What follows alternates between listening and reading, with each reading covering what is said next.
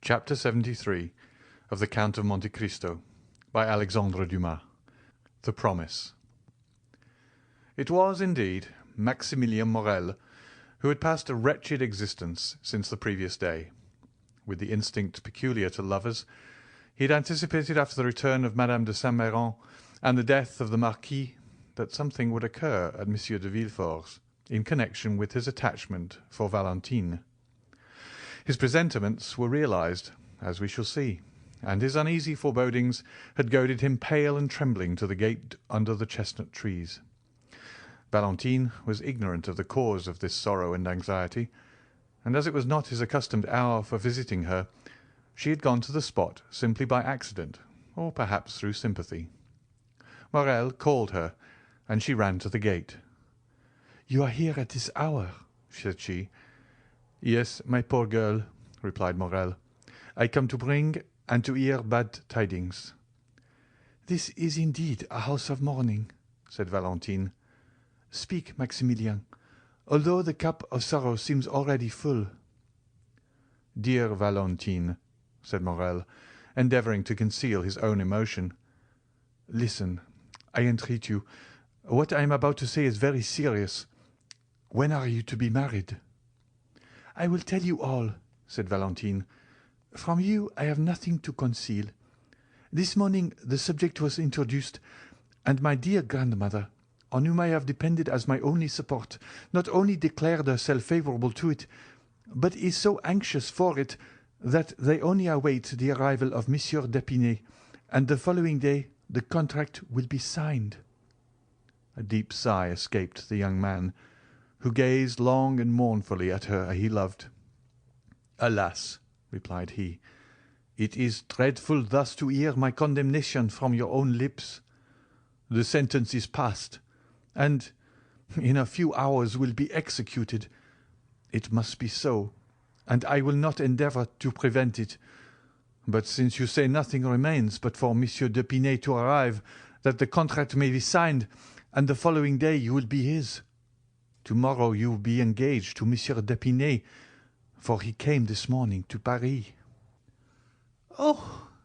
Valentine uttered a cry. "I was at the house of Monte Cristo an hour since," said Morrel. "We were speaking, he of the sorrow your family had experienced, and I of your grief, when a carriage rolled into the courtyard. Never till then had I placed any confidence in presentiments, but now I cannot help believing them.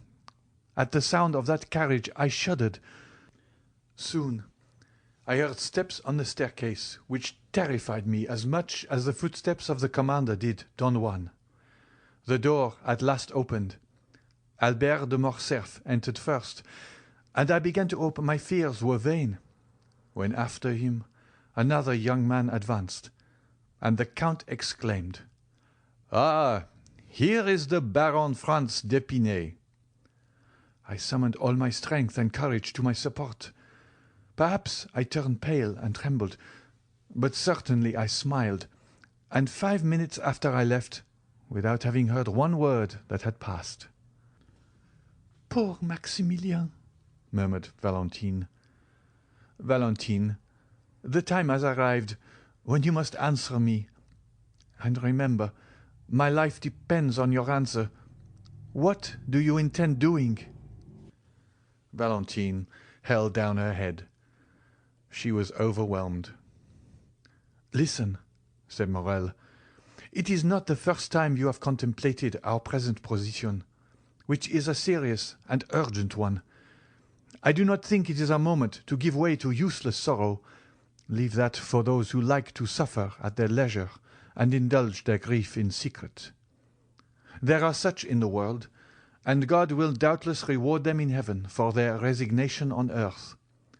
But those who mean to contend must not lose one precious moment, but first return immediately the blow which fortune strikes. Do you intend to struggle against our ill fortune?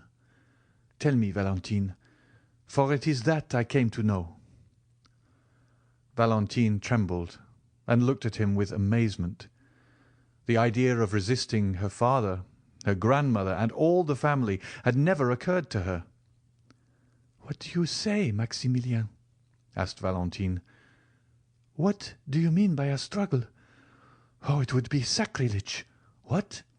I resist my father's order and my dying grandmother's wish? Impossible!" Morel started.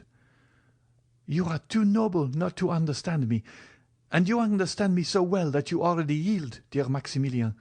No, no, I shall need all my strength to struggle with myself and support my grief in secret, as you say.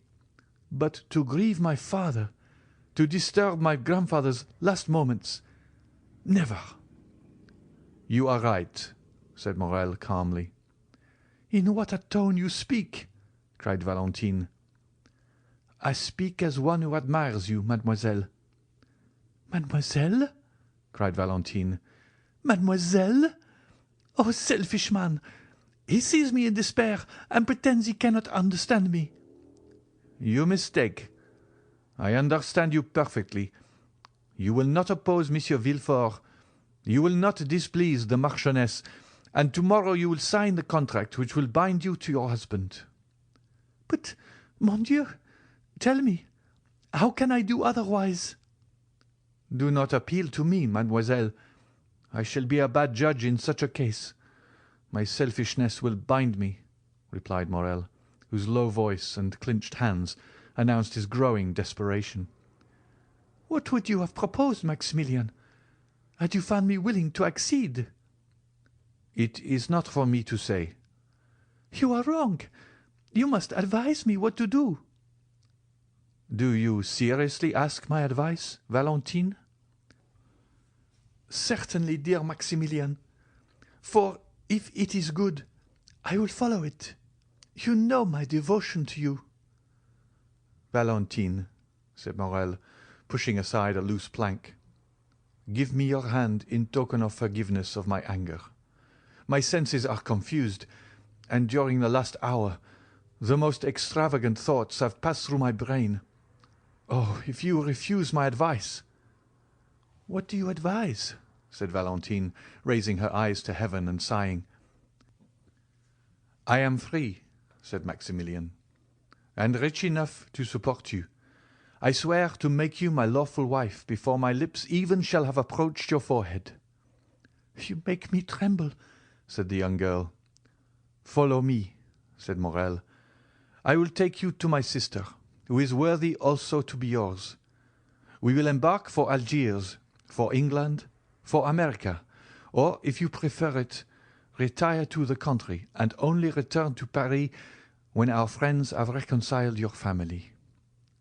Valentine shook her head.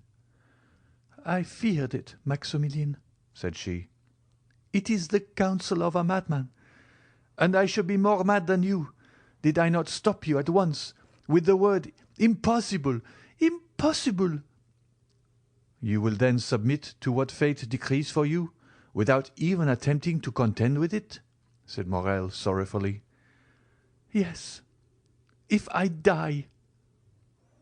"Well, Valentine," resumed Maximilien, "I can only say again that you are right. Truly it is I who am mad, and you prove to me that passion blinds the most well-meaning. I appreciate your calm reasoning.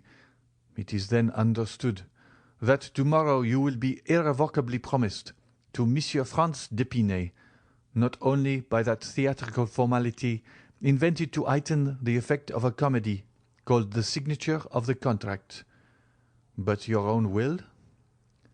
"Again you drive me to despair, Maximilien," said Valentine. "Again you plunge the dagger into the wound. What would you do, tell me, if your sister listened to such a proposition?"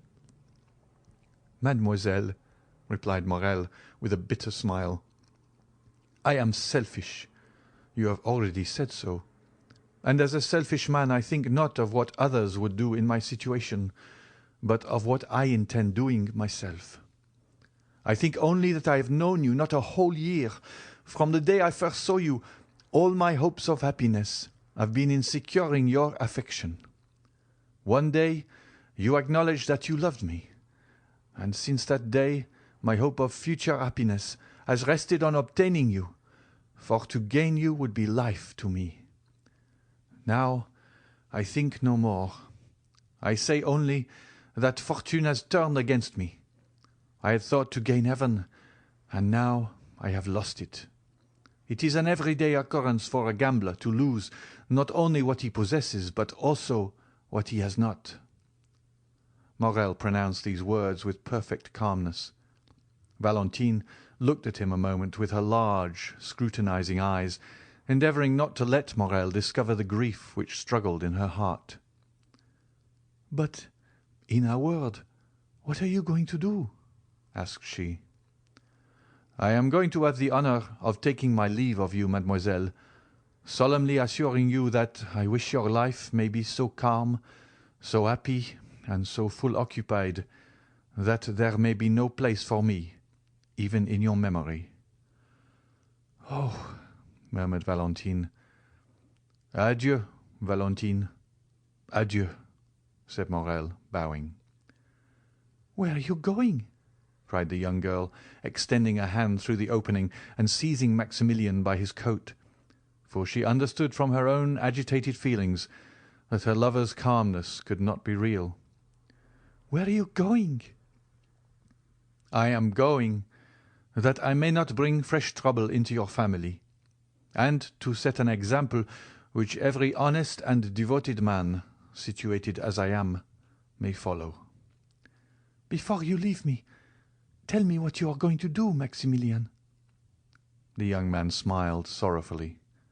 "Speak, speak," said Valentine. "I entreat you." "Has your resolution changed, Valentine?" "It cannot change, unhappy man. You know it must not," cried the young girl. "Then adieu, Valentine." Valentine shook the gate with a strength of which she could not have been supposed to be possessed, as Morrel was going away, and passing both her hands through the opening, she clasped and wrung them. "I must know what you mean to do," she said. "Where are you going?"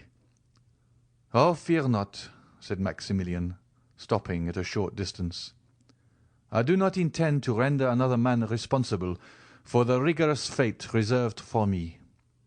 Another might threaten to seek Monsieur Franz, to provoke him and to fight with him. All that would be folly. What has Monsieur Franz to do with it? He saw me this morning for the first time, and has already forgotten he has seen me.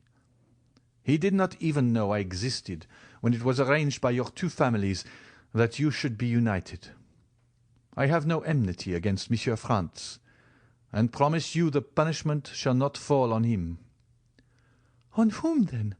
On me?" "On you? Valentine! Oh, heaven forbid! Woman is sacred. The woman one loves is holy." "On yourself, then, unhappy man, on yourself?" "I am the only guilty person, am I not?" said Maximilian. "Maximilian," said Valentine, "Maximilian, come back, I entreat you." He drew near with his sweet smile, and but for his paleness one might have thought him in his usual happy mood. "Listen, my dear, my adored Valentine," said he in his melodious and grave tone. "Those who, like us, have never had a thought for which we need blush before the world, such may read each other's hearts. I never was romantic, and am no melancholy hero. I imitate neither Manfred nor Antony, but without words, protestations, or vows, my life has entwined itself with yours. You leave me, and you are right in doing so. I repeat it, you are right, but in losing you, I lose my life. The moment you leave me, Valentine, I am alone in the world. My sister is happily married. Her husband is only my brother-in-law, that is, a man whom the ties of social life alone attach to me. No one then longer needs my useless life. This is what I shall do. I will wait until the very moment you are married, for I will not lose the shadow of one of those unexpected chances which are sometimes reserved for us, since Monsieur Franz may, after all, die before that time. A thunderbolt may fall even on the altar as you approach. Nothing appears impossible to one condemned to die, and miracles appear quite reasonable when his escape from death is concerned. I will then wait until the last moment, and when my misery is certain, irremediable, hopeless, I will write a confidential letter to my brother-in-law, another to the prefect of police, to acquaint them with my intention. And at the corner of some wood, on the brink of some abyss, on the bank of some river, I will put an end to my existence, as certainly as I am the son of the most honest man who ever lived in France." Valentine trembled convulsively. She loosened her hold of the gate. Her arms fell by her side, and 2 large tears rolled down her cheeks. The young man stood before her, sorrowful and resolute. "Oh, for pity's sake," said she, "you will live, will you not?" "No, on my honour," said Maximilian, "but that will not affect you. You have done your duty, and your conscience will be at rest." Valentine fell on her knees and pressed her almost bursting heart. "Maximilian," said she, "Maximilian, my friend, my brother on earth, my true husband in heaven, I entreat you, do as I do. Live in suffering. Perhaps one day we may be united." "Adieu, Valentine," repeated Morrel. "My God!" said Valentine, raising both her hands to heaven with a sublime expression. "I have done my utmost to remain a submissive daughter.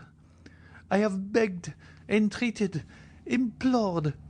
He has regarded neither my prayers, my entreaties, nor my tears. It is done!" cried she, willing away her tears and resuming her firmness. "I am resolved not to die of remorse, but rather of shame. Live, Maximilian, and I will be yours. Say when shall it be? Speak, command, I will obey." Morrel, who had already gone some few steps away, again returned, and, pale with joy, extended both hands towards Valentine through the opening. "Valentine," said he, "dear Valentine, you must not speak thus. Rather let me die.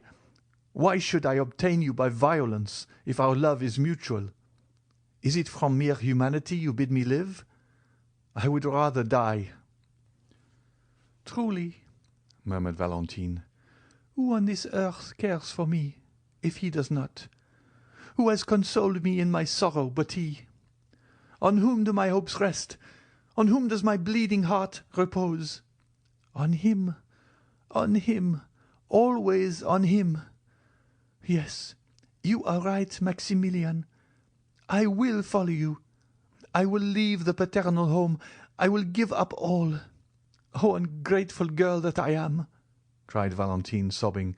"I will give up all, even my dear old grandfather, whom I had nearly forgotten." "No," said Maximilian, "you shall not leave him. Monsieur Noirtier has evinced, you say, a kind feeling towards me. Well, before you leave, tell him all. His consent would be your justification in God's sight. As soon as we are married, he shall come and live with us. Instead of 1 child, he shall have 2. You have told me how you talk to him and how he answers you. I shall very soon learn that language by signs. Valentine, I promise you solemnly that instead of despair, it is happiness that awaits us." "Oh, see, Maximilian, see the power you have over me.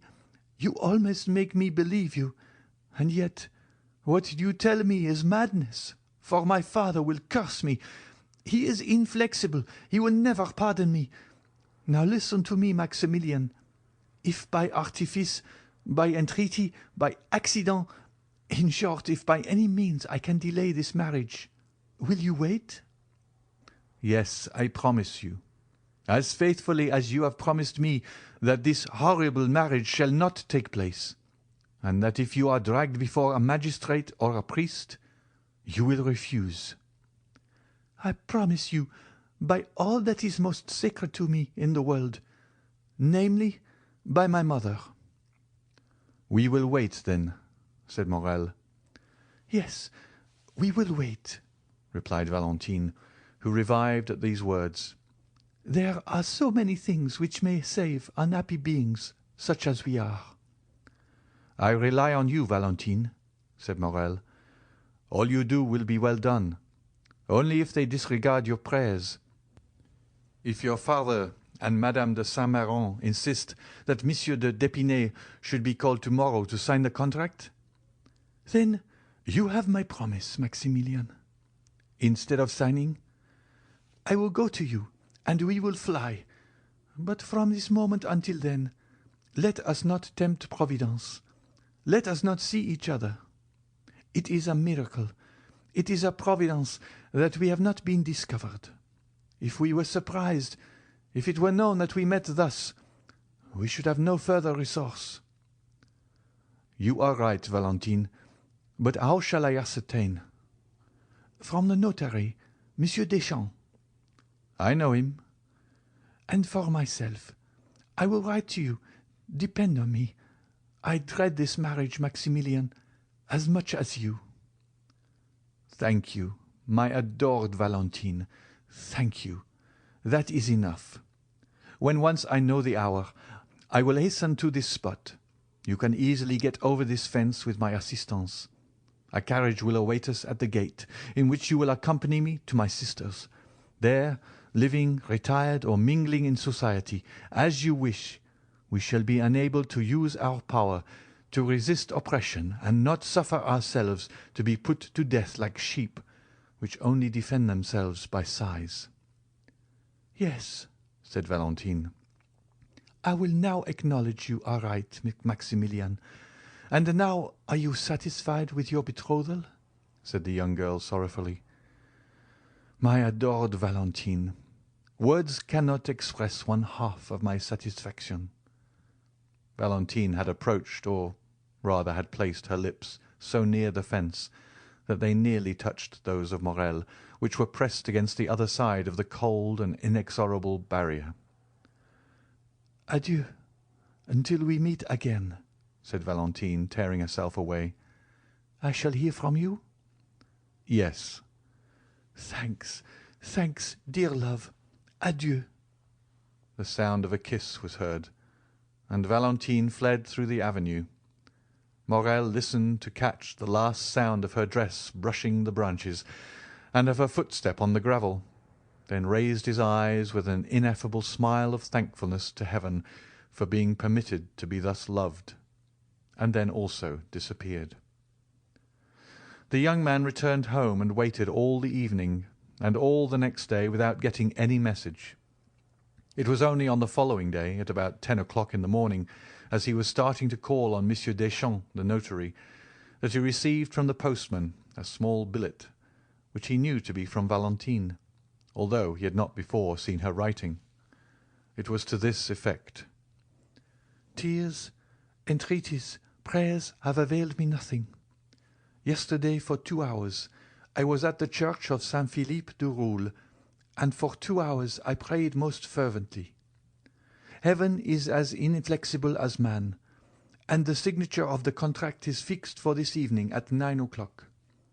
I have but one promise and but one heart to give. That promise is pledged to you. That heart is also yours. This evening, then, at 9:15, at the gate. Your betrothed, Valentine de Villefort. P.S. My poor grandmother gets worse and worse. Yesterday her fever amounted to delirium. Today her delirium is almost madness. You'll be very kind to me, will you not, Morrel, to make me forget my sorrow in leaving her thus? I think 'tis kept a secret from Grandpapa Noirtier that the contract is to be signed this evening." Morrel went also to the notary, who confirmed the news that the contract was to be signed that evening. Then he went to call on Monte Cristo, and heard still more. Franz had been to announce the ceremony, and Madame de Villefort had also written to beg the count to excuse her not inviting him. The death of Monsieur de Saint-Méran and the dangerous illness of his widow would cast a gloom over the meeting which she would regret should be shared by the count, whom she wished every happiness. The day before Franz had been presented to Madame de Saint-Méran, who had left her bed to receive him, but had been obliged to return to it immediately after. It is easy to suppose that Morrel's agitation would not escape the count's penetrating eye. Monte Cristo was more affectionate than ever. Indeed, his manner was so kind that several times Morrel was on the point of telling him all. But he recalled the promise he had made to Valentine, and kept his secret. The young man read Valentine's letter 20 times in the course of the day. It was her first, and on what an occasion! Each time he read it, he renewed his vow to make her happy. How great is the power of a woman who has made so courageous a resolution! What devotion does she deserve from him for whom she has sacrificed everything? How ought she really to be supremely loved? She becomes at once a queen and a wife, and it is impossible to thank and love her sufficiently. Morrel longed intensely for the moment when he should hear Valentine say, "Here I am, Maximilian. Come and help me." He had arranged everything for her escape. 2 ladders were hidden in the clover field. A cabriolet was ordered for Maximilian alone, without a servant, without lights. At the turning of the first street they would light the lamps, as it would be foolish to attract the notice of the police by too many precautions. Occasionally he shuddered. He thought of the moment when, from the top of that wall, he should protect the descent of his dear Valentine, pressing in his arms for the first time her of whom he had yet only kissed the delicate hand. When the afternoon arrived, and he felt that the hour was drawing near, he wished for solitude. His agitation was extreme. A simple question from a friend would have irritated him. He shut himself in his room and tried to read, but his eye glanced over the page without understanding a word, and he threw away the book, and for the second time sat down to sketch his plan, the ladders and the fence. At length the hour drew near. Never did a man deeply in love allow the clocks to go on peacefully. Morrel tormented his so effectually that they struck 8 at 6:30. He then said, "It is time to start. The signature was indeed fixed to take place at 9 o'clock, but perhaps Valentine will not wait for that." Consequently, Morrel, having left the Rue Meslay at 8:30 by his timepiece, entered the clover field, while the clock of Saint-Philippe du Roule was striking 8. The horse and cabriolet were concealed behind a small ruin, where Morrel had often waited. The night gradually drew on, and the foliage in the garden assumed a deeper hue. Then Morrel came out from his hiding-place with a beating heart, and looked through the small opening in the gate. There was yet no one to be seen. The clock struck 8:30, and still another half-hour was passed in waiting, while Morrel walked to and fro, and gazed more and more frequently through the opening. The garden became darker still, but in the darkness he looked in vain for the white dress, and in the silence he vainly listened for the sound of footsteps. The house, which was discernible through the trees, remained in darkness, and gave no indication that so important an event as the signature of a marriage contract was going on. Morrel looked at his watch, which wanted 9:15. But soon the same clock he had already heard strike 2 or 3 times rectified the error by striking 9:30. This was already half an hour past the time Valentine had fixed. It was a terrible moment for the young man. The slightest rustling of the foliage, the least whistling of the wind attracted his attention and drew the perspiration to his brow. Then he tremblingly fixed his ladder, and, not to lose a moment, placed his foot on the first step. Amidst all these alternations of hope and fear, the clock struck 10. "It is impossible," said Maximilian, "that the signing of a contract should occupy so long a time without unexpected interruptions. I have weighed all the chances, calculated the time required for all the forms. Something must have happened." And then he walked rapidly to and fro and pressed his burning forehead against the fence. Had Valentine fainted? Or had she been discovered and stopped in her flight? These were the only obstacles which appeared possible to the young man. The idea that her strength had failed her in attempting to escape, and that she had fainted in one of the paths, was the one that most impressed itself upon his mind. "In that case," said he, "I should lose her, and by my own fault." He dwelt on this idea for a moment. Then it appeared reality. He even thought he could perceive something on the ground at a distance. He ventured to call, and it seemed to him that the wind wafted back an almost inarticulate sigh. At last the half-hour struck. It was impossible to wait longer. His temples throbbed violently. His eyes were growing dim. He passed one leg over the wall, and in a moment leapt down on the other side. He was on Villefort's premises, had arrived there by scaling the wall. What might be the consequences? However, he had not ventured thus far to draw back. He followed a short distance close under the wall, then crossed a path, hid, entered a clump of trees. In a moment he had passed through them and could see the house distinctly. Then Morrel saw that he had been right in believing that the house was not illuminated. Instead of lights at every window, as is customary on days of ceremony, he saw only a grey mass, which was veiled also by a cloud, which at that moment obscured the moon's feeble light. A light moved rapidly from time to time past 3 windows of the second floor. These 3 windows were in Madame de Saint-Méran's room. Another remained motionless behind some red curtains which were in Madame de Villefort's bedroom. Morrel guessed all this. So many times, in order to follow Valentine in thought at every hour in the day, had he made her describe the whole house, that without having seen it, he knew it all. This darkness and silence alarmed Morrel still more than Valentine's absence had done.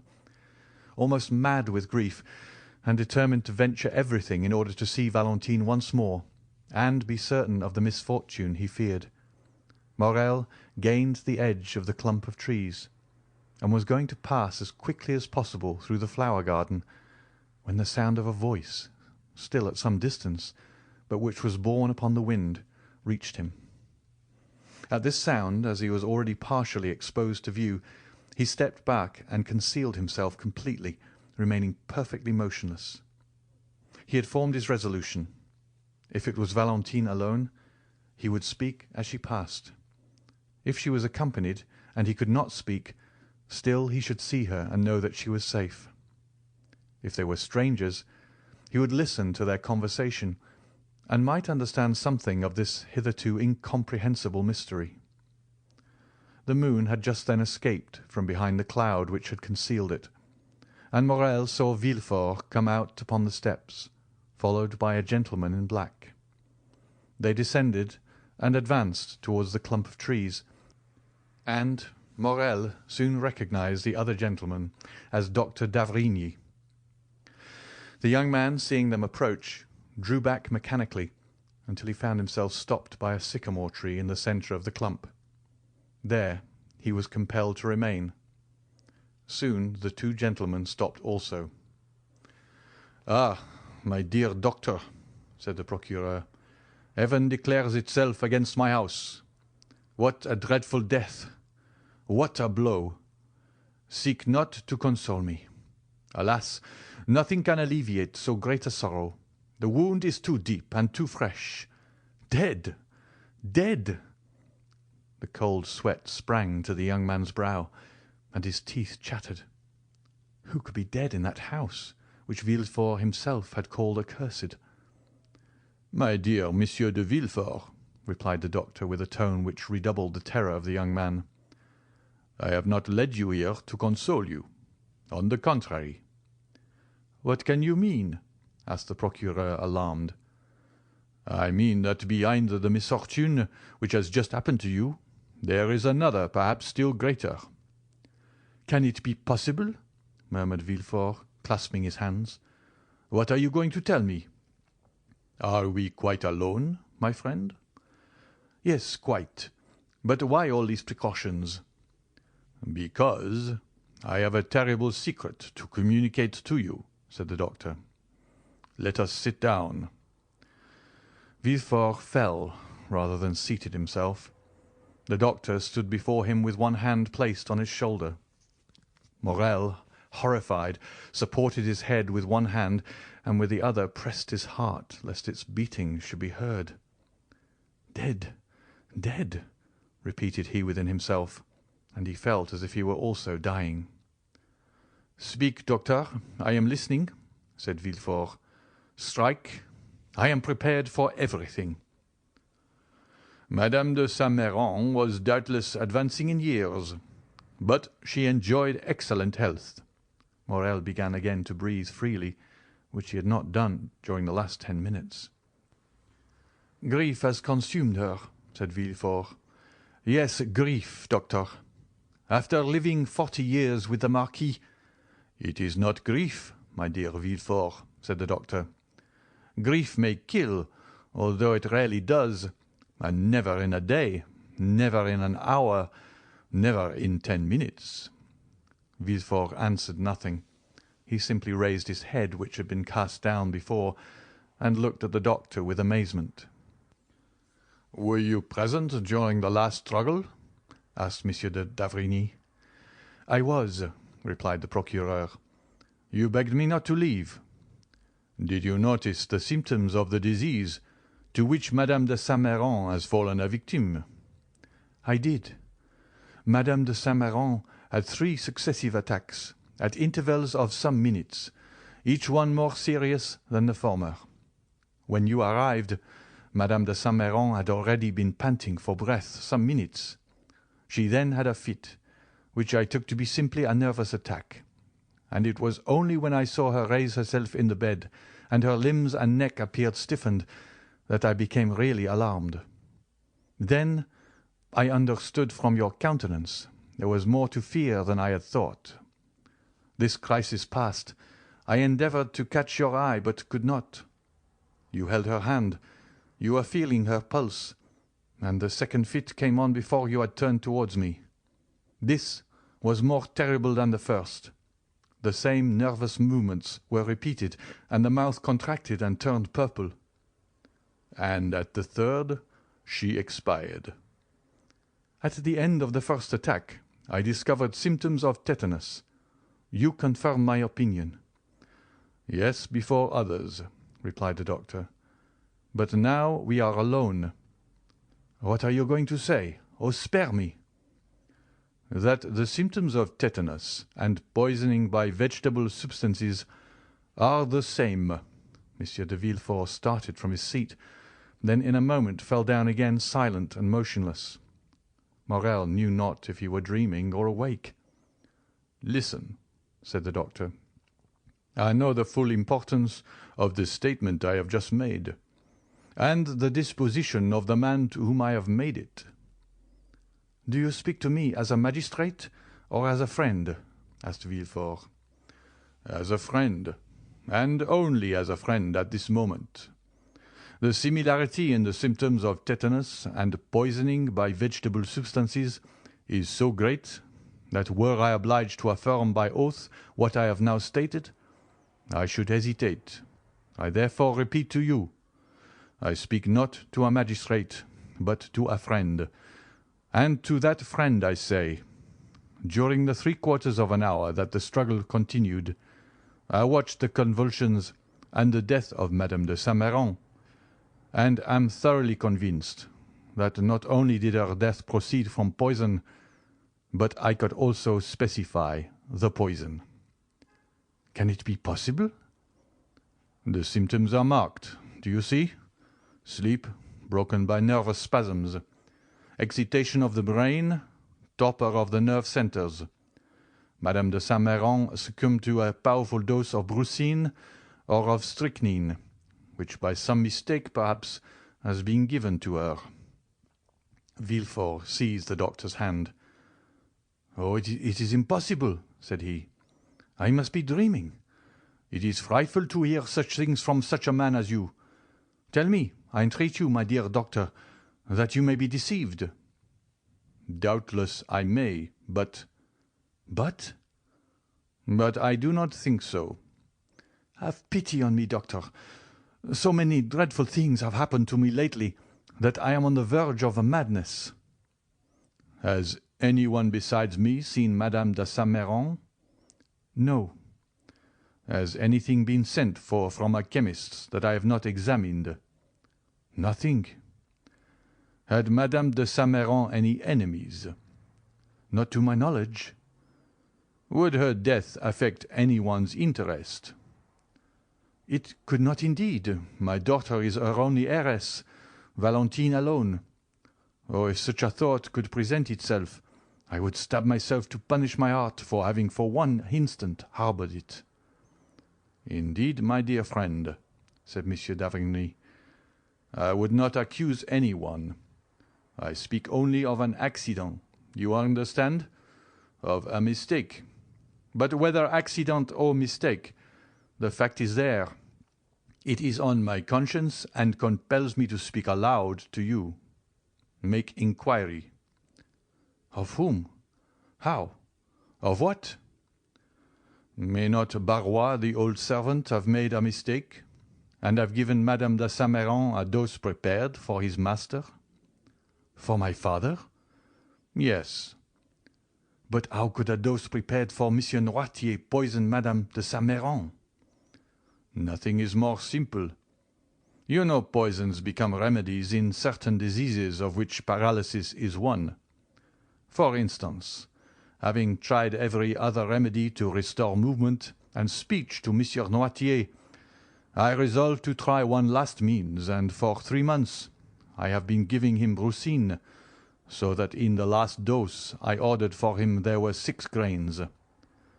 This quantity, which is perfectly safe to administer to the paralyzed frame of Monsieur Noirtier, which has become gradually accustomed to it, would be sufficient to kill another person." "My dear doctor, there is no communication between Monsieur Noirtier's apartment and that of Madame de Saint-Méran, and Barrois never entered my mother-in-law's room. In short, doctor, although I know you to be the most conscientious man in the world, and although I place the utmost reliance on you, I want, notwithstanding my conviction, to believe this axiom, errare humanum est." "Is there one of my brethren in whom you have equal confidence with myself?" "Why do you ask me that? What do you wish?" "Send for him. I will tell him what I have seen, and we will consult together and examine the body." "And you will find traces of poison?" "No, I did not say of poison. But we can prove what was the state of the body. We shall discover the cause of her sudden death, and we shall say, dear Villefort, if this thing has been caused by negligence, watch over your servants; if from hatred, watch your enemies." "What do you propose to me, d'Avrigny?" said Villefort in despair. "So soon as another is admitted into our secret, an inquest will become necessary, and an inquest in my house. Impossible! Still," continued the procureur, looking at the doctor with uneasiness, "if you wish it, if you demand it, why, then it shall be done. But, doctor, you see me already so grieved. How can I introduce into my house so much scandal after so much sorrow? My wife and my daughter would die of it. And I, doctor, you know a man does not arrive at the post I occupy. One has not been king's attorney 25 years without having amassed a tolerable number of enemies. Mine are numerous. Let this affair be talked of. It will be a triumph for them, which will make them rejoice and cover me with shame. Pardon me, doctor, these worldly ideas, were you a priest, I should not dare to tell you, but you are a man, and you know mankind. Doctor, pray recall your words. You have said nothing, have you?" "My dear Monsieur de Villefort," replied the doctor, "my first duty is to humanity. I would have saved Madame de Saint-Méran, if science could have done it, but she is dead, and my duty regards the living. Let us bury this terrible secret in the deepest recesses of our hearts. I am willing, if anyone should suspect this, that my silence on the subject should be imputed to my ignorance. Meanwhile, sir, watch always. Watch carefully, for perhaps the evil may not stop here, and when you have found the culprit, if you find him, I will say to you, 'You are a magistrate. Do as you will.'" "I thank you, doctor," said Villefort with indescribable joy. "I never had a better friend than you." And as if he feared Dr. d'Avrigny would recall his promise, he hurried him towards the house. When they were gone, Morrel ventured out from under the trees, and the moon shone upon his face, which was so pale it might have been taken for that of a ghost. "I am manifestly protected in a most wonderful but most terrible manner," said he. "But Valentine, poor girl, how will she bear so much sorrow?" As he thought thus, he looked alternately at the window with red curtains and the 3 windows with white curtains. The light had almost disappeared from the former. Doubtless Madame de Villefort had just put out her lamp, and the night lamp alone reflected its dull light on the window. At the extremity of the building, on the contrary, he saw one of the 3 windows open. A wax light placed on the mantelpiece threw some of its pale rays without, and a shadow was seen for one moment on the balcony. Morrel shuddered. He thought he heard a sob. It cannot be wondered at that his mind, generally so courageous, but now disturbed by the 2 strongest human passions, love and fear, was weakened even to the indulgence of superstitious thoughts. Although it was impossible that Valentine should see him, hidden as he was, he thought he heard the shadow at the window call him. His disturbed mind told him so.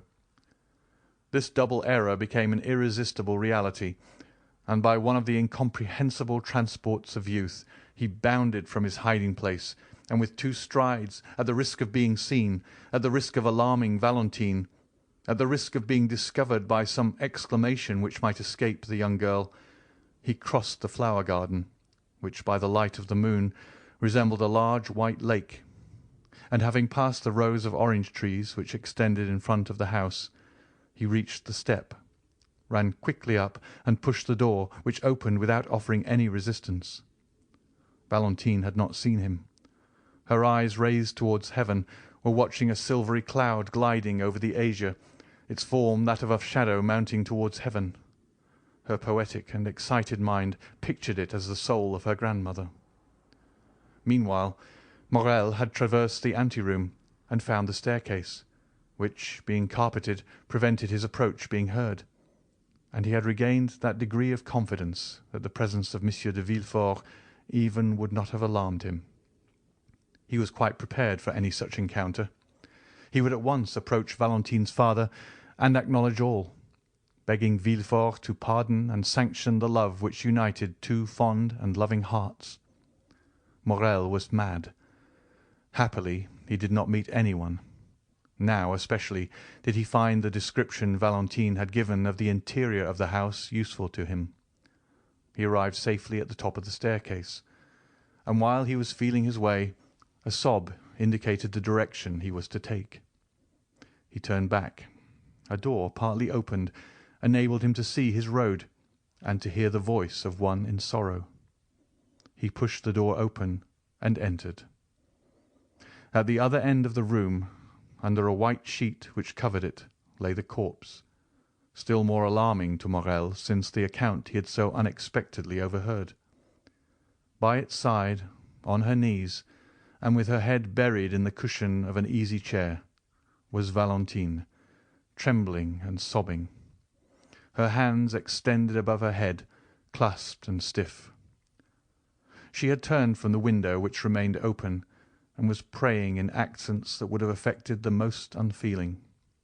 Her words were rapid, incoherent, unintelligible, for the burning weight of grief almost stopped her utterance. The moon, shining through the open blinds, made the lamp appear to burn paler, and cast a sepulchral hue over the whole scene. Morel could not resist this.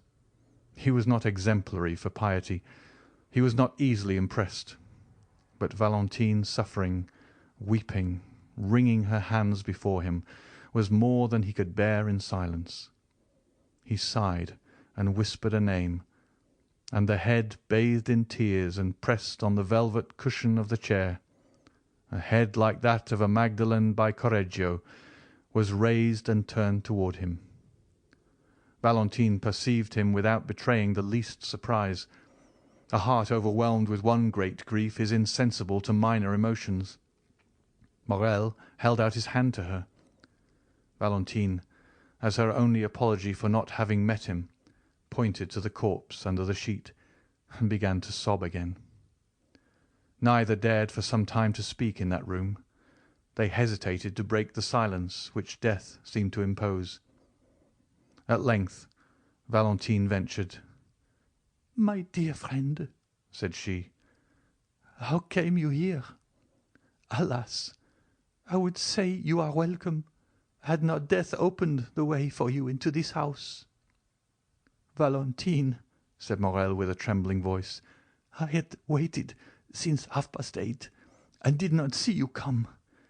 I became uneasy, leapt the wall, found my way through the garden, when voices conversing about the fatal event." "What voices?" asked Valentine. Morel shuddered as he thought of the conversation of the doctor and Monsieur de Villefort, and he thought he could see through the sheet the extended hands, the stiff neck, and the purple lips. "Your servants," said he, "were repeating the whole of the sorrowful story. From them I learned it all." "But it was risking the failure of our plan to come up here, love." "Forgive me," replied Morel. "I will go away."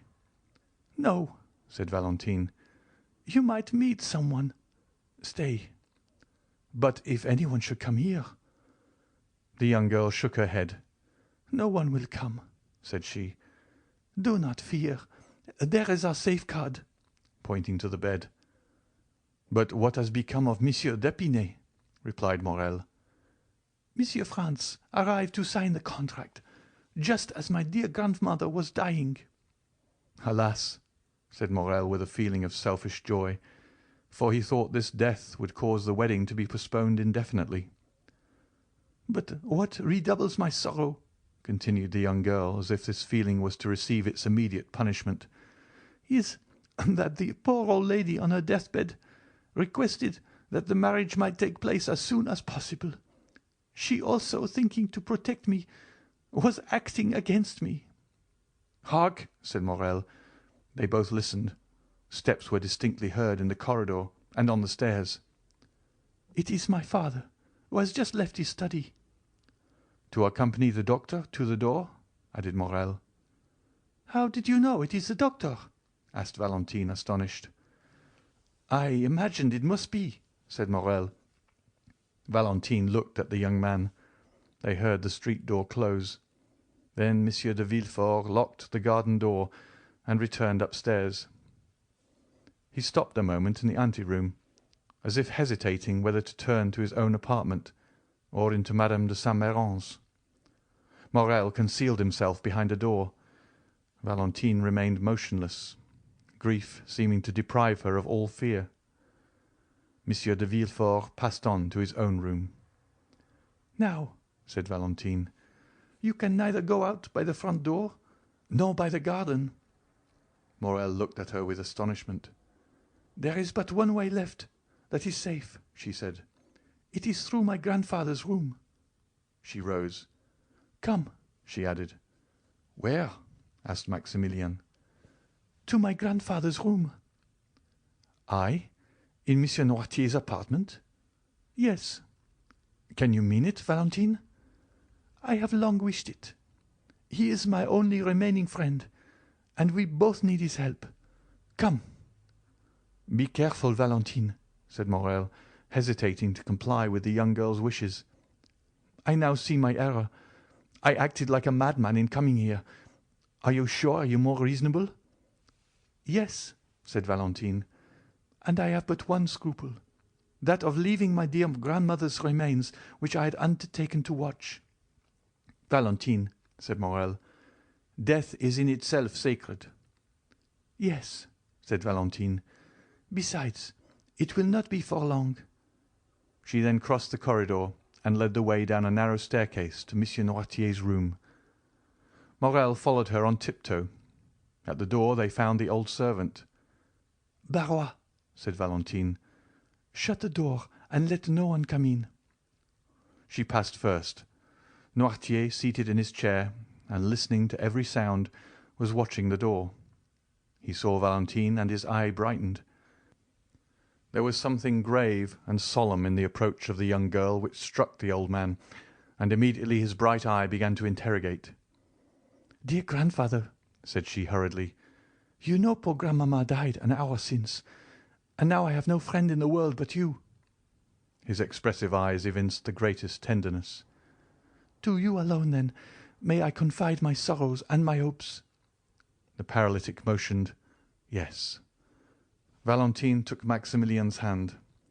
"Look attentively, then, at this gentleman." The old man fixed his scrutinizing gaze with slight astonishment on Morrel.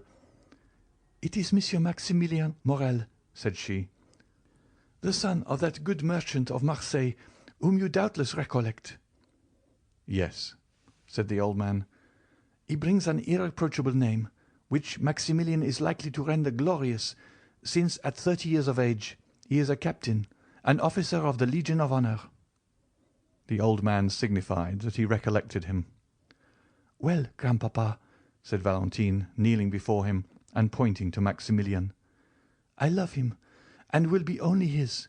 Were I compelled to marry another, I would destroy myself."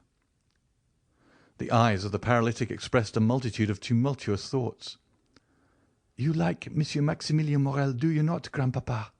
asked Valentine. "Yes."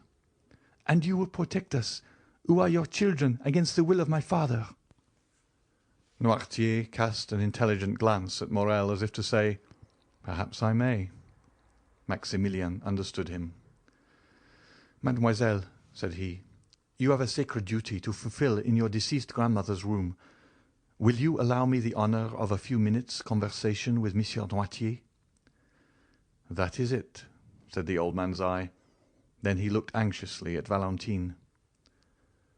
"Do you fear you will not understand?" "Yes." "Oh, we have so often spoken of you, that he knows exactly how I talk to you."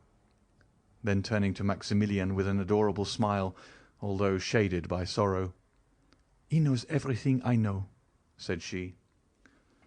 Valentine arose, placed a chair for Morrel, requested Barrois not to admit anyone, and having tenderly embraced her grandfather and sorrowfully taken leave of Morrel, she went away. To prove to Noirtier that he was in Valentine's confidence and knew all their secrets, Morrel took the dictionary, a pen, and some paper, and placed them all on a table where there was a light. "But first," said Morrel, "allow me, sir, to tell you who I am, how much I love Mademoiselle Valentine, and what are my designs respecting her." Noirtier made a sign that he would listen. It was an imposing sight to witness this old man, apparently a mere useless burden, becoming the sole protector, support, and adviser of the lovers who were both young, beautiful, and strong. His remarkably noble and austere expression struck Morrel, who began his story with trembling. He related the manner in which he had become acquainted with Valentine, and how he had loved her, and that Valentine, in her solitude and her misfortune, had accepted the offer of his devotion. He told him his birth, his position, his fortune, and more than once, when he consulted the look of the paralytic, that look answered, "That is good. Proceed." "And now," said Morrel, when he had finished the first part of his recital, "now I have told you of my love and my hopes, may I inform you of my intentions?" "Yes," signified the old man. This was our resolution. A cabriolet was in waiting at the gate, in which I intended to carry off Valentine to my sister's house, to marry her, and to wait respectfully Monsieur de Villefort's pardon. No, said Noirtier. We must not do so? No. You do not sanction our project? No. There is no other way, said Morel. The old man's interrogative eye said, "What?" I will go, continued Maximilian. I will seek Monsieur Franz d'Épinay. I am happy to be able to mention this in Mademoiselle de Villefort's absence, and will conduct myself toward him so as to compel him to challenge me. Noirtier's look continued to interrogate. You wish to know what I will do? Yes. I will find him as I told you. I will tell him the ties which bind me to Mademoiselle Valentine. If he be a sensible man, he will prove it by renouncing of his own accord the hand of his betrothed, and will secure my friendship and love until death. If he refuse, either through interest or ridiculous pride, after I have proved to him that he would be forcing my wife from me, that Valentine loves me and will have no other, I will fight him, give him every advantage, and I shall kill him, or he will kill me. If I am victorious, I will not marry Valentine, and if I die, I am very sure Valentine will not marry him. Noirtier watched with indescribable pleasure this noble and sincere countenance, on which every sentiment his tongue uttered was depicted, adding by the expression of his fine features all that colouring adds to a sound and faithful drawing. Still, when Morel had finished, he shut his eyes several times, which was his manner of saying no. No, said Morel. You disapprove of this second project, as you did of the first? I do, signified the old man. But what then must be done? Asked Morel. Madame de Saint-Méran's last request was that the marriage might not be delayed. Must I let things take their course? Noirtier did not move. I understand, said Morel. I am to wait. Yes. But delay may ruin our plan, sir, replied the young man. Alone, Valentine has no power. She will be compelled to submit. I am here almost miraculously, and can scarcely hope for so good an opportunity to occur again. Believe me, there are only the two plans I have proposed to you. Forgive my vanity, and tell me which you prefer. Do you authorize Mademoiselle Valentine to entrust herself to my honor? No. Do you prefer I seek out Monsieur d'Épinay? No. Whence, then, will you come the help we need? From chance? Resumed Morel. No. From you? Yes. You thoroughly understand me, sir. Pardon my eagerness, for my life depends on your answer. Will our help come from you? Yes.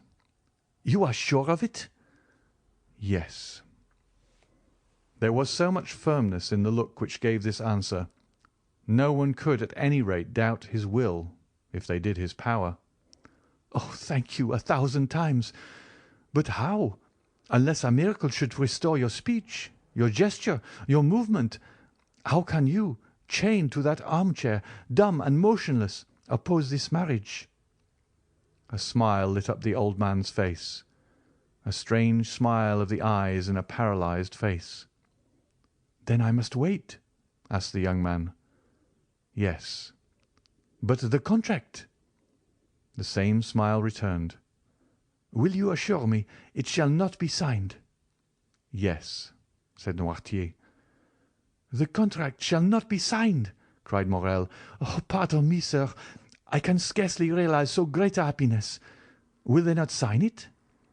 No, said the paralytic. Notwithstanding that assurance, Morel still hesitated. This promise of an impotent old man was so strange that, instead of being the result of the power of his will, it might emanate from enfeebled organs. Is it not natural that the madman, ignorant of his folly, should attempt things beyond his power? The weak man talks of burdens he can raise, the timid of giants he can confront, the poor of treasures he spends. The most humble peasant, in the height of his pride, calls himself Jupiter. Whether Noirtier understood the young man's indecision, or whether he had not full confidence in his docility, he looked uneasily at him. "What do you wish, sir?" asked Morel. "That I should renew my promise of remaining tranquil?" Noirtier's eyes remained fixed and firm, as if to imply that a promise did not suffice. Then it passed from his face to his hands. "Shall I swear to you, sir?" asked Maximilian. "Yes," said the paralytic with the same solemnity. Morel understood that the old man attached great importance to an oath. He extended his hand. "I swear to you on my honour," said he, "to await your decision respecting the course I am to pursue with Monsieur d'Épinay." "That is right," said the old man. "Now," said Morel, "do you wish me to retire?" "Yes." "Without seeing Mademoiselle Valentine?" "Yes." Morel made a sign that he was ready to obey.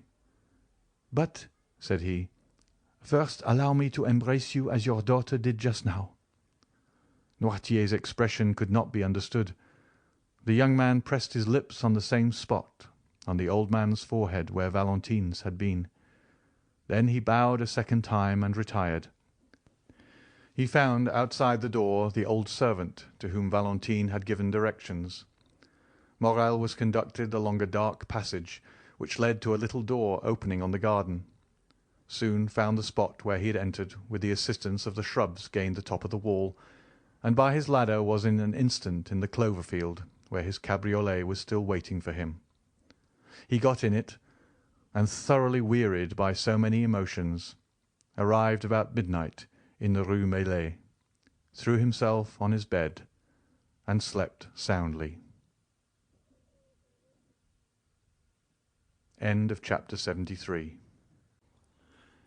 Chapter 74 of the Count of Monte Cristo by Alexandre Dumas. The Villefort family vault. 2 days after, a considerable crowd was assembled towards 10 o'clock in the morning around the door of Monsieur de Villefort's house, and a long file of mourning coaches and private carriages extended along the Faubourg Saint-Honoré and the Rue de la Pépinière. Among them was one of a very singular form, which appeared to have come from a distance. It was a kind of covered wagon, painted black, and was one of the first to arrive. Inquiry was made, and it was ascertained that by a strange coincidence this carriage contained the corpse of the Marquis de Saint-Méran, and that those who had come thinking to attend one funeral would follow two. Their number was great. The Marquis de Saint-Méran was one of the most zealous and faithful dignitaries of Louis XVIII and King Charles X, had preserved a great number of friends, and these, added to the personages whom the usages of society gave Villefort a claim on, formed a considerable body. Due information was given to the authorities, and permission obtained that the two funerals should take place at the same time. A second hearse, decked with the same funereal pomp, was brought to Monsieur de Villefort's door, and the coffin removed into it from the post-wagon. The two bodies were to be interred in the cemetery of Père-Lachaise, where Monsieur de Villefort had long since had a tomb prepared for the reception of his family. The remains of poor Renée were already deposited there, and now, after 10 years of separation, her father and mother were to be reunited with her. The Parisians, always curious, always affected by funereal display, looked on with religious silence, while the splendid procession accompanied to their last abode two of the number of the old aristocracy, the greatest protectors of commerce and sincere devotees to their principles. In one of the mourning coaches, Beauchamp, Debray, and Château Renaud were talking of the very sudden death of the Marchioness. "I saw Madame de Saint-Méran only last year at Marseilles, when I was coming back from Algiers," said Château Renaud. "She looked like a woman destined to live to be 100 years old, from her apparent sound health and great activity of mind and body. How old was she?" "France assured me," replied Albert, "that she was 66 years old. But she has not died of old age, but of grief. It appears that since the death of the Marquis, which affected her very deeply. She has not completely recovered her reason." "But of what disease, then, did she die?" asked Debray. "It is said to have been a congestion of the brain, or apoplexy, which is the same thing, is it not?" "Nearly." "It is difficult to believe that it was apoplexy," said Beauchamp. "Madame de Saint-Méran, whom I once saw, was short, of slender form, and of a much more nervous than sanguine temperament. Grief could hardly produce apoplexy in such a constitution as that of Madame de Saint-Méran." "At any rate," said Albert, "whatever disease or doctor may have killed her, Monsieur de Villefort, or rather Mademoiselle Valentine, or still rather our friend Franz, inherits a magnificent fortune, amounting, I believe, to 80,000 livres per annum." "And this fortune will be doubled at the death of the old Jacobin, Noirtier." "This is a tenacious old grandfather," said Beauchamp. "Tenacem propositi verum. I think he must have made an agreement with death to outlive all his heirs, and he appears likely to succeed. He resembles the old conventionalist of '93, who said to Napoleon in 1814, 'You bend because your empire is a young stem, weakened by rapid growth.' Take the Republic for a tutor. Let us return with renewed strength to the battlefield, and I promise you 500,000 soldiers, another Marengo, and a second Austerlitz. Ideas do not become extinct, sire. They slumber sometimes, but only revive the stronger before they sleep entirely." "Ideas and men appear the same to him. On one thing only puzzles me, namely how Franz d'Épinay will like a grandfather who cannot be separated from his wife. But where is Franz?" "In the first carriage with Monsieur de Villefort, who considered him already as one of the family." Such was the conversation in almost all the carriages. These two sudden deaths, so quickly following each other, astonished everyone, but no one suspected the terrible secret which Monsieur d'Avrigny had communicated in his nocturnal walk to Monsieur de Villefort. They arrived in about an hour at the cemetery. The weather was mild but dull, and in harmony with the funeral ceremony. Among the groups which flocked towards the family vault, Château Renaud recognized Morrel, who had come alone in a cabriolet, and walked silently along the path all bordered with yew trees. "You here?" said Château Renaud, passing his arm through the young captain's. "Are you a friend of Villefort's? How is it that I have never met you at his house?" "I am no acquaintance of Monsieur de Villefort's," answered Morrel, "but I was of Madame de Saint-Méran." Albert came up to them at this moment with Franz. "The time and place are but ill-suited for an introduction," said Albert. "But we are not superstitious, Monsieur Morrel. Allow me to present to you Monsieur Franz d'Épinay, a delightful travelling companion with whom I made the tour of Italy. My dear Franz, Monsieur Maximilien Morrel, an excellent friend I have acquired in your absence, and whose name you will hear me mention every time I make an allusion to affection, wit, or amiability." Morrel hesitated for a moment. He feared it would be hypocritical to accost in a friendly manner the man whom he was tacitly opposing, but his oath and the gravity of the circumstances recurred to his memory.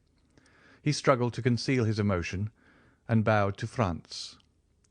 "Mademoiselle de Villefort is in deep sorrow, is she not?" said Debray to Franz. "Extremely," replied he. "She looked so pale this morning, I scarcely knew her." These apparently simple words pierced Morrel to the heart. This man had seen Valentine and spoken to her. The young and high-spirited officer required all his strength of mind to resist breaking his oath. He took the arm of Château Renaud and turned towards the vault, where the attendants had already placed the two coffins. "This is a magnificent habitation," said Beauchamp, looking towards the mausoleum. a summer and winter palace. You will in turn enter it, my dear Epinay, for you will soon be numbered as one of the family. I, as a philosopher, should like a little country house, a cottage down there under the trees, without so many free stones over my poor body. In dying, I will say to those around me what Voltaire wrote to Piron, Eorus, and all will be over. But come, Franz, take courage. Your wife is an heiress. Indeed, Beauchamp, you are unbearable. Politics has made you laugh at everything, and political men have made you disbelieve everything. But when you have the honour of associating with ordinary men, and the pleasure of leaving politics for a moment, try to find your affectionate heart, which you leave with your stick when you go to the chamber. But tell me, said Beauchamp, what is life? Is it not a hole in death's anteroom? I am prejudiced against Beauchamp, said Albert, drawing Franz away, and leaving the former to finish his philosophical dissertation with Debray. The Villefort vault formed a square of white stones about 20 feet high. An interior partition separated the two families, and each apartment had its entrance door. Here were not, as in other tombs, ignoble drawers, one above another, where thrift bestows its dead and labels them like specimens in a museum. All that was visible within the bronze gates was a gloomy-looking room, separated by a wall from the vault itself. The two doors before mentioned were in the middle of this wall, and enclosed the Villefort and Saint-Méran coffins. Their grief might freely expend itself, without being disturbed by the trifling loungers who came from a picnic party to visit Père Lachaise, or by lovers who made it their rendezvous. The two coffins were placed on trestles previously prepared to their reception in the right-hand crypt belonging to the Saint-Méran family. Villefort, Franz, and a few near relatives alone entered the sanctuary. As the religious ceremonies had all been performed at the door, and there was no address given, the party all separated. Château Renaud, Albert, and Morel went one way, and Debray and Beauchamp the other. Franz remained with Monsieur de Villefort at the gate of the cemetery. Morel made an excuse to wait. He saw Franz and Monsieur de Villefort get into the same mourning coach, and thought this meeting foreboded evil. He then returned to Paris, and although in the same carriage with Château Renaud and Albert, he did not hear one word of their conversation. As Franz was about to take leave of Monsieur de Villefort, "When shall I see you again?" said the latter. "At what time you please, sir," replied Franz. "As soon as possible." "I am at your command, sir. Shall we return together?" "If not unpleasant to you." "On the contrary, I shall feel much pleasure." Thus the future father and son-in-law stepped into the same carriage, and Morel, seeing them pass, became uneasy. Villefort and Franz returned to the Faubourg Saint-Honoré. The procureur, without going to see either his wife or his daughter, went at once to his study, and offering the young man a chair, "Monsieur d'Épinay," said he, "allow me to remind you at this moment, which is perhaps not so ill-chosen as at first sight may appear, for obedience to the wishes of the departed is the first offering which should be made at their tomb. Allow me then to remind you of the wish expressed by Madame de Saint-Méran on her deathbed, that Valentine's wedding might not be deferred. You know the affairs of the deceased are in perfect order, and her will bequeaths to Valentine the entire property of the Saint-Méran family. The notary showed me the documents yesterday, which will enable us to draw up the contract immediately. You may call on the notary, Monsieur Deschamps, Place Beauvau, Faubourg Saint-Honoré, and you have my authority to inspect those deeds." "Sir," replied Monsieur d'Épinay, "it is not, perhaps, the moment for Mademoiselle Valentine, who is in deep distress, to think of her husband. Indeed, I fear—" "Valentine will have no greater pleasure than that of fulfilling her grandmother's last injunctions. There will be no obstacle from that quarter, I assure you." "In that case," replied Franz, "as I shall raise none, you may make arrangements when you please. I have pledged my word, and shall feel pleasure and happiness in adhering to it." "Then," said Villefort, "nothing further is required. The contract was to have been signed 3 days since. We shall find it all ready and can sign it today." "But the morning," said Franz, hesitating. "Don't be uneasy on that score," replied Villefort. "No ceremony will be neglected in my house. Mademoiselle de Villefort may retire during the prescribed 3 months to her estate of Saint-Méran. I say hers, for she inherits it today. There, after a few days, if you like, the civil marriage shall be celebrated without pomp or ceremony. Madame de Saint-Méran wished her daughter should be married there. When that is over, you, sir, can return to Paris, while your wife passes the time of her mourning with her mother-in-law." "As you please, sir," said Franz. "Then," replied Monsieur de Villefort, "have the kindness to wait half an hour. Valentine shall come down into the drawing-room. I will send Monsieur Deschamps. We will read and sign the contract before we separate. And this evening Madame de Villefort shall accompany Valentine to her estate, where we will rejoin them in a week." "Sir," said Franz, "I have one request to make." "What is it?" "I wish Albert de Morcerf and Raoul de Châteaurenaud to be present at this signature. You know they are my witnesses." "Half an hour will suffice to apprise them. Will you go for them yourself, or shall you send?" "I prefer going, sir." "I shall expect you then in half an hour, Baron, and Valentine will be ready." Franz bowed and left the room. Scarcely had the door closed when Monsieur de Villefort sent to tell Valentine to be ready in the drawing-room in half an hour, as he expected the notary and Monsieur d'Épinay and his witnesses. The news caused a great sensation throughout the house. Madame de Villefort would not believe it, and Valentine was thunderstruck. She looked around for help, and would have gone down to her grandfather's room, but on the stairs she met Monsieur de Villefort, who took her arm and led her into the drawing-room. In the ante-room Valentine met Barrois, and looked despairingly at the old servant. A moment later Madame de Villefort entered the drawing-room with her little Edward. It was evident that she had shared the grief of the family, for she was pale and looked fatigued. She sat down, took Edward on her knees, and from time to time pressed this child, on whom her affections appeared centred, almost convulsively to her bosom. 2 carriages were soon heard to enter the courtyard. One was the notary's, the other that of Franz and his friends. In a moment the whole party was assembled. Valentine was so pale one might trace the blue veins from her temples, round her eyes and down her cheeks. Franz was deeply affected. Château and Albert looked at each other with amazement. The ceremony, which was just concluded, had not appeared more sorrowful than did that which was about to begin.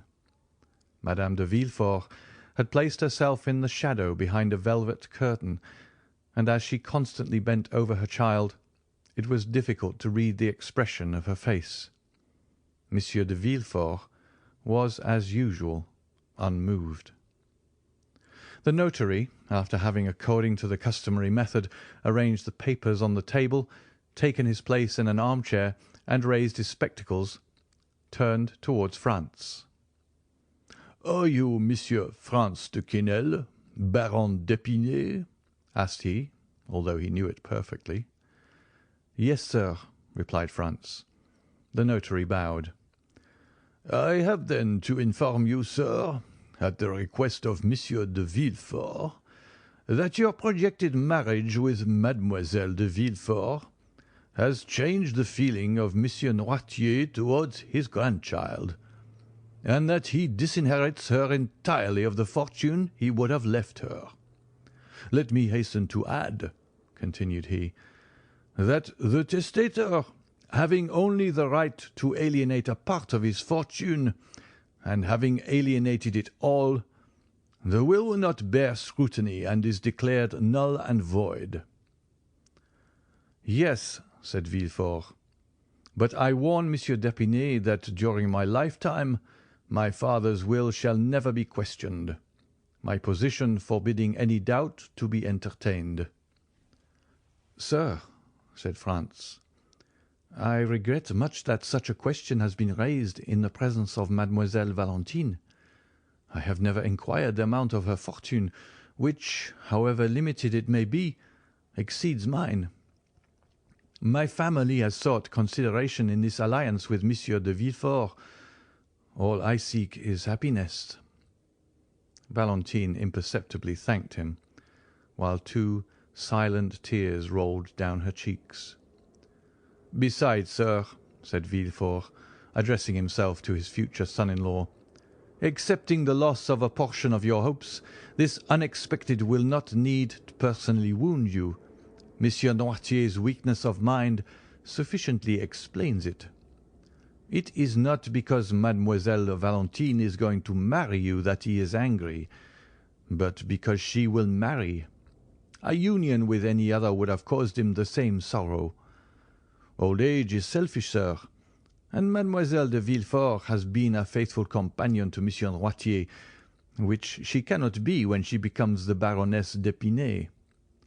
My father's melancholy state prevents our speaking to him on any subjects which the weakness of his mind would incapacitate him from understanding, and I am perfectly convinced that at the present time, although he knows that his granddaughter is going to be married, Monsieur Noirtier has ever forgotten the name of his intended grandson." Monsieur de Villefort had scarcely said this when the door opened and Barrois appeared. "Gentlemen," said he in a tone strangely firm for a servant speaking to his masters under such solemn circumstances, "Gentlemen, Monsieur Noirtier de Villefort wishes to speak immediately to Monsieur Franz de Quesnel, Baron d'Épinay." He, as well as the notary, that there might be no mistake in the person, gave all his titles to the bridegroom-elect. Villefort started. Madame de Villefort let her son slip from her knees. Valentine rose, pale and dumb as a statue.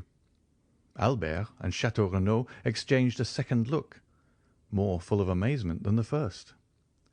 The notary looked at Villefort. "It is impossible," said the procureur. "Monsieur d'Épinay cannot leave the drawing-room at present."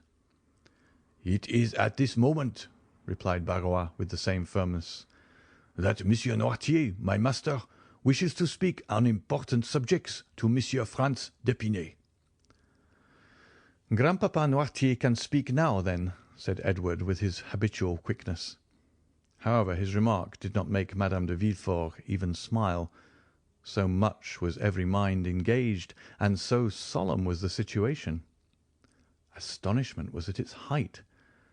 Something like a smile was perceptible on Madame de Villefort's countenance. Valentine instinctively raised her eyes, as if to thank heaven. "Pray go, Valentine," said Monsieur de Villefort, "and see what this new fancy of your grandfather's is."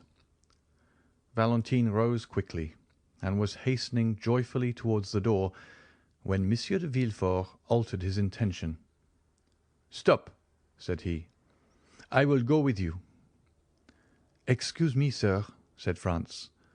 "Since Monsieur Noirtier sent for me, I am ready to attend to his wish. Besides, I shall be happy to pay my respects to him, not having yet had the honour of doing so." "Pray, sir," said Villefort with marked uneasiness, "do not disturb yourself." "Forgive me, sir," said Franz in a resolute tone. "I would not lose this opportunity of proving to Monsieur Noirtier how wrong it would be of him to encourage feelings of dislike to me, which I am determined to conquer, whatever they may be, by my devotion." And without listening to Villefort, he arose and followed Valentine, who was running downstairs with the joy of a shipwrecked mariner who finds a rock to cling to. Monsieur de Villefort followed them. Chateau Renaud and Morcerf exchanged a third look of still increasing wonder. End of chapter 74. Chapter 75 of the Count of Monte Cristo by Alexandre Dumas. A signed statement. Noirtier was prepared to receive them, dressed in black and installed in his armchair. When the three persons he expected had entered, he looked at the door, which his valet immediately closed. "Listen," whispered Villefort to Valentine, who could not conceal her joy. "If Monsieur Noirtier wishes to communicate anything which would delay your marriage, I forbid you to understand him." Valentine blushed, but did not answer. Villefort, approaching Noirtier, "Here is Monsieur Franz d'Épinay," said he. "You requested to see him. We have all wished for this interview, and I trust it will convince you how ill-informed are your objections to Valentine's marriage." Noirtier answered only by a look which made Villefort's blood run cold. He motioned to Valentine to approach. In a moment, thanks to her habit of conversing with her grandfather, she understood that he asked for a key. Then his eye was fixed on the drawer of a small chest between the windows.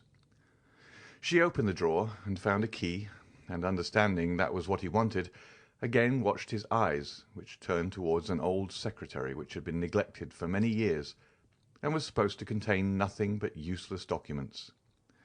"Shall I open the secretary?" asked Valentine. "Yes," said the old man. "And the drawers?" "Yes." "Those at the side?" "No." "The middle one?" "Yes." Valentine opened it and drew out a bundle of papers. "Is that what you wish for?" asked she. "No." She took successively all the other papers out till the drawer was empty. "But there are no more," said she. Noirtier's eye was fixed on the dictionary. "Yes, I understand, grandfather," said the young girl. He pointed to each letter of the alphabet. At the letter S, the old man stopped her. She opened and found the word secret. "Ah, is there a secret spring?" said Valentine. "Yes," said Noirtier. "And who knows it?" Noirtier looked at the door where the servant had gone out. "Barrois?" said she. "Yes." "Shall I call him?" "Yes." Valentine went to the door and called Barrois.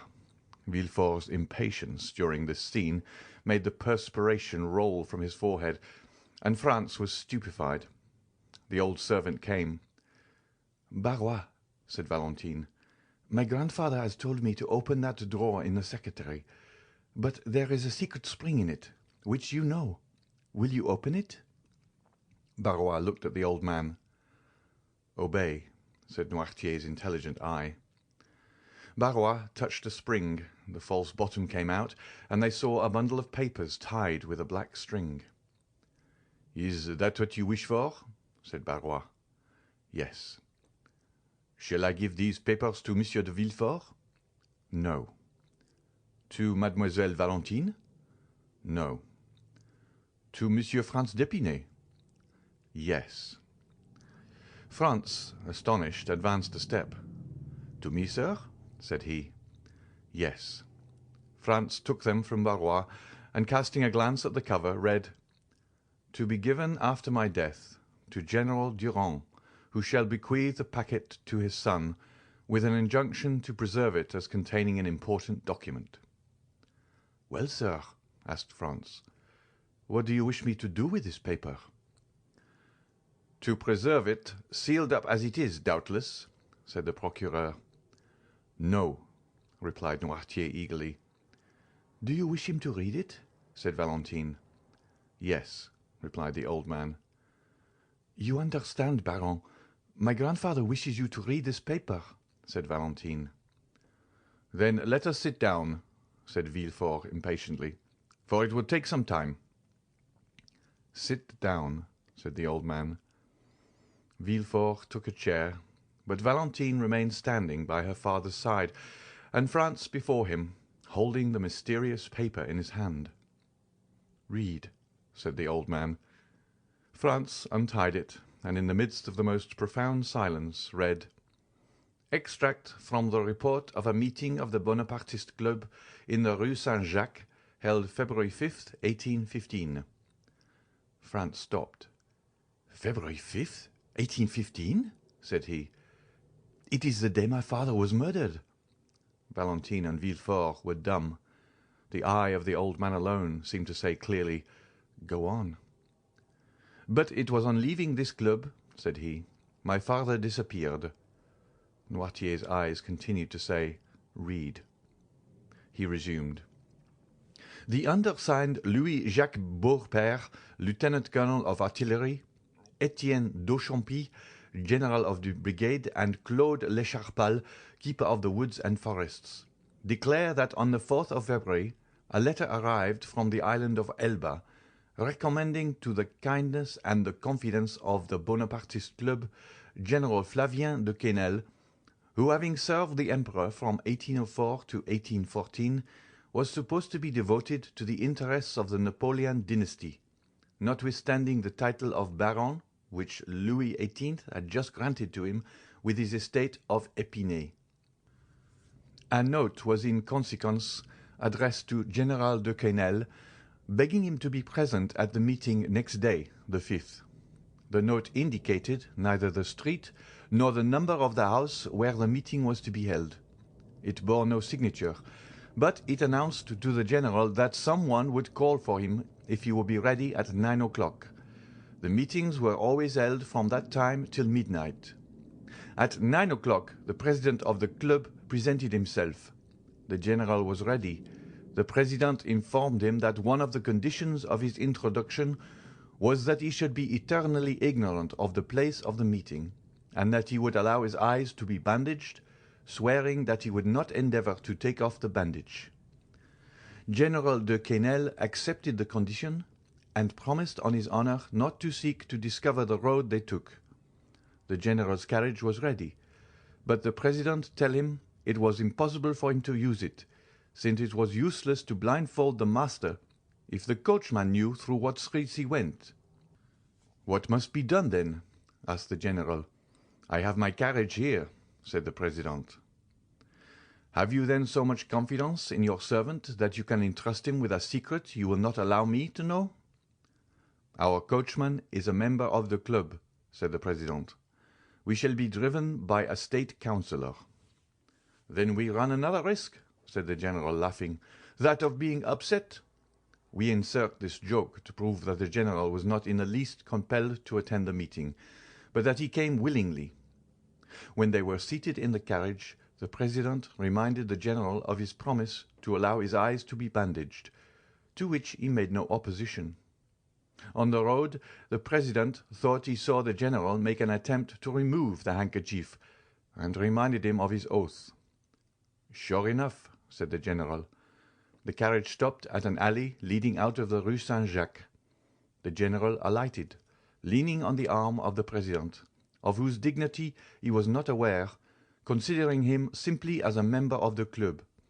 They went through the alley, mounted a flight of stairs, and entered the assembly room.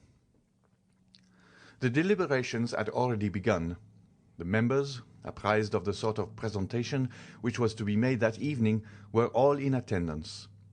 When, in the middle of the room, the general was invited to remove his bandage, he did so immediately, and was surprised to see so many well-known faces in a society of whose existence he had till then been ignorant.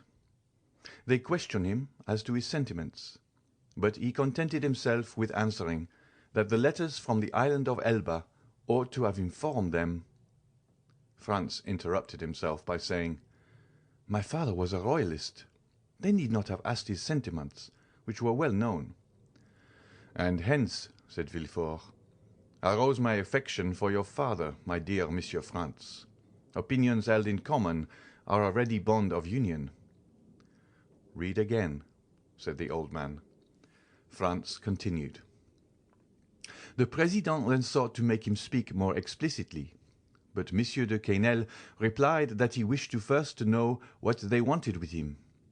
He was then informed of the contents of the letter from the island of Elba, in which he was recommended to the club as a man who would be likely to advance the interests of their party. One paragraph spoke of the return of Bonaparte, and promised another letter and further details on the arrival of the Pharaon belonging to the shipbuilder Morel of Marseille, whose captain was entirely devoted to the Emperor. During all this time, the general on whom they thought to have relied as on a brother manifested evidently signs of discontent and repugnance. When the reading was finished, he remained silent, with knitted brows. "Well," asked the President, "what do you say to this letter, General?" "I say that it is too soon after declaring myself for Louis XVIII to break my vow in behalf of the ex-Emperor." This answer was too clear to permit of any mistake as to his sentiments. "General," said the President, "we acknowledge no King Louis XVIII or an ex-Emperor, but His Majesty the Emperor and King driven from France, which is his kingdom by violence and treason." "Excuse me, gentlemen," said the General. "You may not acknowledge Louis XVIII, but I do, as he has made me a baron and a field marshal, and I shall never forget that for these two titles I am indebted to his happy return to France." "Sir," said the President, rising with gravity, "be careful what you say. Your words clearly show us that they are deceived concerning you in the island of Elba, and have deceived us. The communication has been made to you in consequence of the confidence placed in you, and which does you honor. Now we discover our error. A title and promotion attach you to the government which we wish to overturn. We will not constrain you to help us. We enroll no one against his conscience, but we will compel you to act generously, even if you are not disposed to do so." "You could call acting generously knowing your conspiracy and not informing against you. That is what I should call becoming your accomplice. You see, I am more candid than you." "Ah, my father," said Franz, interrupting himself, "I understand now why they murdered him." Valentine could not help casting one glance toward the young man, whose filial enthusiasm it was delightful to behold. Villefort walked to and fro behind them. Noirtier watched the expression of each one, and preserved his dignified and commanding attitude. Franz returned to the manuscript and continued. "Sir," said the President, "you have been invited to join this assembly. You were not forced here. It was proposed to you to become blindfolded. You accepted. When you complied with this twofold request, you well knew we did not wish to secure the throne of Louis XVIII, or we should not take so much care to avoid the vigilance of the police. It would be conceding too much to allow you to put on a mask to aid you in the discovery of our secret, and then to remove it that you may ruin those who have confided in you. No, no, you must first say if you declare yourself for the king of a day who now reigns, or for His Majesty the Emperor." "I am a royalist," replied the general. "I have taken the oath of allegiance to Louis XVIII, and I will adhere to it." These words were followed by a general murmur, and it was evident that several of the members were discussing the propriety of making the general repent of his rashness. The President again arose, and having imposed silence, said, "Sir, you are too serious and too sensible a man not to understand the consequences of our present situation, and your candor has already dictated to us the conditions which remain for us to offer you." The general, putting his hand on his sword, exclaimed, "If you talk of honor, do not begin by disavowing its laws, and impose nothing by violence." "And you, sir," continued the President, with a calmness still more terrible than the general's anger, "I advise you not to touch your sword." The general looked around with slight uneasiness. However, he did not yield, but calling up all his fortitude, said, "I will not swear." "Then you must die," replied the President calmly. Monsieur d'Épinay became very pale. He looked round him for a second time. Several members of the club were whispering and getting their arms from under their cloaks. "General," said the President, "do not alarm yourself. You are among men of honor, who will use every means to convince you before resorting to the last extremity. But as you have said you are among conspirators, you are in possession of our secret, and you must restore it to us." A significant silence followed these words, and as the general did not reply, "Close the doors," said the President to the doorkeeper. The same deadly silence succeeded these words. Then the general advanced, and making a violent effort to control his feelings, "I have a son," said he, "and I ought to think of him, finding myself among assassins." "General," said the chief of the assembly, "one man may insult 50. It is the privilege of weakness, but he does wrong to use his privilege. Follow my advice. Swear, and do not insult." The general, again daunted by the superiority of the chief, hesitated a moment, then advancing to the President's desk, "What is the form?" said he.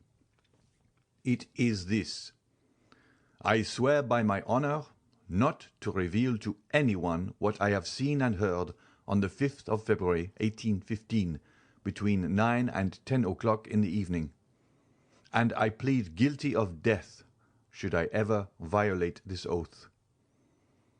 The general appeared to be affected by a nervous tremor, which prevented his answering for some moments. Then, overcoming his manifest repugnance, he pronounced the required oath, but in so low a tone as to be scarcely audible to the majority of the members, who insisted on his repeating it clearly and distinctly, which he did. "Now, am I at liberty to retire?" said the general. The President arose, appointed 3 members to accompany him, and got into the carriage with the general after bandaging his eyes. One of those 3 members was the coachman who had driven them there. The other members silently dispersed. "Where do you wish to be taken?" asked the President. "Anywhere out of your presence," replied Monsieur d'Épinay. "Beware, sir," replied the President. "You are no longer in the Assembly, and have only to do with individuals. Do not insult them unless you wish to be held responsible." But instead of listening, Monsieur d'Épinay went on. "You are still as brave in your carriage as in your assembly, because you are still 4 against 1. The President stopped the coach. They were at the part of the Quai des Ormes where the steps lead down to the river. "Why do you stop here?" asked d'Épinay. "Because, sir," said the President, "you have insulted a man, and that man will not go one step farther without demanding honorable reparation." "Another method of assassination," said the general, shrugging his shoulders. "Make no noise, sir, unless you wish me to consider you as one of the men of whom you spoke just now as cowards, who take their weakness for a shield. You are alone. One alone shall answer you. You have a sword by your side. I have one in my cane. You have no witness. One of these gentlemen will serve you. Now, if you please, remove your bandage." The general tore the handkerchief from his eyes. "At last," said he, "I shall know with whom I have to do." They opened the door, and the 4 men alighted. Franz again interrupted himself and wiped the cold drops from his brow. There was something awful in hearing the son read aloud in trembling pallor these details of his father's death, which had hitherto been a mystery. Valentine clasped her hands as if in prayer. Noirtier looked at Villefort with an almost sublime expression of contempt and pride. Franz continued. "It was, as we said, the 5th of February, For 3 days the mercury had been 5 or 6 degrees below freezing, and the steps were covered with ice. The general was stout and tall. The president offered him the side of the railing to assist him in getting down. The 2 witnesses followed. It was a dark night. The ground from the steps to the river was covered with snow and hoarfrost. The water of the river looked black and deep. One of the seconds went for a lantern in a coal barge near, and by its light they examined the weapons. The president's sword, which was simply, as he had said, one he carried in his cane, was 5 inches shorter than the general's and had no guard. The general proposed to cast lots for the swords, but the president said it was he who had given the provocation, and when he had given it, he had supposed each would use his own arms. The witnesses endeavored to insist, but the president bade them be silent. The lantern was placed on the ground. The 2 adversaries took their stations, and the duel began. The light made the 2 swords appear like flashes of lightning. As for the men, they were scarcely perceptible. The darkness was so great. General d'Épinay passed for one of the best swordsmen in the army, but he was pressed so closely in the onset that he missed his aim and fell. The witnesses thought he was dead, but his adversary, who knew he had not struck him, offered him the assistance of his hand to rise. The circumstance irritated instead of calming the general, and he rushed on his adversary. But his opponent did not allow his guard to be broken. He received him on his sword, and 3 times the general drew back on finding himself too closely engaged, and then returned to the charge.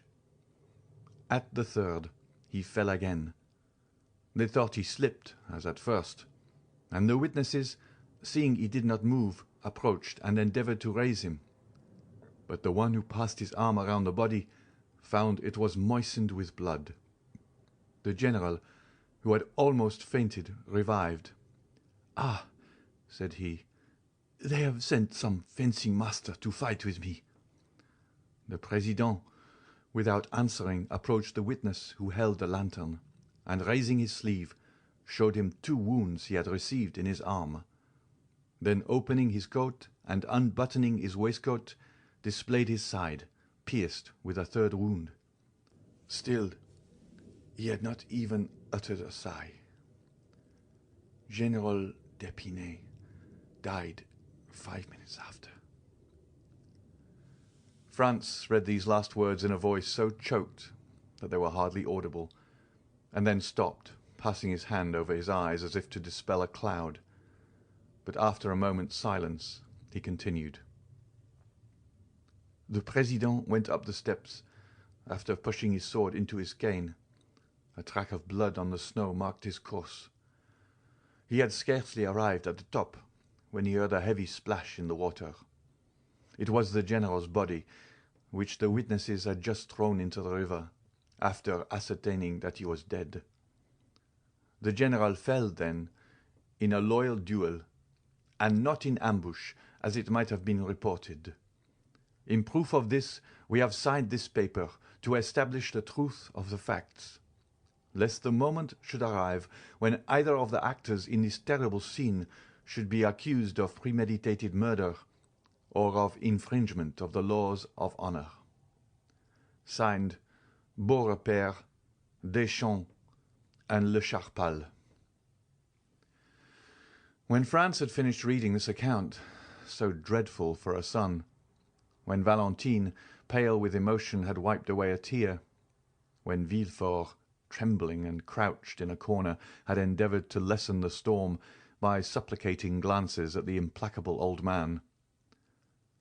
"Sir," said d'Épinay to Noirtier, "since you are well acquainted with all these details, which are attested by honourable signatures, since you appear to take some interest in me, although you have only manifested it hitherto by causing me sorrow, refuse me not one final satisfaction.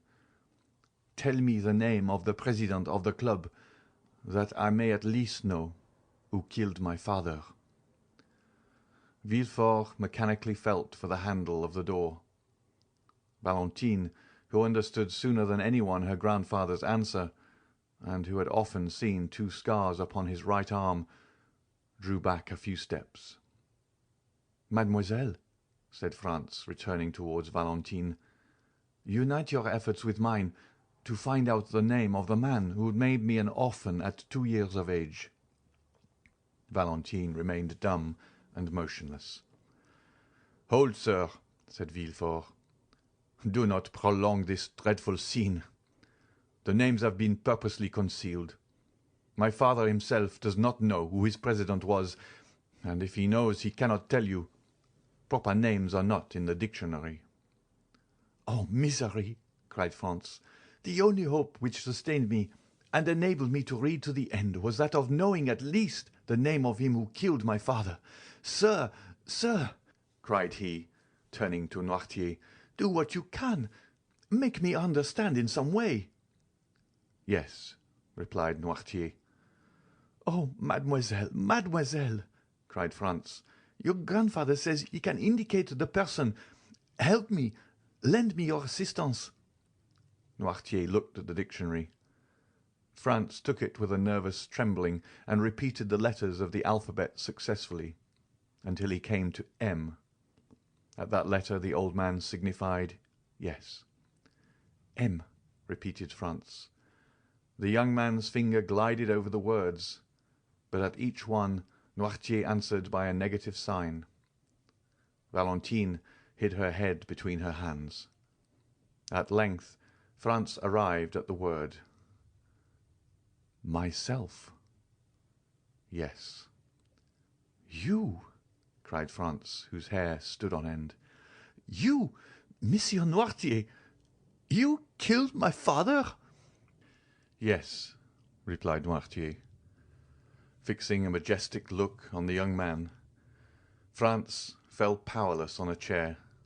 Villefort opened the door and escaped, for the idea had entered his mind to stifle the little remaining life in the heart of this terrible old man.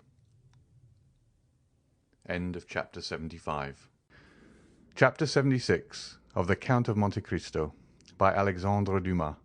Progress of Cavalcanti the younger.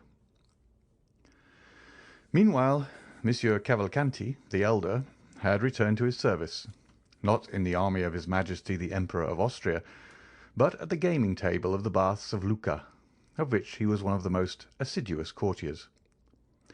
He had spent every farthing that had been allowed for his journey as a reward for the majestic and solemn manner in which he had maintained his assumed character of father.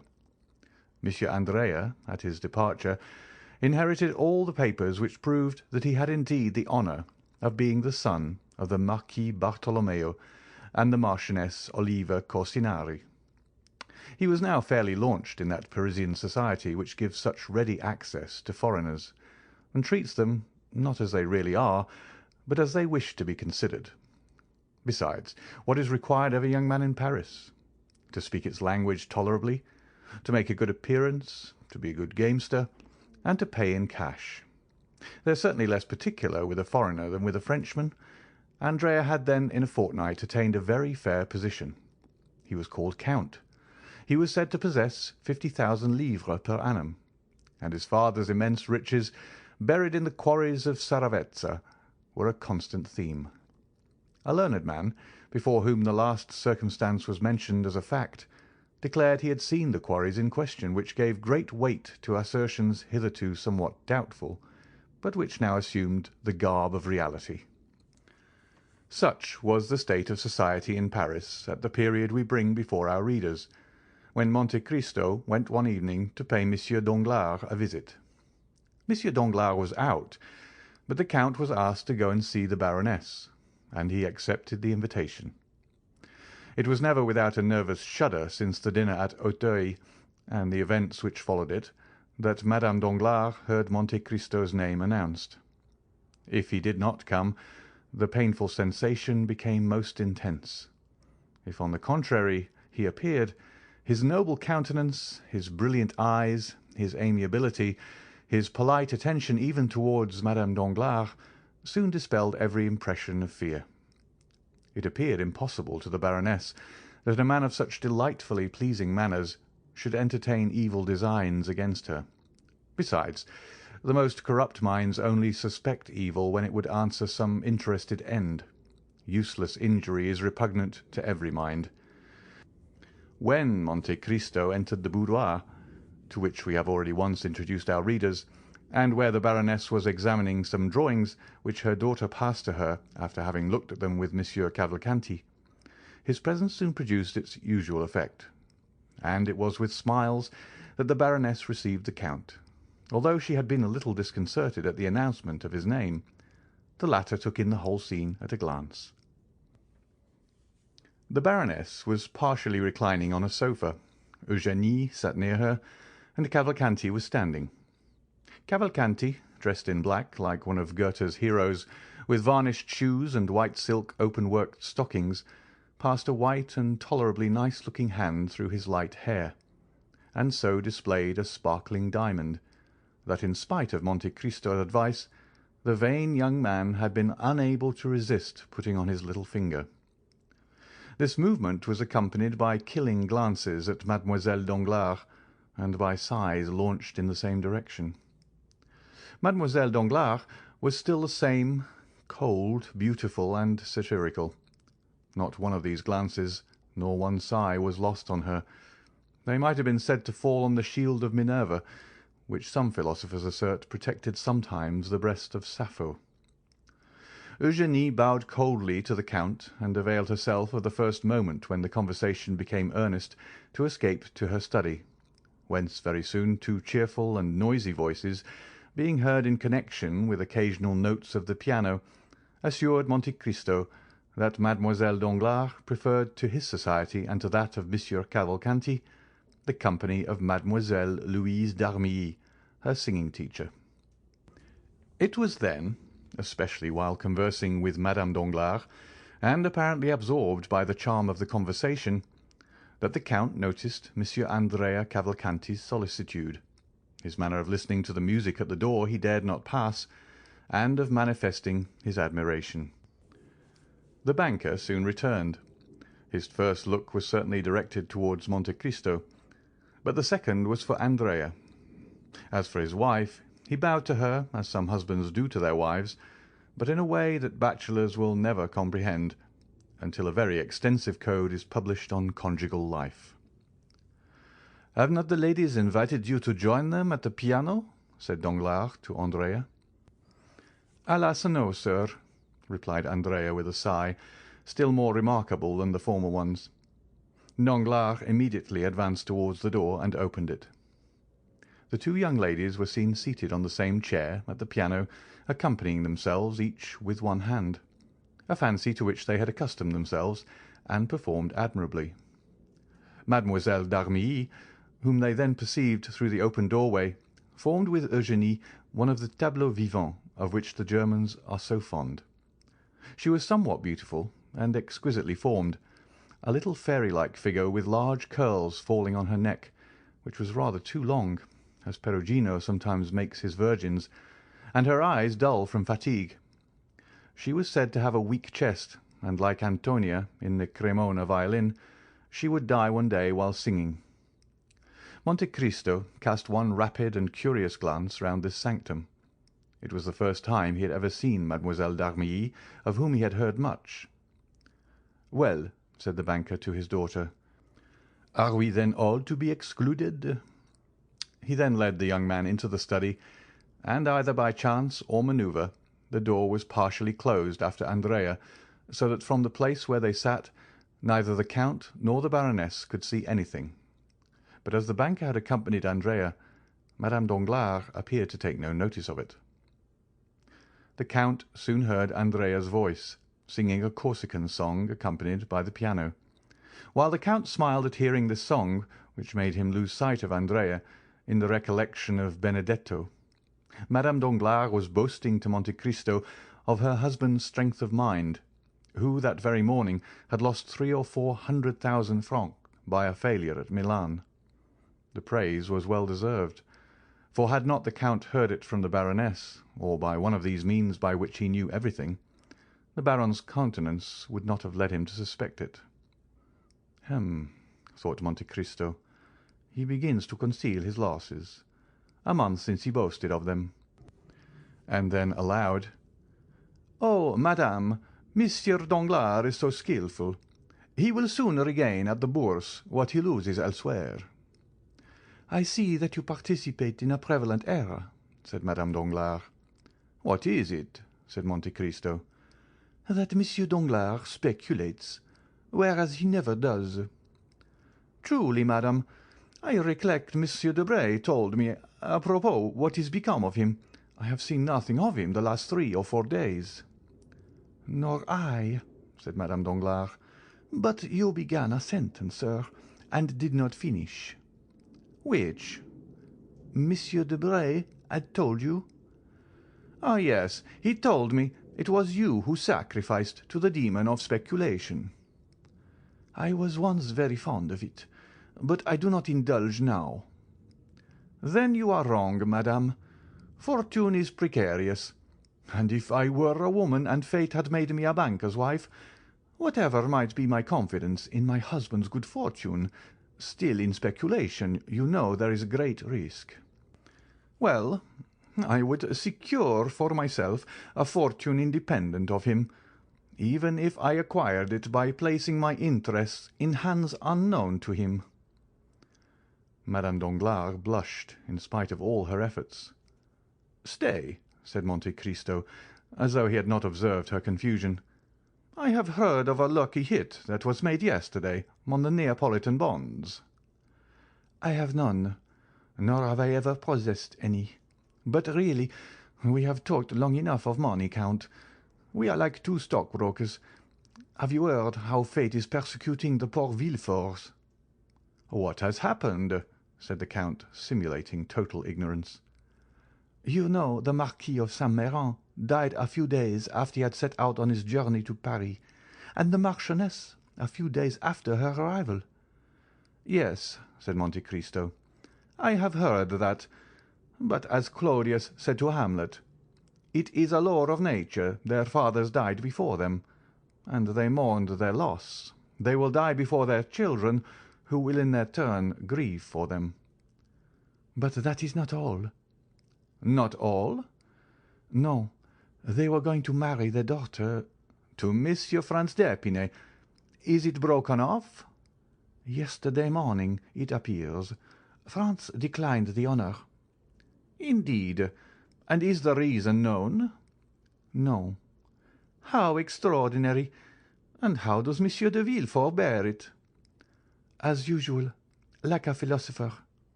Danglars returned at this moment alone.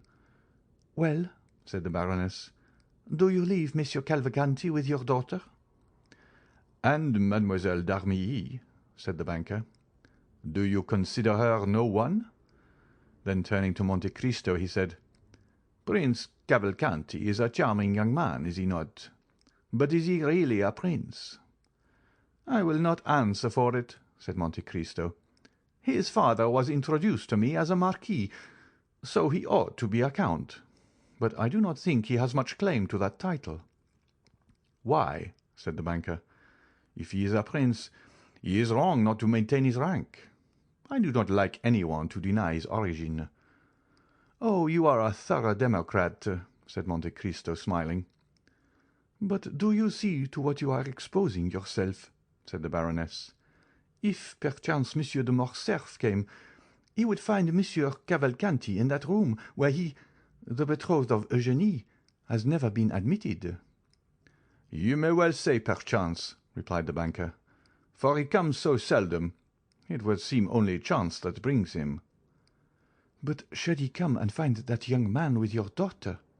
He might be displeased." "He? You are mistaken. Monsieur Albert would not do us the honour to be jealous. He does not like Eugénie sufficiently. Besides, I care not for his displeasure." "Still, situated as we are—" "Yes. Do you know how we are situated? At his mother's ball he danced one with Eugénie and Monsieur Cavalcanti 3 times, and he took no notice of it." The valet announced the Vicomte Albert de Morcerf. The Baroness rose hastily, and was going to the study when Danglars stopped her. "Let her alone," said he. She looked at him in amazement. Monte Cristo appeared to be unconscious of what passed. Albert entered, looking very handsome and in high spirits. He bowed politely to the Baroness, familiarly to Danglars, and affectionately to Monte Cristo. Then turning to the Baroness, "May I ask how Mademoiselle Danglars is?" said he. "She is quite well," replied Danglars quickly. "She is at the piano with Monsieur Cavalcanti." Albert retained his calm and indifferent manner. He might feel perhaps annoyed, but he knew Monte Cristo's eye was on him. "Monsieur Cavalcanti has a fine tenor voice," said he, "and Mademoiselle Eugénie a splendid soprano, and then she plays the piano like a Thalberg. The concert must be a delightful one." "They suit each other remarkably well," said Danglars. Albert appeared not to notice this remark, which was, however, so rude that Madame Danglars blushed. "I, too," said the young man, "am a musician. At least, my masters used to tell me so. But it is strange that my voice never would suit any other, and the soprano less than any." Danglars smiled, and seemed to say, "It is of no consequence." Then, hoping doubtless to effect his purpose, he said, "The prince and my daughter were universally admired yesterday. You were not of the party, Monsieur de Morcerf." "What prince?" asked Albert. "Prince Cavalcanti," said Danglars, who persisted in giving the young man that title. "Pardon me," said Albert. "I was not aware that he was a prince. And Prince Cavalcanti sang with Mademoiselle Eugénie yesterday? It must have been charming. Indeed, I regret not having heard them, but I was unable to accept your invitation, having promised to accompany my mother to a German concert given by the Baroness of Château Renaud." This was followed by rather an awkward silence. "May I also be allowed," said Morcerf, "to pay my respects to Mademoiselle Danglars?" "Wait a moment," said the banker, stopping the young man. "Do you hear that delightful cavatina? Ta-ta-ta, ti-ta-ta, ta-ta. It is charming. Let them finish. One moment. Bravi, bravi, brava!" The banker was enthusiastic in his applause. "Indeed," said Albert, "it is exquisite. It is impossible to understand the music of his country better than Prince Cavalcanti does. You said prince, did you not? But he can easily become one, if he is not already. It is no uncommon thing in Italy. But to return to the charming musicians, you should give us a treat, Danglars, without telling them there is a stranger. Ask them to sing one more song. It is so delightful to hear music, in the distance, when the musicians are unrestrained by observation." Danglars was quite annoyed by the young man's indifference. He took Monte Cristo aside. "What do you think of her lover?" said he. "He appears cool. But then your word is given." "Yes, doubtless. I have promised to give my daughter to a man who loves her, but not to one who does not. See him there, cold as marble and proud like his father. If he were rich, if he had Cavalcanti's fortune, that might be pardoned. Ma foi, I haven't consulted my daughter, but if she has good taste—" "Oh," said Monte Cristo, "my fondness may blind me, but I assure you I consider Morcerf a charming young man, who will render your daughter happy and will sooner or later attain a certain amount of distinction. And his father's position is good." Said Danglars. "Why do you doubt?" "The past. That obscurity of the past. But that does not affect the son." "Very true." "Now, I beg of you, don't go off your head. It's a month now that you have been thinking of this marriage, and you must see that it throws some responsibility on me, for it was at my house you met this young Cavalcanti, whom I do not really know at all." "But I do." "Have you made inquiry?" Is there any need of that? Does not his appearance speak for him? And he is very rich." "I am not so sure of that." "And yet you said he had money." 50,000 livres. A mere trifle." "He is well educated." Said Monte Cristo in his turn.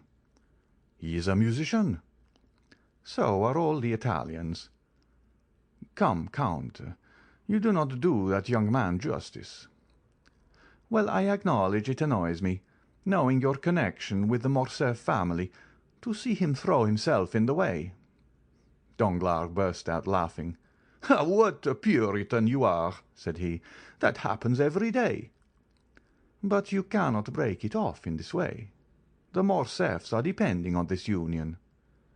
"Indeed?" "Positively." "Then let them explain themselves. You should give the father a hint. You are so intimate with the family." "I? Where the devil did you find out that?" "At their ball. It was apparent enough. Why, did not the Countess, the proud Mercedes, the disdainful Catalan, who will scarcely open her lips to her oldest acquaintances, take your arm, lead you into the garden, into the private walks, and remain there for half an hour?" "Ah, Baron, Baron," said Albert, "you are not listening. What barbarism in a megalomaniac like you!" "Oh, don't worry about me, Sir Mocker," said Danglars. Then turning to the Count, he said, "But will you undertake to speak to the father?" "Willingly, if you wish it." "But let it be done explicitly and positively. If he demands my daughter, let him fix the day. Declare his conditions. In short, let us either understand each other or quarrel. You understand? No more delay." "Yes, sir, I will give my attention to the subject." "I do not say that I await with pleasure his decision, but I do await it. A banker must, you know, be a slave to his promise." And Danglars sighed as Monsieur Cavalcanti had done half an hour before. "Bravi, bravo, bravard!" cried Morcerf, parodying the banker, as the selection came to an end. Danglars began to look suspiciously at Morcerf, when someone came and whispered a few words to him. "I shall soon return," said the banker to Monte Cristo. "Wait for me. I shall perhaps have something to say to you." And he went out. The Baroness took advantage of her husband's absence to push open the door of her daughter's study, and Monsieur Andrea, who was sitting before the piano with Mademoiselle Eugénie, started up like a jack-in-the-box. Albert bowed with a smile to Mademoiselle Danglars, who did not appear in the least disturbed, and returned his bow with her usual coolness. Cavalcanti was evidently embarrassed. He bowed to Morcerf, who replied with the most impertinent look possible. Then Albert launched out in praise of Mademoiselle Danglars' voice, and on his regret, after what he had just heard, that he had been unable to be present the previous evening. Cavalcanti, being left alone, turned to Monte Cristo. "Come," said Madame Danglars, "leave music and compliments, and let us go and take tea." "Come, Louise," said Mademoiselle Danglars to her friend. They passed into the next drawing-room, where tea was prepared. Just as they were beginning, in the English fashion, to leave the spoons in their cups, the door again opened, and Danglars entered, visibly agitated. Monte Cristo observed it particularly, and by a look asked the banker for an explanation. "I have just received my courier from Greece," said Danglars.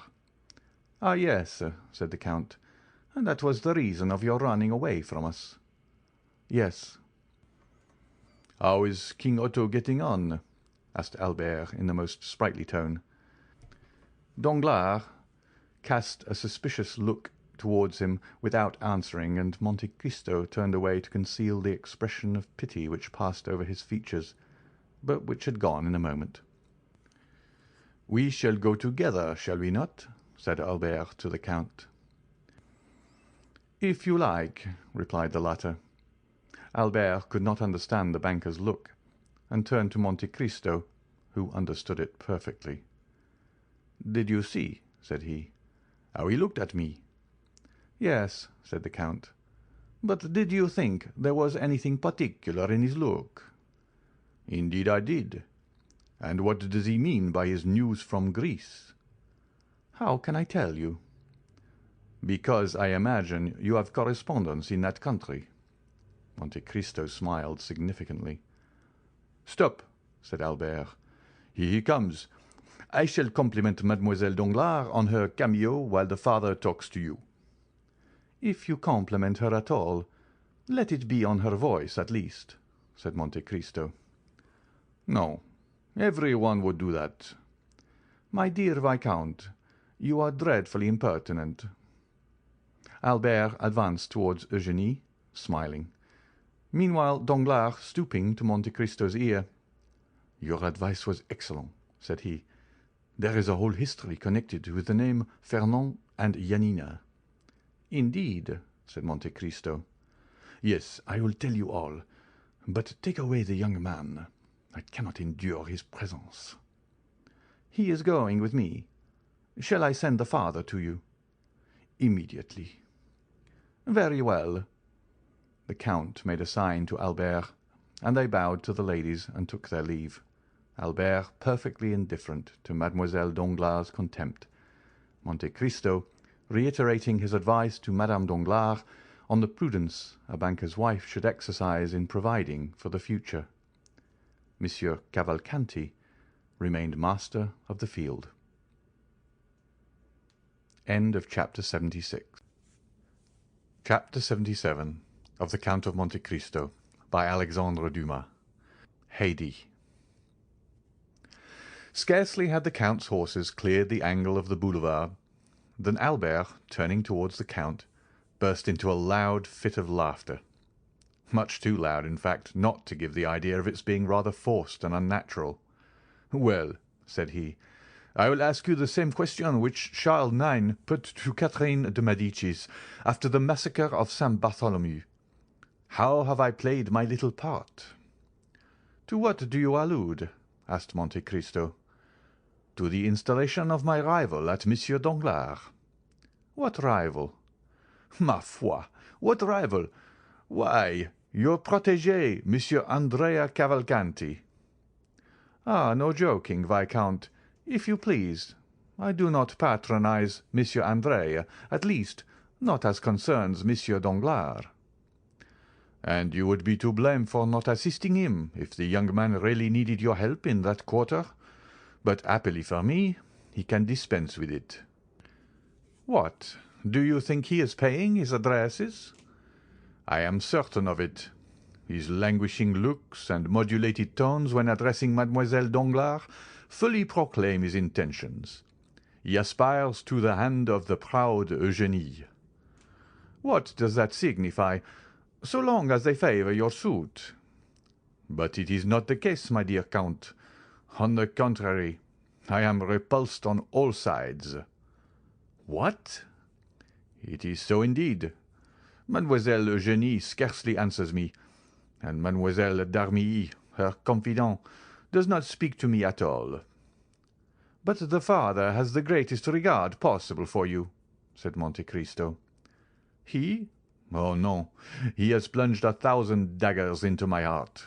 Tragedy weapons, I own, which instead of wounding sheathe their points in their own handles, but daggers which he nevertheless believed to be real and deadly." "Jealousy indicates affection." "True, but I am not jealous." "He is." "Of whom? Of Debray?" "No, of you." "Of me? I will engage to say that before a week is past the door will be closed against me." "You are mistaken, my dear Viscount." "Prove it to me." "Do you wish me to do so?" "Yes." "Well, I am charged with the commission of endeavouring to induce the Comte de Morcerf to make some definite arrangement with the Baron." "By whom are you charged?" "By the Baron himself." "Oh," said Albert with all the cajolery of which he was capable. You surely will not do that, my dear Count." "Certainly I shall, Albert, as I have promised to do it." "Well," said Albert with a sigh, "it seems you are determined to marry me." "I am determined to try and be on good terms with everybody at all events," said Monte Cristo. "But apropos of Debray, how is it that I have not seen him lately at the Baron's house?" "There has been a misunderstanding." "What, with the Baroness?" "No, with the Baron." "Has he perceived anything?" "Ah, that is a good joke." "Do you think he suspects?" said Monte Cristo with charming artlessness. "Where have you come from, my dear Count?" said Albert. "From Congo, if you will." "It must be farther off than even that." "But what do I know of your Parisian husbands?" "Oh, my dear Count, husbands are pretty much the same everywhere. An individual husband of any country is a pretty fair specimen of the whole race." "But then, what can have led to the quarrel between Danglars and Debray? They seem to understand each other so well," said Monte Cristo with renewed energy. "Ah, now you are trying to penetrate into the mysteries of Isis, in which I am not initiated. When Monsieur Andrea Cavalcanti has become one of the family, you can ask him that question." The carriage stopped. "Here we are," said Monte Cristo. "It is only 10:30. Come in." "Certainly I will." "My carriage shall take you back." "No, thank you. I gave orders for my coupe to follow me." "There it is, then," said Monte Cristo as he stepped out of the carriage. They both went into the house. The drawing-room was lighted up. They went in there. "You will make tea for us, Baptistine," said the Count. Baptistine left the room without waiting to answer, and in 2 seconds reappeared, bringing on a waiter all that his master had ordered, ready prepared, and appearing to have sprung from the ground, like the repasts which we read of in fairy tales.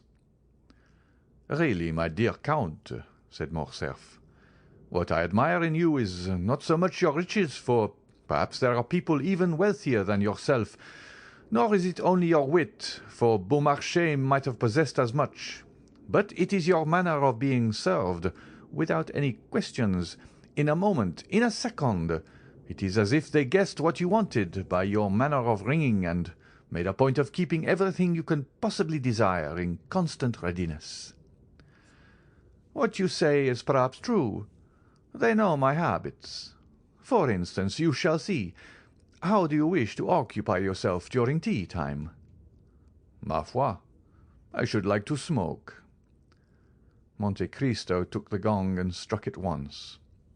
In about the space of a second a private door opened, and Ali appeared bringing 2 chibouks filled with excellent latakia. "It is quite wonderful," said Albert. "Oh, no, it is as simple as possible," replied Monte Cristo. "Ali knows I generally smoke while I am taking my tea or coffee. He has heard that I ordered tea, and he also knows that I brought you home with me. When I summoned him he naturally guessed the reason of my doing so, and as he comes from a country where hospitality is especially manifested through the medium of smoking, he naturally concludes that we shall smoke in company, and therefore brings 2 chibouks instead of 1. And now the mystery is solved." "Certainly you give a most commonplace air to your explanation. But is it not the less true that you— Ah, but what do I hear?" And Morcerf inclined his head towards the door, through which sounds seemed to issue resembling those of a guitar. "Ma foi, my dear Viscount, you are fated to hear music this evening. You have only escaped from Mademoiselle Danglars' piano, to be attacked by Hades Guzla." "Haydée? What an adorable name! Ah, there! Then really women who bear the name of Haydée anywhere but in Byron's poems?" "Certainly there are. Haydée is a very uncommon name in France, but is common enough in Albania and Epirus. It is as if you said, for example, chastity, modesty, innocence. It is a kind of baptismal name, as you Parisians call it." "Oh, that is charming," said Albert. "How I should like to hear my countrymen called Mademoiselle Goodness, Mademoiselle Silence, Mademoiselle Christian Charity. Only think, then, if Mademoiselle Danglars, instead of being called Claire Marie Eugénie, had been named Mademoiselle Chastity, Modesty, Innocence Danglars. What a fine effect that would have produced on the announcement of her marriage!" "Hush!" said the Count. "Do not joke in so loud a tone. Haydée may hear you, perhaps." "And you think she would be angry?" "No, certainly not," said the Count with a haughty expression. "She is very amiable, then, is she not?" said Albert. "It is not to be called amiability. It is her duty. A slave does not dictate to a master." "Come, you are joking yourself now. Are there any more slaves to be had who bear this beautiful name?" "Undoubtedly." "Really, Count, you do nothing, and have nothing like other people. The slave of the Count of Monte Cristo. Why, it is a rank of itself in France, and from the way in which you lavish money, it is a place that must be worth 100,000 francs a year." 100,000 francs! The poor girl originally possessed much more than that. She was born to treasures in comparison with which those recorded in the 1001 Nights would seem but poverty. "She must be a princess, then." "You are right, and she is one of the greatest in her country, too." "I thought so. But how did it happen that such a great princess became a slave?" "How was it that Dionysius the tyrant became a schoolmaster?" "The fortune of war, my dear Viscount." "The caprice of fortune. That is the way in which these things are to be accounted for." "And is her name a secret?" "As regards the generality of mankind, it is, but not for you, my dear Viscount, who are one of my most intimate friends, and on whose silence I feel I may rely, if I consider it necessary to enjoin it. May I not do so?" "Certainly, on my word of honor." "You know the history of the Pasha of Yanina, do you not?" "Of Ali Tepelini? Oh, yes. It was in his service that my father made his fortune." "True. I had forgotten that." "Well, what is Haydée to Ali Tepelini?" "Merely his daughter." "What? The daughter of Ali Pasha?" "Of Ali Pasha and the beautiful Vasiliki." "And your slave?" "Ma foi, yes."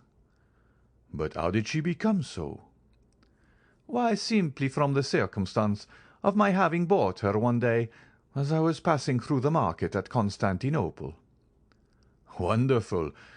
Really, my dear Count, you seem to throw a sort of magic influence over all in which you are concerned. When I listen to you, existence no longer seems reality, but a waking dream. Now I am perhaps going to make an imprudent and thoughtless request, but—" "Say on." "But since you go out with Haydée, and sometimes even take her to the opera—" "Well?" "I think I may venture to ask you this favor." "You may venture to ask me anything." "Well, then, my dear Count, present me to your princess." "I will do so, but on two conditions." "I accept them at once." "The first is that you will never tell anyone that I have granted the interview." "Very well," said Albert, extending his hand. "I swear I will not." "The second is that you will not tell her that your father ever served hers." "I give you my oath that I will not." "Enough, Viscount. You will remember these two vows, will you not? But I know you to be a man of honor." The Count again struck the gong. Ali reappeared. "Tell Haydée," said he, "that I will take coffee with her, and give her to understand "that I desire permission to present one of my friends to her." Ali bowed and left the room. "Now, understand me," said the Count. "No direct questions, my dear Morcerf. If you wish to know anything, tell me, and I will ask her." "Agreed." Ali reappeared for the third time, and drew back the tapestried hanging which concealed the door to signify to his master and Albert that they were at liberty to pass on. "Let us go in," said Monte Cristo. Albert passed his hand through his hair and curled his moustache. Then, having satisfied himself as to his personal appearance, followed the Count into the room, the latter having previously resumed his hat and gloves. Ali was stationed as a kind of advanced guard, and the door was kept by the 3 French attendants commanded by Myrtho. Haydée was awaiting her visitors in the first room of her apartments, which was the drawing-room. Her large eyes were dilated with surprise and expectation, for it was the first time that any man, except Monte Cristo, had been accorded an entrance into her presence. She was sitting on a sofa placed in an angle of the room, with her legs crossed under her in the Eastern fashion, and seemed to have made for herself, as it were, a kind of nest in the rich Indian silks which enveloped her. Near her was the instrument on which she was just been playing. It was elegantly fashioned and worthy of its mistress. On perceiving Monte Cristo, she arose and welcomed him with a smile peculiar to herself, expressive at once of the most implicit obedience and also of the deepest love. Monte Cristo advanced towards her and extended his hand, which she as usual raised to her lips. Albert had proceeded no farther than the door, where he remained rooted to the spot, being completely fascinated by the sight of such surpassing beauty, beheld as it was for the first time, and of which an inhabitant of more northern climes could form no adequate idea. "Whom do you bring?" asked the young girl in Romaic of Monte Cristo. "Is it a friend, a brother, or a simple acquaintance, or an enemy?" "A friend," said Monte Cristo in the same language. "What is his name?" "Count Albert. It is the same man whom I rescued from the hands of the banditti at Rome." "In what language would you like me to converse with him?" Monte Cristo turned to Albert.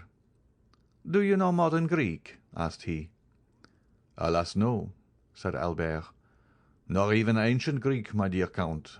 Never had Homer or Plato a more unworthy scholar than myself." "Then," said Haydée, proving by her remark that she had quite understood Monte Cristo's question and Albert's answer, "then I will speak either in French or Italian, if my lord so wills it." Monte Cristo reflected one instant. "You will speak in Italian," said he. Then turning towards Albert, "It is a pity you do not understand either ancient or modern Greek, both of which Haydée speaks so fluently. The poor child will be obliged to talk to you in Italian, which will give you but a very false idea of her powers of conversation." The Count made a sign to Haydée to address his visitor. "Sir," she said to Morcerf, "you are most welcome as the friend of my lord and master." This was said in excellent Tuscan, and with that soft Roman accent which makes the language of Dante as sonorous as that of Homer. Then, turning to Ali, she directed him to bring coffee and pipes, and when he had left the room to execute the orders of his young mistress, she beckoned Albert to approach nearer to her.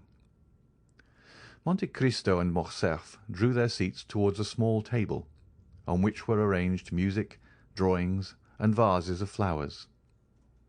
Ali then entered bringing coffee and chibouques. As to Monsieur Baptistin, this portion of the building was interdicted to him. Albert refused the pipe which the Nubian offered him. "Oh, take it, said the Count. "Haydée is almost as civilized as a Parisian. The smell of an Havana is disagreeable to her, but the tobacco of the East is a most delicious perfume, you know." Ali left the room. The cups of coffee were all prepared, with the addition of sugar which had been brought for Albert. Monte Cristo and Haydée took the beverage in the original Arabian manner, that is to say, without sugar. Haydée took the porcelain cup in her little slender fingers, and conveyed it to her mouth with all the innocent artlessness of a child when eating or drinking something which it likes. At this moment 2 women entered, bringing salvers filled with ices and sherbet, which they placed on 2 small tables appropriated to that purpose. "My dear host, and you, signora," said Albert in Italian, "excuse my apparent stupidity. I am quite bewildered, and it is natural that it should be so. Here I am in the heart of Paris, but a moment ago I heard the rumbling of the omnibuses and the tinkling of the bells of the lemonade sellers, and now I feel as if I were suddenly transported to the East, not such as I have seen it, but such as my dreams have painted it. Oh, signora, if I could but speak Greek, your conversation added to the fairy scene which surrounds me would furnish an evening of such delight as it would be impossible for me ever to forget." "I speak a sufficient Italian to enable me to converse with you, sir," said Haydée quietly, "and if you like what is Eastern, I will do my best to secure the gratification of your tastes while you are here." "On what subject shall I converse with her?" said Albert in a low tone to Monte Cristo.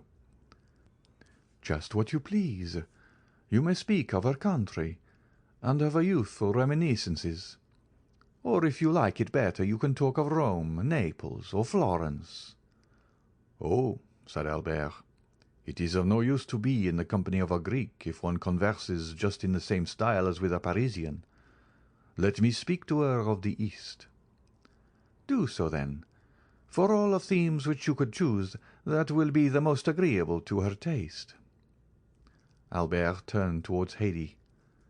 "At what age did you leave Greece, signora?" asked he.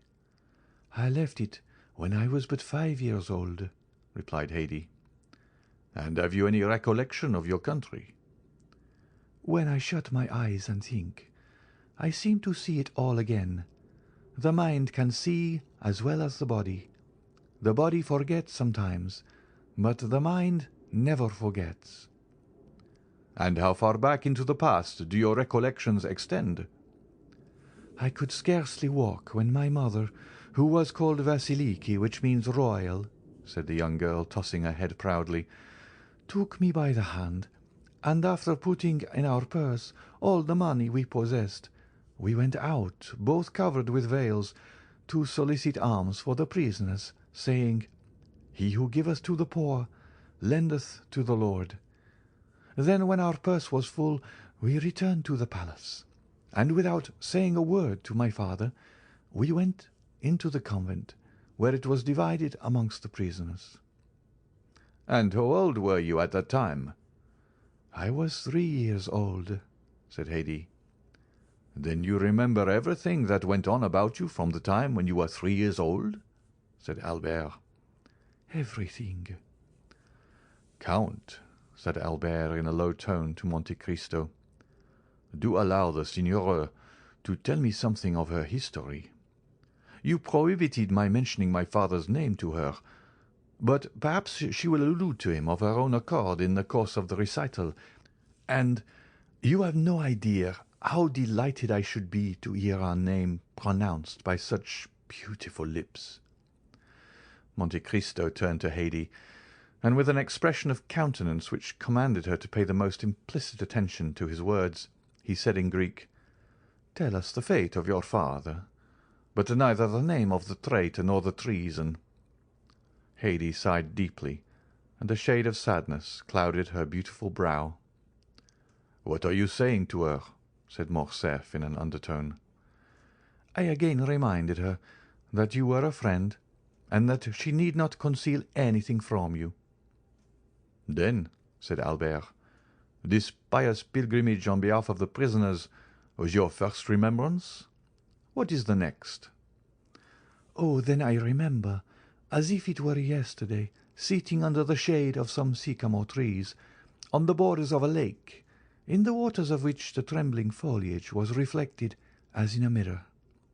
Under the oldest and thickest of these trees, reclining on cushions, sat my father.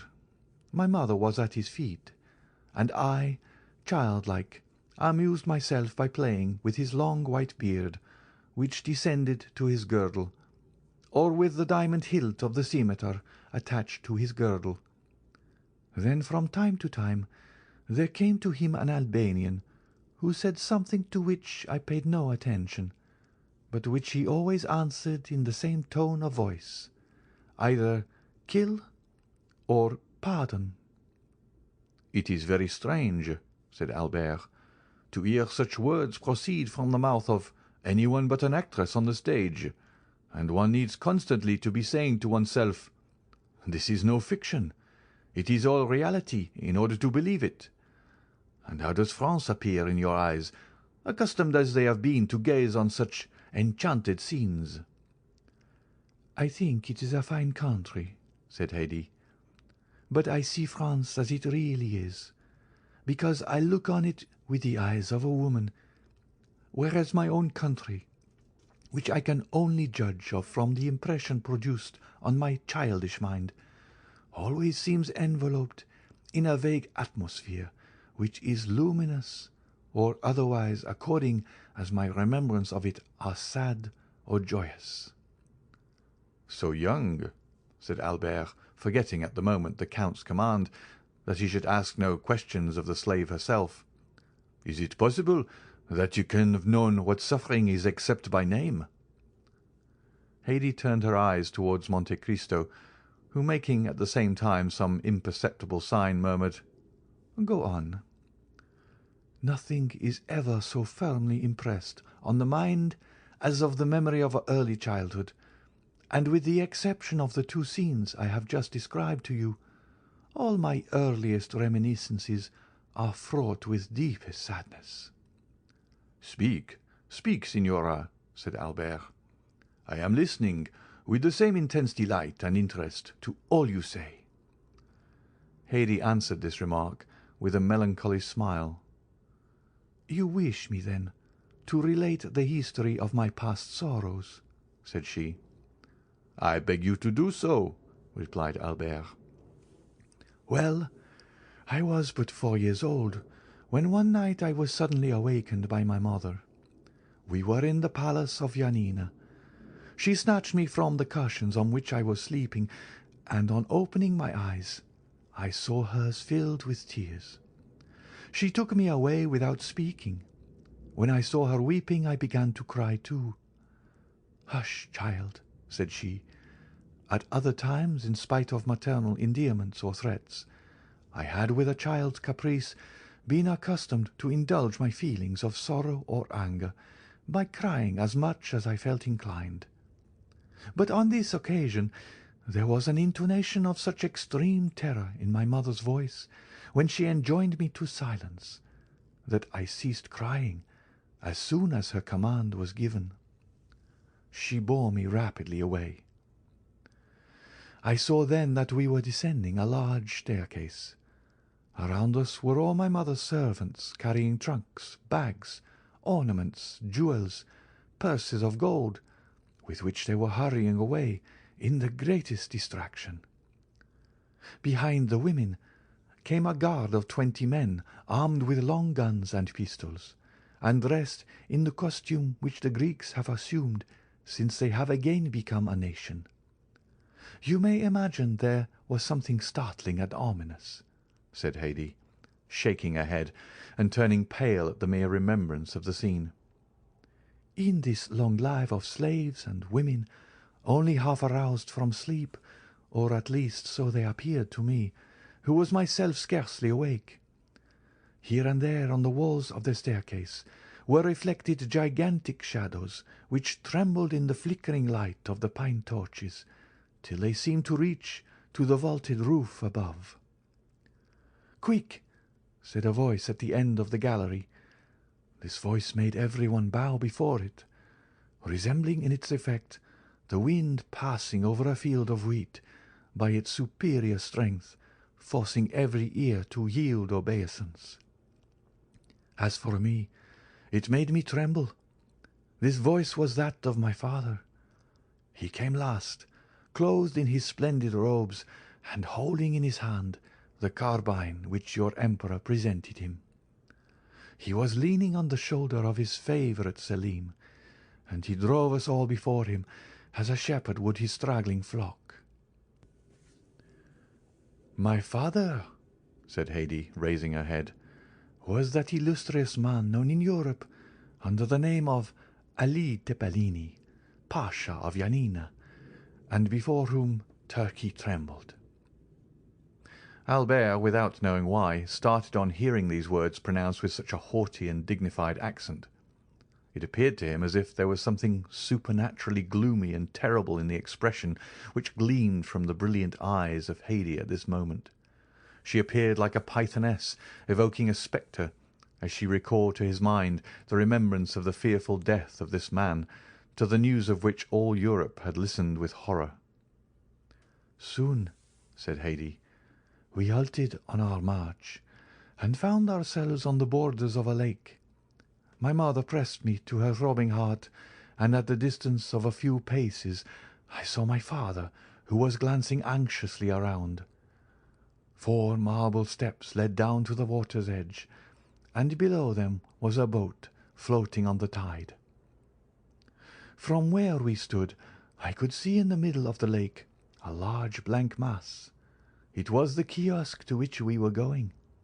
This kiosk appeared to me to be at a considerable distance, perhaps on account of the darkness of the night, which prevented any object from being more than partially discerned. We stepped into the boat. I remember well that the oars made no noise whatever in striking the water, and when I leaned over to ascertain the cause, I saw that they were muffled with the sashes of our palicares.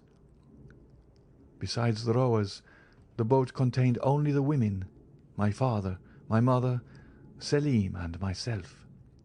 The palicares had remained on the shore of the lake, ready to cover our retreat. They were kneeling on the lowest of the marble steps, and in that manner intended making a rampart of the 3 others, in case of pursuit. Our bark flew before the wind. "Why does the boat go so fast?" asked I of my mother. "Silence, child! Hush, we are flying." I did not understand. Why should my father fly? He, the all-powerful, he, before whom others were accustomed to fly, he who had taken for his device, "They hate me, then they fear me." It was indeed a flight which my father was trying to effect. I have been told since that the garrison of the castle of Yanina, fatigued with long service— Here Haydée cast a significant glance at Monte Cristo, whose eyes had been riveted on her countenance during the whole course of her narrative. The young girl then continued, speaking slowly, like a person who is either inventing or suppressing some feature of the history which he is relating. "You were saying, Signora," said Albert, who was paying the most implicit attention to the recital, "that the garrison of Yanina, fatigued with long service—" "Had treated with the Seraskier, Khorshid, who had been sent by the Sultan to gain possession of the person of my father. It was then that Ali Tepelini, after having sent to the Sultan a French officer in whom he reposed great confidence, resolved to retire to the asylum which he had long before prepared for himself, and which he called Cataphigion, or the Refuge." "And this officer," said Albert, "do you remember his name, Signora?" Monte Cristo exchanged a rapid glance with the young girl, which was quite unperceived by Albert. "No," said she, "I do not remember it just at this moment, but if it should occur to me presently, I will tell you." Albert was on the point of pronouncing his father's name, when Monte Cristo gently held up his finger in token of reproach. The young man recollected his promise, and was silent.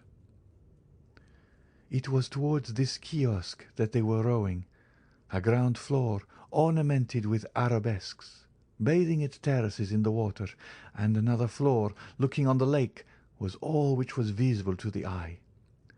But beneath the ground floor, stretching out into the island, was a large subterranean cavern, to which my mother, myself, and the women were conducted.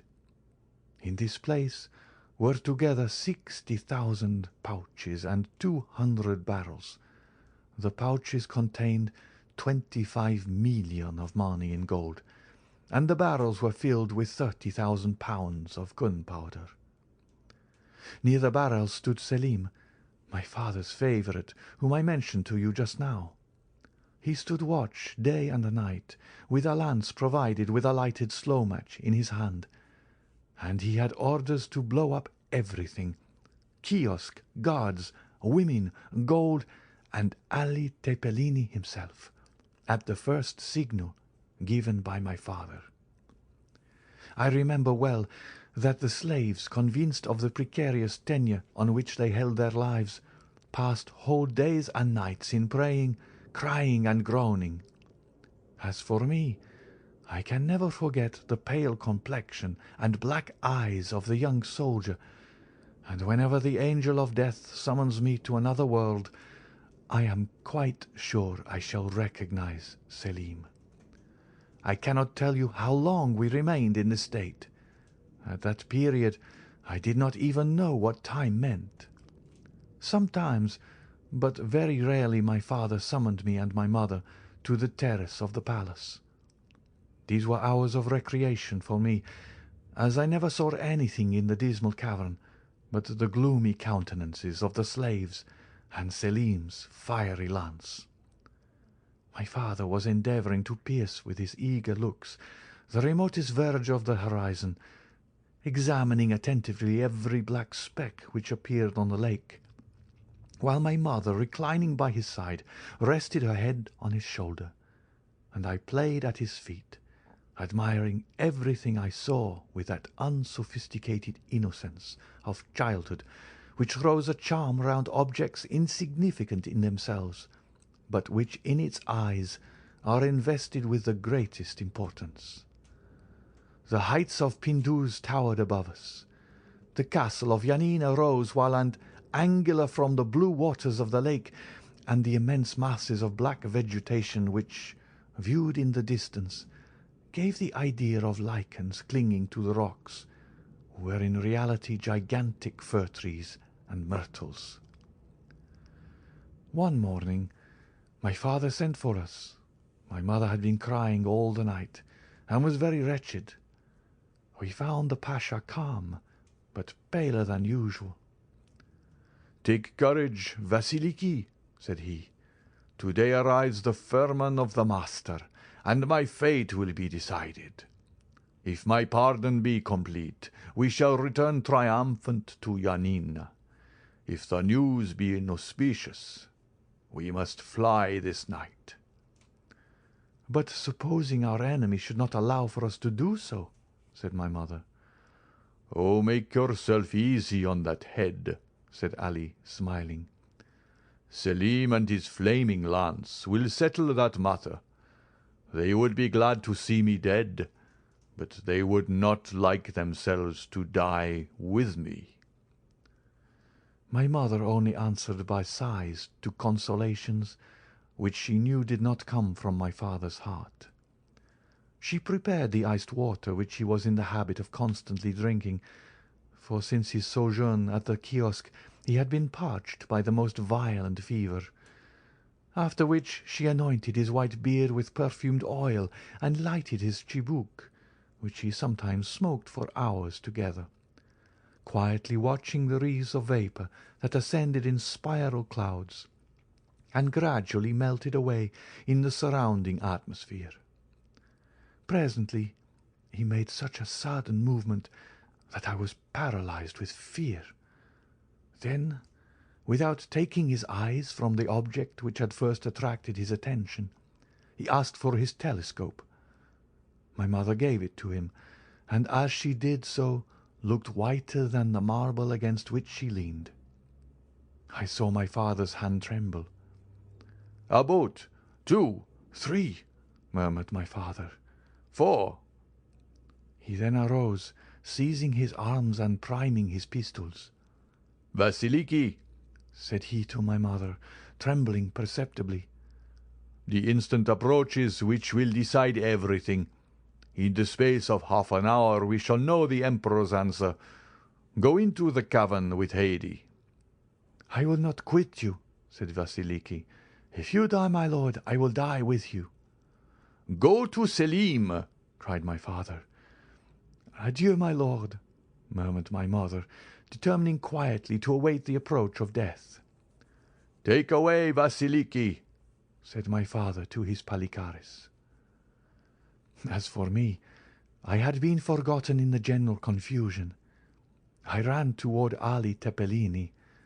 He saw me hold out my arms to him, and he stooped down and pressed my forehead with his lips. Oh, how distinctly I remember that kiss! It was the last he ever gave me, and I feel as if it were still warm on my forehead. On descending, we saw through the lattice work several boats which were gradually becoming more distinct to our view. At first they appeared like black specks, and now they looked like birds skimming the surface of the waves. During this time, in the kiosk at my father's feet were seated 20 Palikares, concealed from view by an angle of the wall, and watching with eager eyes the arrival of the boats. They were armed with their long guns inlaid with mother of pearl and silver, and cartridges in great numbers were lying scattered on the floor. My father looked at his watch, and paced up and down with a countenance expressive of the greatest anguish. This was the scene which presented itself to my view as I quitted my father after that last kiss. My mother and I traversed the gloomy passage leading to the cavern. Selim was still at his post, and smiled sadly on us as we entered. We fetched our cushions from the other end of the cavern, and sat down by Selim. In great dangers the devoted ones cling to each other, and young as I was, I quite understood that some imminent danger was hanging over our heads. Albert had often heard, not from his father, for he never spoke on the subject, but from strangers, the description of the last moments of the Vizier of Janina. He had read different accounts of his death, but the story seemed to acquire fresh meaning from the voice and expression of the young girl, and her sympathetic accent, and the melancholy expression of her countenance at once charmed and horrified him. As to Haydée, these terrible reminiscences seemed to have overpowered her for a moment, for she ceased speaking, her head leaning on her hand like a beautiful flower bowing beneath the violence of the storm, and her eyes gazing on vacancy indicated that she was mentally contemplating the green summit of the Pindus and the blue waters of the lake of Janina, which, like a magic mirror, seemed to reflect the sombre picture which she sketched. Monte Cristo looked at her with an indescribable expression of interest and pity. "Go on," said the Count in the Romaic language. Haydée looked up abruptly, as if the sonorous tones of Monte Cristo's voice had awakened her from a dream, and she resumed her narrative. "It was about 4 o'clock in the afternoon, and although the day was brilliant out of doors, we were enveloped in the gloomy darkness of the cavern. One single solitary light was burning there, and it appeared like a star set in a heaven of blackness.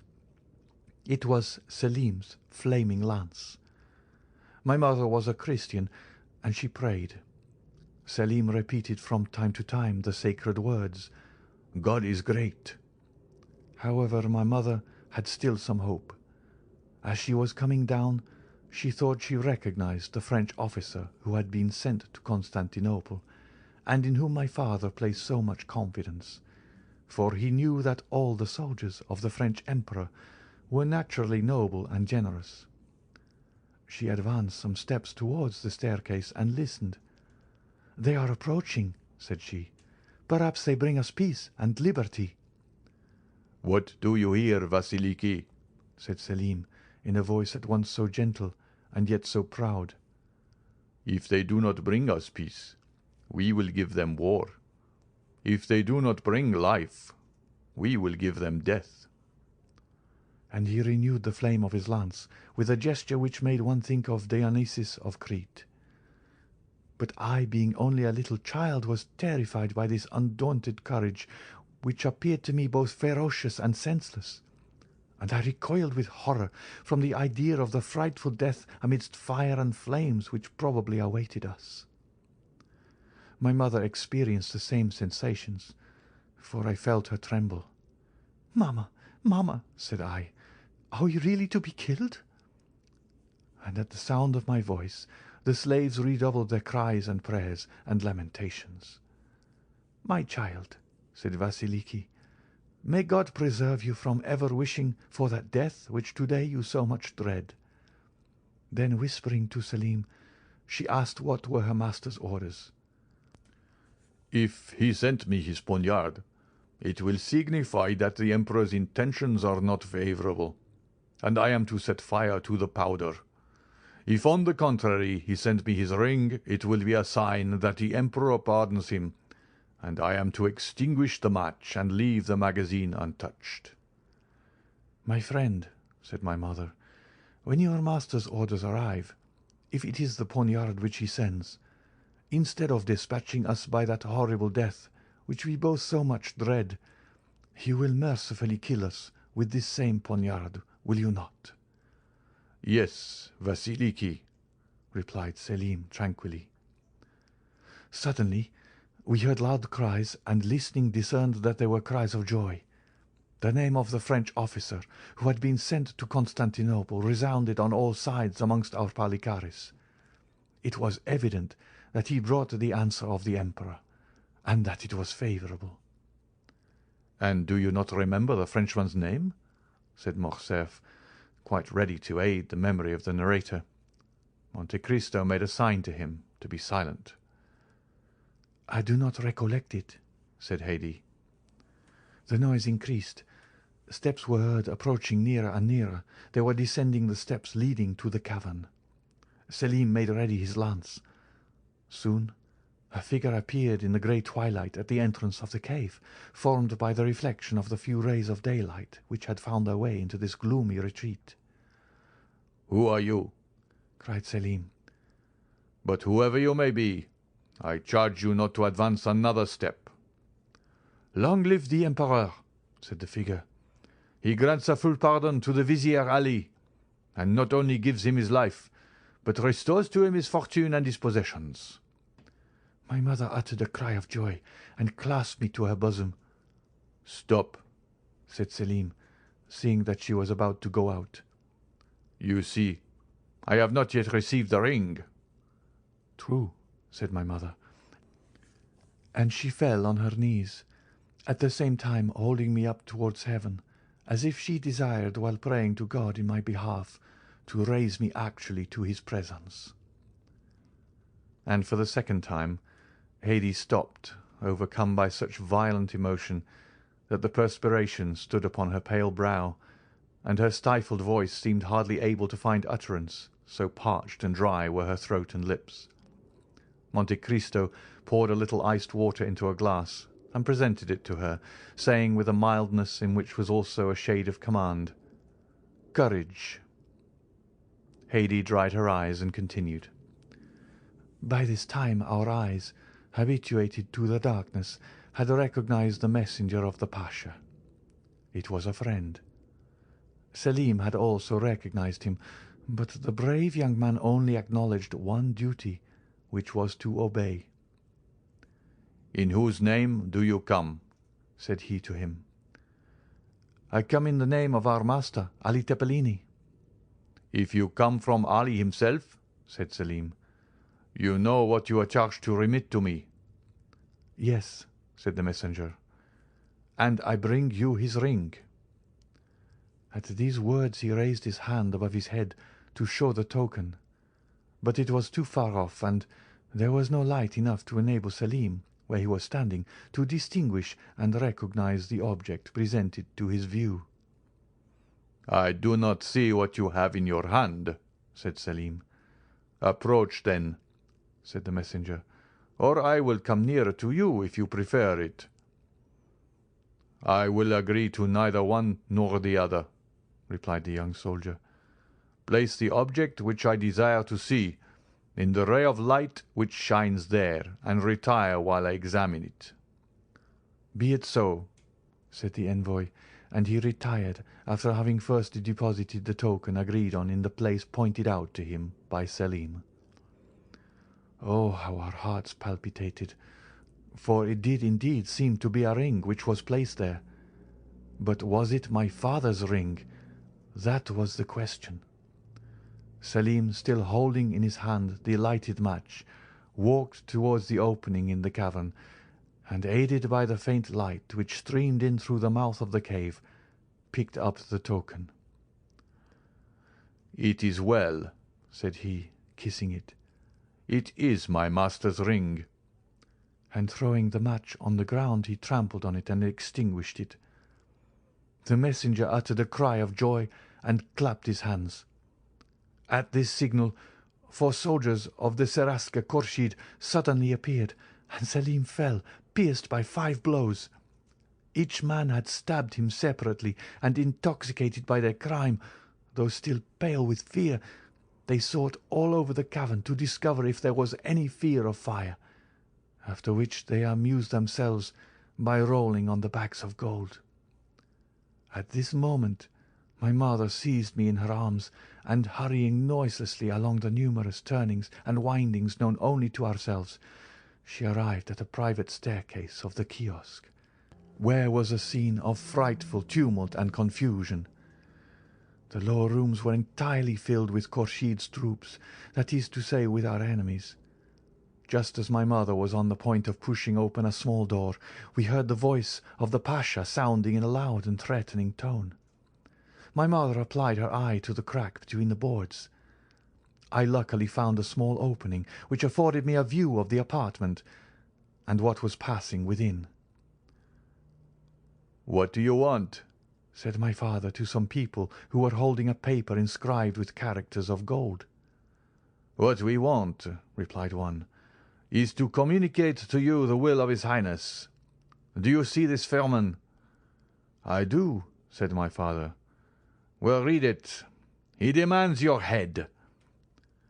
My father answered with a loud laugh, which was more frightful than even threats would have been, and he had not ceased when 2 reports of a pistol were heard. He had fired them himself, and had killed 2 men.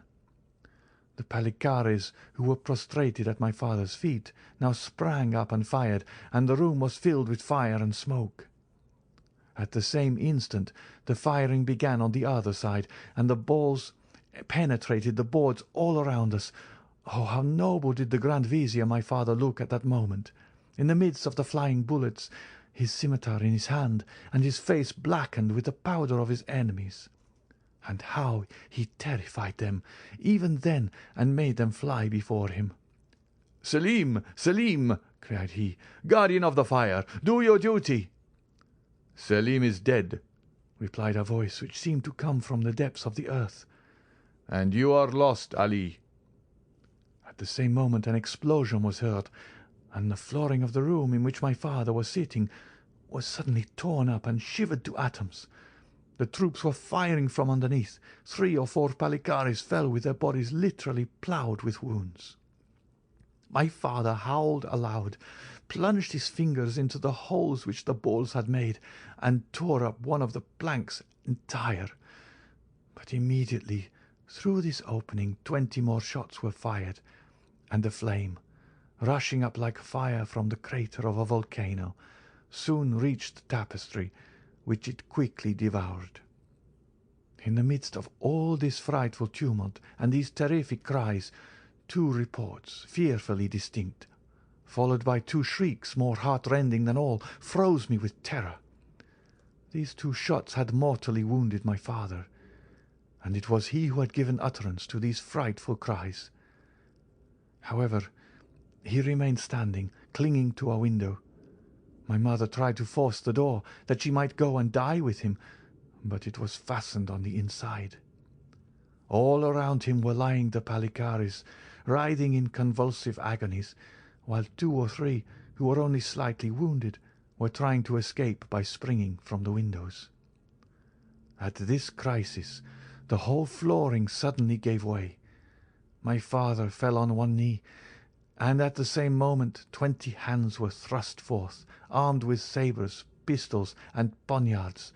20 blows were instantaneously directed against one man, and my father disappeared in a whirlwind of fire and smoke, kindled by these demons, and which seemed like hell itself opening beneath his feet.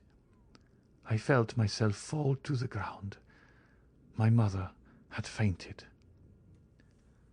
Hady's arms fell by her side, and she uttered a deep groan. At the same time, looking towards the Count as if to ask if he was satisfied with her obedience to his commands, Monte Cristo arose and approached her, took her hand, and said to her in Romaic, "Calm yourself, my dear child, and take courage in remembering that there is a God who will punish traitors."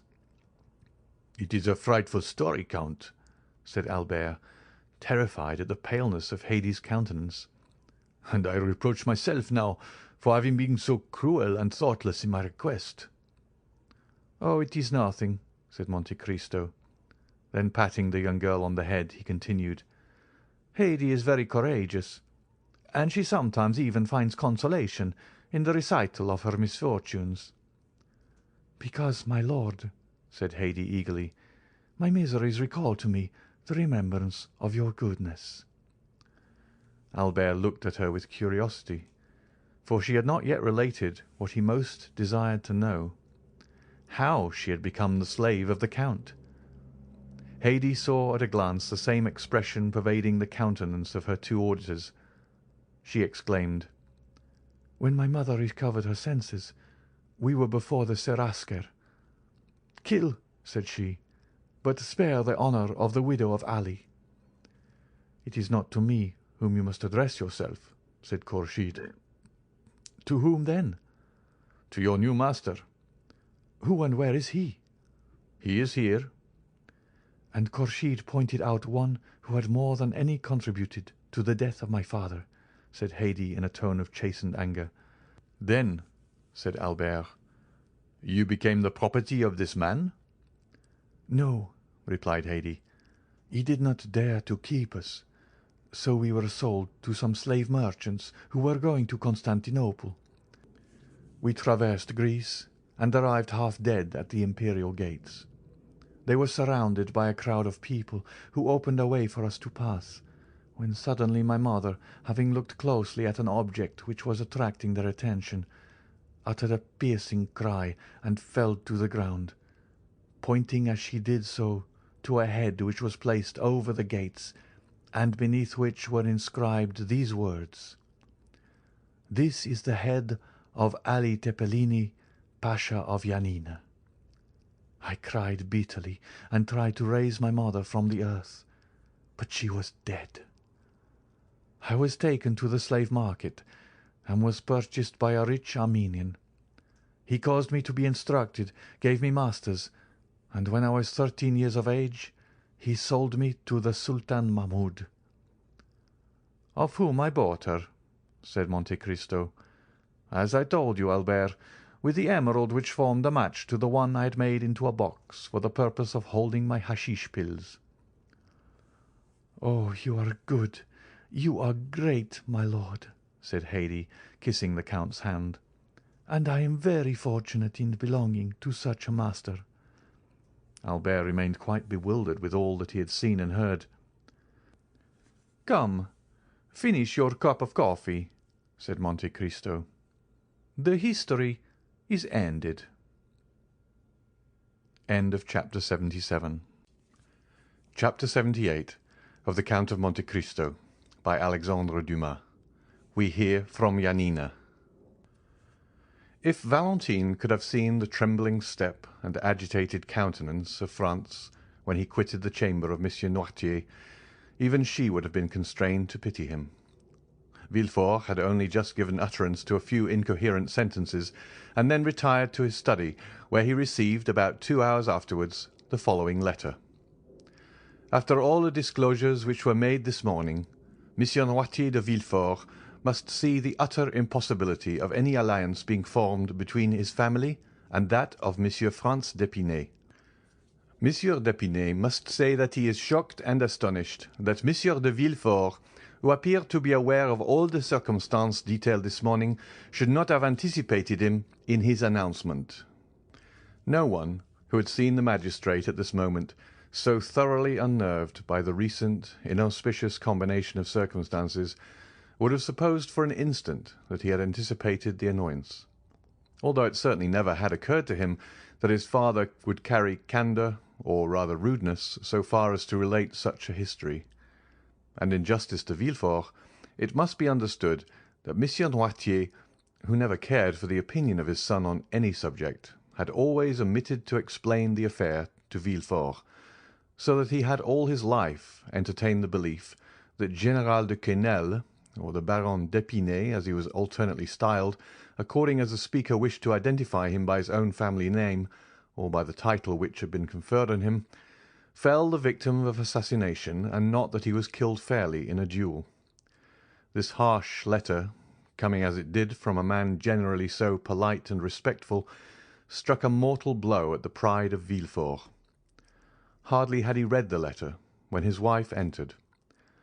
The sudden departure of France, after being summoned by Monsieur Noirtier, had so much astonished everyone that the position of Madame de Villefort, left alone with the notary and the witnesses, became every moment more embarrassing.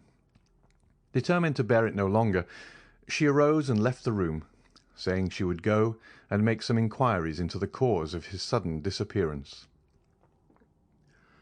Monsieur de Villefort's communications on the subject were very limited and concise. He told her, in fact, that an explanation had taken place between Monsieur Noirtier, Monsieur d'Épinay, and himself, and that the marriage of Valentine and Franz would consequently be broken off. This was an awkward and unpleasant thing to have to report to those who were awaiting her return in the chamber of her father-in-law. She therefore contented herself with saying that Monsieur Noirtier, having at the commencement of the discussion been attacked by a sort of apoplectic fit, the affair would necessarily be deferred for some days longer.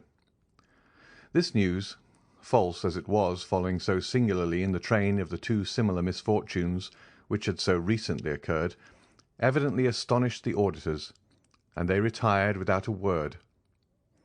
During this time Valentine, at once terrified and happy, after having embraced and thanked the feeble old man for thus breaking with a single blow the chain which she had been accustomed to consider as irrefragable, asked leave to retire to her own room, in order to recover her composure.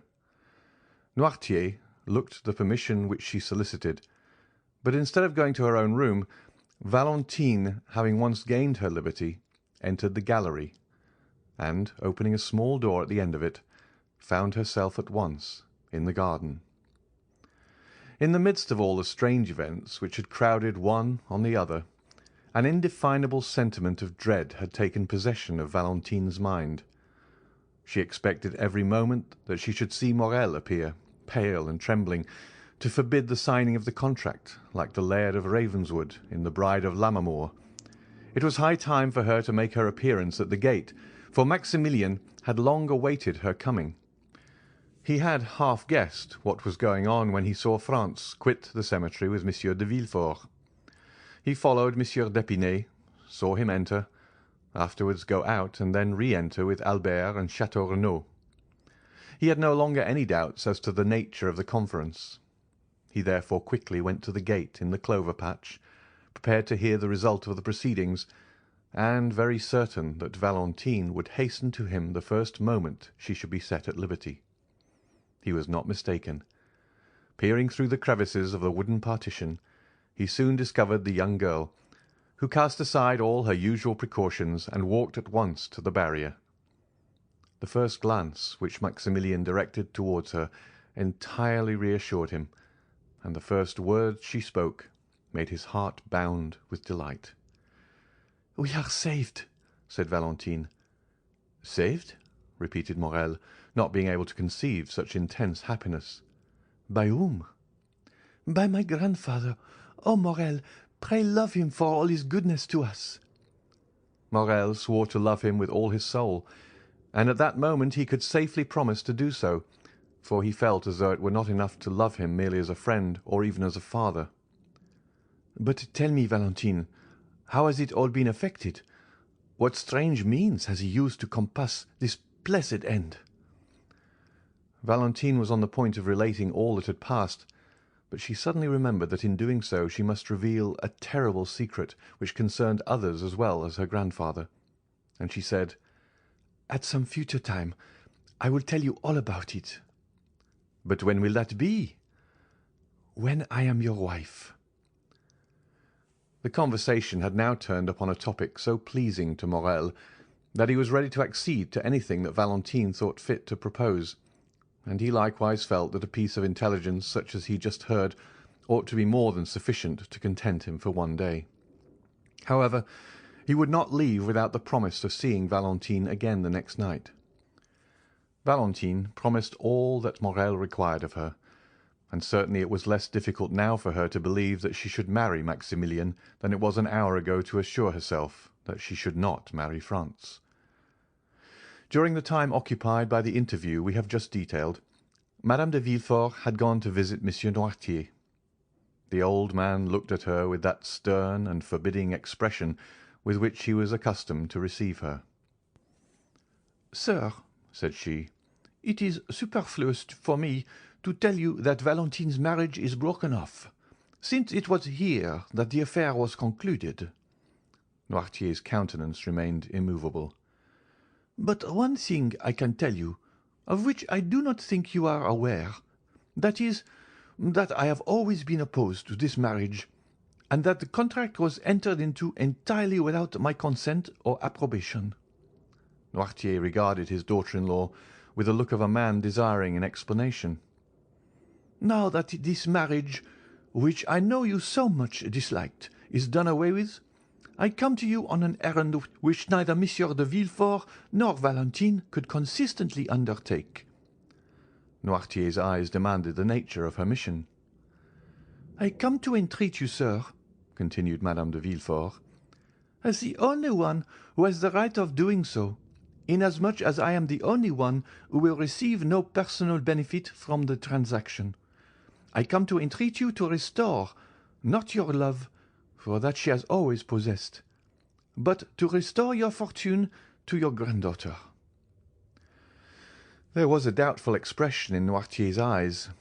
He was evidently trying to discover the motive of this proceeding, and he could not succeed in doing so. "May I hope, sir," said Madame de Villefort, "that your intentions accord with my request?" Noirtier made a sign that they did. "In that case, sir," rejoined Madame de Villefort, "I will leave you overwhelmed with gratitude and happiness at your prompt acquiescence to my wishes." She then bowed to Monsieur Noirtier and retired. The next day Monsieur Noirtier sent for the notary. The first will was torn up and a second made, in which he left the whole of his fortune to Valentine, on condition that she should never be separated from him. It was then generally reported that Mademoiselle de Villefort, the heiress of the Marquis and Marchioness of Saint-Méran, had regained the good graces of her grandfather, and that she would ultimately be in possession of an income of 300,000 livres. While all the proceedings relative to the dissolution of the marriage contract were being carried on at the house of Monsieur de Villefort, Monte Cristo had paid his visit to the Count of Morcerf, who, in order to lose no time in responding to Monsieur Danglars' wishes, and at the same time to pay all due deference to his position in society, donned his uniform of lieutenant-general, which he ornamented with all his crosses, and thus attired, ordered his finest horses, and drove to the Rue de la Chausse-d'Antin. Danglars was balancing his monthly accounts, and it was perhaps not the most favourable moment for finding him in his best humour. At the first sight of his old friend, Danglars assumed his majestic air and settled himself in his easy-chair. Morcerf, usually so stiff and formal, accosted the banker in an affable and smiling manner, and, feeling sure that the overture he was about to make would be well received, He did not consider it necessary to adopt any manoeuvres in order to gain his end, but went at once straight to the point. "Well, Baron," said he, "here I am at last. Some time has elapsed since our plans were formed, and they are not yet executed." Morcerf paused at these words, quietly waiting till the cloud should have dispersed which had gathered on the brow of Danglars, and which he attributed to his silence. But on the contrary, to his great surprise, it grew darker and darker. "To what do you allude, monsieur?" said Danglars, as if he were trying in vain to guess at the possible meaning of the general's words. "Ah," said Morcerf, "I see you are a stickler for forms, my dear sir, and you would remind me that the ceremonial rites should not be omitted. Ma foi, I beg your pardon, but as I have but one son, and it is the first time I have ever thought of marrying him, I am still serving my apprenticeship, you know. Come, I will reform." And Morcerf, with a forced smile, arose, and making a low bow to Monsieur Danglars, said, "Baron, I have the honour of asking of you the hand of Mademoiselle Eugénie Danglars for my son, the Vicomte Albert de Morcerf." But Danglars, instead of receiving this address in the favourable manner which Morcerf had expected, knit his brow, and without inviting the count, who was still standing, to take a seat, he said, "Monsieur, it will be necessary to reflect before I give you an answer." "To reflect?" said Morcerf, more and more astonished.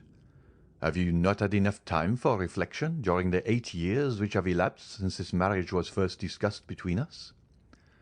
"Count," said the banker, "things are constantly occurring in the world to induce us to lay aside our most established opinions, or at all events to cause us to remodel them according to the change of circumstances which may have placed affairs in a totally different light to that in which we at first viewed them."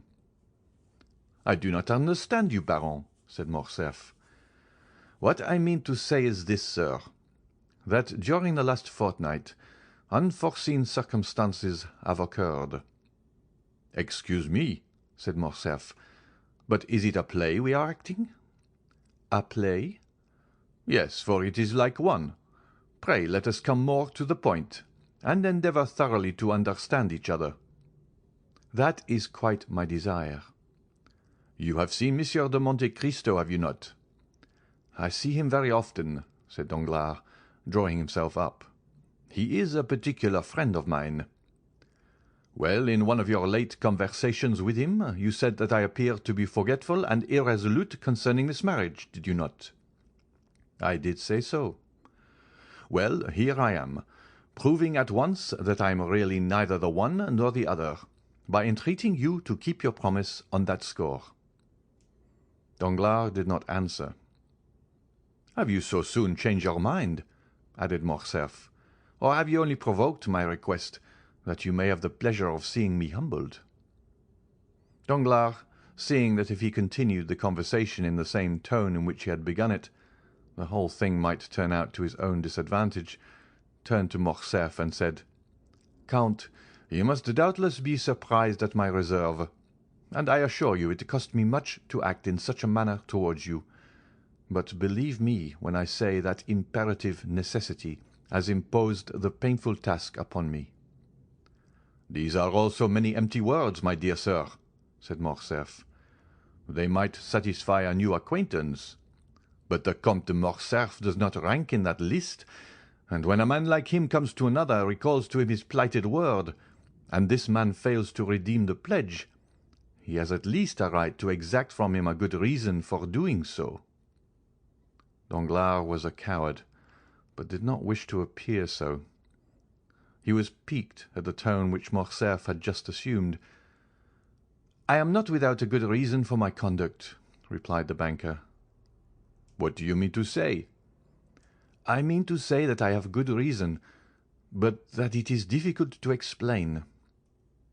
"You must be aware, at all events, that it is impossible for me to understand motives before they are explained to me. But one thing at least is clear, which is, that you decline allying yourself with my family." "No, sir," said Danglars. "I merely suspend my decision, that is all." And do you really flatter yourself that I shall yield to all your caprice, and quietly and humbly await the time of again being received into your good graces? Then, Count, if you will not wait, we must look upon these projects as if they had never been entertained." The Count bit his lips till the blood almost started. To prevent the ebullition of anger which his proud and irritable temper scarcely allowed him to restrain, understanding, however, that in the present state of things the laugh would decidedly be against him, he turned from the door, towards which he had been directing his steps, and again confronted the banker. A cloud settled on his brow, evincing decided anxiety and uneasiness, instead of the expression of offended pride which had lately reigned there. "My dear Danglars," said Morcerf, "we have been acquainted for many years, and consequently we ought to make some allowance for each other's failings. You owe me an explanation, and really it is but fair that I should know what circumstance has occurred to deprive my son of your favour." "It is from no personal ill-feeling towards the Viscount, that is all I can say, sir," replied Danglars, who resumed his insolent manner as soon as he perceived that Morcerf was a little softened and calmed down. "And towards whom do you bear this personal ill-feeling, then?" said Morcerf, turning pale with anger. The expression of the Count's face had not remained unperceived by the banker. He fixed on him a look of greater assurance than before, and said, "You may perhaps be better satisfied that I should not go farther into particulars." A tremor of suppressed rage shook the whole frame of the Count, and making a violent effort over himself, he said, "I have a right to insist on your giving me an explanation. Is it Madame de Morcerf who has displeased you? Is it my fortune which you find insufficient?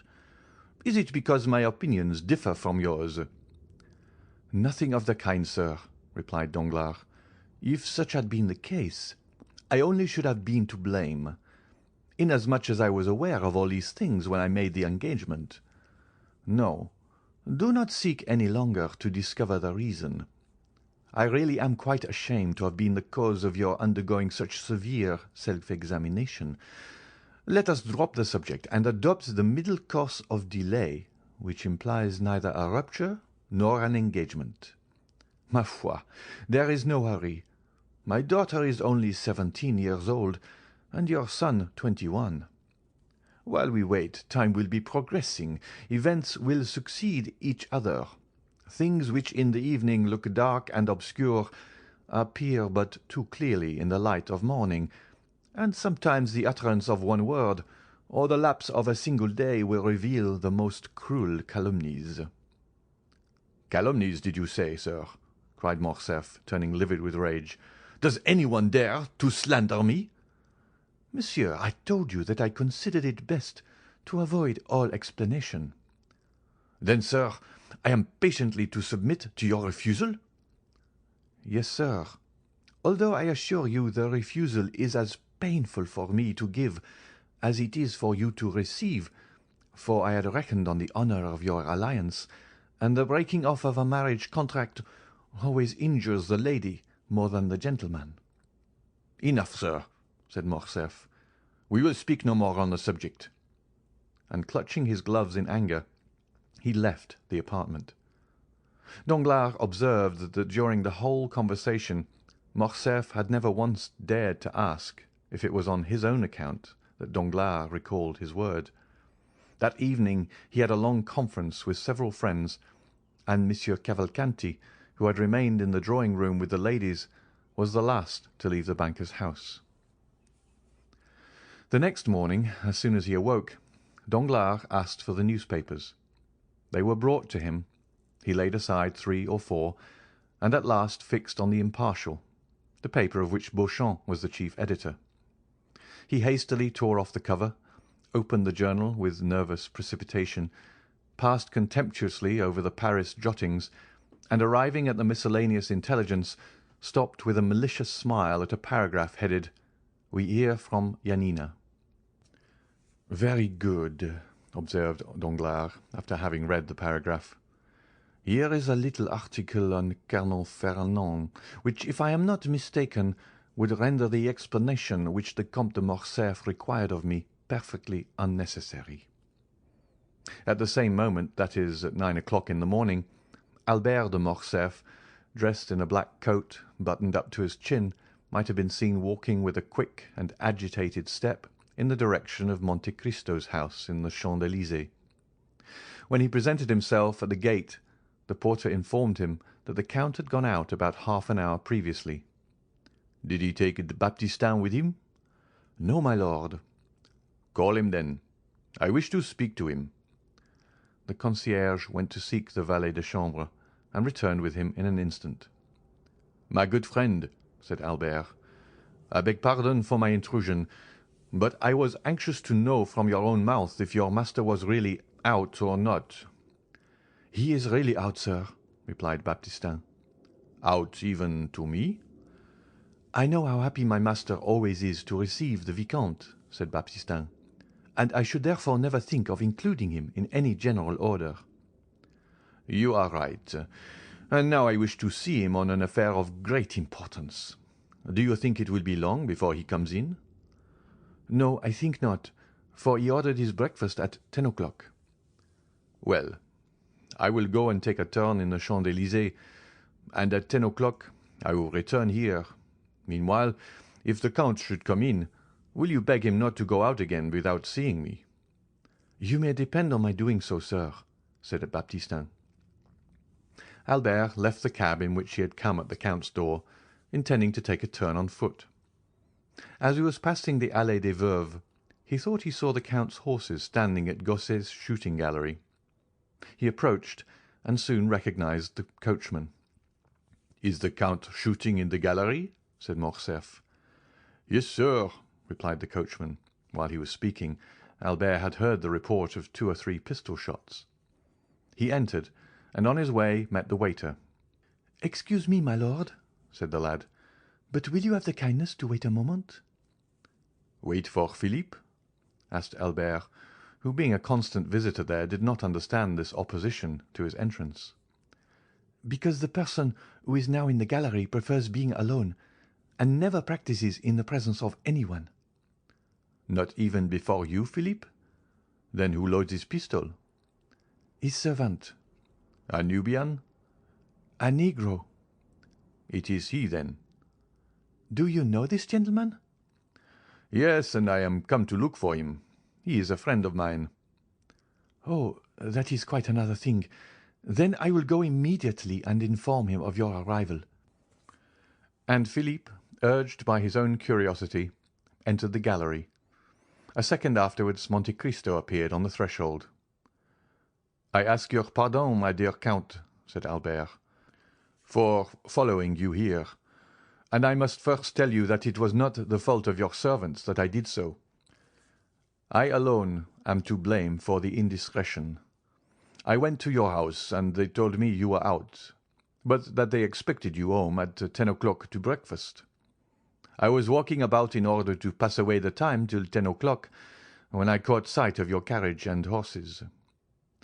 What you have just said induces me to hope that you intend breakfasting with me." "No, thank you. I am thinking of other things besides breakfast just now. Perhaps we may take that meal at a later hour, and in worse company." "What on earth are you talking about?" "I am to fight today." "For what?" "I am going to fight." "Yes, I understand that. But what is the quarrel? People fight for all sorts of reasons, you know."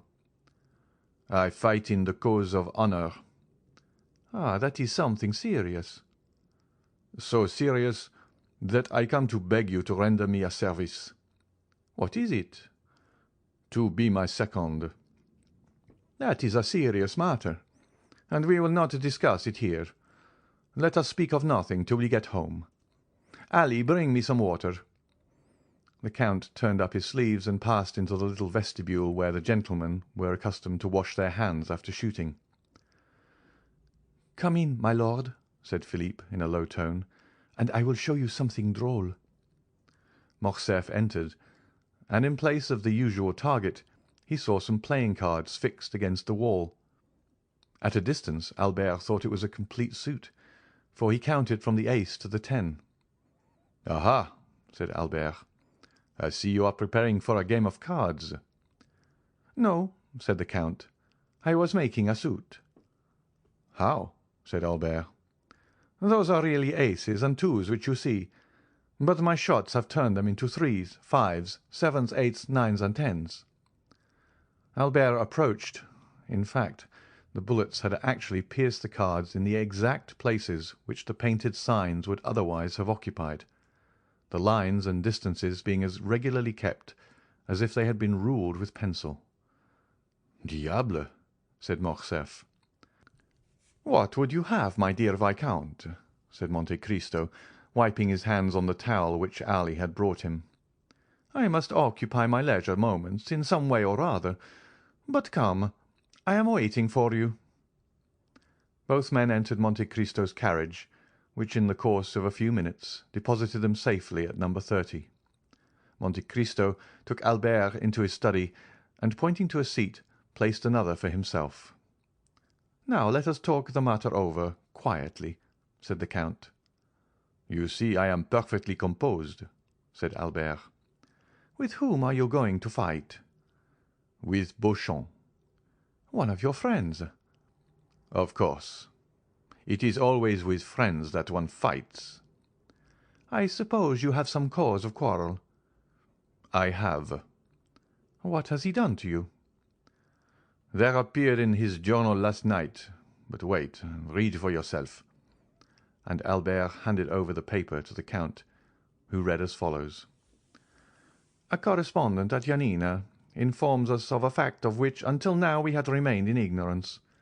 The castle which formed the protection of the town was given up to the Turks by a French officer named Fernand, in whom the Grand Vizier, Ali Tepelini, had reposed the greatest confidence." "Well," said Monte Cristo, "what do you see in that to annoy you?" "What do I see in it?" "Yes, what does it signify to you if the castle of Yanina was given up by a French officer?" "It signifies to my father, the Count of Morcerf, whose Christian name is Fernand." "Did your father serve under Ali Pasha?" "Yes, that is to say, he fought for the independence of the Greeks, and hence arises the calumny." "Oh, my dear Viscount, do talk reason." "I do not desire to do otherwise." "Now just tell me, who the devil should know in France that the officer Fernand and the Count of Morcerf are one and the same person? And who cares now about Yanina, which was taken as long ago as the year 1822 or 1823? "That just shows the meanness of this slander. They have allowed all this time to elapse, and then all of a sudden rake up events which have been forgotten, to furnish materials for scandal, in order to tarnish the lustre of our high position. I inherit my father's name, and I do not choose that the shadow of disgrace should darken it. I am going to Beauchamp, in whose journal this paragraph appears, and I shall insist on his retracting the assertion before 2 witnesses." "Beauchamp will never retract." "Then he must fight." "No, he will not, for he will tell you what is very true, that perhaps there were 50 officers in the Greek army bearing the same name." "We will fight nevertheless. I will efface that blot on my father's character. My father, who was such a brave soldier, whose career was so brilliant." "Oh, well," he will add, "we are warranted in believing that this Fernand is not the illustrious Count of Morcerf, who also bears the same Christian name." "I am determined not to be content with anything short of an entire retraction." "And you intend to make him do it in the presence of 2 witnesses, do you?" "Yes." "You do wrong." "Which means, I suppose, that you refuse the service which I ask of you." "You know my theory regarding duels. I told you my opinion on that subject, if you remember, when we were at Rome." "Nevertheless, my dear Count, I found you this morning engaged in an occupation but little consistent with the notions you profess to entertain." "Because, my dear fellow, you understand one must never be eccentric. If one's lot is cast among fools, it is necessary to study folly. I shall perhaps find myself one day called out by some hair-brained scamp who has no more real cause of quarrel with me than you have with Beauchamp. He may take me to task for some foolish trifle or other. He will bring his witnesses, or will insult me in some public place, and I am expected to kill him for all that." "You admit that you would fight, then? Well, if so, why do you object to my doing so?" "I do not say that you ought not to fight. I only say that a duel is a serious thing, and ought not to be undertaken without due reflection." "Did he reflect before he insulted my father?"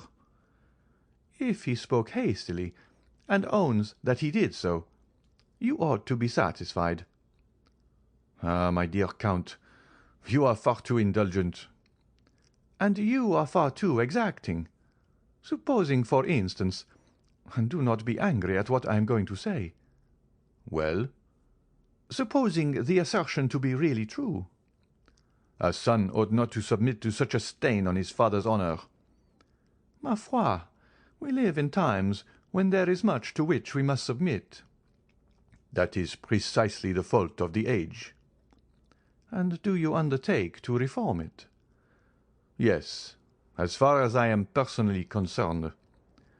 "Well, you are indeed exacting, my dear fellow." "Yes, I own it." "Are you quite impervious to good advice?" "Not when it comes from a friend." "And do you account me that title?" "Certainly I do." "Well, then, before going to Beauchamp with your witnesses, seek further information on the subject." "From whom?" "From Haydée." "Why, what can be the use of mixing a woman up in the affair? What can she do in it?" "She can declare to you, for example, that your father had no hand whatever in the defeat and death of the Vizier, or if by chance he had, indeed, the misfortune to—" "I have told you, my dear Count, that I would not for one moment admit of such a proposition." "You reject this means of information, then?" "I do, most decidedly." "Then let me offer one more word of advice."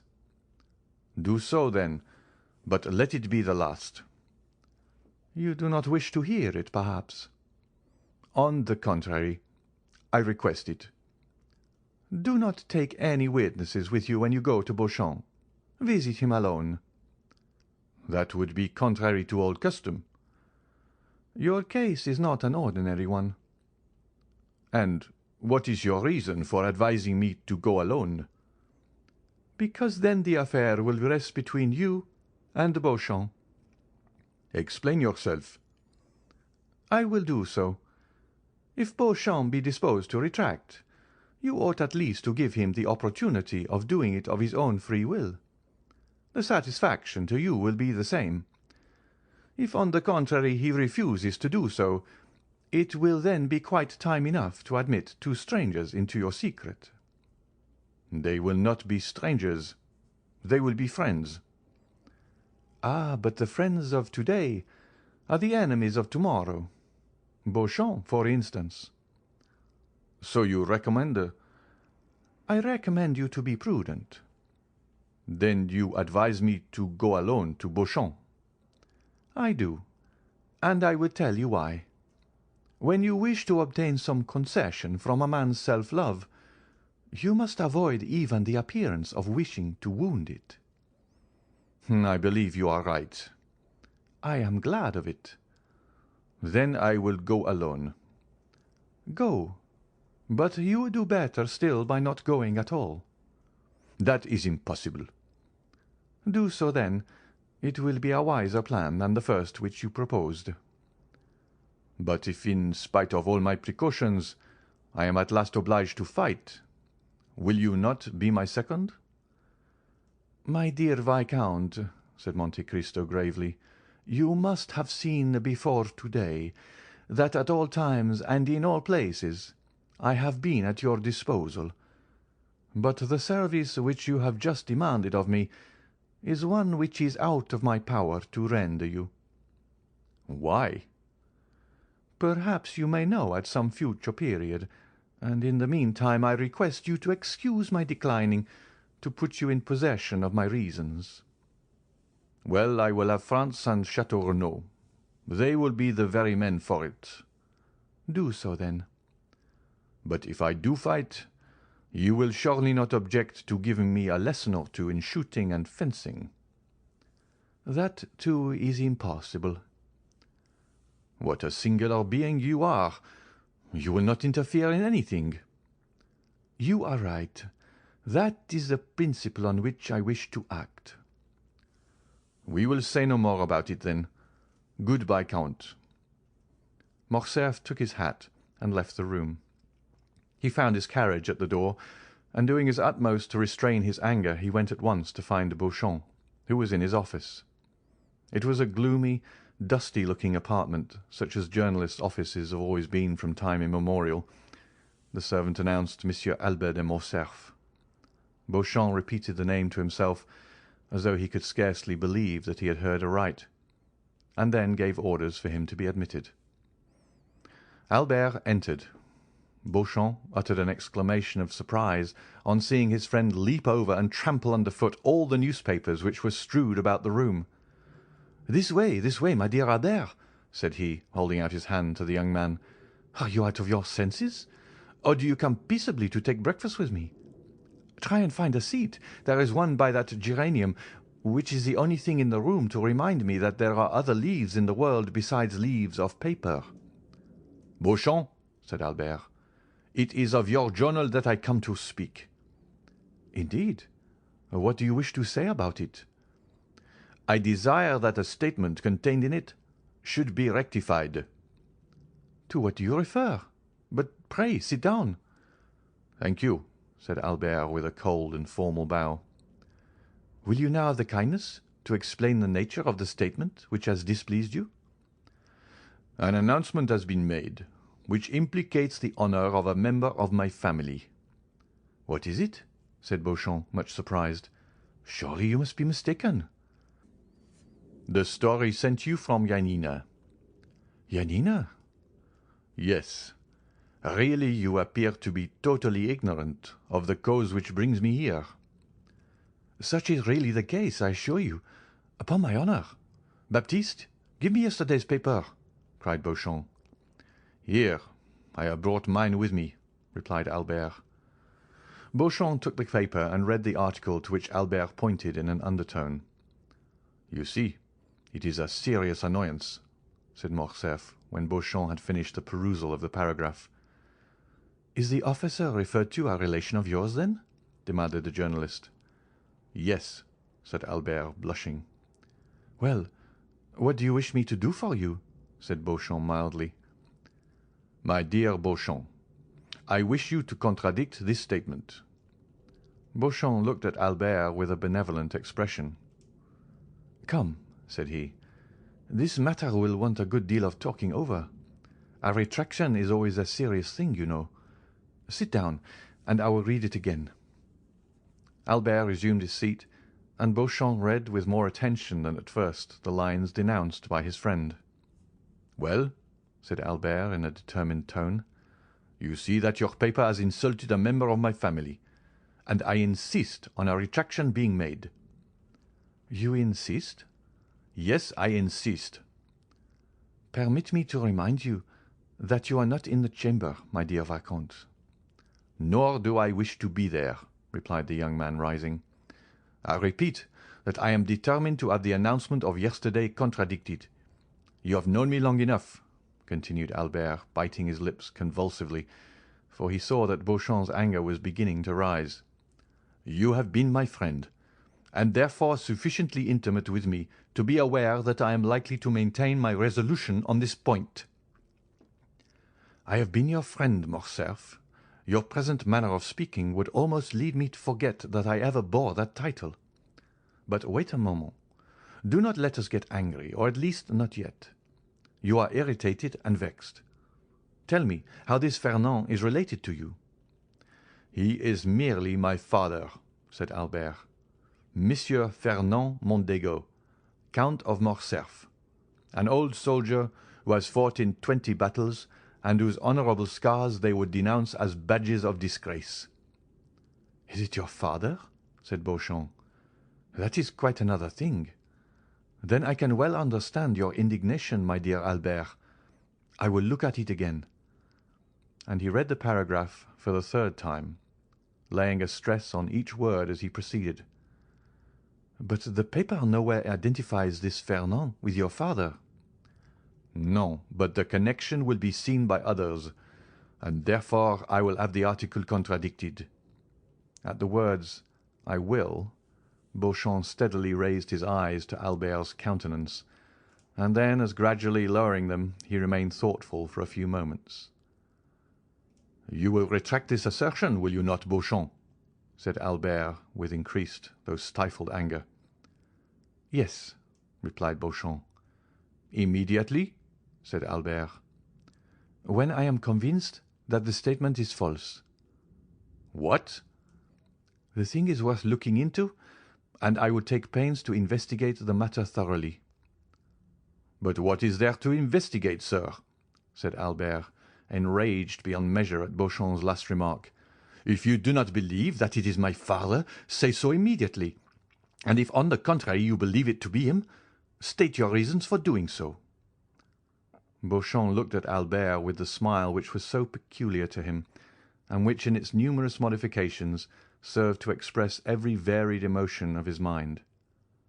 "Sir," replied he, "if you came to me with the idea of demanding satisfaction, you should have gone at once to the point, and not have entertained me with the idle conversation to which I have been patiently listening for the last half-hour. Am I to put this construction on your visit?" "Yes, if you will not consent to retract that infamous calumny." "Wait a moment. No threats, if you please, Monsieur Fernand Mondego, Vicomte de Morcerf.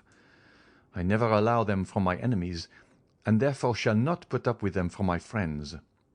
You insist on my contradicting the article relating to General Fernand, an article with which, I assure you on my word of honour, I had nothing whatever to do." "Yes, I insist on it," said Albert, whose mind was beginning to get bewildered with the excitement of his feelings.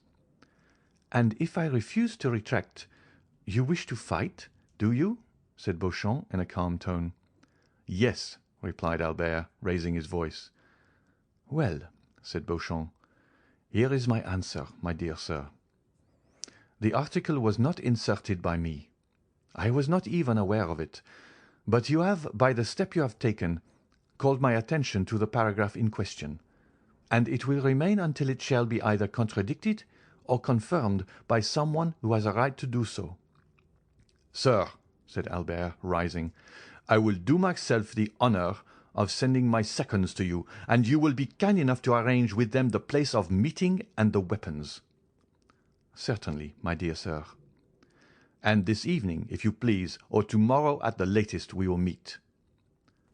No, I will be on the ground at the proper time, but in my opinion, and I have a right to dictate the preliminaries, as it is I who have received the provocation, in my opinion the time ought not to be yet. I know you to be well skilled in the management of the sword, while I am only moderately so. I know, too, that you are a good marksman. There we are about equal. I know that a duel between us two would be a serious affair, because you are brave and I am brave also. I do not therefore wish either to kill you or to be killed myself without a cause. Now I am going to put a question to you, and one very much to the purpose too. Do you insist on this retraction so far as to kill me if I do not make it, although I have repeated more than once and affirmed on my honour that I was ignorant of the thing with which you charge me, and although I still declare that it is impossible for anyone but you to recognize the Count of Morcerf under the name of Fernand?" "I maintain my original resolution." "Very well, my dear sir. Then I consent to cut throats with you. But I require 3 weeks' preparation. At the end of that time I shall come and say to you, 'The assertion is false, and I retract it.' Or the assertion is true, when I shall immediately draw the sword from its sheath, or the pistols from the case, whichever you please." "3 weeks!" cried Albert. "They will pass as slowly as 3 centuries, when I am all the time suffering dishonour." "Had you continued to remain on amicable terms with me, I should have said, 'Patience, my friend.' But you have constituted yourself my enemy. Therefore I say, what does that signify to me, sir?" "Well, let it be 3 weeks then," said Morcerf.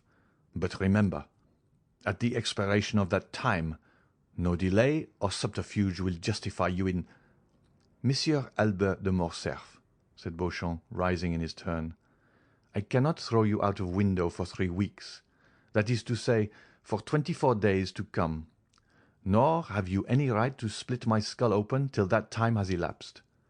Today is the 29th of August.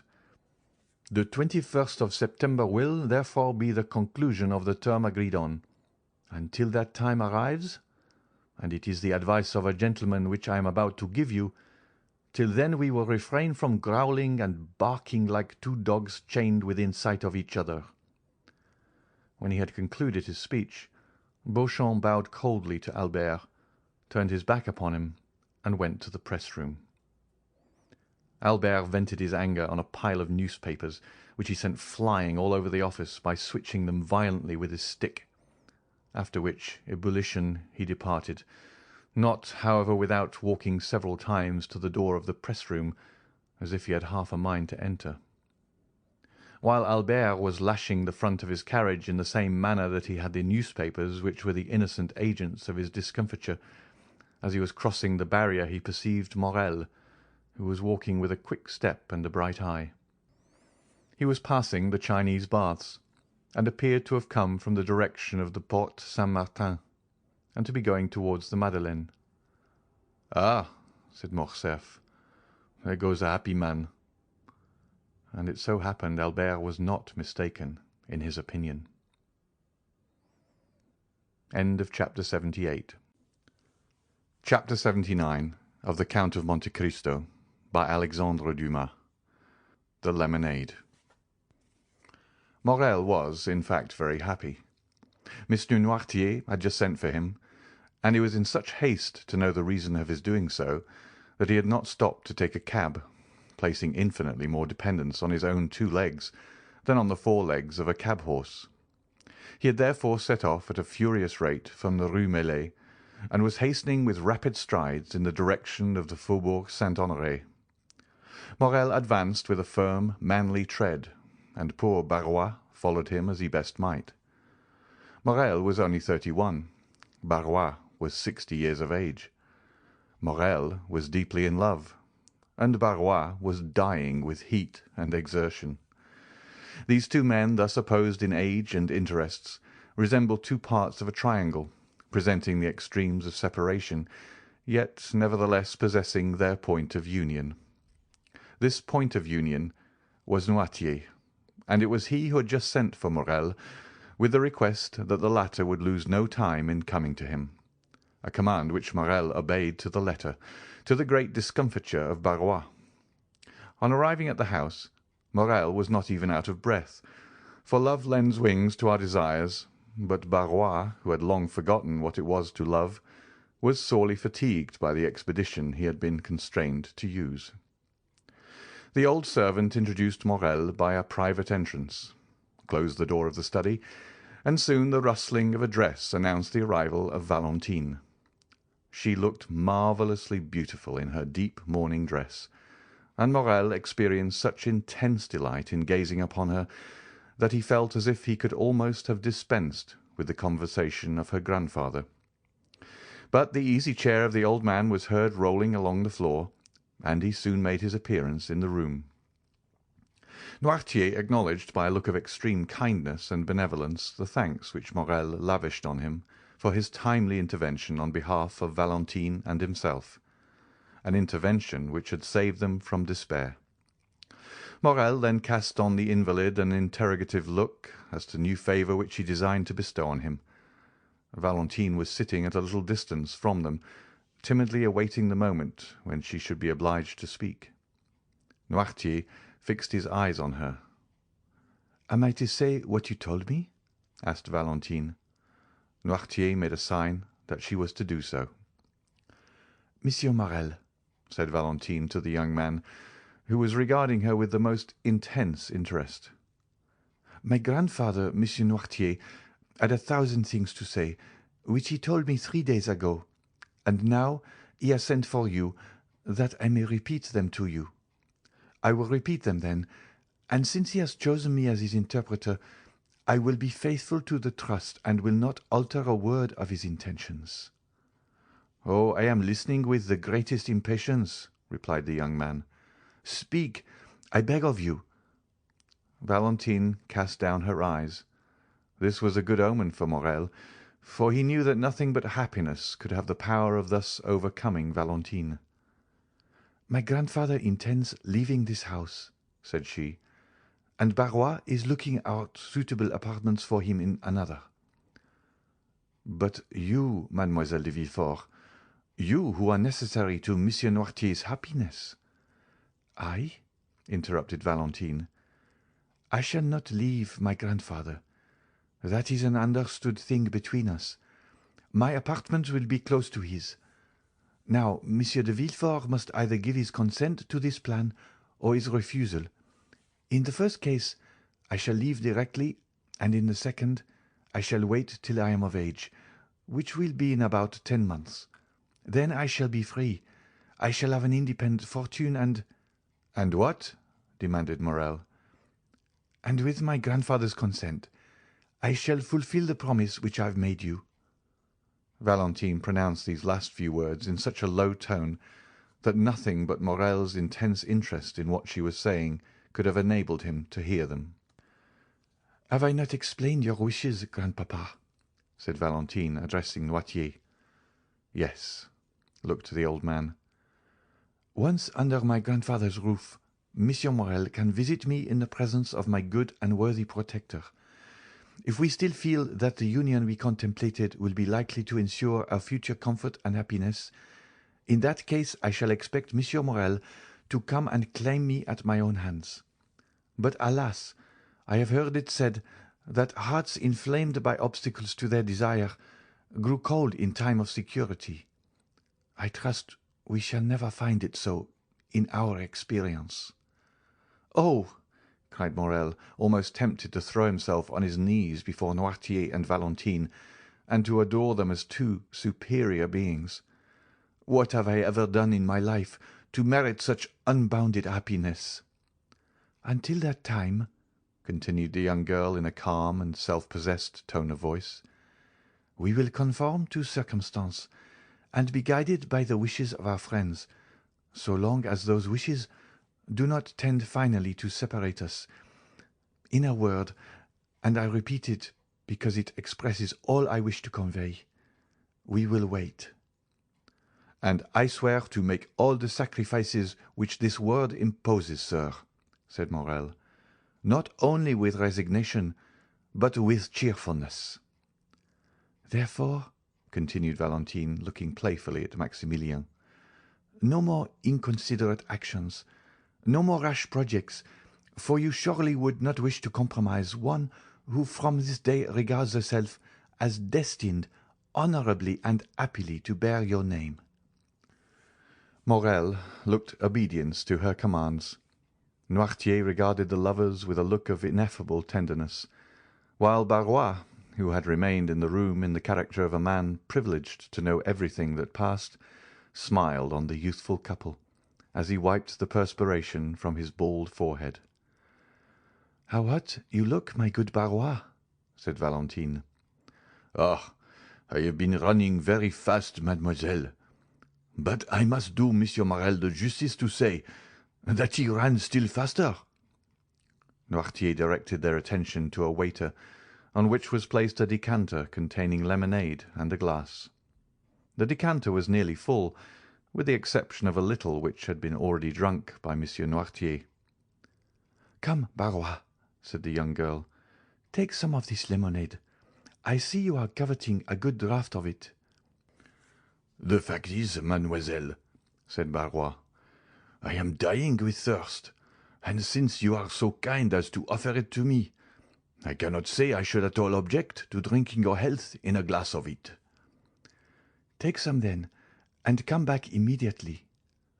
Barrois took away the waiter, and hardly was he outside the door, which in his haste he forgot to shut, than they saw him throw back his head and empty to the very dregs the glass which Valentine had filled. Valentine and Morrel were exchanging their adieux in the presence of Noirtier when a ring was heard at the door-bell. It was the signal of a visit. Valentine looked at her watch. "It is past noon," said she, "and to-day is Saturday. I dare say it is the doctor, grandpapa." Noirtier looked his conviction that she was right in her supposition. "He will come in here, and Monsieur Morrel had better go. Do you not think so, grandpapa?" "Yes," signed the old man. "Barrois!" cried Valentine. "Barrois!" "I am coming, mademoiselle," replied he. "Barrois will open the door for you," said Valentine, addressing Morrel. "And now remember one thing, monsieur officer, that my grandfather commands you not to take any rash or ill-advised step which would be likely to compromise our happiness." "I promised him to wait," replied Morrel, "and I will wait." At this moment Barrois entered. "Who rang?" asked Valentine. "Dr. d'Avrigny," said Barrois, staggering as if he would fall. "What is the matter, Barrois?" said Valentine. The old man did not answer, but looked at his master with wild, staring eyes, while with his cramped hand he grasped a piece of furniture to enable him to stand upright. "He is going to fall," cried Morrel. The rigours which had attacked Barrois gradually increased. The features of the face became quite altered, and the convulsive movement of the muscles appeared to indicate the approach of a most serious nervous disorder. Noirtier, seeing Barrois in this pitiable condition, showed by his looks all the various emotions of sorrow and sympathy which can animate the heart of a man. Barrois made some steps towards his master. "Ah, sir," said he, "tell me what is the matter with me. I am suffering. I cannot see. 1,000 fiery darts are piercing my brain. Oh, don't touch me. Pray don't." By this time his haggard eyes had the appearance of being ready to start from their sockets. His head fell back, and the lower extremities of the body began to stiffen. Valentine uttered a cry of horror. Morrel took her in his arms as if to defend her from some unknown danger. "Monsieur d'Avrigny! Monsieur d'Avrigny!" cried she in a stifled voice. "Help! Help!"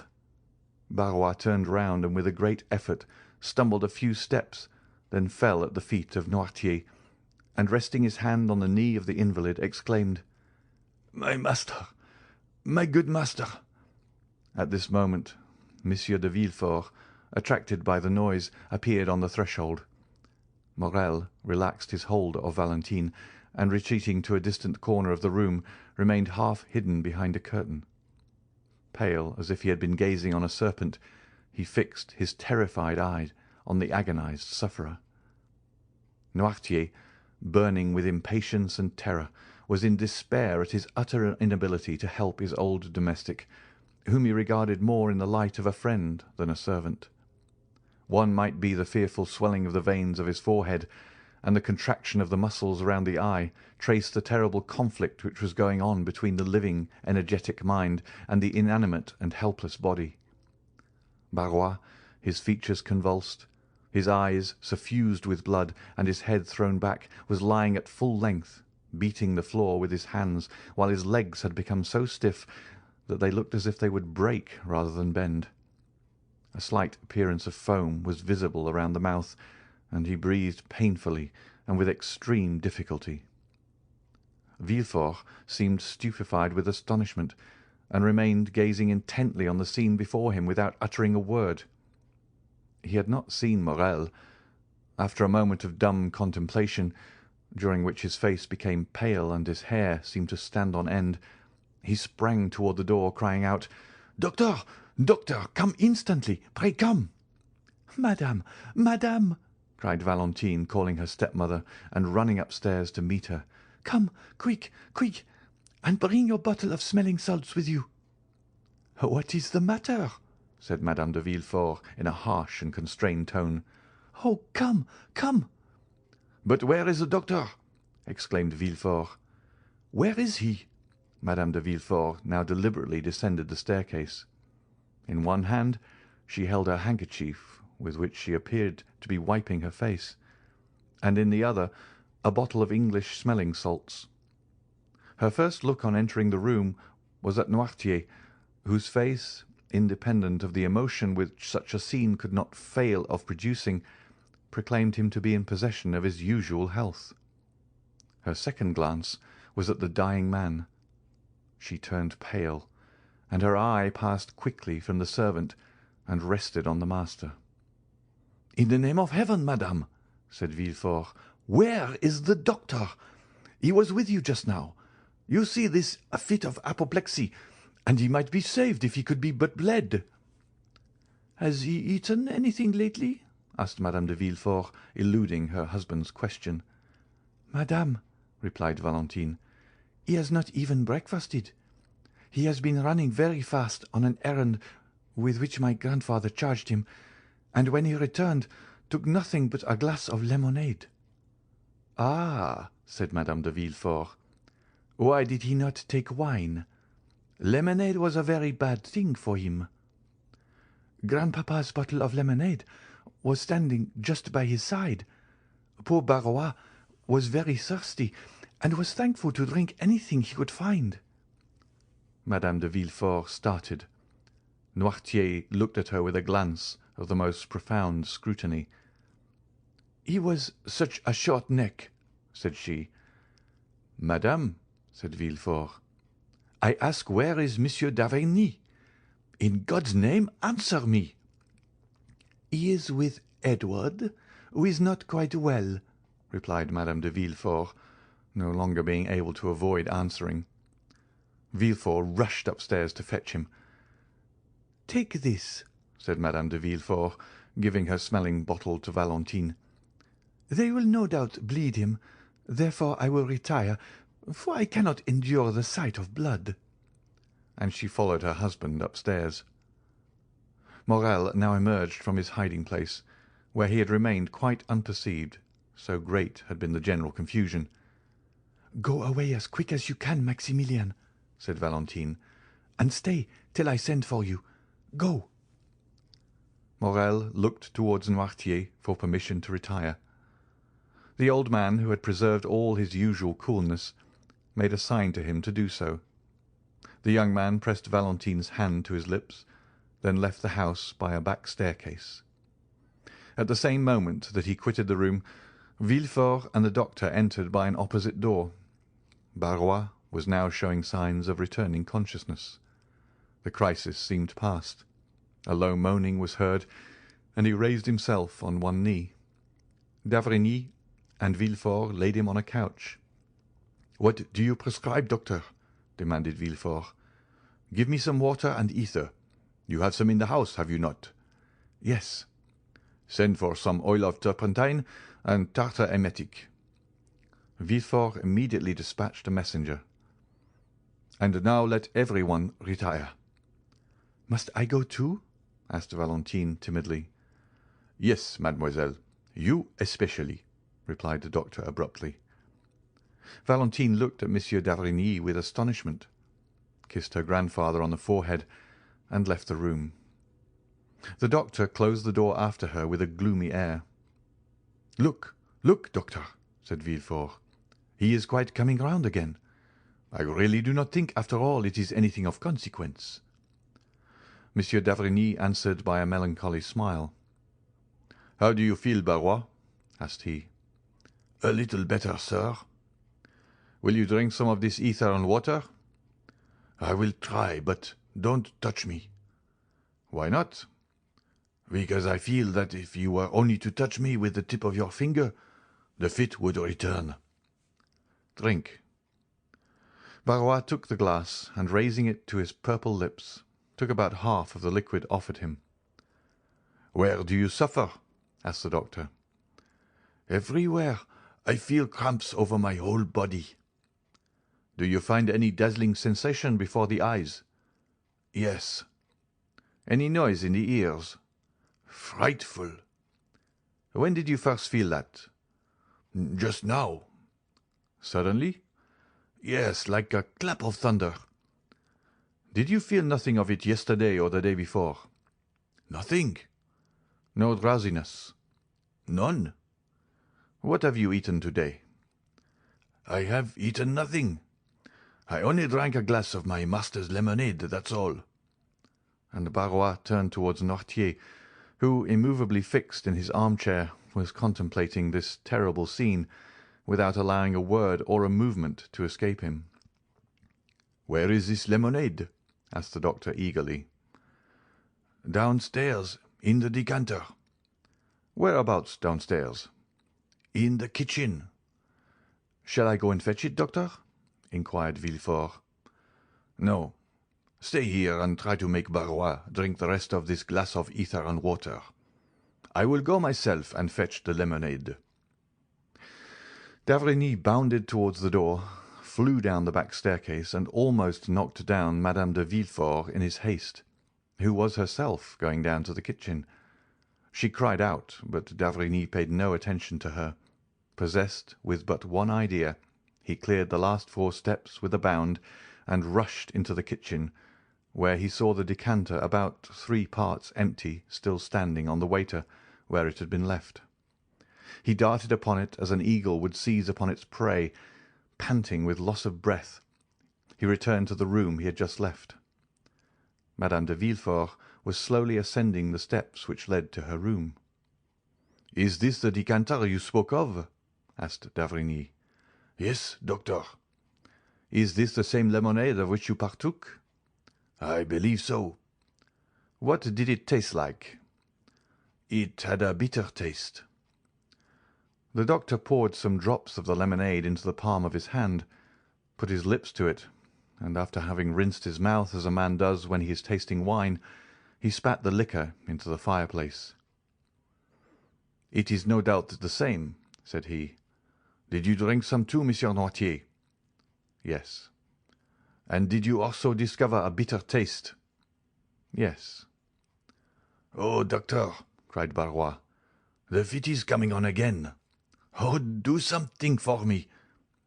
The doctor flew to his patient. "That emetic, Villefort. See if it is coming." Villefort sprang into the passage, exclaiming, "The emetic! The emetic!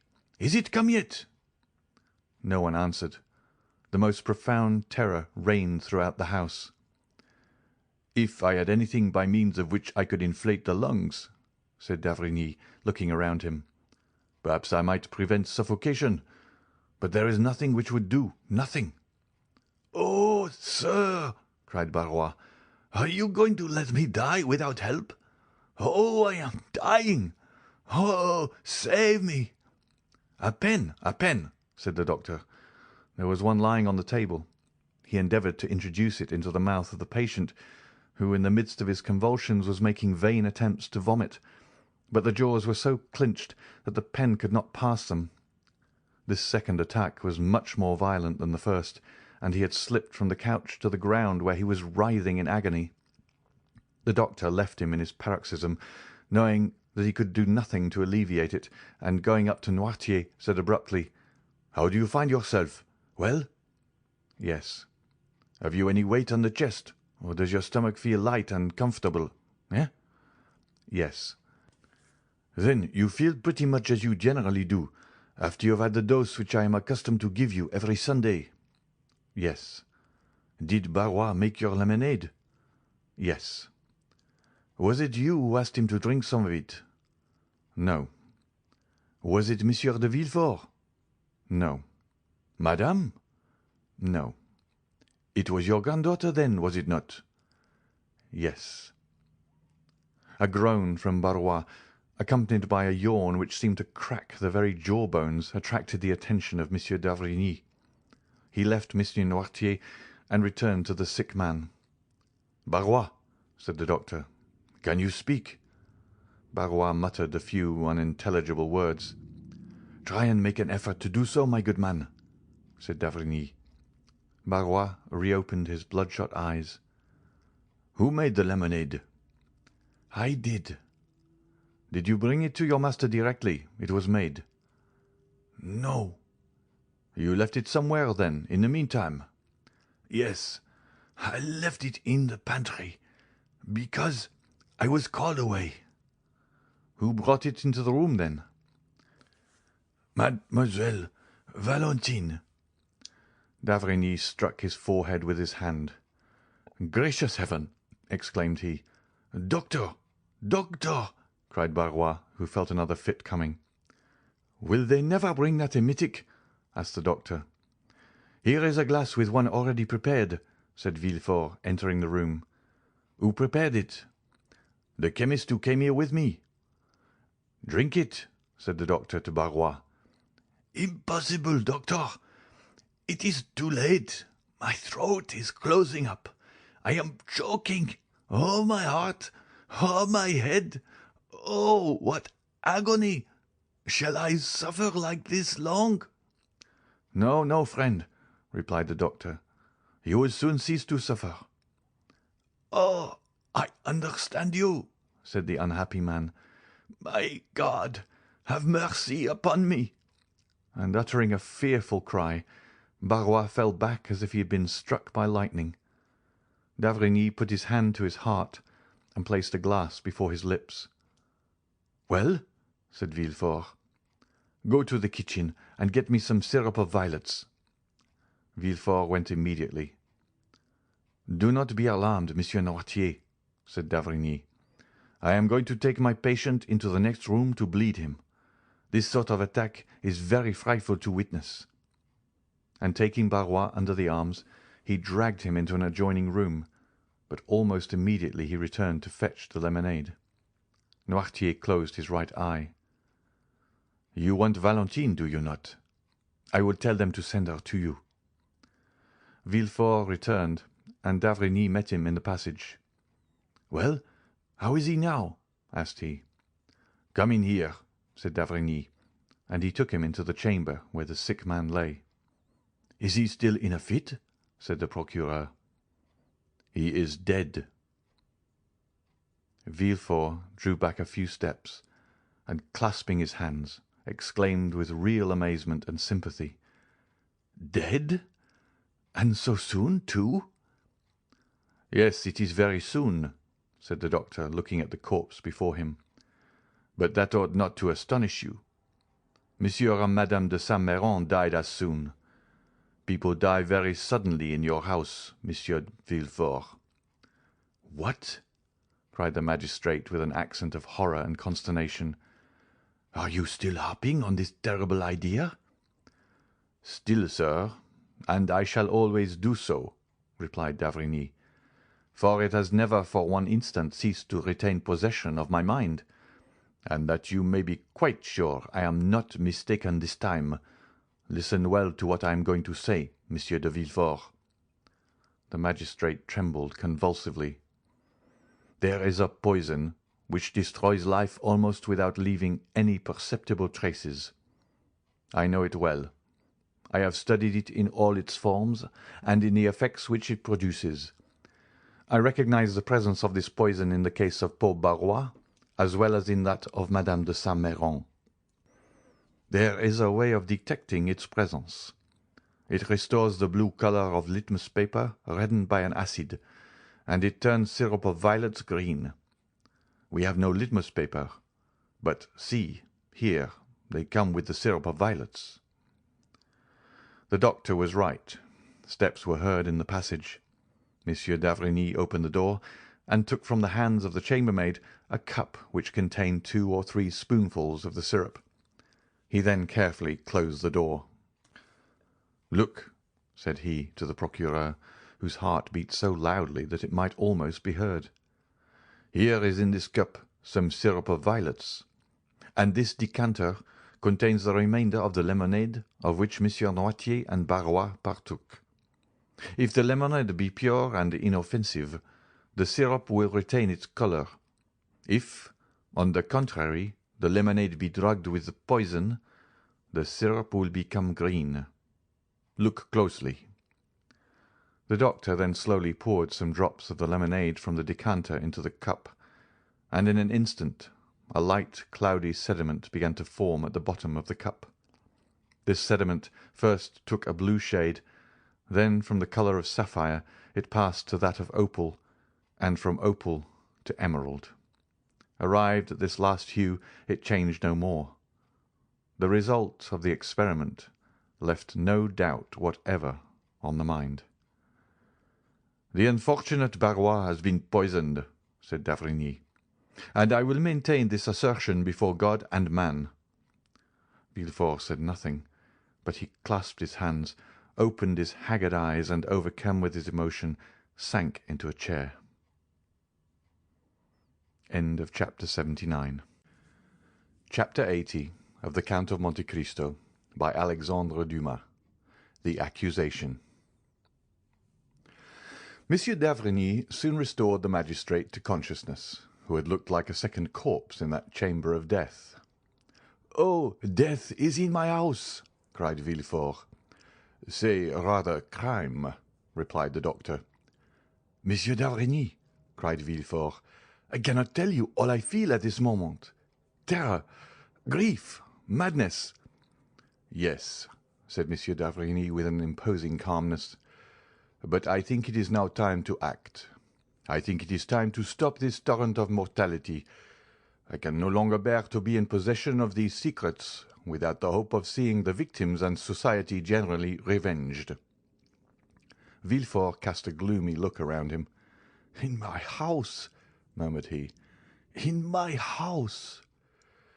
"Come, magistrate," said Monsieur d'Avrigny, "show yourself a man. As an interpreter of the law, do honour to your profession by sacrificing your selfish interest to it." "You make me shudder, doctor. Do you talk of a sacrifice?" "I do." "Do you, then, suspect anyone?"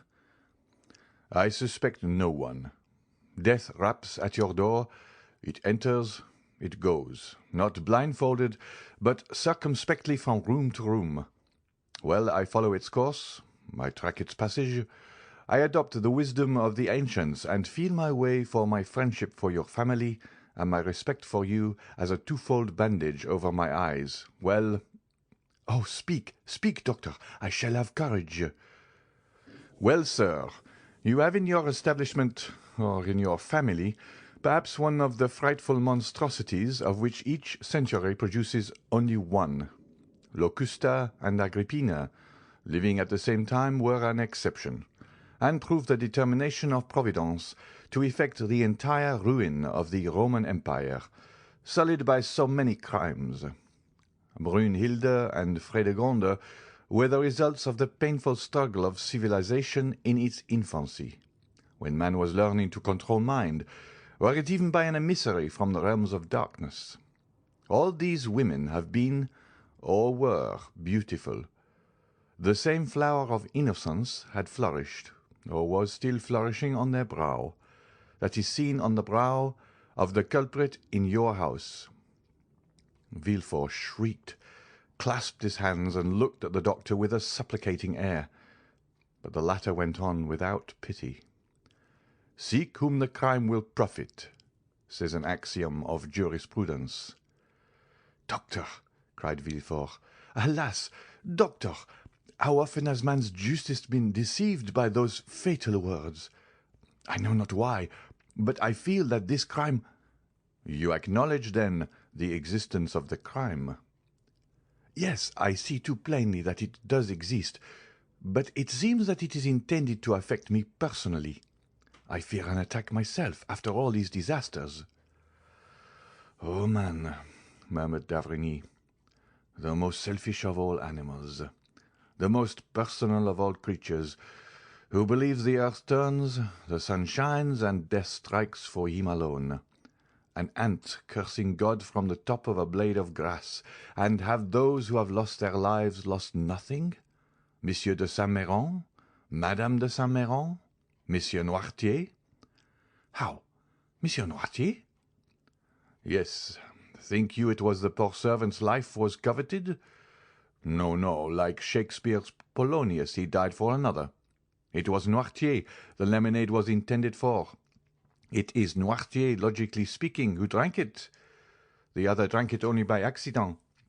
And although Barrois is dead, it was Noirtier whose death was wished for. But why did it not kill my father? I told you one evening in the garden after Madame de Saint-Méran's death, because his system is accustomed to that very poison, and the dose was trifling to him, which would be fatal to another, because no one knows, not even the assassin, that for the last 12 months I have given Monsieur Noirtier brucine for his paralytic affection, while the assassin is not ignorant, for he has proved that brucine is a violent poison.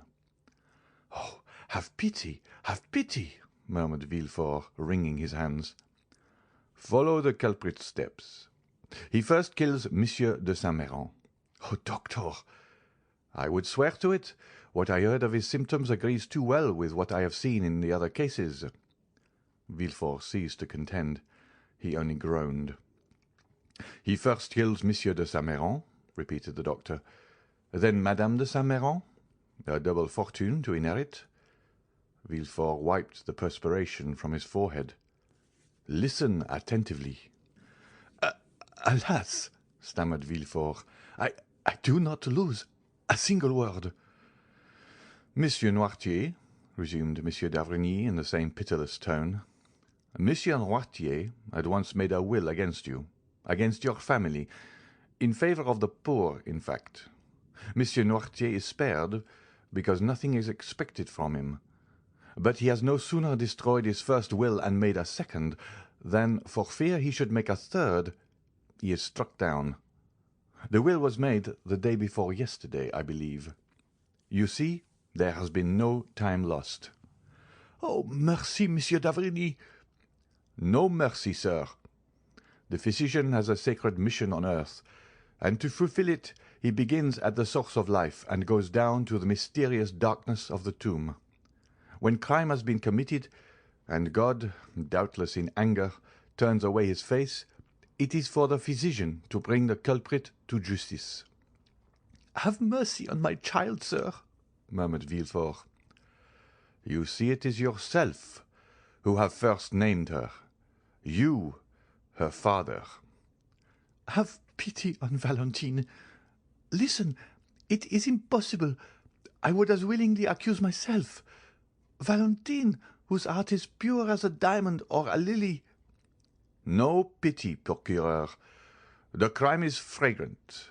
Mademoiselle herself packed all the medicines which were sent to Monsieur de Saint-Méran, and Monsieur de Saint-Méran is dead.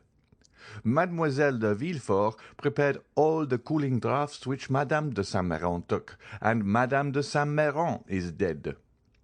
Mademoiselle de Villefort took from the hands of Barrois, who was sent out, the lemonade which Monsieur Noirtier had every morning, and he has escaped by a miracle. Mademoiselle de Villefort is the culprit. She is the poisoner. To you, as the king's attorney, I denounce Mademoiselle de Villefort. Do your duty. "Doctor, I resist no longer. I can no longer defend myself. I believe you, but for pity's sake, spare my life, my honor." Monsieur de Villefort, replied the doctor with increased vehemence, there are occasions when I dispense with all foolish human circumspection.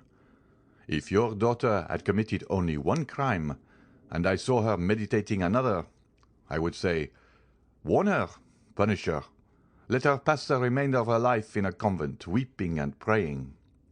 If she had committed two crimes, I would say, here, Monsieur de Villefort, is a poison that the prisoner is not acquainted with, one that has no known antidote.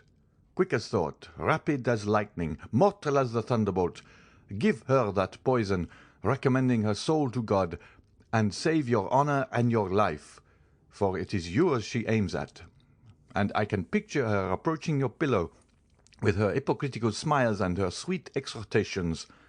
Woe to you, Monsieur de Villefort, if you do not strike first. That is what I would say had she only killed 2 persons. But she has seen 3 deaths, has contemplated 3 murdered persons, has knelt by 3 corpses. To the scaffold with the poisoner. To the scaffold. Do you talk of your honor? Do what I tell you, and immortality awaits you. Villefort fell on his knees.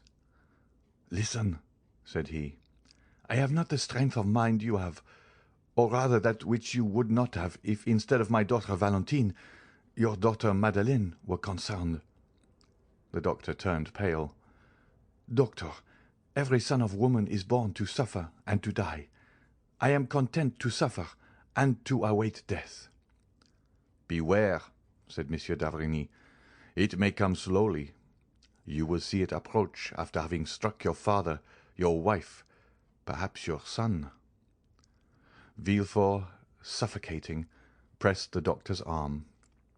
"Listen," cried he. "Pity me. Help me. No, my daughter is not guilty. If you drag us both before a tribunal, I will still say, no, my daughter is not guilty. There is no crime in my house. I will not acknowledge a crime in my house, for when crime enters a dwelling, it is like death. It does not come alone. Listen, what does it signify to you if I am murdered? Are you my friend? Are you a man? Have you a heart? No, you are a physician. Well, I tell you, I will not drag my daughter before a tribunal and give her up to the executioner. Would drive me like a madman to dig my heart out with my fingernails. And if you were mistaken, doctor, if you were not my daughter, if I should come one day, pale as a spectre, and say to you, 'Assassin, you have killed my child,' hold, if that should happen, although I am a Christian, Monsieur d'Avrigny, I should kill myself." "Well," said the doctor, after a moment's silence, "I will wait." Villefort looked at him as if he had doubted his words. "Only," continued Monsieur d'Avrigny with a slow and solemn tone, "if anyone falls ill in your house, if you feel yourself attacked, do not send for me, for I will come no more. I will consent to share this dreadful secret with you, but I will not allow shame and remorse to grow and increase in my conscience, as crime and misery will in your house." "Then you abandon me, doctor?" "Yes, for I can follow you no farther, and I only stop at the foot of the scaffold. Some further discovery will be made which will bring this dreadful tragedy to a close. Adieu." "I entreat you, doctor." "All the horrors that disturb my thoughts make your house odious and fatal. Adieu, sir." "One word, one single word more, doctor. You go, leaving me in all the horror of my situation, after increasing it by what you have revealed to me. But what will be reported of the sudden death of the poor old servant?" "True," said Monsieur d'Avrigny. "We will return." The doctor went out first, followed by Monsieur de Villefort. The terrified servants were on the stairs and in the passage where the doctor would pass. "Sir," said d'Avrigny to Villefort, so loud that all might hear, "poor Barrois has led too sedentary a life of late. Accustomed formerly to ride on horseback or in the carriage to the four corners of Europe, the monotonous walk around that armchair has killed him. His blood has thickened. He was stout, had a short, thick neck. He was attacked with apoplexy, and I was called in too late. By the way," added he in a low tone, "take care to throw away that cup of syrup of violets in the ashes." The doctor, without shaking hands with Villefort, without adding a word to what he had said, went out, amid the tears and lamentations of the whole household. The same evening all Villefort's servants, who had assembled in the kitchen and had a long consultation, came to tell Madame de Villefort that they wished to leave. No entreaty, no proposition of increased wages could induce them to remain. To every argument they replied, "We must go, for death is in this house." They all left in spite of prayers and entreaties, testifying their regret at leaving so good a master and mistress, and especially Mademoiselle Valentine, so good, so kind, and so gentle. Villefort looked at Valentine as they said this. She was in tears, and, strange as it was, in spite of the emotions he felt at the sight of these tears, he looked also at Madame de Villefort, and it appeared to him as if a slight, gloomy smile had passed over her thin lips, like a meteor seen passing inauspiciously between two clouds in a stormy sky. End of Chapter 80. Chapter 81 of the Count of Monte Cristo by Alexandre Dumas. The room of the retired baker. The evening of the day on which the Count of Morcerf had left Danglars' house with feelings of shame and anger at the rejection of the projected alliance, Monsieur Andrea Cavalcanti, with curled hair, moustaches in perfect order, and white gloves which fitted admirably, had entered the courtyard of the banker's house in La Chaussée-d'Antin. He had not been more than 10 minutes in the drawing-room before he drew Danglars aside into the recess of a bow window, and, after an ingenious preamble, related to him all his anxieties and cares since his noble father's departure. He acknowledged the extreme kindness which had been shown him by the banker's family, in which he had been received as a son, and where, besides his warmest affections, had found an object on which to centre in Mademoiselle Danglars. Danglars listened with the most profound attention. He had expected this declaration for the last 2 or 3 days, and when at last it came, his eyes glistened as much as they had lowered on listening to Morcerf. He would not, however, yield immediately to the young man's request, but made a few conscientious objections. "Are you not rather young, Monsieur Andrea, to think of marrying?" "I think not, sir," replied Monsieur Cavalcanti. "In Italy, the nobility generally marry young.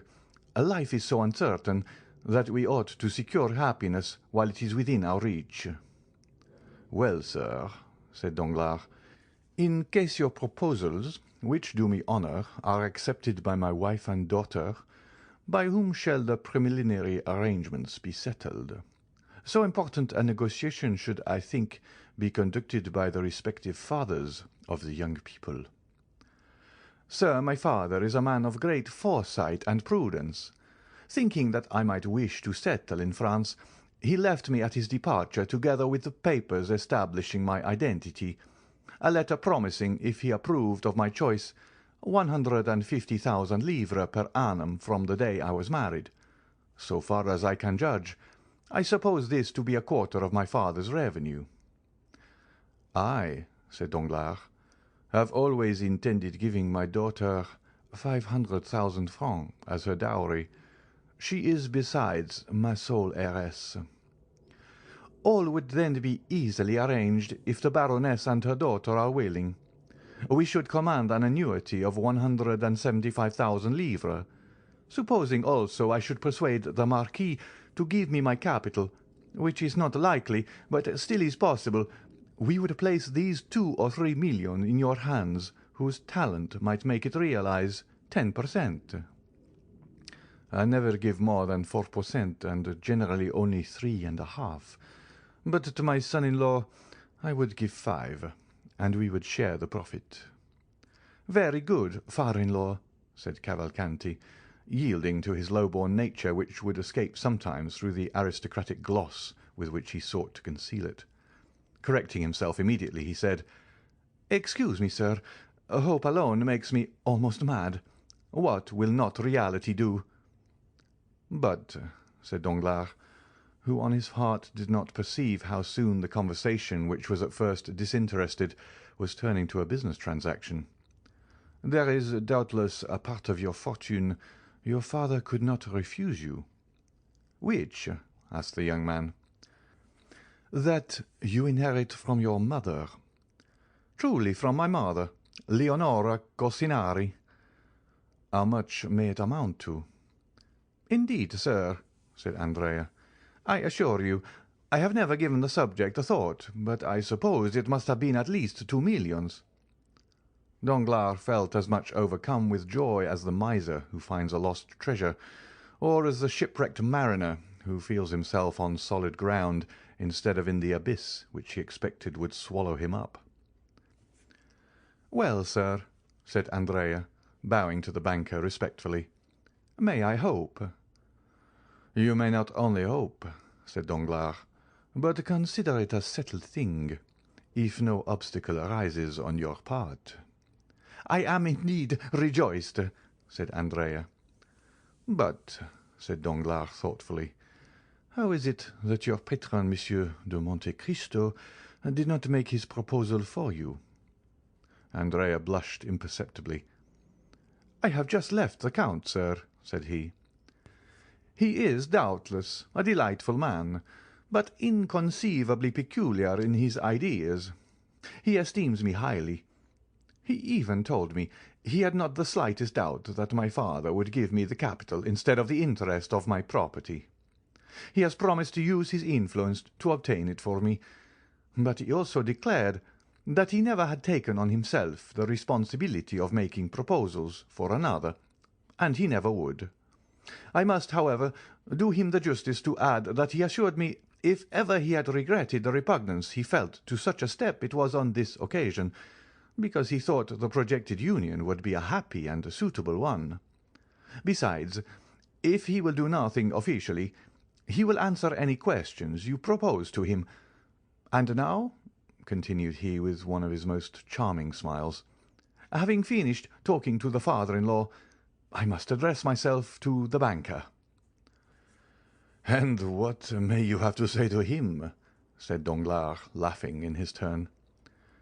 "That the day after tomorrow I shall have to draw upon you for about 4,000 francs, but the count, expecting my bachelor's revenue could not suffice for the coming month's outlay, has offered me a draft for 20,000 francs.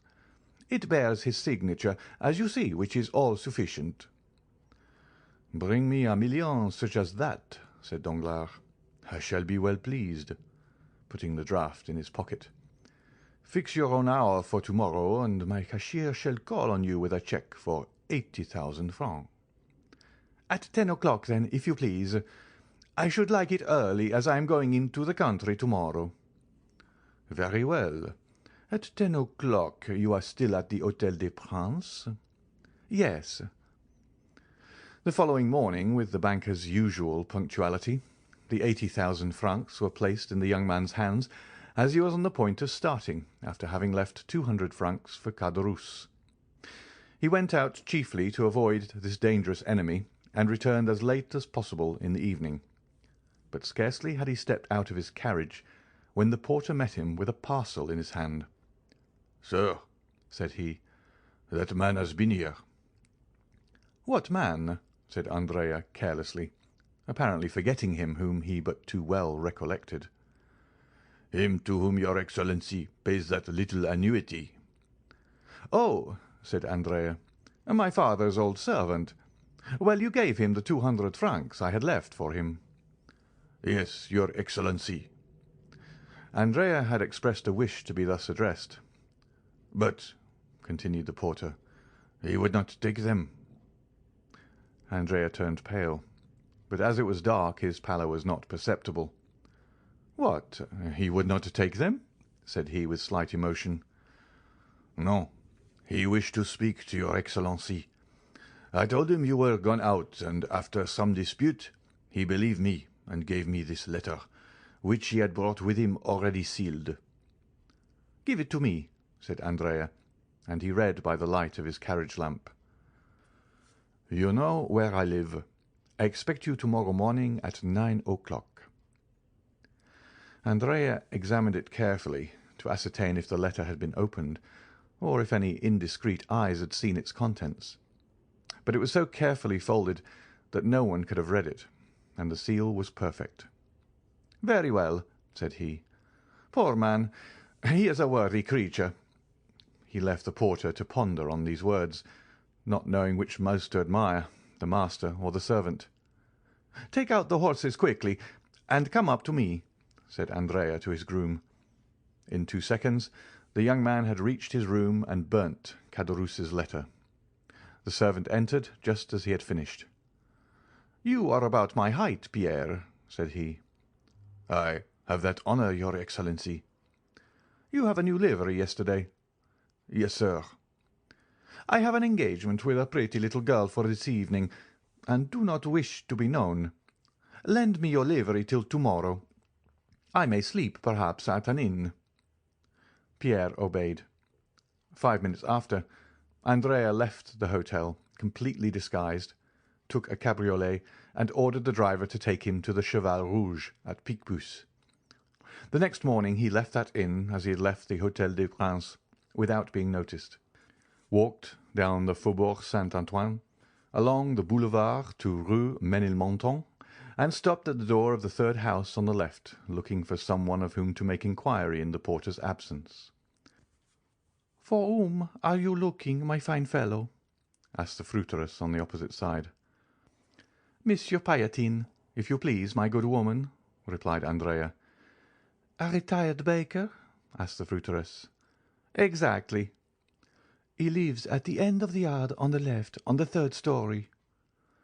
Andrea went as she directed him, and on the third floor he found a hare's paw, which by the hasty ringing of the bell it was evident he pulled with considerable ill temper.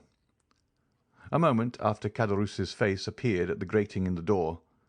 "Ah, you are punctual," said he, as he drew back the door. "Confound you and your punctuality," said Andrea, throwing himself into a chair in a manner which implied that he would rather have flung it at the head of his host. "Come, come, my little fellow, don't be angry. See, I have thought about you.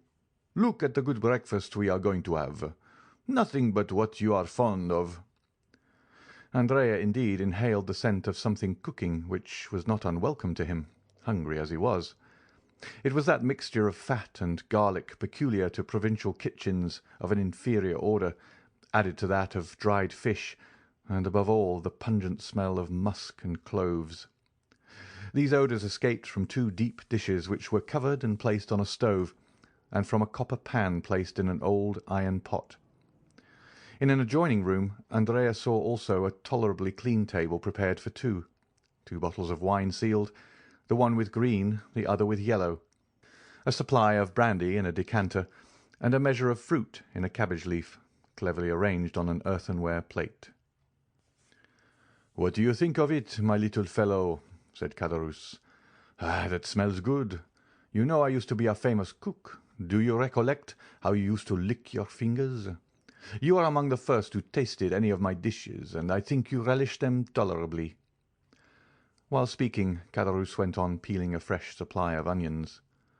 "But," said Andrea ill-temperedly, "by my faith, if it was only to breakfast with you that you disturbed me, I wish the devil had taken you." "My boy," said Caderousse sententiously, "one can talk while eating, and then, you ungrateful being, you are not pleased to see an old friend? I am weeping with joy." He was truly crying, but it would have been difficult to say whether joy or the onions produced the greatest effect on the lachrymal glands of the old innkeeper of the Pont du Gard.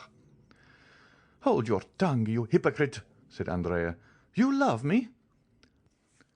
"Yes, I do, or make the devil take me. I know it is a weakness," said Caderousse, "but it overpowers me." "And yet it has not prevented your sending for me to play me some trick." "Come," said Caderousse, wiping his large knife on his apron, "if I do not like you, do you think I should endure the wretched life you lead me? Think for a moment. You have your servant's clothes on. You therefore keep a servant. I have none, and am obliged to prepare my own meals. You abuse my cookery because you dine at the table d'hôte of the Hôtel des Princes or the Café de Paris. Well, I too could keep a servant. I too could have a tilbury. I too could dine where I like. But why do I not? Because I would not annoy my little Benedetto. Come, just acknowledge that I could, eh?" This address was accompanied by a look which was by no means difficult to understand. "Well," said Andrea, "admitting your love, why do you want me to breakfast with you?" "That I may have the pleasure of seeing you, my little fellow." What is the use of seeing me after we have made all our arrangements?" Dear friend," said Caderousse, "are wills ever made without codicils? But you first came to breakfast, did you not? Well, sit down, and let us begin with these pilchards and this fresh butter, which I have put on some vine leaves to please you, wicked one. Ah, yes, you look at my room, my 4 straw chairs, my image, 3 francs each. But what do you expect? This is not the Hôtel des Princes. Come, you are growing discontented. You are no longer happy. You, who only wish to live like a retired baker." Caderousse sighed. "Well, what have you to say? You have seen your dream realized." "I can still say it is a dream. A retired baker, my poor Benedetto, is rich. He has an annuity." "Well, you have an annuity." "I have?" "Yes, since I bring you your 200 francs." Caderousse shrugged his shoulders. "It is humiliating," said he, "thus to receive money given grudgingly, an uncertain supply which may soon fail. You see, I am obliged to economize, in case your prosperity should cease. Well, my friend, fortune is inconstant, as the chaplain of the regiment said. I know your prosperity is great, you rascal. You are to marry the daughter of Danglars." "What, of Danglars?" "Yes, to be sure. Must I say Baron Danglars? I might as well say Count Benedetto. He was an old friend of mine, and if he had not so bad a memory, he ought to invite me to your wedding, seeing he came to mine. Yes, yes, to mine. Gad, he was not so proud then. He was an underclerk to the good Monsieur Morel. I have dined many times with him and the Count of Morcerf. So you see I have some high connections, and were I to cultivate them a little, we might meet in the same drawing-rooms." "Come, your jealousy represents everything to you in the wrong light." "That is all very fine, Benedetto mio, but I know what I am saying. Perhaps I may one day put on my best coat, and presenting myself at the great gate, introduce myself. Meanwhile, let us sit down and eat." Caderousse set the example and attacked the breakfast with good appetite, praising each dish he set before his visitor. The latter seemed to have resigned himself. He drew the corks and partook largely of the fish with the garlic and fat. "Ah, mate," said Caderousse, "you are getting on better terms with your old landlord." "Faith, yes," replied Andrea, whose hunger prevailed over every other feeling. "So you like it, you rogue?" "So much that I wonder how a man who can cook thus can complain of hard living." "Do you see?" said Caderousse. "All my happiness is marred by one thought." "What is that?" "That I am dependent on another, I who have always gained my own livelihood honestly." "Do not let that disturb you. I have enough for 2. "No, truly, you may believe me if you will. At the end of every month I am tormented by remorse." "Good Caderousse!"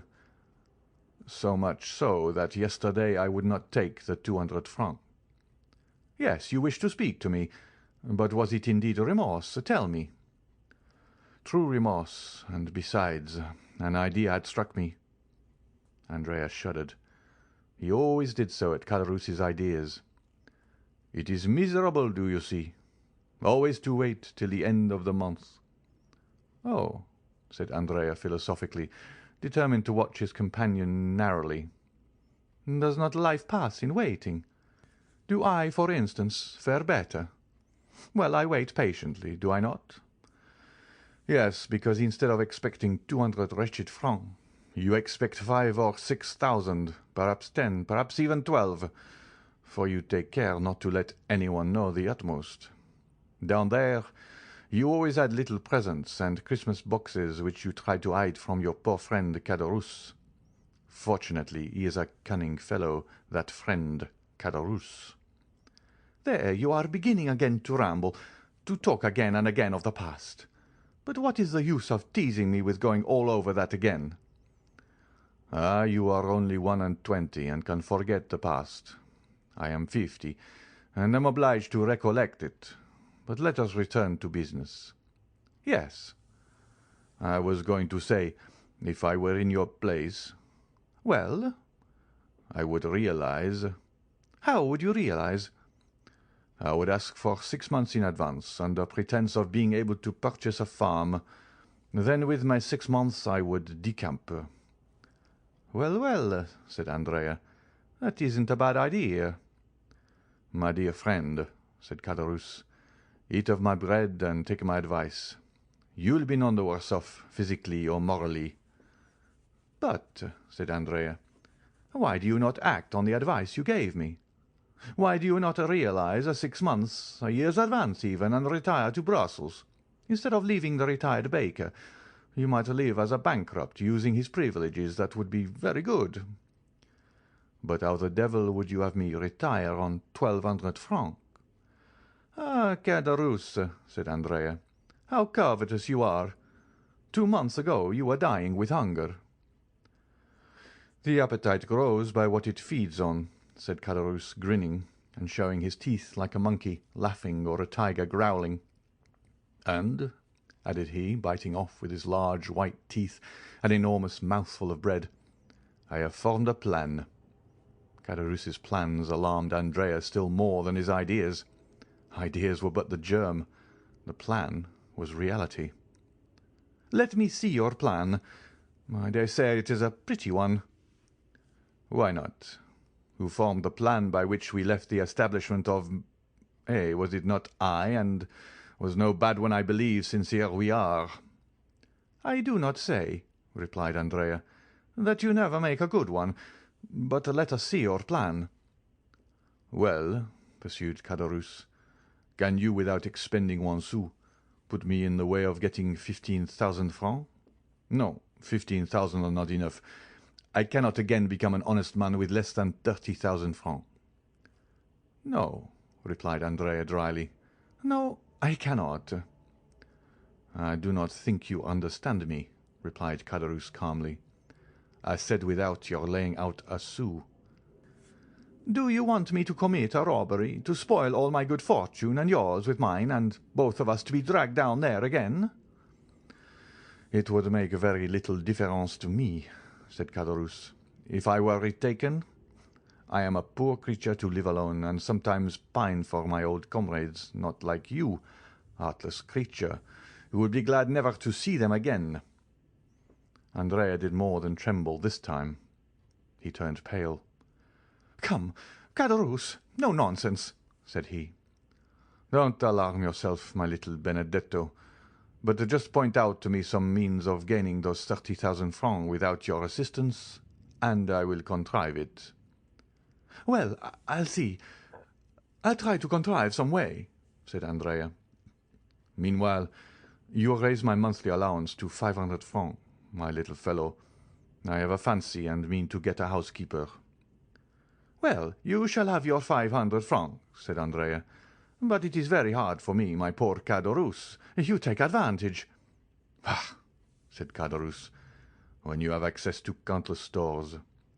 One would have said Andrea anticipated his companion's words, so did his eye flash like lightning. But it was but for a moment.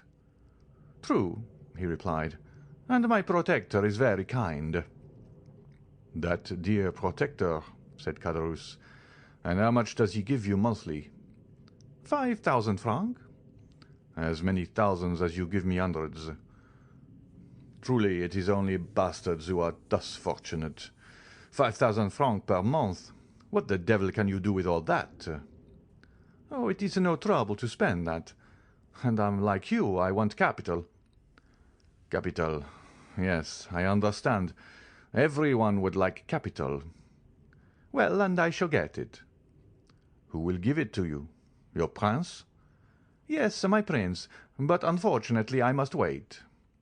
You must wait for what? Asked Caderousse. For his death. The death of your prince? Yes. How so? Because he has made his will in my favour. Indeed. On my honour. For how much? For 500,000. Only that? It's little enough. But so it is. No, it cannot be. Are you my friend, Caderousse? Yes, in life or death.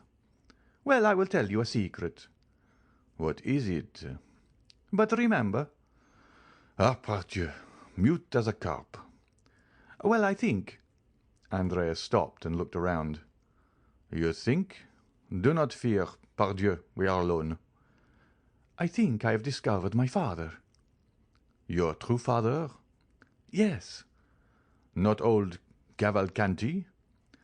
No, for he has gone again. The true one, as you say. And what father is? Well, Caderousse, it is Monte Cristo. Ah! Yes, you understand, that explains all. He cannot acknowledge me openly, it appears, but he does it through Monsieur Cavalcanti, and gives him 50,000 francs for it. 50,000 francs for being your father? I would have done it for half that, for 20,000, for 15,000. Why did you not think of me, ungrateful man? Did I know anything about it, when it was all done, when I was down there? Ah, truly. And you say that by his will he leaves me 500,000 livres. Are you sure of it? He showed it to me. But that is not all. There is a codicil, as I said just now. Probably. And in that codicil he acknowledges me. Oh, the good father, the brave father, the very honest father, said Caderousse, twirling a plate in the air between his two hands. Now say if I conceal anything from you. No, and your confidence makes you honourable in my opinion. And your princely father, is he rich? Very rich? Yes, he is that. He does not himself know the amount of his fortune. Is it possible? It is evident enough to me, who am always at his house. The other day a banker's clerk brought him 50,000 francs in a portfolio about the size of your plate.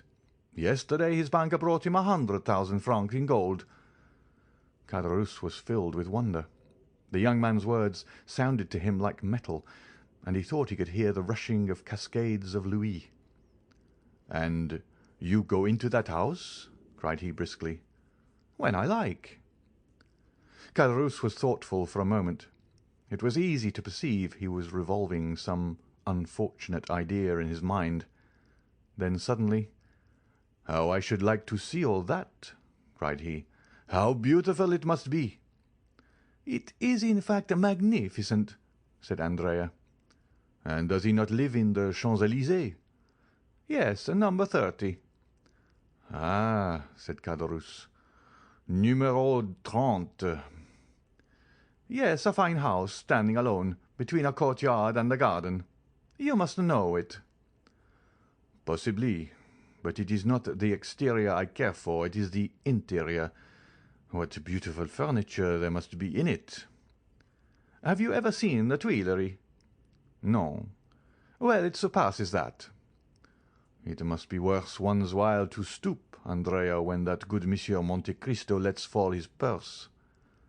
"It is not worth while to wait for that," said Andrea. "Money is as plentiful in that house as fruit in an orchard." "But you should take me there one day with you." "How can I? On what plea?" "You are right, but you have made my mouth water. I must absolutely see it. I shall find a way." "No nonsense, Caderousse." "I will offer myself as floor polisher." "The rooms are all carpeted." "Well, then, I must be contented to imagine it." "That is the best plan, believe me." "Try at least to give me an idea of what it is." "How can I?" "Nothing is easier. Is it large?" "Middling." "How is it arranged?" "Faith, I should require pen, ink, and paper to make a plan." "They are all here," said Caderousse briskly. He fetched from an old secretary a sheet of white paper and pen and ink. "Here," said Caderousse. "Draw me all that on the paper, my boy." Andrea took the pen with an imperceptible smile and began. "The house, as I said, is between the court and the garden. In this way, do you see?" Andrea drew the garden, the court, and the house. High walls? Not more than 8 or 10 feet. That is not prudent, said Caderousse. In the court are orange trees in pots, turf, and clumps of flowers. And no steel traps? No. The stables? Are on either side of the gate, which you see there. And Andrea continued his plan. Let us see the ground floor, said Caderousse. On the ground floor, dining room, 2 drawing rooms, billiard rooms, staircase in the hall, and a little black staircase. Windows? Magnificent windows, so beautiful, so large, that I believe a man of your size should pass through each frame. Why the devil have they any stairs with such windows? Luxury has everything. But shutters? Yes, but they are never used. That Count of Monte Cristo is an original who loves to look at the sky, even at night. And where do the servants sleep? Oh, they have a house to themselves. Picture to yourself a pretty coach-house at the right-hand side, where the ladders are kept. Well, over that coach-house are the servants' rooms, with bells corresponding with the different apartments. Ah, diable! Bells, did you say? What do you mean? Oh, nothing. I only say they cost a load of money to hang. And what is the use of them, I should like to know? There used to be a dog let loose in the yard at night, but it has been taken to the house at Auteuil, to that you went to, you know. Yes.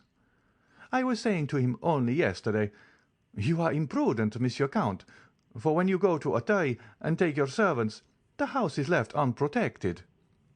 Well, said he, what next? Well, next some day you will be robbed. What did he answer? He quietly said, What do I care if I am? Andrea, he has some secretary with a spring. How do you know? Yes, which catches the thief in a trap and plays a tune. I was told there was such at the last exhibition.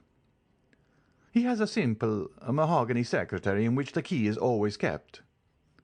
And he is not robbed? No, his servants are all devoted to him. There ought to be some money in that secretary. There may be. No one knows what there is. And where is it? On the first floor. Sketch me the plan of that floor, as you have done of the ground floor, my boy. That is very simple. Andrea took the pen. On the first story, do you see, there is the ante-room and the drawing-room. To the right of the drawing-room, a library and a study. To the left, a bedroom and a dressing-room. The famous secretary is in the dressing-room. Is there a window in the dressing-room? 2, one here and one there. Andrea sketched 2 windows in the room, which formed an angle on the plan, and appeared as a small square added to the rectangle of the bedroom. Caderousse became thoughtful. Does he often go to Auteuil? Added he. 2 or 3 times a week. Tomorrow, for instance, he is going to spend the day and night there. Are you sure of it? He has invited me to dine there.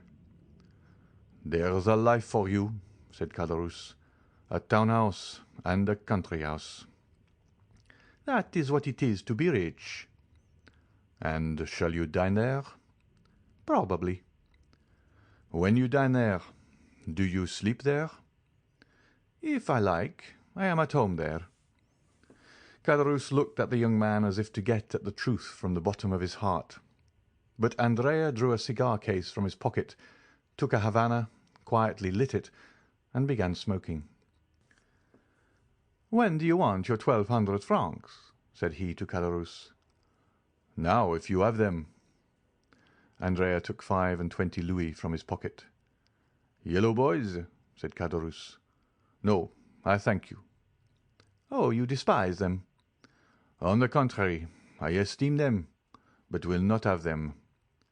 "You can change them, idiot. Gold is worth 5 sous." "Exactly. And he who changes them will follow friend Caderousse, lay hands on him, and demand what farmers pay him their rent in gold. No nonsense, my good fellow, silver simply, round coins with the head of some monarch or other on them. Anybody may possess a 5-franc piece." But do you suppose I carry 500 francs about with me? I should want a porter." "Well, leave them with your porter. He is to be trusted. I will call for them." "To-day?"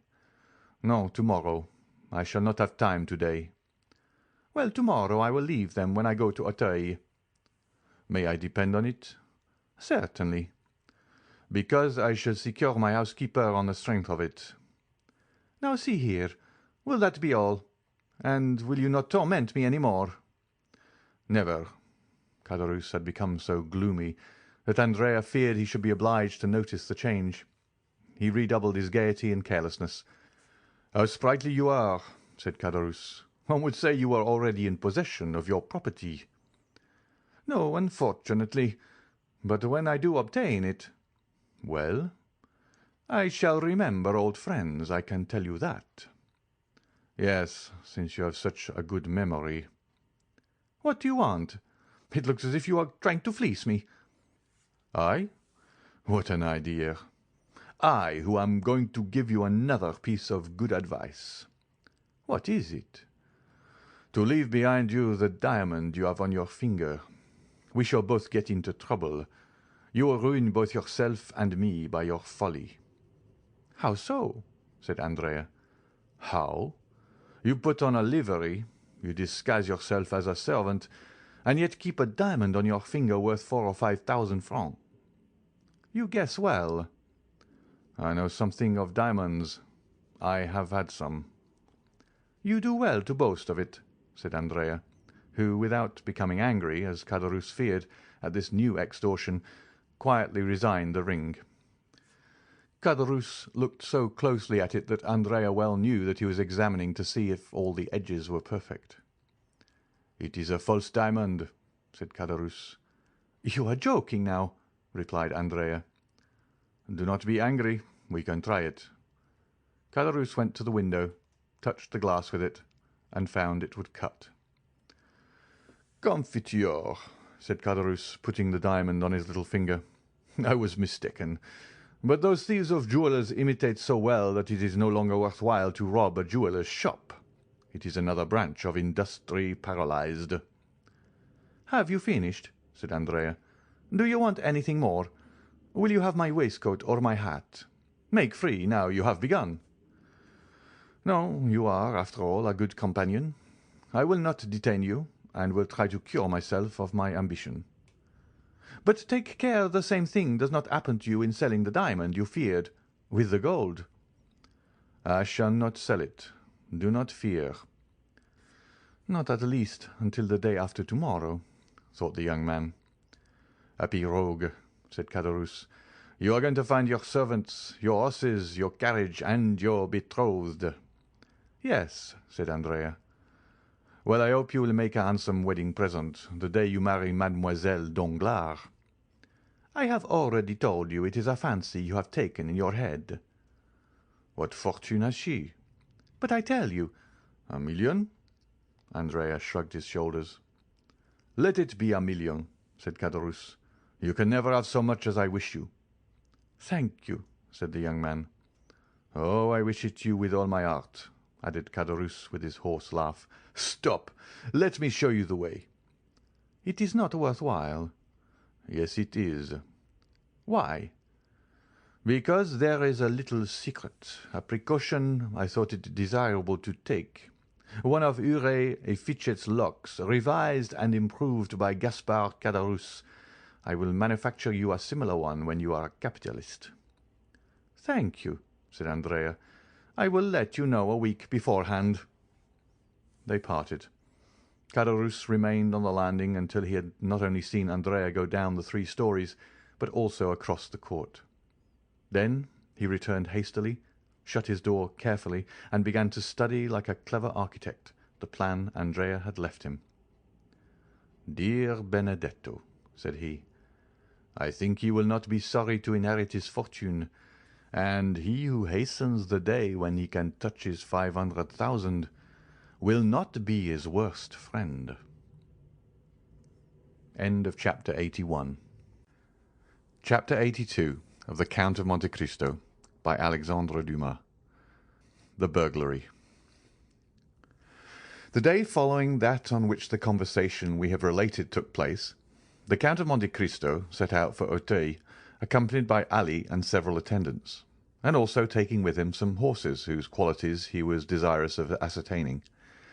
He was induced to undertake this journey, of which the day before he had not even thought, and which had not occurred to Andrea either, by the arrival of Bertuccio from Normandy with intelligence respecting the house and sloop. The house was ready, and the sloop, which had arrived a week before, lay at anchor in a small creek with her crew of 6 men, who had observed all the requisite formalities, and were ready again to put to sea.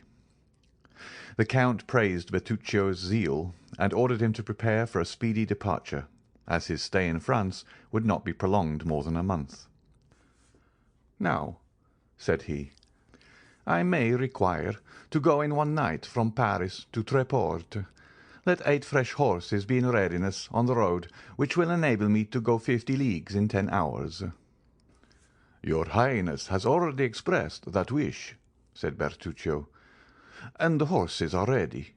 I have bought them and stationed them myself at the most desirable posts, that is, in villages where no one generally stops." "That's well," said Monte Cristo. "I remain here a day or two. Arrange accordingly." As Bertuccio was leaving the room to give the requisite orders, Baptistin opened the door. He held a letter on a silver waiter. "What are you doing here?" asked the Count, seeing him covered with dust. "I did not send for you, I think." Baptistin, without answering, approached the Count and presented the letter. "Important and urgent," said he. The Count opened the letter and read: "Monsieur de Monte Cristo is apprised that this night a man will enter his house in the Champs-Élysées with the intention of carrying off some papers supposed to be in the secretary in the dressing-room. The Count's well-known courage will render unnecessary the aid of the police, whose interference might seriously affect him who sends this advice. The Count, by any opening from the bedroom, or by concealing himself in the dressing-room, would be able to defend his property himself. Many attendants or apparent precautions would prevent the villain from the attempt, and Monsieur de Monte Cristo would lose the opportunity of discovering an enemy whom chance has revealed to him, who now sends this warning to the Count, a warning he might not be able to send another time, if this first attempt should fail and another be made." The Count's first idea was that this was an artifice, a gross deception to draw his attention from a minor danger in order to expose him to a greater. He was on the point of sending the letter to the commissary of police, notwithstanding the advice of his anonymous friend, or perhaps because of that advice, when suddenly the idea occurred to him that it might be some personal enemy whom he alone should recognize, and over whom, if such were the case, he alone would gain any advantage, as Fiesco had done over the Moor who would have killed him. We know the Count's vigorous and daring mind, denying anything to be impossible, with that energy which marks the great man. From his past life, from his resolution to shrink from nothing, the Count had acquired an inconceivable relish for the contests in which he had engaged, sometimes against nature, that is to say, against God, and sometimes against the world, that is, against the devil. "They do not want my papers," said Monte Cristo. "They want to kill me. They are no robbers, but assassins. I will not allow the prefect of police to interfere with my private affairs. I am rich enough, forsooth, to distribute his authority on this occasion." The Count recalled Baptistin, who had left the room after delivering the letter. "Return to Paris," said he. "Assemble the servants who remain there. I want all my household at Auteuil." "But will no one remain in the house, my lord?" asked Baptistin. "Yes, the porter."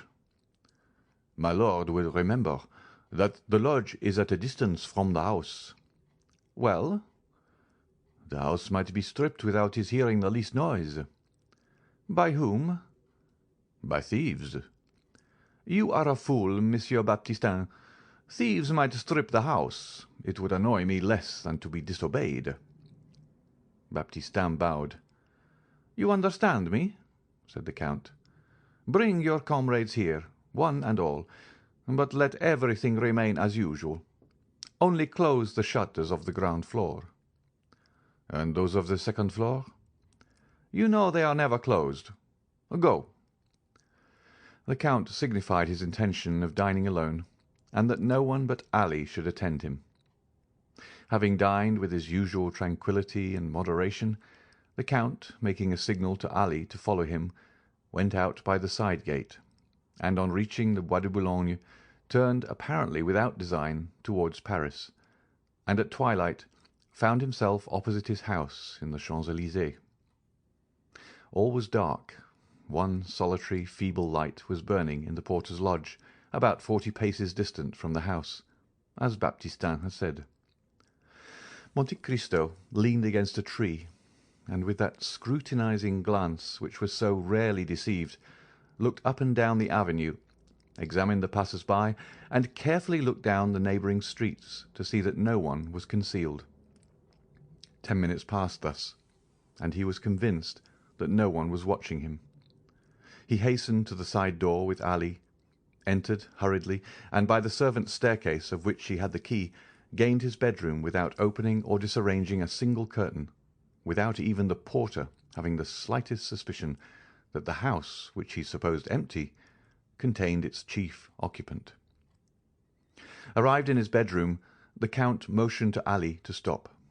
Then he passed into the dressing-room, which he examined. Everything appeared as usual, the precious secretary in its place, and the key in the secretary. He double-locked it, took the key, returned to the bedroom door, removed the double staple of the bolt, and went in. Meanwhile Ali had procured the arms the Count required, namely a short carbine and a pair of double-barrelled pistols, with which as sure an aim might be taken as with a single-barrelled one. Thus armed, the Count held the lives of 5 men in his hands. It was about 9:30. The Count and Ali ate in haste a crust of bread and drank a glass of Spanish wine. Then Monte Cristo slipped aside one of the movable panels which enabled him to see into the adjoining room. He had within his reach his pistols and carbine, and Ali, standing near him, held one of the small Arabian hatchets, whose form has not varied since the Crusades. Through one of the windows of the bedroom, on a line with that in the dressing-room, the Count could see into the street. 2 hours passed thus. It was intensely dark. Still Ali, thanks to his wild nature, and the Count, thanks doubtless to his long confinement, could distinguish in the darkness the slightest movement of the trees. The little light in the lodge had long been extinct. It might be expected that the attack, if indeed an attack was projected, would be made from the staircase of the ground floor, and not from a window. In Monte Cristo's opinion, the villains sought his life, not his money. It would be his bedroom they would attack, and they must reach it by the back staircase or by the window in the dressing-room. The clock of the Invalides struck 11:45. The west wind bore on its moistened gusts the doleful vibration of the 3 strokes. As the last stroke died away, the Count thought he heard a slight noise in the dressing-room. This first sound, or rather this first grinding, was followed by a second, then a third. At the 4th, the Count knew what to expect. A firm and well-practised hand was engaged in cutting the 4 sides of a pane of glass with a diamond. The Count felt his heart beat more rapidly. Inured as men may be to danger, forewarned as they may be of peril, they understand by the fluttering of the heart and the shuddering of the frame the enormous difference between a dream and a reality, between the project and the execution. However, Monte Cristo only made a sign to apprise Ali, who, understanding that danger was approaching from the other side, drew nearer to his master. Monte Cristo was eager to ascertain the strength and number of his enemies. The window whence the noise proceeded was opposite the opening by which the Count could see into the dressing-room. He fixed his eyes on that window. He distinguished a shadow in the darkness. Then one of the panes became quite opaque, as if a sheet of paper was stuck on the outside. Then the square cracked without falling. Through the opening an arm was passed to find the fastening, then a second. The window turned on its hinges, and a man entered. He was alone. "That's a daring rascal," whispered the Count. At that moment Ali touched him slightly on the shoulder. He turned. Ali pointed to the window of the room in which they were facing the street. "I see," said he. "There are two of them. One does the work while the other stands guard." He made a sign to Ali not to lose sight of the man in the street, and turned to the one in the dressing-room. The glass cutter had entered, and he was feeling his way, his arms stretched out before him. At last he appeared to have made himself familiar with his surroundings. There were two doors. He bolted them both. When he drew near to the bedroom door, Monte Cristo expected that he was coming in and raised one of his pistols, but he simply heard the sound of the bolts sliding in their copper rings. It was only a precaution. The nocturnal visitor, ignorant of the fact that the Count had removed the staples, might now think himself at home and pursue his purpose with full security. Alone and free to act as he wished, the man then drew from his pocket something which the Count could not discern, placed it on a stand, then went straight to the secretary, felt the lock, and, contrary to his expectation, found that the key was missing. But the glass-cutter was a prudent man who had provided for all emergencies. The Count soon heard the rattling of a bunch of skeleton keys, such as the locksmith brings when called to force a lock, and which thieves call nightingales, doubtless from the music of their nightly song when they grind against the bolt. "Aha!" whispered Monte Cristo with a smile of disappointment. "He is only a thief." But the man in the dark could not find the right key. He reached the instrument he had placed on the stand, touched a spring, and immediately a pale light, just bright enough to render objects distinct, was reflected on his hands and countenance. "By heavens!" exclaimed Monte Cristo, starting back. "It is." Ali raised his hatchet. "Don't stir," whispered Monte Cristo, "and put down your hatchet. We shall require no arms." Then he added some words in a low tone, for the exclamation which surprise had drawn from the Count, faint as it had been, had startled the man who remained in the pose of the old knife-grinder. It was an order the Count had just given, for immediately Ali went noiselessly and returned bearing a black dress and a three-cornered hat. Meanwhile, Monte Cristo had rapidly taken off his greatcoat, waistcoat, and shirt, and one might distinguish by the glimmering through the open panel that he wore a pliant tunic of steel mail, of which the last in France, where daggers are no longer dreaded, was worn by King Louis XVI, who feared the dagger at his breast, and whose head was cleft with a hatchet. The tunic soon disappeared under a long cassock, as did his hair under a priest's wig. The three-cornered hat over this effectually transformed the Count into an abbé.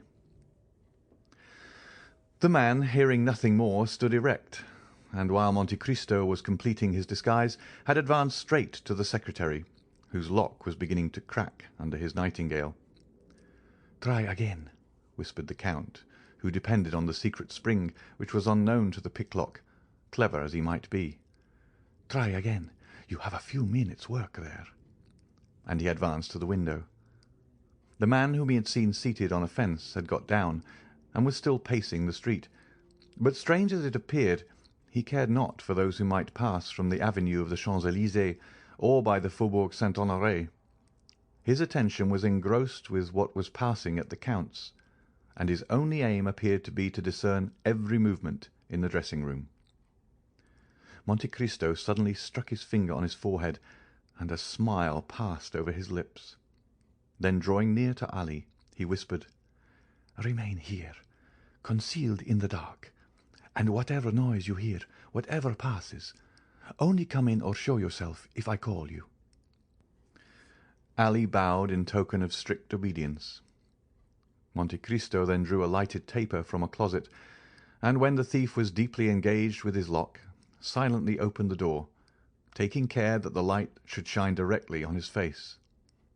The door opened so quietly that the thief heard no sound, But to his astonishment, the room was suddenly illuminated. He turned. "Ah, good evening, my dear Monsieur Caderousse," said Monte Cristo. "What are you doing here at such an hour?" "The Abbé Busoni!" exclaimed Caderousse, and, not knowing how this strange apparition could have entered when he had bolted the doors, he let fall his bunch of keys and remained motionless and stupefied. The Count placed himself between Caderousse and the window, thus cutting off from the thief his only chance of retreat. "The Abbé Busoni!" repeated Caderousse, fixing his haggard gaze on the Count.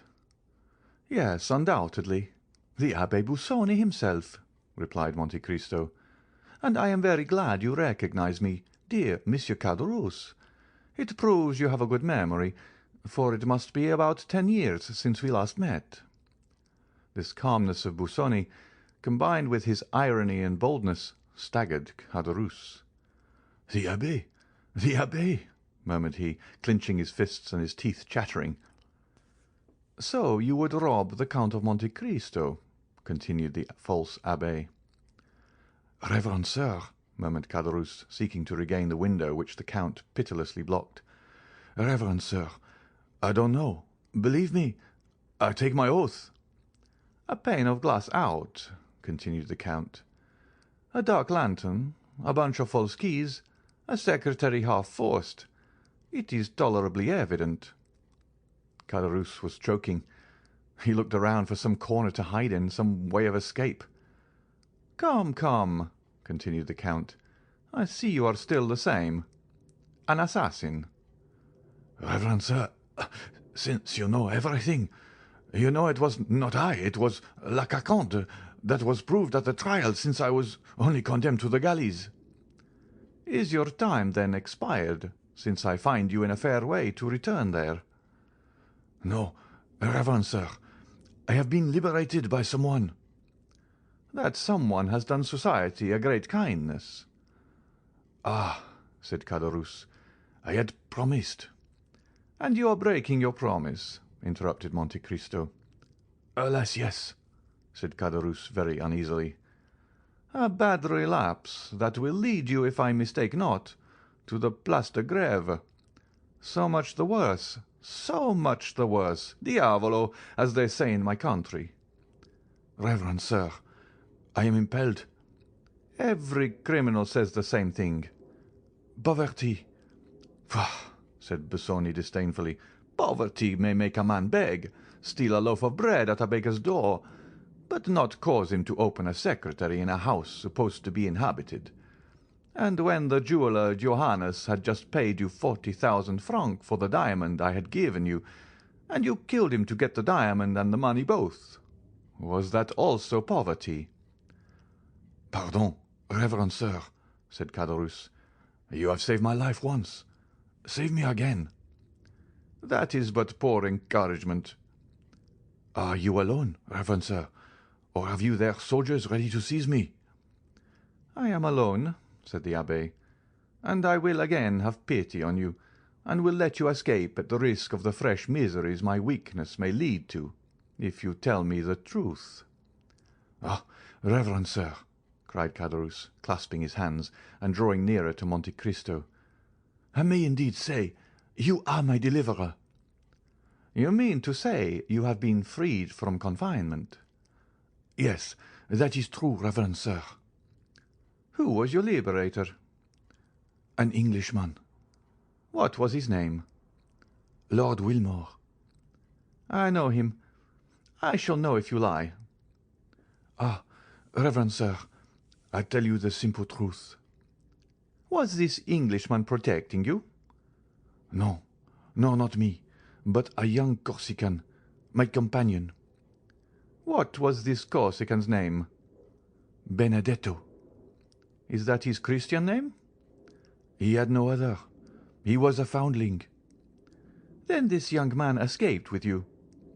"He did." "In what way?" "We were working at Saint-Mandrier, near Toulon.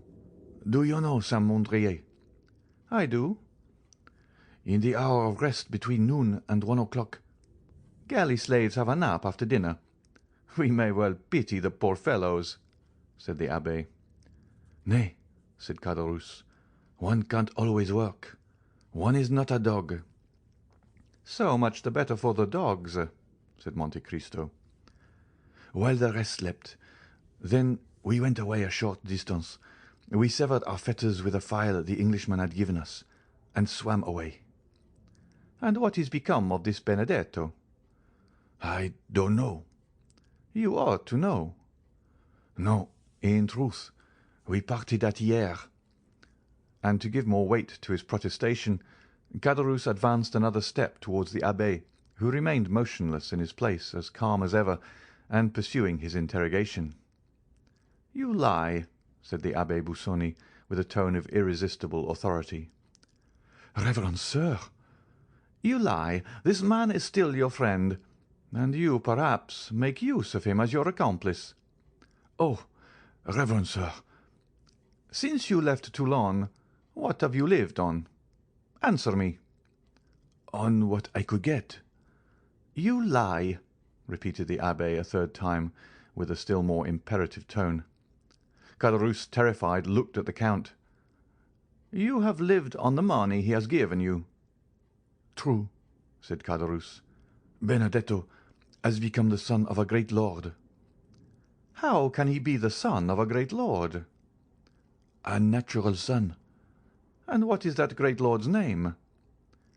"The Count of Monte Cristo, the very same in whose house we are in." "Benedetto the count's son," replied Monte Cristo, astonished in his turn. "Well, I should think so, since the count has found him a false father, since the count gives him 4,000 francs a month, and leaves him 500,000 francs in his will." "Ah, yes," said the fictitious abbé, who began to understand. "And what name does the young man bear meanwhile?" "Andrea Cavalcanti."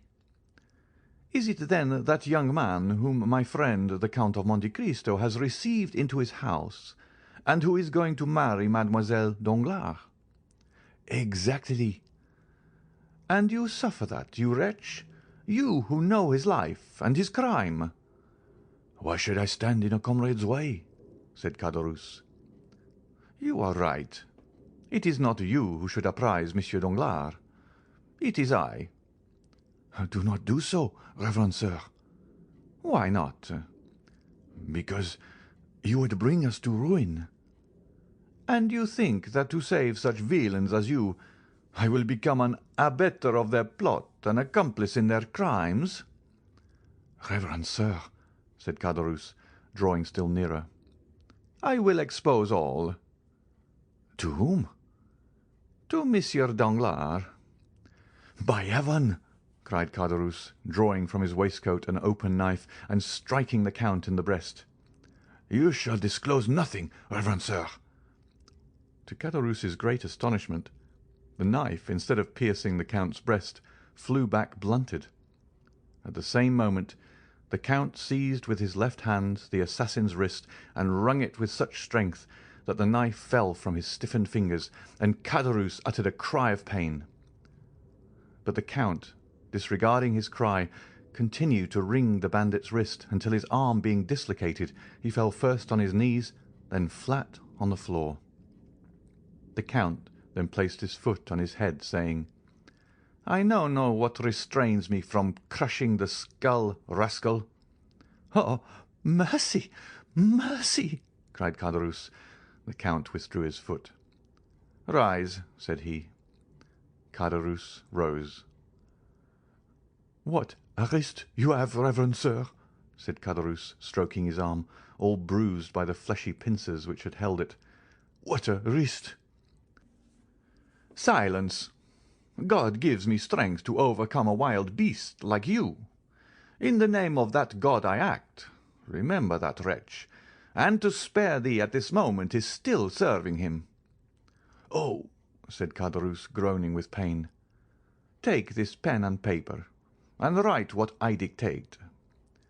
"I don't know how to write, reverend sir." "You lie! Take this pen and write." Caderousse, awed by the superior power of the abbé, sat down and wrote. Sir, the man whom you are receiving at your house, and to whom you intend to marry your daughter, is a felon who escaped with me from confinement at Toulon. He was number 59 and I number 58. He was called Benedetto, but he is ignorant of his real name, having never known his parents. Sign it," continued the Count. "But you would ruin me." "If I sought your ruin, fool, I should drag you to the first guard-house. Besides, when that note is delivered, in all probability you will have no more to fear. Sign it." Caderousse signed it. "The address: to Monsieur the Baron Danglars, banker, Rue de la Chaussée-d'Antin." Caderousse wrote the address. The abbé took the note. "Now," said he, "that suffices. Begone." "Which way?" "The way you came." "You wish me to get out at the window?" "You got in very well." "Oh, you have some design against me, reverend sir." "Idiot, what design can I have?" "Why, then, not let me out of the door." "What would be the advantage of waking the porter?" "Ah, reverend sir, tell me, do you wish me dead?" "I wish what God wills." "But swear that you will not strike me as I go down." "Cowardly fool!" "What do you intend doing with me?" "I ask you what can I do? I have tried to make you a happy man, and you have turned out a murderer." "Oh, monsieur," said Caderousse, "make one more attempt. Try me once more." "I will," said the Count. "Listen. You know if I may be relied on?" "Yes," said Caderousse. "If you arrive safely at home?" "What have I to fear, except from you?" "If you reach your home safely, leave Paris, leave France, and wherever you may be, so long as you conduct yourself well, I will send you a small annuity. For if you return home safely, then—" "Then?" asked Caderousse, shuddering. "Then I shall believe God has forgiven you, and I will forgive you too." As true as I am a Christian," stammered Caderousse. "you will make me die of fright." "Now begone," said the Count, pointing to the window. Caderousse, scarcely yet relying on this promise, put his legs out of the window and stood on the ladder. "Now go down," said the abbé, folding his arms. Understanding he had nothing more to fear from him, Caderousse began to go down. Then the Count brought the taper to the window, that it might be seen in the Champs-Élysées that a man was getting out of the window while another held a light. "What are you doing, reverend sir? Suppose a watchman should pass?" And he blew out the light. He then descended, but it was only when he felt his foot touch the ground that he was satisfied of his safety. Monte Cristo returned to his bedroom, and glancing rapidly from the garden to the street, he saw first Caderousse, who, after walking to the end of the garden, fixed his ladder against the wall at a different part from where he came in. The Count, then looking over into the street, saw the man who appeared to be waiting run in the same direction and place himself against the angle of the wall where Caderousse would come over. Caderousse climbed the ladder slowly and looked over the coping to see if the street was quiet. No one could be seen or heard. The clock of the Invalides struck 1. Then Caderousse sat astride the coping, and drawing up his ladder, passed it over the wall. Then he began to descend, or rather to slide down by the 2 stanchions, which he did with an ease which proved how accustomed he was to the exercise. But once started, he could not stop. In vain did he see a man start from the shadow when he was halfway down. In vain did he see an arm raised as he touched the ground. Before he could defend himself, that arm struck him so violently in the back that he let go the ladder, crying, "Help!" A second blow struck him almost immediately in the side, and he fell, calling, "Help! Murder!" Then, as he rolled on the ground, his adversary seized him by the hair and struck him a third blow in the chest.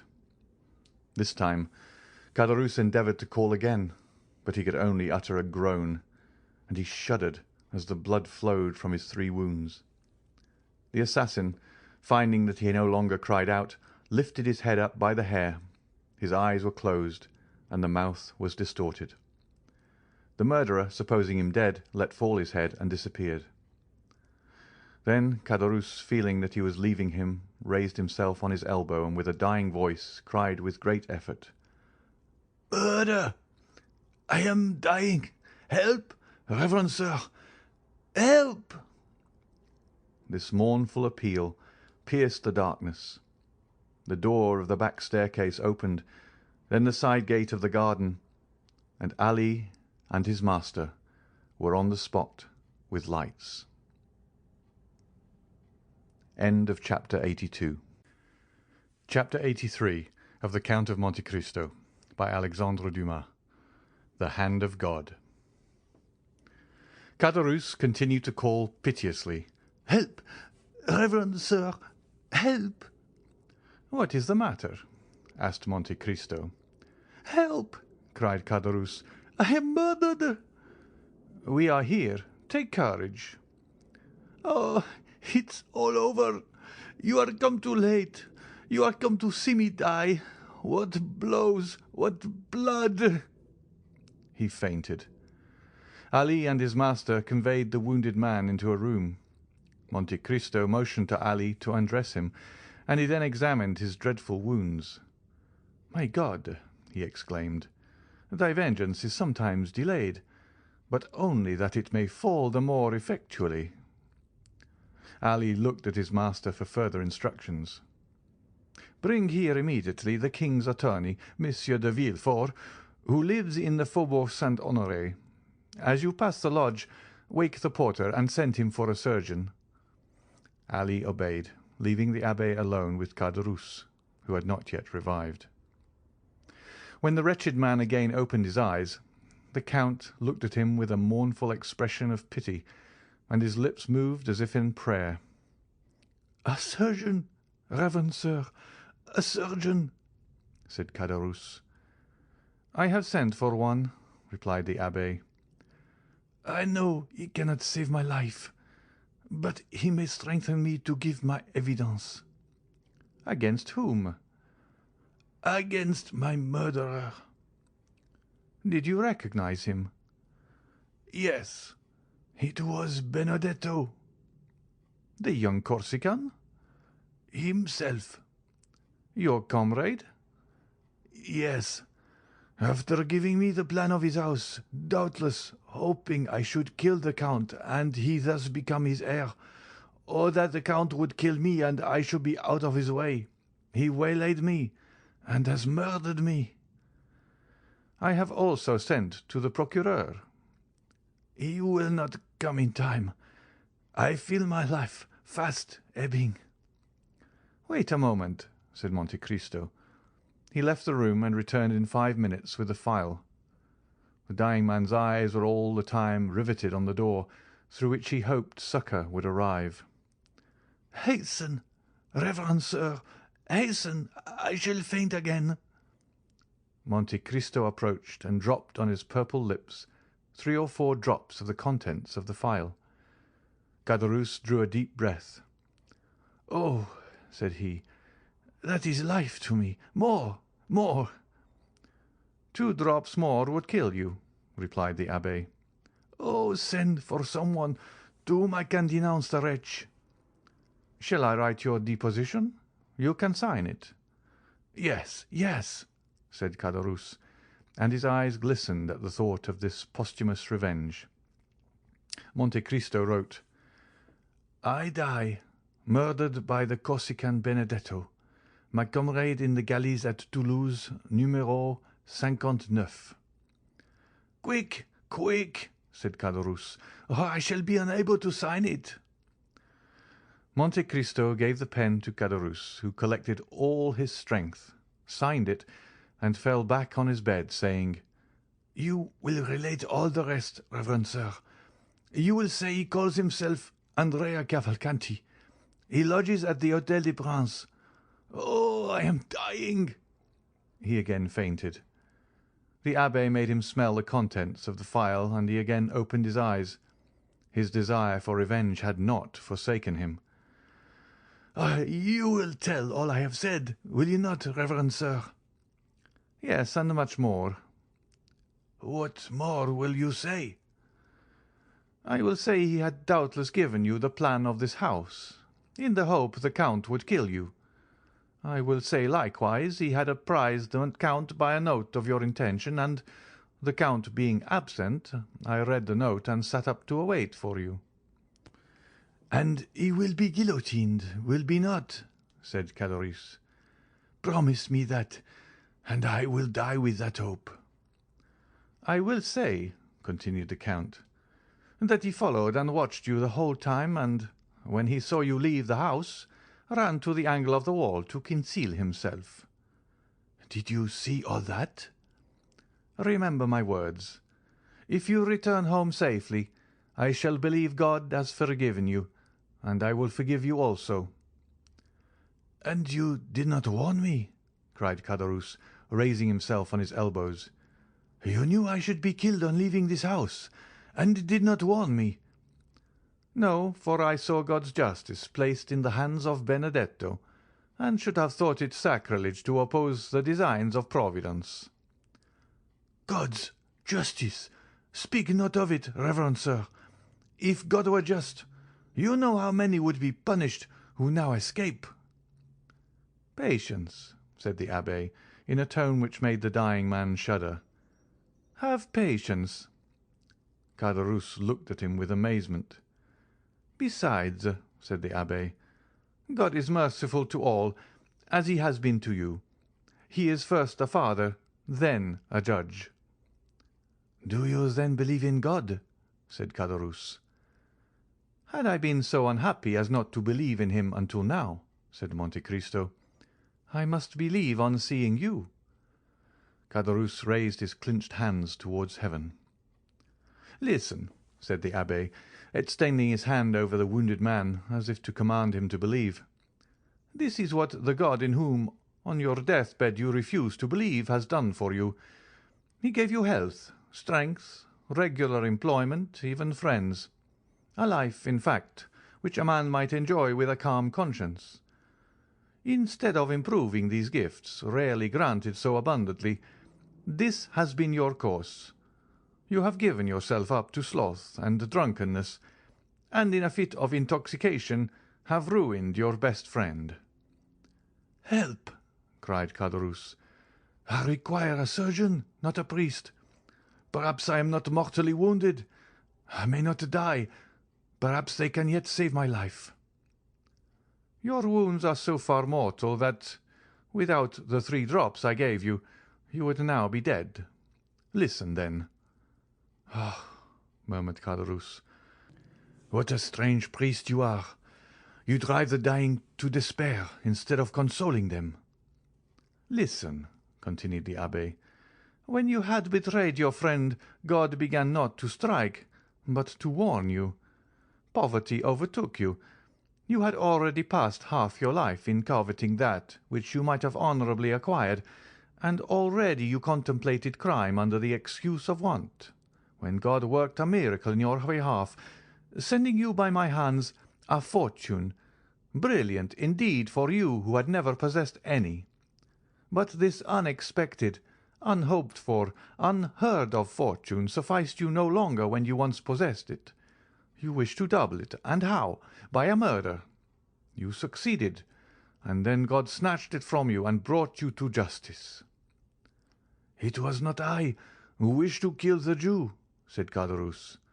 "It was La Carconte." "Yes," said Monte Cristo, "and God. I cannot say injustice, for his justice would have slain you, but God in his mercy spared your life."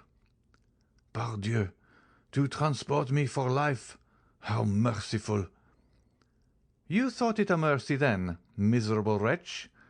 The coward who feared death rejoiced at perpetual disgrace, for like all galley slaves you said, 'I may escape from prison, I cannot from the grave.' And you said truly, the way was opened for you unexpectedly. An Englishman visited Toulon, who had vowed to rescue 2 men from infamy, and his choice fell on you and your companion. You received a second fortune, Money and tranquillity were restored to you, and you, who had been condemned to a felon's life, might live as other men. Then, wretched creature, then you tempted God a third time. I have not enough, you said, when you had more than you before possessed, and you committed a third crime, without reason, without excuse. God is wearied. He has punished you. Caderousse was fast sinking. "Give me a drink," said he. "I thirst. I burn." Monte Cristo gave him a glass of water. "And yet that villain Benedetto will escape." "No one, I tell you, will escape. Benedetto will be punished." "Then you too will be punished, for you did not do your duty as a priest. You should have prevented Benedetto from killing me." "I?" said the Count, with a smile which petrified the dying man. "When you had just broken your knife against the coat of mail which protected my breast? Yet perhaps if I had found you humble and penitent, I might have prevented Benedetto from killing you. But I found you proud and bloodthirsty, and I left you in the hands of God." "I do not believe there is a God," howled Caderousse. "You do not believe it. You lie! You lie!" "Silence!" said the abbe. "You will force the last drop of blood from your veins. What, you do not believe in God when he is striking you dead? You will not believe in him who requires but a prayer, a word, a tear, and he will forgive. God, who might have directed the assassin's dagger so as to end your career in a moment, has given you this quarter of an hour for repentance. Reflect, then, wretched man, and repent." "No," said Caderousse. "No, I will not repent. There is no God. There is no providence. All comes by chance." "There is a providence. There is a God," said Monte Cristo, "of whom you are a striking proof, as you lie in utter despair, denying him, while I stand before you, rich, happy, safe, and entreating that God in whom you endeavour not to believe, while in your heart you still believe in him." "But who are you, then?" asked Caderousse, fixing his dying eyes on the Count. "Look well at me," said Monte Cristo, putting the light near his face. "Well, the Abbé Busoni." Monte Cristo took off the wig which disfigured him, and let fall his black hair which added so much to the beauty of his pallid features. "Oh," said Caderousse, thunderstruck. "But for that black hair, I should say you were the Englishman, Lord Wilmore." "I am neither the Abbé Busoni nor Lord Wilmore," said Monte Cristo. "Think again. Do you not recollect me?" There was a magic effect in the Count's words, which once more revived the exhausted powers of the miserable man. "Yes, indeed," said he. "I think I have seen you and known you formerly." "Yes, Caderousse, you have seen me. You knew me once." "Who, then, are you, and why, if you knew me, do you let me die?" "Because nothing can save you. Your wounds are mortal.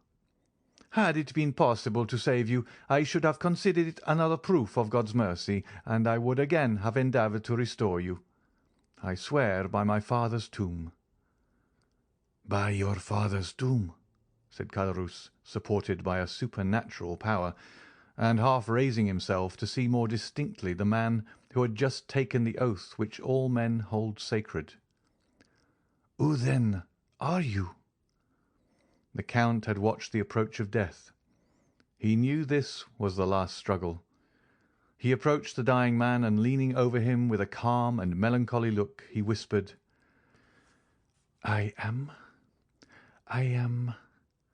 and his almost closed lips uttered a name so low that the Count himself appeared afraid to hear it. Caderousse, who had raised himself on his knees and stretched out his arm, tried to draw back, then clasping his hands and raising them with a desperate effort. "Oh, my God, said he, pardon me for having denied thee. Thou dost exist. Thou art indeed man's father in heaven, and his judge on earth. My God, my Lord, I have long despised thee. Pardon me, my God. Receive me, O my Lord." Caderousse sighed deeply and fell back with a groan. The blood no longer flowed from his wounds. He was dead. "One," said the Count mysteriously, his eyes fixed on the corpse, disfigured by so awful a death.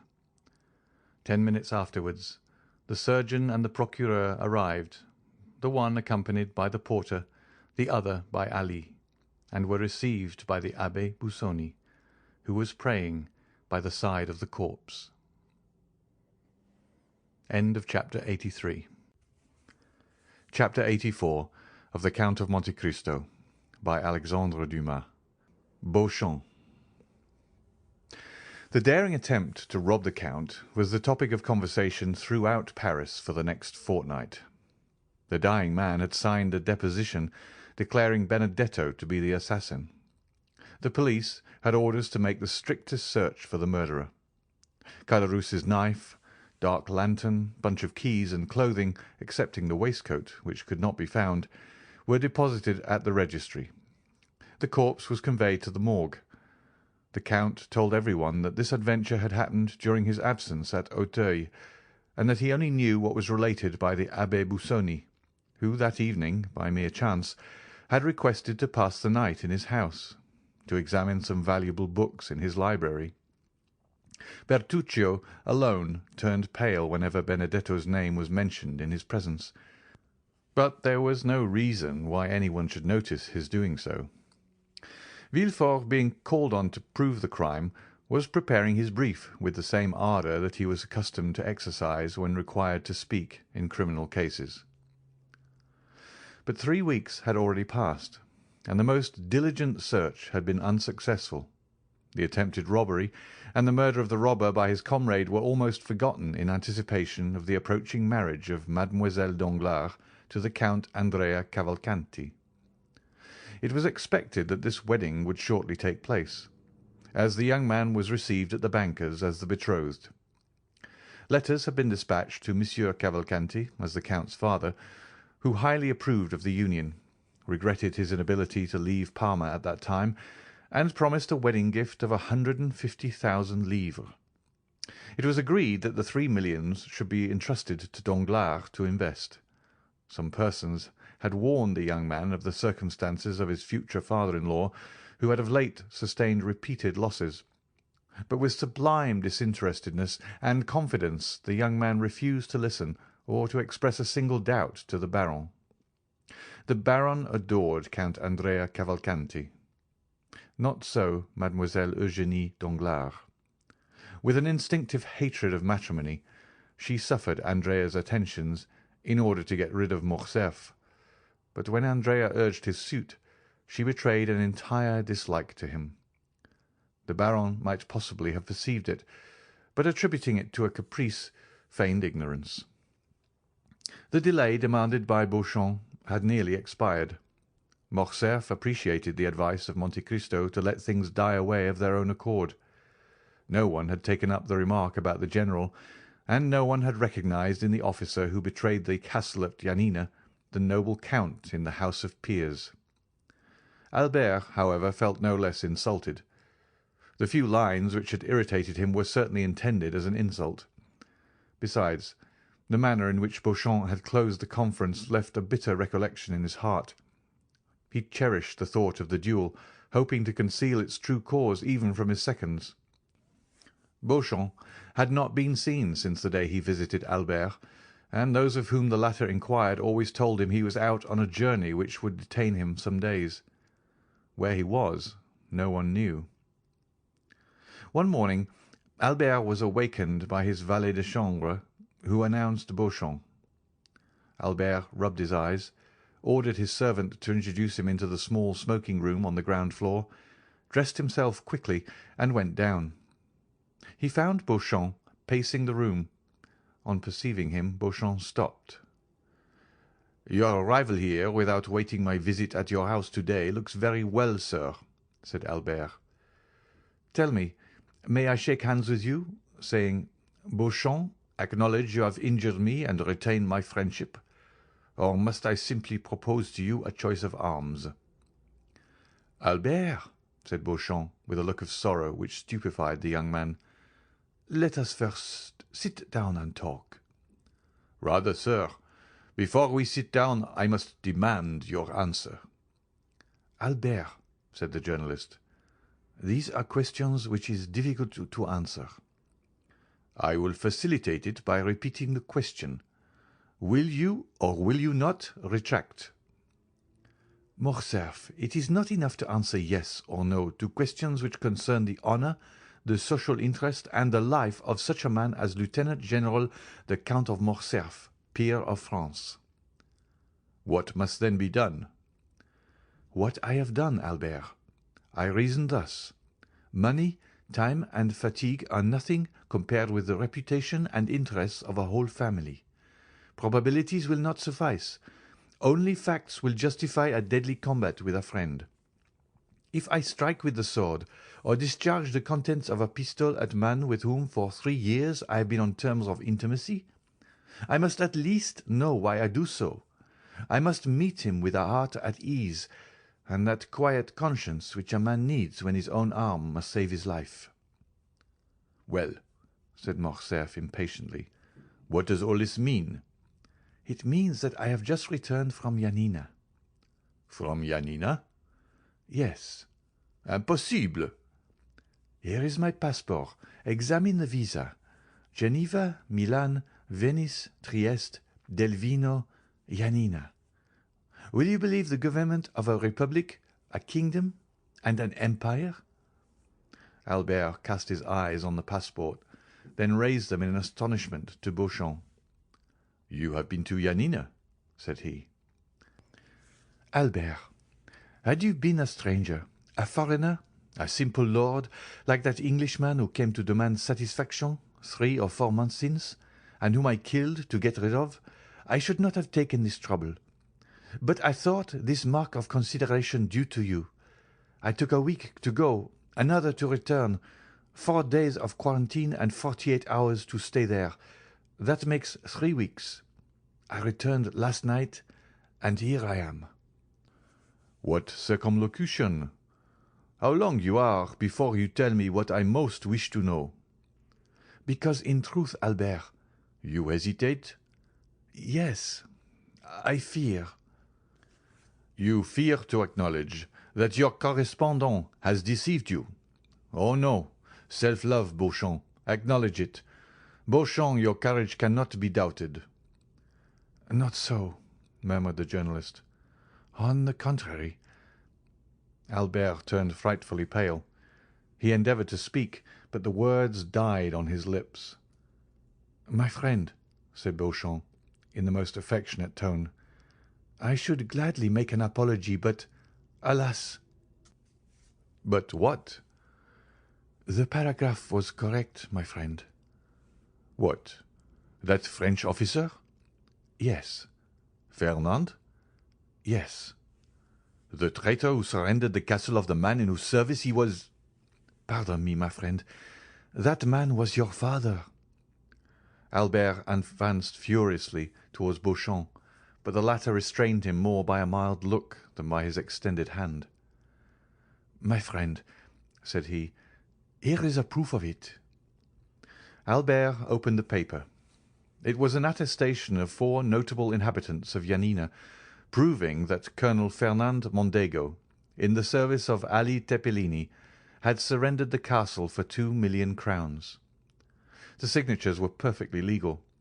Albert tottered and fell overpowered in a chair. It could no longer be doubted. The family name was fully given. After a moment's mournful silence, his heart overflowed, and he gave way to a flood of tears. Beauchamp, who had watched with sincere pity the young man's paroxysm of grief, approached him. "Now, Albert," said he, "you understand me, do you not? I wish to see all and to judge of everything for myself, hoping the explanation would be in your father's favour, and that I might do him justice. But, on the contrary, the particulars which are given prove that Fernand Mondego, raised by Ali Pasha to the rank of Governor-General, is no other than Count Fernand of Morcerf. Then, recollecting the honour you had done me in admitting me to your friendship, I hasten to you." Albert, still extended on the chair, covered his face with both hands, as if to prevent the light from reaching him. "I hasten to you," continued Beauchamp, "to tell you, Albert, that in this changing age the faults of a father cannot revert upon his children. Few have passed through this revolutionary period, in the midst of which we were born, without some stain of infamy or blood to soil the uniform of the soldier or the gown of the magistrate. Now I have these proofs, Albert, and I am in your confidence. No human power can force me to a duel which your own conscience would reproach you with as criminal, but I come to offer you what you can no longer demand of me. Do you wish these proofs, these attestations which I alone possess, to be destroyed? Do you wish this frightful secret to remain with us? Confide it to me. It shall never escape my lips. Say, Albert, my friend, do you wish it?" Albert threw himself on Beauchamp's neck. "Ah, noble fellow!" cried he. "Take these," said Beauchamp, presenting the papers to Albert. Albert seized them with a convulsive hand, tore them in pieces, and trembling lest the least vestige should escape and one day appear to confront him, he approached the wax light always kept burning for cigars, and burned every fragment. "Dear, excellent friend," murmured Albert, still burning the papers. "Let all be forgotten as a sorrowful dream," said Beauchamp. "Let it vanish as the last sparks from the blackened paper, and disappear as the smoke from those silent ashes." "Yes, yes," said Albert, "and may there remain only the eternal friendship which I promised to my deliverer, which shall be transmitted to our children's children, and shall always remind me that I owe my life and the honour of my name to you. For had this been known, oh, Beauchamp, I should have destroyed myself. Or, no, my poor mother, I could not have killed her by the same blow. I should have fled from my country." "Dear Albert," said Beauchamp, but this sudden and factitious joy soon forsook the young man and was succeeded by a still greater grief. "Well," said Beauchamp, "what still oppresses you, my friend?" "I am broken-hearted," said Albert. "Listen, Beauchamp. I cannot thus, in a moment, relinquish the respect, the confidence, and the pride with which a father's untarnished name inspires a son. Oh, Beauchamp, Beauchamp, how shall I now approach mine? Shall I draw back my forehead from his embrace, or withhold my hand from his? I am the most wretched of men. Oh, my mother, my poor mother!" said Albert, gazing through his tears at his mother's portrait. "If you know this, how much you must suffer!" "Come," said Beauchamp, taking both his hands. "Take courage, my friend." "But how came that first note to be inserted in your journal? Some unknown enemy, an invisible foe, has done this." "The more must you fortify yourself, Albert. Let no trace of emotion be visible on your countenance. Bear your grief, as the cloud bears within it ruin and death, a fatal secret, known only when the storm bursts. Go, my friend. Reserve your strength for the moment when the crash shall come." "You think, then, all is not over yet?" said Albert, horror-stricken. "I think nothing, my friend, but all things are possible. By the way—" "What?" said Albert, seeing that Beauchamp hesitated. "Are you going to marry Mademoiselle Danglars?" "Why do you ask me now?" "Because the rupture or fulfilment of this engagement is connected with the person of whom we are speaking." "How?" said Albert, whose brow reddened. "You think Monsieur Danglars—" "I ask you only how your engagement stands. Pray put no construction on my words I do not mean they should convey, and give them no undue weight." "No," said Albert. "The engagement is broken off." "Well," said Beauchamp.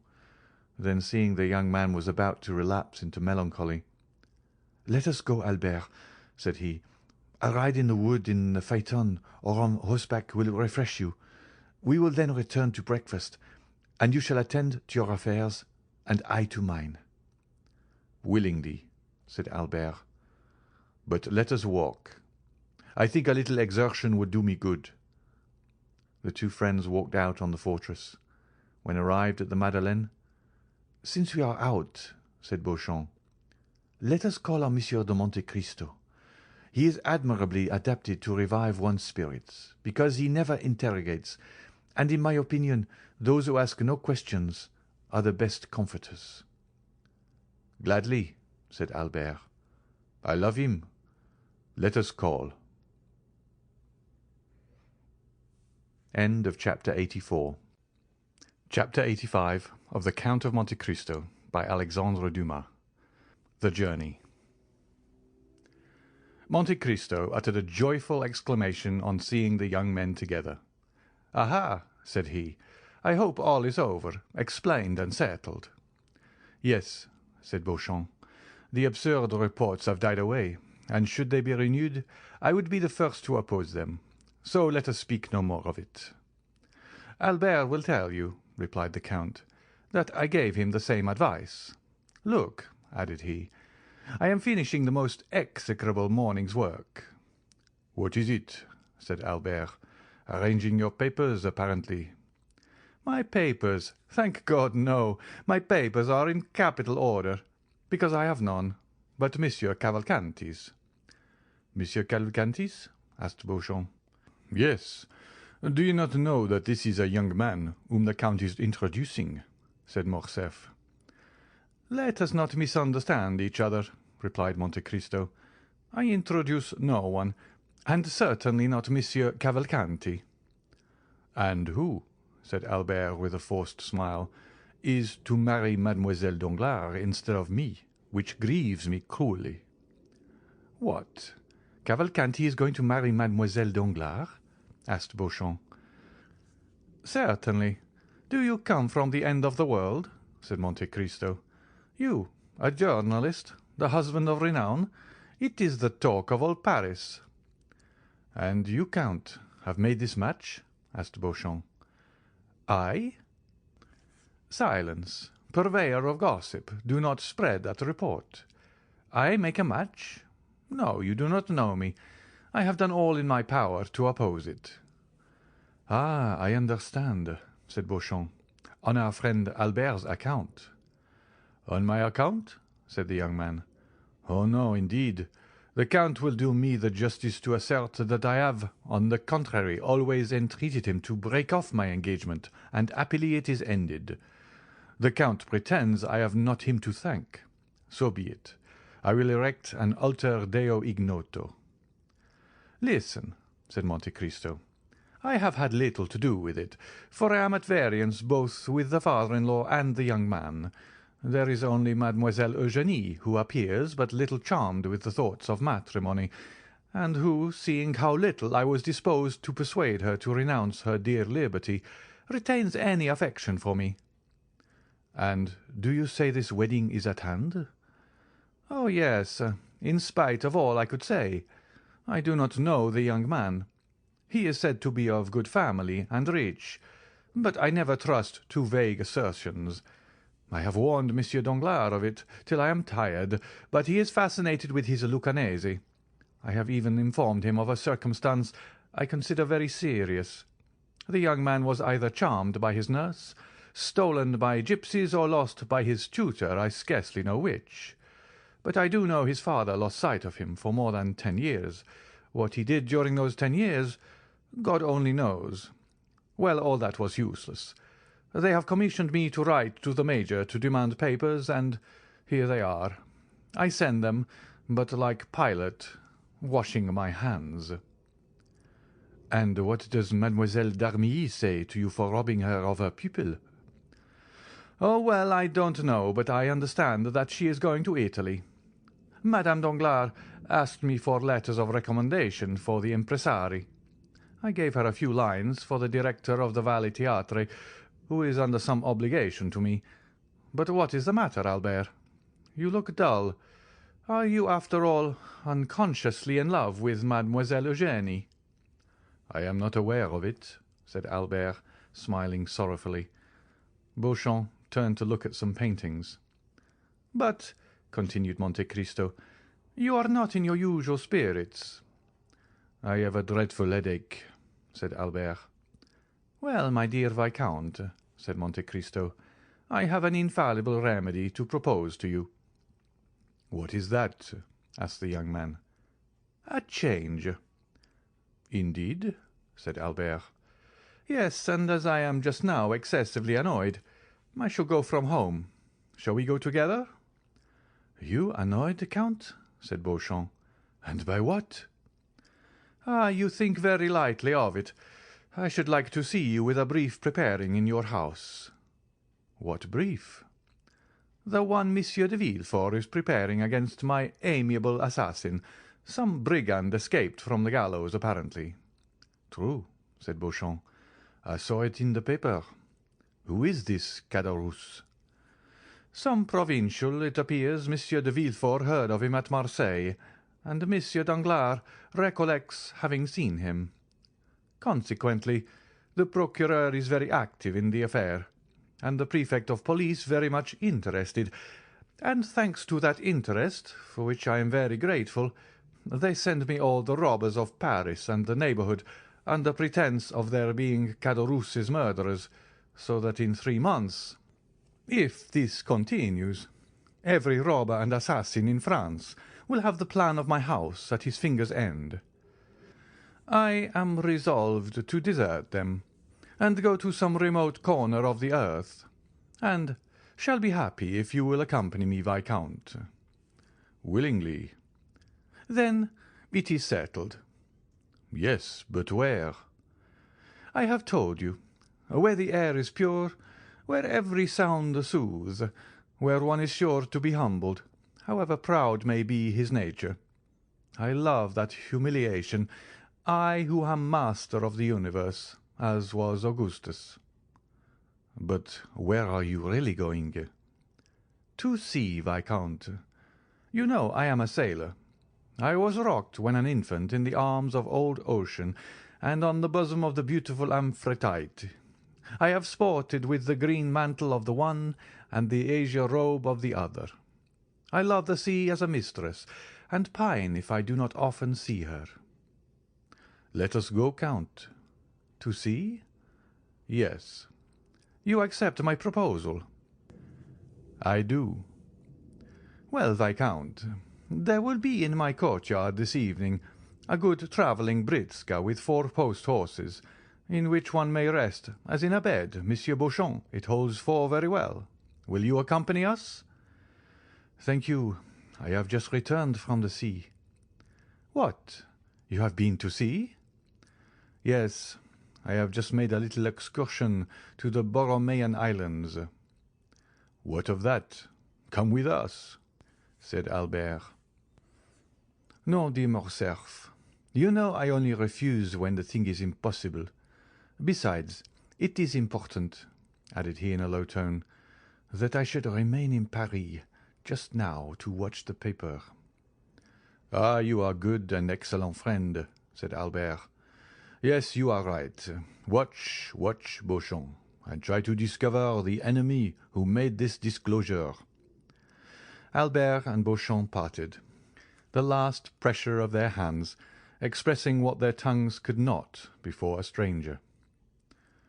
"Beauchamp is a worthy fellow," said Monte Cristo when the journalist was gone.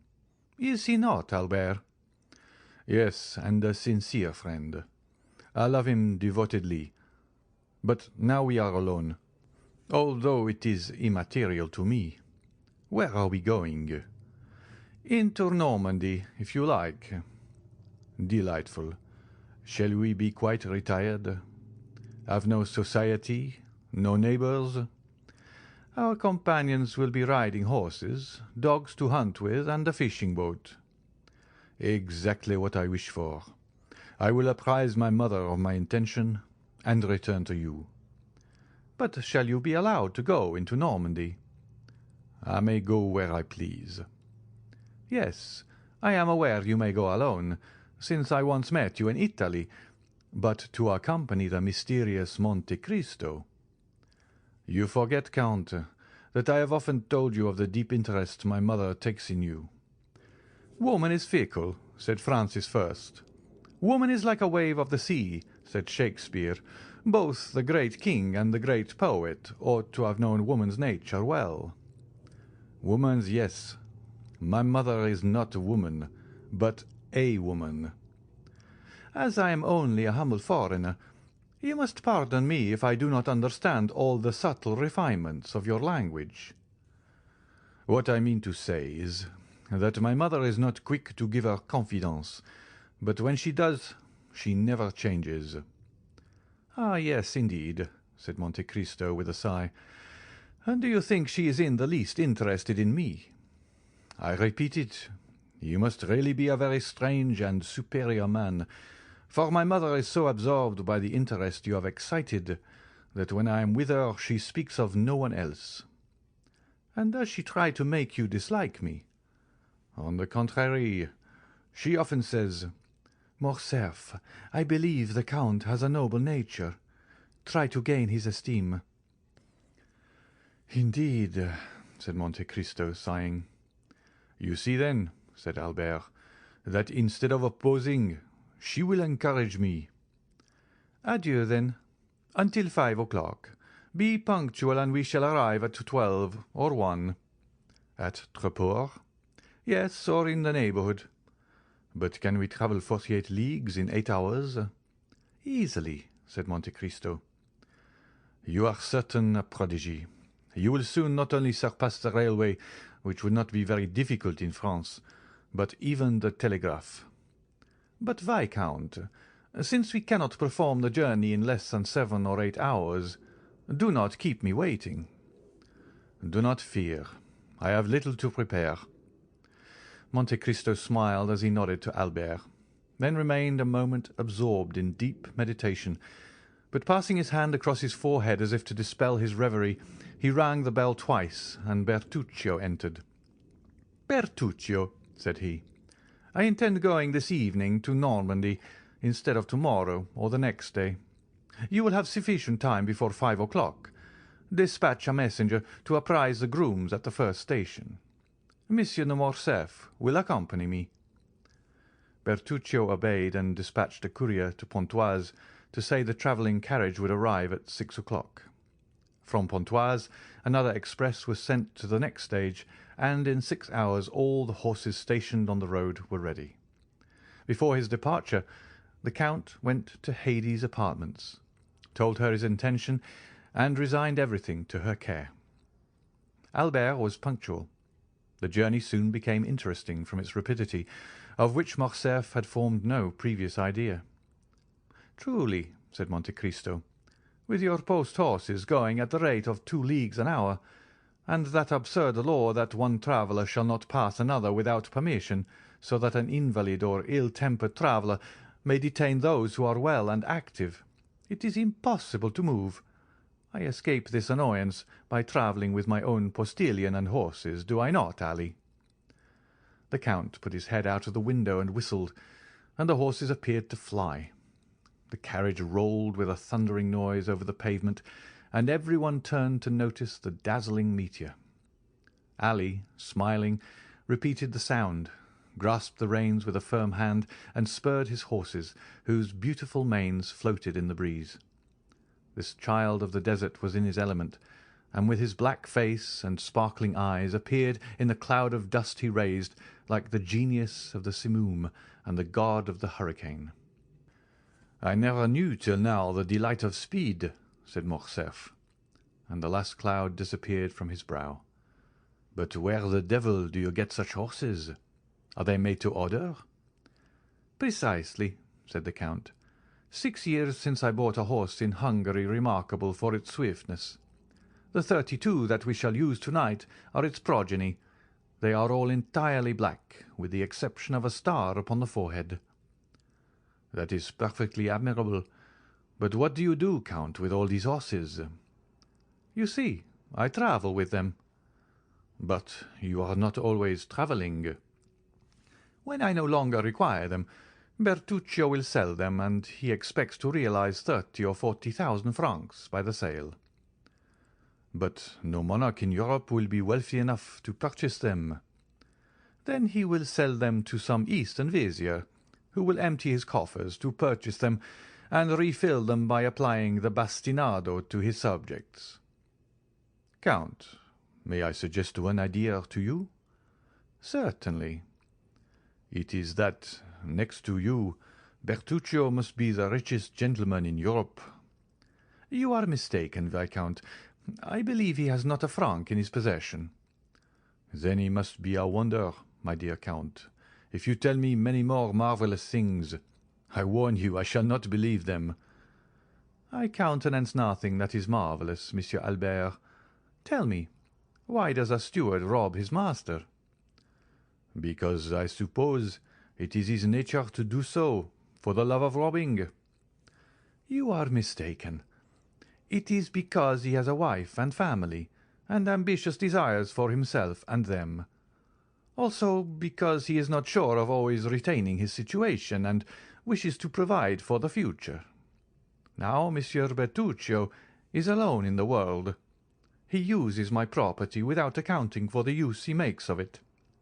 He is sure never to leave my service." "Why?"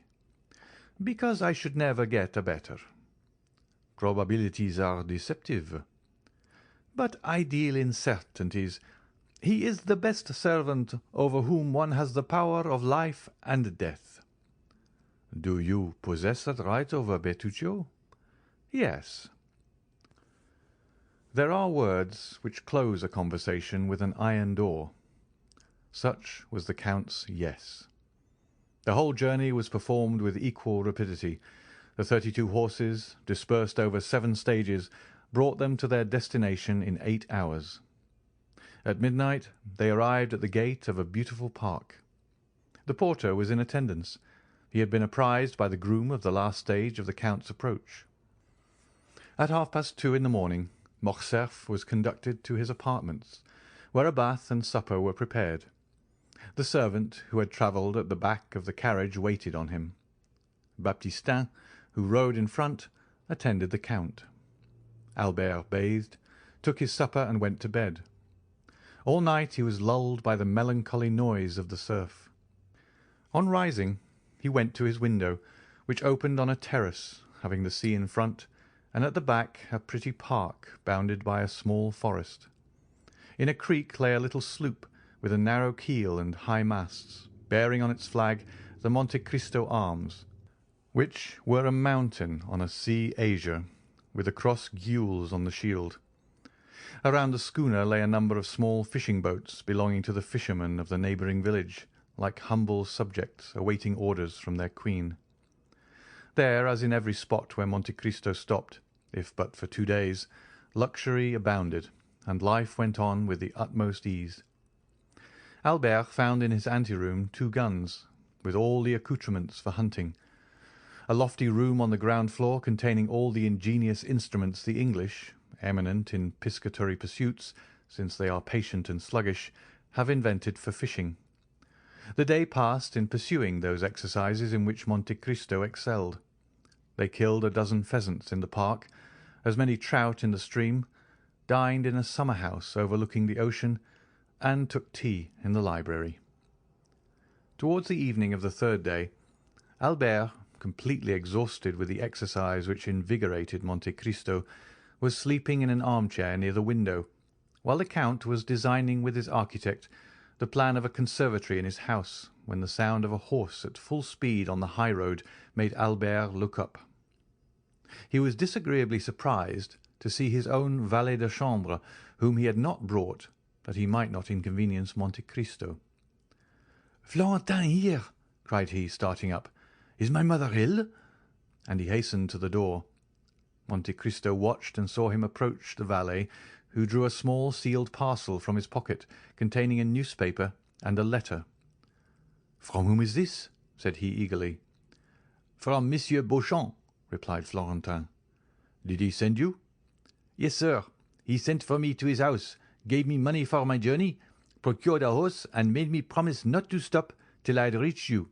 I have come in 15 hours." Albert opened the letter with fear, uttered a shriek on reading the first line, and seized the paper. His sight was dimmed, his legs sank under him, and he would have fallen had not Florentin supported him. "Poor young man," said Monte Cristo in a low voice. "It is then true that the sin of the father shall fall on the children to the third and fourth generation." Meanwhile Albert had revived, and continuing to read, he threw back his head, saying, "Florentin, is your horse fit to return immediately?" "It is a poor lame post-horse."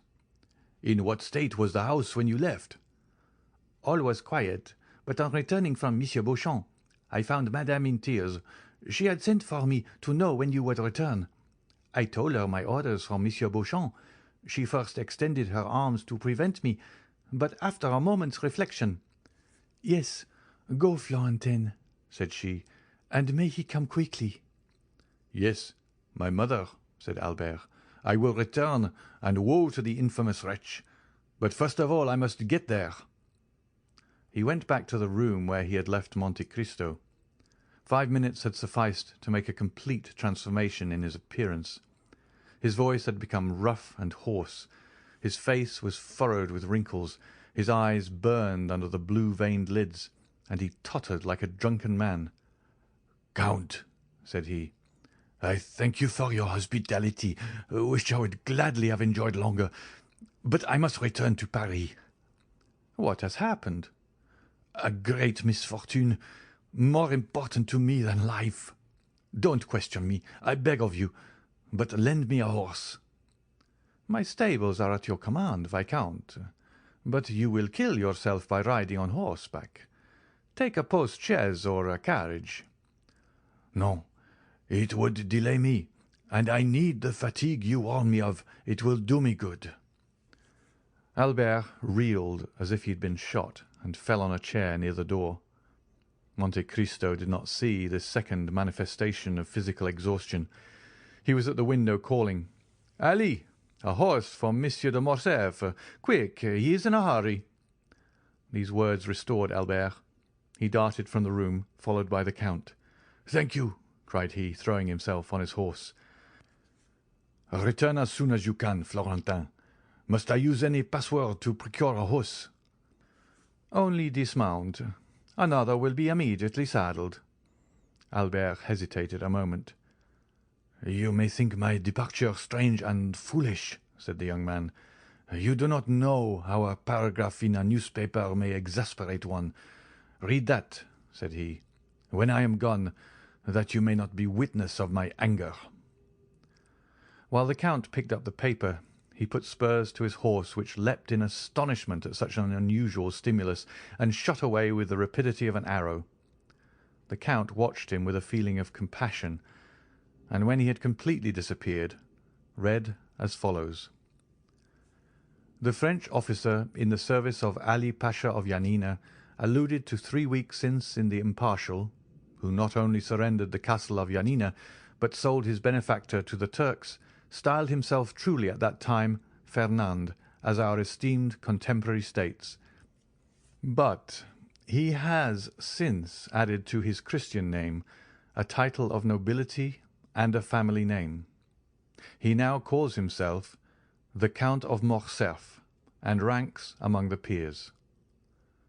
Thus the terrible secret, which Beauchamp had so generously destroyed, appeared again like an armed phantom, and another paper, deriving its information from some malicious source, had published 2 days after Albert's departure for Normandy the few lines which had rendered the unfortunate young man almost crazy.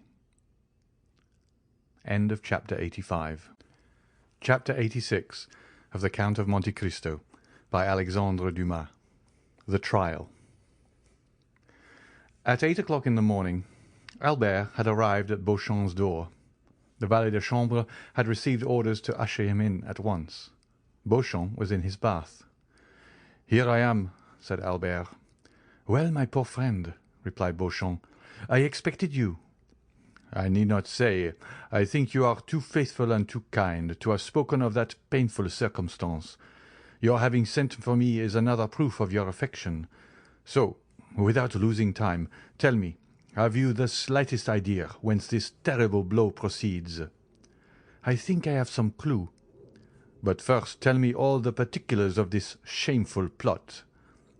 Beauchamp proceeded to relate to the young man, who was overwhelmed with shame and grief, the following facts. 2 days previously, the article had appeared in another paper besides the Impartial, and, what was more serious, one that was well known as a government paper. Beauchamp was breakfasting when he read the paragraph. He sent immediately for a cabriolet and hastened to the publisher's office. Although professing diametrically opposite principles from those of the editor of the other paper, Beauchamp, as it sometimes, we may say often, happens, was his intimate friend. The editor was reading, with apparent delight, a leading article in the same paper on beet sugar, probably a composition of his own. "Ah, pardieu," said Beauchamp, "with the paper in your hand, my friend, I need not tell you the cause of my visit." "Are you interested in the sugar question?" asked the editor of the ministerial paper. "No," replied Beauchamp, "I have not considered the question. A totally different subject interests me." "What is it?" "The article relative to Morcerf." "Indeed. Is it not a curious affair?" "So curious that I think you are running a great risk of a prosecution for defamation of character." "Not at all. We have received with the information all the requisite proofs, and we are quite sure Monsieur de Morcerf will not raise his voice against us. Besides, it is rendering a service to one's country to denounce these wretched criminals who are unworthy of the honour bestowed on them." Beauchamp was thunderstruck. "Who, then, has so correctly informed you?" asked he. "For my paper, which gave the first information on the subject, has been obliged to stop for want of proof, and yet we are more interested than you in exposing Monsieur de Morcerf, as he is a peer of France, and we are of the opposition." "Oh, that is very simple. We have not sought to scandalize. This news was brought to us. A man arrived yesterday from Yanina, bringing a formidable array of documents, and when we hesitated to publish the accusatory article, he told us it should be inserted in some other paper." Beauchamp understood that nothing remained but to submit, and left the office to dispatch a courier to Morcerf. But he had been unable to send to Albert the following particulars, as the events had transpired after the messenger's departure, namely, that the same day a great agitation was manifest in the House of Peers among the usually calm members of that dignified assembly. Everyone had arrived almost before the usual hour, and was conversing on the melancholy event which was to attract the attention of the public towards one of their most illustrious colleagues. Some were perusing the article, others making comments and recalling circumstances which substantiated the charges still more. The Count of Morcerf was no favourite with his colleagues. Like all upstarts, he had had recourse to a great deal of haughtiness to maintain his position. The true nobility laughed at him, the talented repelled him, and the honourable instinctively despised him. He was, in fact, in the unhappy position of the victim marked for sacrifice. The finger of God once pointed at him, every one was prepared to raise the hue and cry. The Count of Morcerf alone was ignorant of the news. He did not take in the paper containing the defamatory article, and had passed the morning in writing letters and in trying a horse. He arrived at his usual hour, with a proud look and insolent demeanour. He alighted, passed through the corridors, and entered the house without observing the hesitation of the doorkeepers or the coolness of his colleagues. Business had already been going on for half an hour when he entered. Everyone held the accusing paper, but as usual, no one liked to take upon himself the responsibility of the attack. At length an honourable peer, Morcerf's acknowledged enemy, ascended the tribune with that solemnity which announced that the expected moment had arrived. There was an impressive silence. Morcerf alone knew not why such profound attention was given to an orator who was not always listened to with so much complacency. The Count did not notice the introduction, in which the speaker announced that his communication would be of that vital importance that it demanded the undivided attention of the House, but at the mention of Janina and Colonel Fernand he turned so frightfully pale that every member shuddered and fixed his eyes upon him. Moral wounds have this peculiarity. They may be hidden, but they never close. Always painful, always ready to bleed when touched, they remain fresh and open in the heart. The article having been read during the painful hush that followed, a universal shudder pervaded the assembly, and immediately the closest attention was given to the orator as he resumed his remarks. He stated his scruples and the difficulties of the case. It was the honour of Monsieur de Morcerf and that of the whole house he proposed to defend by provoking a debate on personal questions, which are always such painful themes of discussion. He concluded by calling for an investigation which might dispose of the calumnious report before it had time to spread, and restore Monsieur de Morcerf to the position he had long held in public opinion. Morcerf was so completely overwhelmed by this great and unexpected calamity that he could scarcely stammer a few words as he looked around on the assembly. This timidity, which might proceed from the astonishment of innocence as well as the shame of guilt, conciliated some in his favour, for men who are truly generous are always ready to compassionate when the misfortune of their enemy surpasses the limits of their hatred. The president put it to the vote, and it was decided that the investigation should take place. The Count was asked what time he required to prepare his defence. Morcerf's courage had revived when he found himself alive after this horrible blow. "My lords," answered he, "it is not by time I could repel the attack made on me by enemies unknown to me, and doubtless hidden in obscurity. It is immediately and by a thunderbolt that I must repel the flash of lightning which for a moment startled me. Oh, that I could, instead of taking up this defence, shed my last drop of blood to prove to my noble colleagues that I am their equal in worth." These words made a favourable impression on behalf of the accused. "I demand, then, that the examination shall take place as soon as possible, and I will furnish the House with all necessary information." "What day do you fix?" asked the president. "To-day I am at your service," replied the Count. The president rang the bell. "Does the House approve that the examination should take place to-day?" "Yes," was the unanimous answer. A committee of 12 members was chosen to examine the proofs brought forward by Morcerf. The investigation would begin at 8 o'clock that evening in the committee room, and, if postponement were necessary, the proceedings would be resumed each evening at the same hour. Morcerf asked leave to retire. He had to collect the documents he had long been preparing against this storm, which his sagacity had foreseen.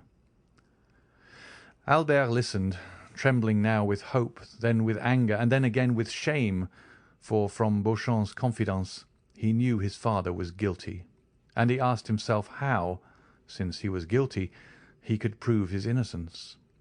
Beauchamp hesitated to continue his narrative. "What next?" asked Albert. "What next, my friend? You impose a painful task on me. Must you know all?" "Absolutely, and rather from your lips than another's." "Muster up all your courage, then, for never have you required it more." Albert passed his hand over his forehead, as if to try his strength, as a man who is preparing to defend his life proves his shield and bends his sword. He thought himself strong enough, for he mistook fever for energy. "Go on," said he. "The evening arrived. All Paris was in expectation. Many said your father had only to show himself to crush the charge against him. Many others said he would not appear, while some asserted that they had seen him start for Brussels, and others went to the police office to inquire if he had taken out a passport. I used all my influence with one of the committee, a young peer of my acquaintance, to get admission to one of the galleries. He called for me at 7 o'clock, and before anyone had arrived, asked one of the doorkeepers to place me in a box. I was concealed by a column, and might witness the whole of the terrible scene which was about to take place. At 8 o'clock all were in their places, and Monsieur de Morcerf entered at the last stroke. He held some papers in his hand. His countenance was calm, and his step firm, and he was dressed with great care in his military uniform, which was buttoned completely up to the chin. His presence produced a good effect. The committee was made up of Liberals, several of whom came forward to shake hands with him. Albert felt his heart bursting at these particulars, but gratitude mingled with his sorrow. He would gladly have embraced those who had given his father this proof of esteem at a moment when his honour was so powerfully attacked. At this moment one of the doorkeepers brought in a letter for the President. "You are at liberty to speak, Monsieur de Morcerf," said the President, as he unsealed the letter, and the Count began his defence. "I assure you, Albert, in a most eloquent and skilful manner. He produced documents proving that the Vizier of Yanina had up to the last moment honoured him with his entire confidence, since he had interested him with a negotiation of life and death with the Emperor. He produced a ring, his mark of authority, with which Ali Pasha generally sealed his letters, and which the latter had given him that he might, on his return at any hour of the day or night, gain access to the presence even in the harem. Unfortunately, the negotiation failed, and when he returned to defend his benefactor, he was dead. But, said the Count, so great was Ali Pasha's confidence that on his deathbed he resigned his favourite mistress and her daughter to my care." Albert started on hearing these words. The history of Haydée recurred to him, and he remembered what she had said of that message and the ring, and the manner in which she had been sold and made a slave. "And what effect did this discourse produce?" anxiously inquired Albert. "I acknowledge it affected me, and indeed all the committee also," said Beauchamp. Meanwhile the President carelessly opened the letter which had been brought to him, but the first lines aroused his attention. He read them again and again, and fixing his eyes on Monsieur de Morcerf, "Count," said he, "you have said that the Vizier of Yanina confided his wife and daughter to your care." "Yes, sir," replied Morcerf, "but in that, like all the rest, misfortune pursued me. On my return, Vasiliki and her daughter Haydée had disappeared." "Did you know them?" "My intimacy with the Pasha and his unlimited confidence had gained me an introduction to them, and I had seen them about 20 times." "Have you any idea what became of them?" "Yes, sir. I heard they had fallen victims to their sorrow and perhaps to their poverty. I was not rich. My life was in constant danger. I could not seek them, to my great regret." The President frowned imperceptibly. "Gentlemen," said he, "you have heard the Comte de Morcerf's defence. Can you, sir, produce any witnesses to the truth of what you have asserted?" "Alas, no, monsieur," replied the Count. "All those surrounding the Vizier, or who knew me at his court, are either dead or gone away, I know not where.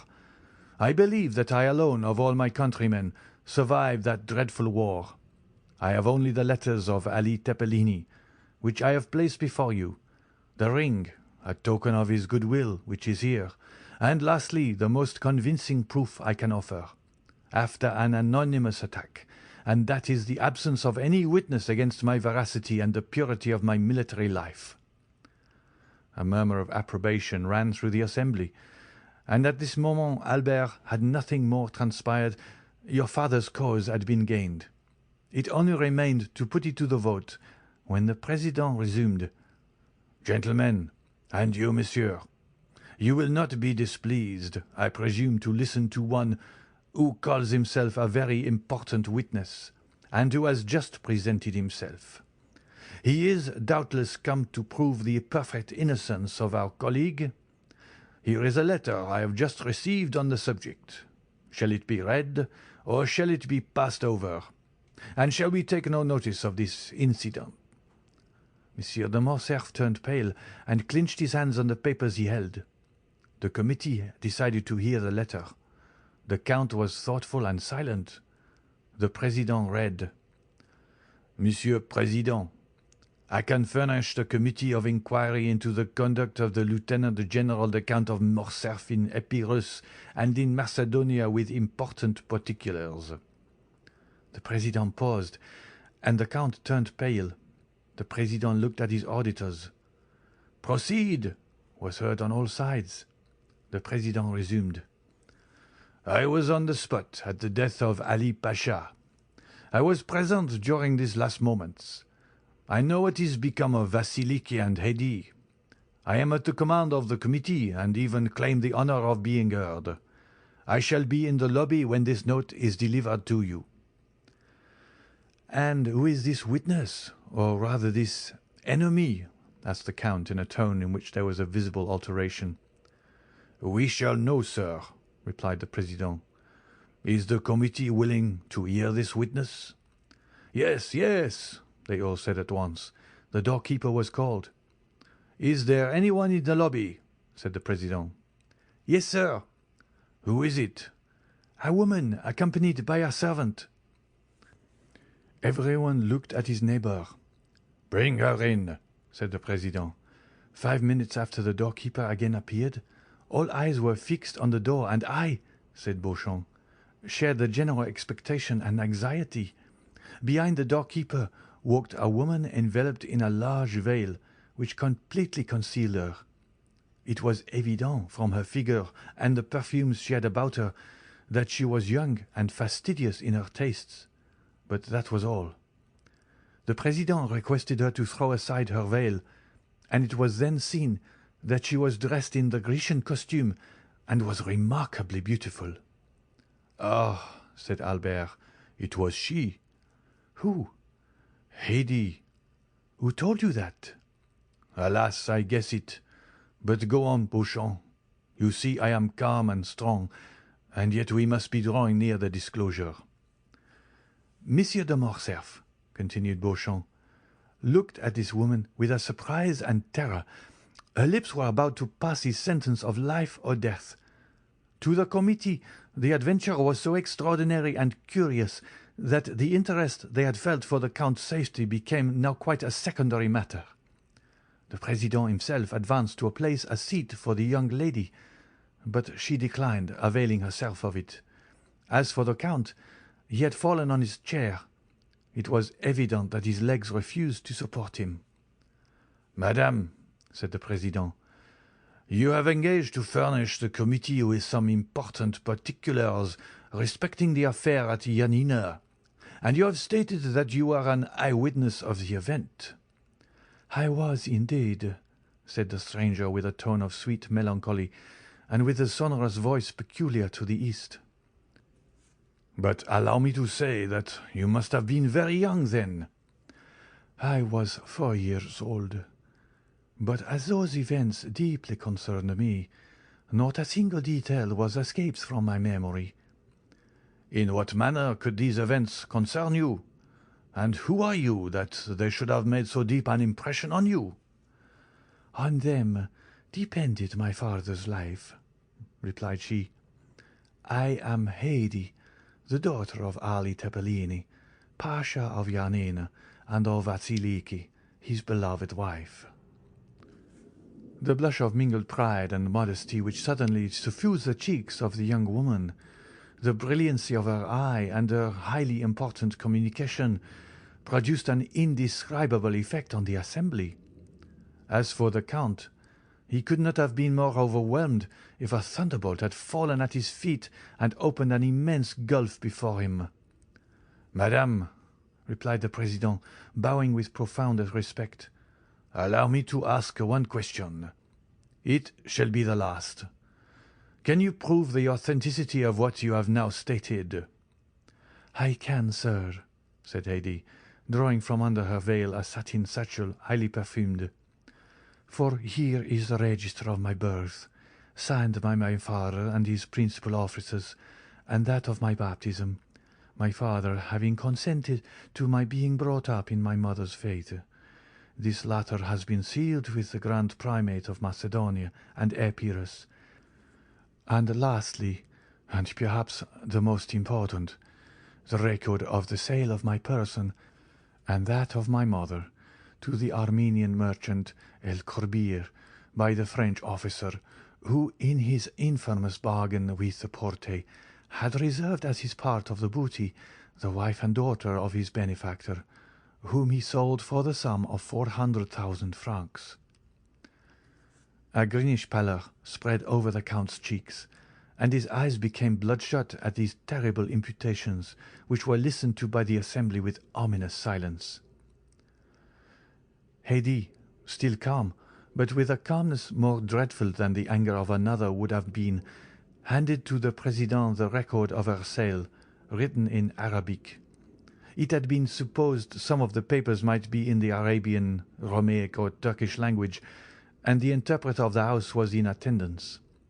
One of the noble peers, who was familiar with the Arabic language, having studied it during the famous Egyptian campaign, followed with his eyes as the translator read aloud. "I, El Kobir, a slave merchant and purveyor of the harem of His Highness, acknowledge having received for transmission to the Sublime Emperor from the French lord, the Count of Monte Cristo, an emerald valued at 800,000 francs, as the ransom of a young Christian slave of 11 years of age, named Haydée, the acknowledged daughter of the late Lord Ali Tepelini, Pasha of Yanina and of Vasiliki, his favourite, she having been sold to me 7 years previously with her mother, who had died on arriving at Constantinople by a French colonel in the service of the Vizier Ali Tepelini, named Fernand Mondego. The above-mentioned purchase was made on His Highness's account, whose mandate I had for the sum of 400,000 francs.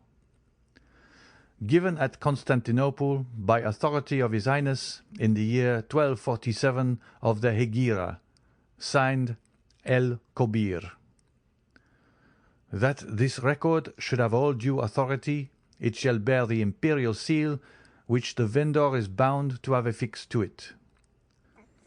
Near the merchant's signature there was indeed the seal of the Sublime Emperor. A dreadful silence followed the reading of this document. The Count could only stare, and his gaze, fixed as if unconsciously on Haydée, seemed one of fire and blood. "Madame," said the President, "may reference be made to the Count of Monte Cristo, who is now, I believe, in Paris." "Sir," replied Haydée, "the Count of Monte Cristo, my foster father, has been in Normandy the last 3 days." "Who, then, has counselled you to take this step, one for which the court is deeply indebted to you, and which is perfectly natural, considering your birth and your misfortunes?" "Sir," replied Haydée, "I have been led to take this step from a feeling of respect and grief. Although a Christian, may God forgive me, I have always sought to revenge my illustrious father. Since I set my foot in France and knew the traitor lived in Paris, I have watched carefully. I live retired in the house of my noble protector, but I do it from my choice. I love retirement and silence, because I can live with my thoughts and recollections of my past days. But the Count of Monte Cristo surrounds me with every paternal care, and I am ignorant of nothing which passes in the world. I learn all in the silence of my apartments, for instance. I see all the newspapers, every periodical as well as every new piece of music, and by thus watching the course of the life of others, I learned what had transpired this morning in the House of Peers, and what was to take place this evening when I wrote." "Then," remarked the President, "the Count of Monte Cristo knows nothing of your present proceedings." He is quite unaware of them, and I have but one fear, which is that he should disapprove of what I have done. But it is a glorious day for me," continued the young girl, raising her ardent gaze to heaven, "that on which I find at last an opportunity of avenging my father." The Count had not uttered one word the whole of this time. His colleagues looked at him and doubtless pitied his prospects, blighted under the perfumed breath of a woman. His misery was depicted in sinister lines on his countenance. "Monsieur de Morcerf," said the President, "do you recognize this lady as the daughter of Ali Tepelini, Pasha of Yanina?" "No," said Morcerf, attempting to rise. "It is a base plot, contrived by my enemies." Haydée, whose eyes had been fixed on the door as if expecting someone, turned hastily and seeing the Count standing, shrieked. "You do not know me?" said she. "Well, I fortunately recognize you. You are Fernand Mondego, the French officer who led the troops of my noble father. It is you who surrendered the castle of Yanina. It is you who were sent by him to Constantinople to treat with the emperor for the life or death of your benefactor, brought back a false mandate granting full pardon. It is you who, with that mandate, obtained the Pasha's ring, which gave you authority over Selim, the firekeeper. It is you who stabbed Selim. It is you who sold us, my mother and me, to the merchant El Kobir. Assassin! Assassin! Assassin! You have still on your brow your master's blood. Look, gentlemen, all!" These words had been pronounced with such enthusiasm and evident truth that every eye was fixed on the Count's forehead, and he himself passed his hand across it, as if he felt Ali's blood still lingered there. "You positively recognize Monsieur de Morcerf as the officer Fernand Mondego?" "Indeed I do," cried Haydée. "Oh, my mother, it was you who said, 'You were free, you had a beloved father, you were destined to be almost a queen. Look well at that man. It is he who raised your father's head on the point of a spear. It is he who sold us. It is he who forsook us. Look well at his right hand, on which he has a large wound. If you forgot his features, you would know him by that hand, into which fell, one by one, the gold pieces of the merchant El Kobir. I know him. Ah, let him say now if he does not recognize me." Each word fell like a dagger on Morcerf, and deprived him of a portion of his energy as she uttered the last. He hid his mutilated hand hastily on his bosom and fell back on his seat, overwhelmed by wretchedness and despair. This scene completely changed the opinion of the assembly respecting the accused Count. "Count of Morcerf," said the President, "do not allow yourself to be cast down. Answer. The justice of the court is supreme and impartial as that of God. It will not suffer you to be trampled on by your enemies without giving you an opportunity of defending yourself. Shall further inquiries be made? Shall 2 members of the House be sent to Yanina? Speak." Morcerf did not reply. Then all the members looked at each other with terror. They knew the Count's energetic and violent temper. It must be indeed a dreadful blow which would deprive him of courage to defend himself. They expected that his stupefied silence would be followed by a fiery outburst. "Well," asked the President, "what is your decision?" "I have no reply to make," said the Count in a low tone. "Has the daughter of Ali Tepelini spoken the truth?" said the President.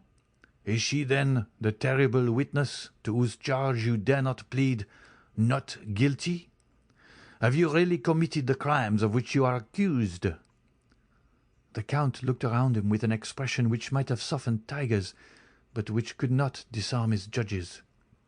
Then he raised his eyes toward the ceiling, but withdrew them immediately, as if he feared the roof would open and reveal to his distressed view that second tribunal called Heaven, and that other judge named God. Then, with a hasty movement, he tore open his coat, which seemed to stifle him, and flew from the room like a madman. His footstep was heard one moment in the corridor, then the rattling of his carriage wheels as he was driven rapidly away. Gentlemen, said the President, when silence was restored, is the Count of Morcerf convicted of felony, treason, and conduct unbecoming a member of this House? Yes, replied all the members of the Committee of Inquiry with a unanimous voice. Haydée had remained until the close of the meeting. She heard the Count's sentence pronounced without betraying an expression of joy or pity. Then, drawing her veil over her face, she bowed majestically to the councillors, and left with that dignified step which Virgil attributes to his goddesses. End of chapter 86. Chapter 87 of the Count of Monte Cristo by Alexandre Dumas. The Challenge. Then, continued Beauchamp, I took advantage of the silence and the darkness to leave the house without being seen. The usher who had introduced me was waiting for me at the door, and he conducted me through the corridors to a private entrance opening into the Rue de Vaugirard. I left with mingled feelings of sorrow and delight. Excuse me, Albert, sorrow on your account, and delight with that noble girl, thus pursuing paternal vengeance. Yes, Albert, from whatever source the blow may have proceeded, it may be from an enemy, but that enemy is only the agent of Providence. Albert held his head between his hands. He raised his face, red with shame and bathed in tears, and seizing Beauchamp's arm, "My friend," said he, "my life is ended. I cannot calmly say with you, Providence has struck the blow, but I must discover who pursues me with this hatred, and when I have found him I shall kill him or he will kill me. I rely on your friendship to assist me, Beauchamp, if contempt has not banished it from your heart." "Contempt, my friend? How does this misfortune affect you?" "No, happily that unjust prejudice is forgotten which made the son responsible for the father's actions. Review your life, Albert. Although it is only just beginning, did a lovely summer's day ever dawn with greater purity than has marked the commencement of your career? No, Albert. Take my advice. You are young and rich. Leave Paris. All is soon forgotten in this great Babylon of excitement and changing tastes. You will return after 3 or 4 years with a Russian princess for a bride, and no one will think more of what occurred yesterday than if it had happened 16 years ago." "Thank you, my dear Beauchamp. Thank you for the excellent feeling which prompts your advice. But it cannot be. I have told you my wish, or rather my determination.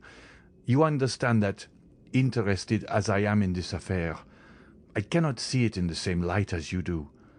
What appears to you to emanate from a celestial source seems to me to proceed from one far less pure. Providence appears to me to have no share in this affair, and happily so, for instead of the invisible, impalpable agent of celestial rewards and punishments, I shall find one, both palpable and visible, on whom I shall revenge myself. I assure you, for all I have suffered during the last month. Now, I repeat, Beauchamp, I wish to return to human and material existence, and if you are still the friend you profess to be, help me to discover the hand that struck the blow." "Be it so," said Beauchamp. "If you must have me descend to earth, I submit. And if you will seek your enemy, I will assist you, and I will engage to find him, my honor being almost as deeply interested as yours." "Well, then, you understand, Beauchamp, that we begin our search immediately. Each moment's delay is an eternity for me. The calumniator is not yet punished, and he may hope that he will not be. But on my honor, if he thinks so, he deceives himself." "Well, listen, Morcerf." "Ah, Beauchamp, I see you know something already. You will restore me to life." "I do not say there is any truth in what I am going to tell you, but it is at least a ray of light in a dark night. By following it we may discover perhaps something more certain." "Tell me. Satisfy my impatience." "Well, I will tell you what I did not like to mention on my return from Yanina." Say on." "I went, of course, to the chief banker of the town to make inquiries. At the first word, before I had even mentioned your father's name—" "Ah," said he, "I guess what brings you here." "How and why?" "Because a fortnight since I was questioned on the same subject." "By whom? By a Paris banker, my correspondent?" "Whose name is—" "Danglars." "He!" cried Albert. "Yes, it is indeed he who has so long pursued my father with jealous hatred. He, the man who would be popular, cannot forgive the Count of Morcerf for being created a peer, and this marriage broken off without a reason being assigned. Yes, it is all from the same cause." "Make inquiries, Albert, but do not be angry without reason. Make inquiries, and if it be true—" "Oh, yes, if it be true," cried the young man, "he shall pay me all I have suffered." "Beware, Morcerf. He is already an old man." "I will respect his age as he has respected the honor of my family. If my father had offended him, why did he not attack him personally? Oh, no, he was afraid to encounter him face to face." "I do not condemn you, Albert. I only restrain you. Act prudently." "Oh, do not fear. Besides, you will accompany me. Beauchamp, solemn transactions should be sanctioned by a witness. Before this day closes, if Monsieur Danglars is guilty, he shall cease to live, or I shall die. Pardieu, Beauchamp, mine shall be a splendid funeral." "When such resolutions are made, Albert, they should be promptly executed. Do you wish to go to Monsieur Danglars? Let us go immediately." They sent for a cabriolet. On entering the banker's mansion, they perceived the phaeton and servant of Monsieur Andrea Cavalcanti. "Ah, parbleu! That's good," said Albert with a gloomy tone. "If Monsieur Danglars will not fight with me, I will kill his son-in-law. Cavalcanti will certainly fight." The servant announced the young man, but the banker, recollecting what had transpired the day before, did not wish him admitted. It was, however, too late. Albert had followed the footman, and, hearing the order given, forced the door open, and, followed by Beauchamp, found himself in the banker's study. "Sir," cried the latter, "am I no longer at liberty to receive whom I choose in my house? You appear to forget yourself sadly." "No, sir," said Albert coldly. "There are circumstances in which one cannot, except through cowardice. I offer you that refuge. Refuse to admit certain persons at least." "What is your errand, then, with me, sir?" "I mean," said Albert, drawing near, and without apparently noticing Cavalcanti, who stood with his back towards the fireplace, "I mean to propose a meeting in some retired corner where no one will interrupt us for 10 minutes. That will be sufficient. Where two men, having met, one of them will remain on the ground." Danglars turned pale. Cavalcanti moved a step forward, and Albert turned towards him. "And you too," said he. "Come if you like, monsieur. You have a claim, being almost one of the family, and I will give as many rendezvous of that kind as I can find persons willing to accept them." Cavalcanti looked at Danglars with a stupefied air, and the latter, making an effort, arose and stepped between the two young men. Albert's attack on Andrea had placed him on a different footing, and he hoped this visit had another cause than that he had first supposed. "Indeed, sir," said he to Albert, "if you are come to quarrel with this gentleman because I have preferred him to you, I shall resign the case to the king's attorney." "You mistake, sir," said Morcerf with a gloomy smile. "I am not referring in the least to matrimony, and I only address myself to Monsieur Cavalcanti because he appeared disposed to interfere between us. In one respect you are right, for I am ready to quarrel with everyone today, but you have the first claim, Monsieur Danglars." "Sir," replied Danglars, pale with anger and fear. "I warn you, when I have the misfortune to meet with a mad dog, I kill it, and far from thinking myself guilty of a crime, I believe I do society a kindness. Now, if you are mad and try to bite me, I will kill you without pity. Is it my fault that your father has dishonoured himself?" "Yes, miserable wretch!" cried Morcerf. "It is your fault." Danglars retreated a few steps. "My fault?" said he. "You must be mad. What do I know of the Grecian affair? Have I travelled in that country? Did I advise your father to sell the castle of Yanina, to betray—" "Silence!" said Albert, with a thundering voice. "No, it is not you who have directly made this exposure and brought this sorrow on us, but you hypocritically provoked it." "I?" "Yes, you. How came it known?" "I suppose you read it in the paper on the account from Yanina." "Who wrote to Yanina?" "To Yanina?" "Yes, who wrote for particulars concerning my father?" "I imagine any one may write to Yanina."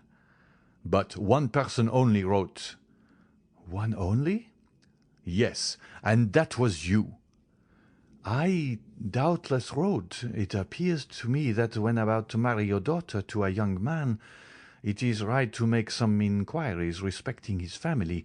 It is not only a right, but a duty." "You wrote, sir, knowing what answer you would receive." "I? Indeed, I assure you," cried Danglars, with a confidence and security proceeding less from fear than from the interest he really felt for the young man. "I solemnly declare to you that I should never have thought of writing to Yanina did I know anything of Ali Pasha's misfortunes." "Who, then, urged you to write? Tell me." "Pardieu, it was the most simple thing in the world. I was speaking of your father's past history. I said the origin of his fortune remained obscure. The person to whom I addressed my scruples asked me where your father had acquired his property. I answered, in Greece. 'Then,' said he, 'write to Yanina.'" "And who thus advised you?" "No other than your friend, Monte Cristo." "The Count of Monte Cristo told you to write to Yanina?" "Yes, and I wrote, and will show you my correspondence if you like." Albert and Beauchamp looked at each other. "Sir," said Beauchamp, who had not yet spoken, "you appear to accuse the Count, who is absent from Paris at this moment and cannot justify himself." "I accuse no one, sir," said Danglars. "I relate, and I will repeat before the Count what I have said to you." "Does the Count know what answer you received?" "Yes, I showed it to him." "Did he know my father's Christian name was Fernand, and his family name Mondego?" "Yes, I had told him that long since, and I did only what any other would have done in my circumstances, and perhaps less, when, the day after the arrival of this answer, your father came by the advice of Monte Cristo to ask my daughter's hand for you.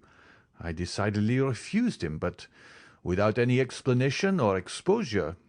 In short, why should I have any more to do with the affair? How did the honour or disgrace of Monsieur de Morcerf affect me? It neither increased nor decreased my income." Albert felt the blood mounting to his brow. There was no doubt upon the subject. Danglars defended himself with the baseness, but at the same time with the assurance of a man who speaks the truth, at least in part, if not wholly, not for conscience's sake, but through fear. Besides, what was Morcerf seeking? It was not whether Danglars or Monte Cristo was more or less guilty. It was a man who would answer for the offence, whether trifling or serious. It was a man who would fight, and it was evident Danglars would not fight. And in addition to this, everything forgotten or unperceived before presented itself now to his recollection. Monte Cristo knew everything, as he had bought the daughter of Ali Pasha, and knowing everything, he had advised Danglars to write to Yanina.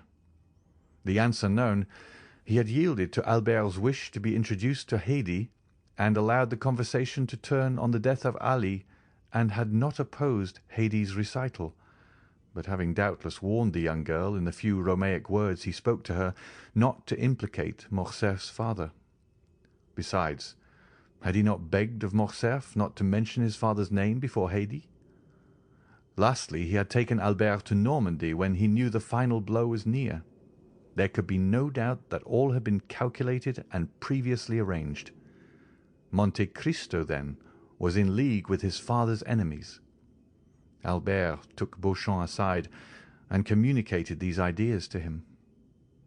"You are right," said the latter. "Monsieur Danglars has only been a secondary agent in this sad affair, and it is of Monsieur de Monte Cristo that you must demand an explanation." Albert turned. "Sir," said he to Danglars, "understand that I do not take a final leave of you.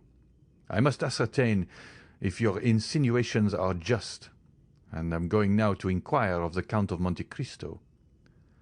He bowed to the banker and went out with Beauchamp, without appearing to notice Cavalcanti.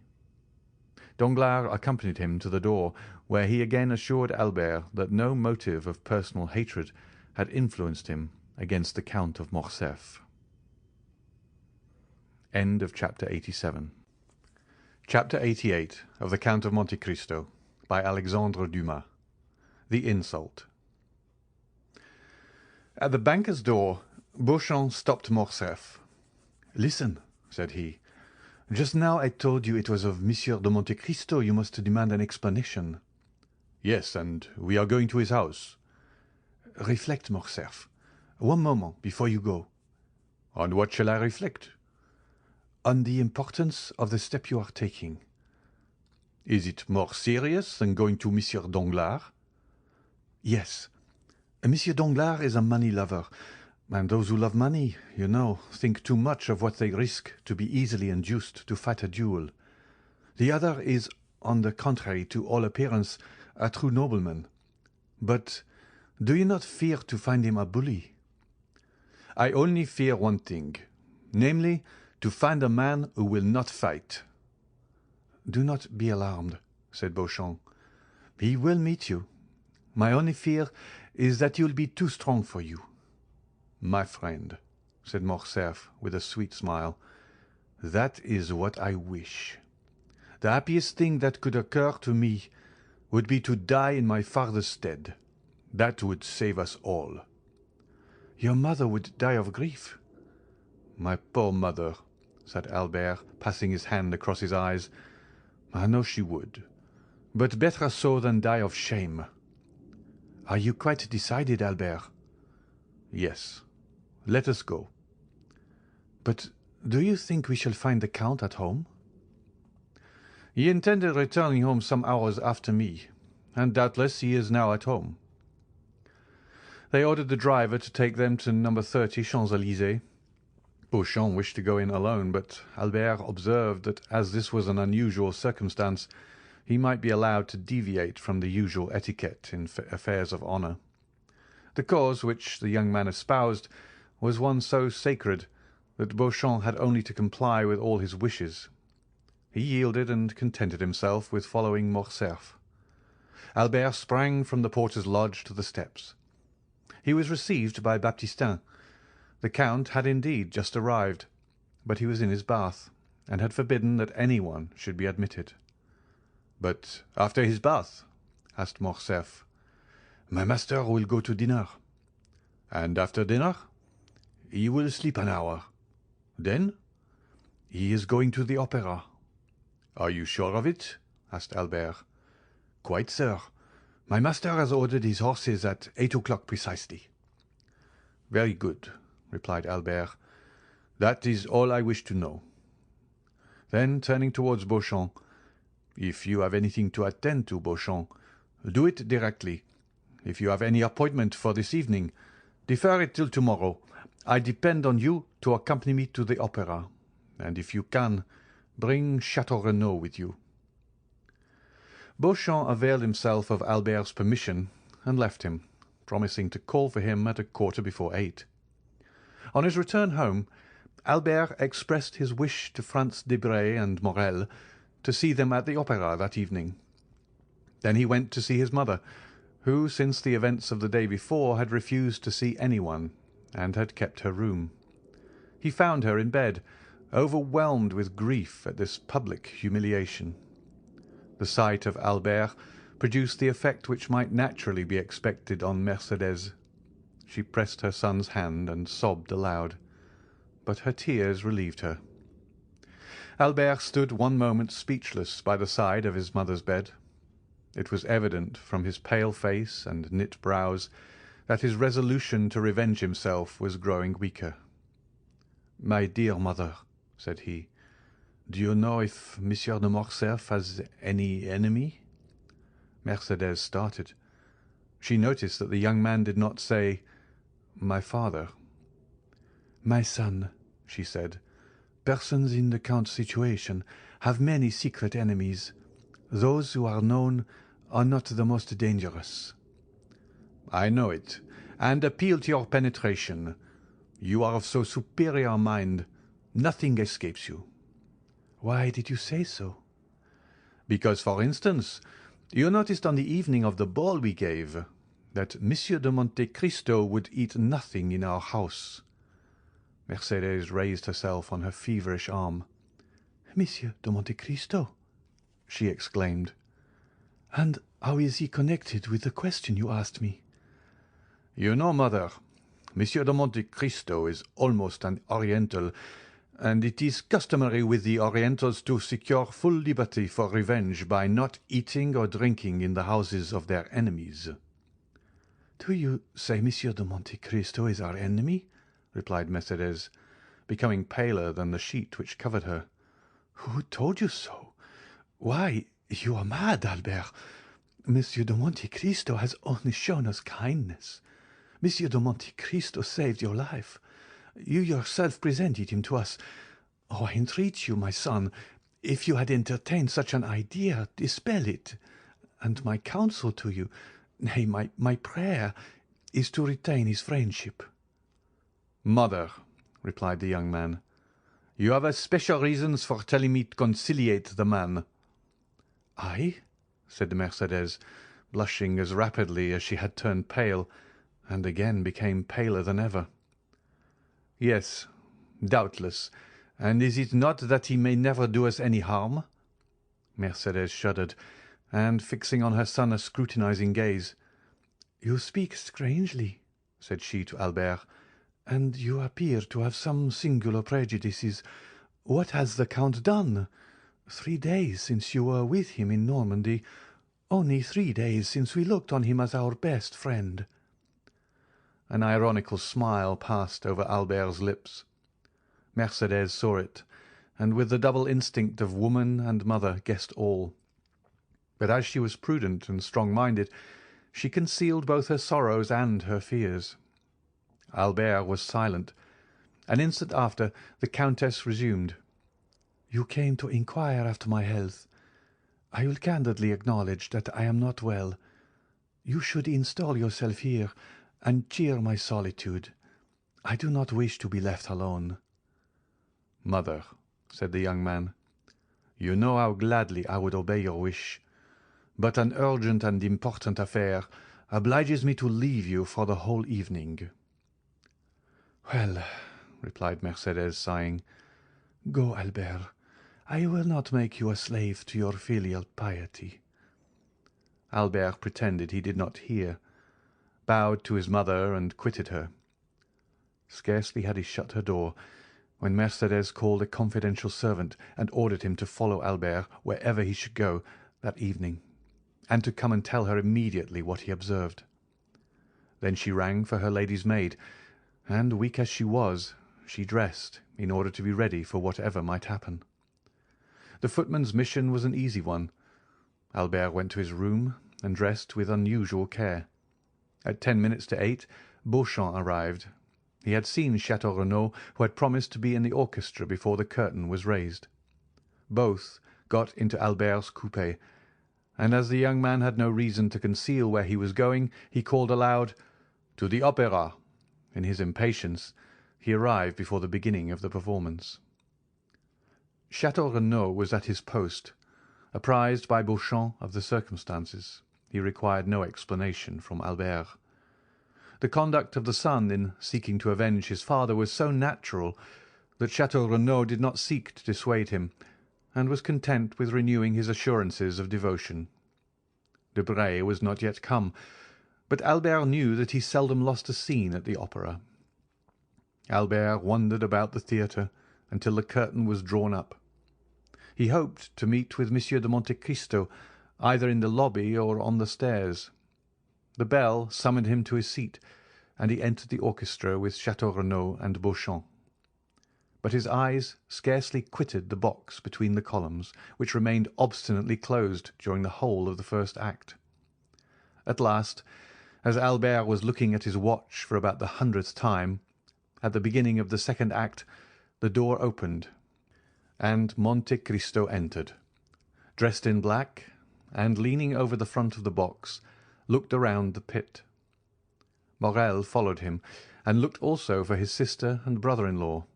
He soon discovered them in another box, and kissed his hand to them. The Count, in his survey of the pit, encountered a pale face and threatening eyes, which evidently sought to gain his attention. He recognized Albert, but thought it better not to notice him as he looked so angry and discomposed.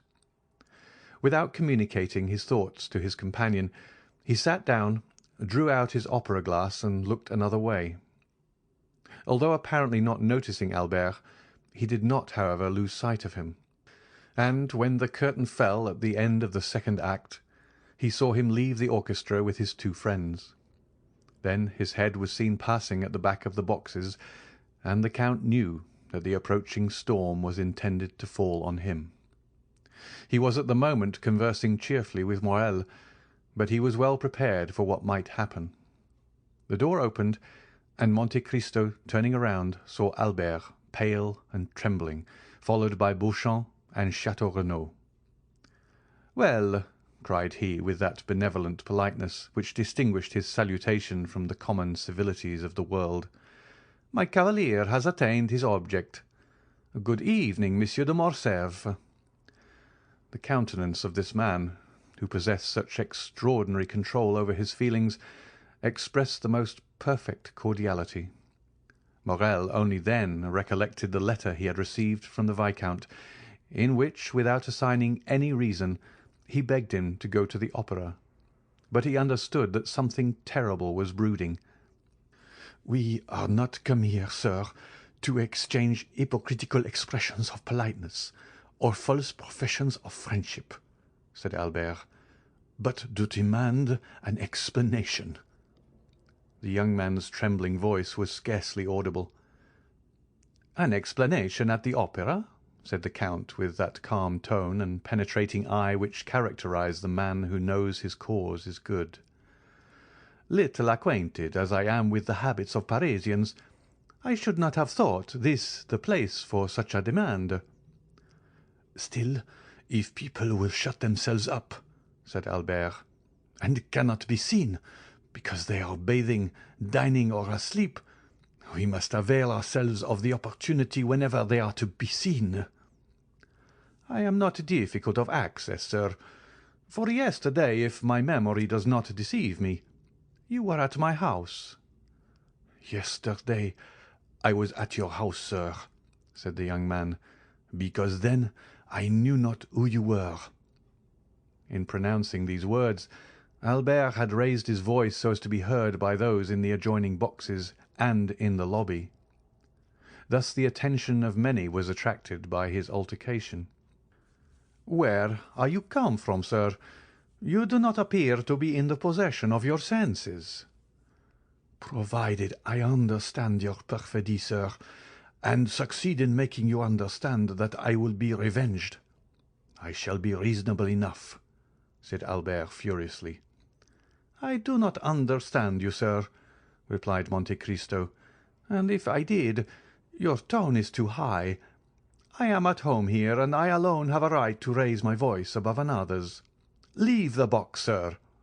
Monte Cristo pointed towards the door with the most commanding dignity. "Ah, I shall know how to make you leave your home," replied Albert, clasping in his convulsed grasp the glove which Monte Cristo did not lose sight of.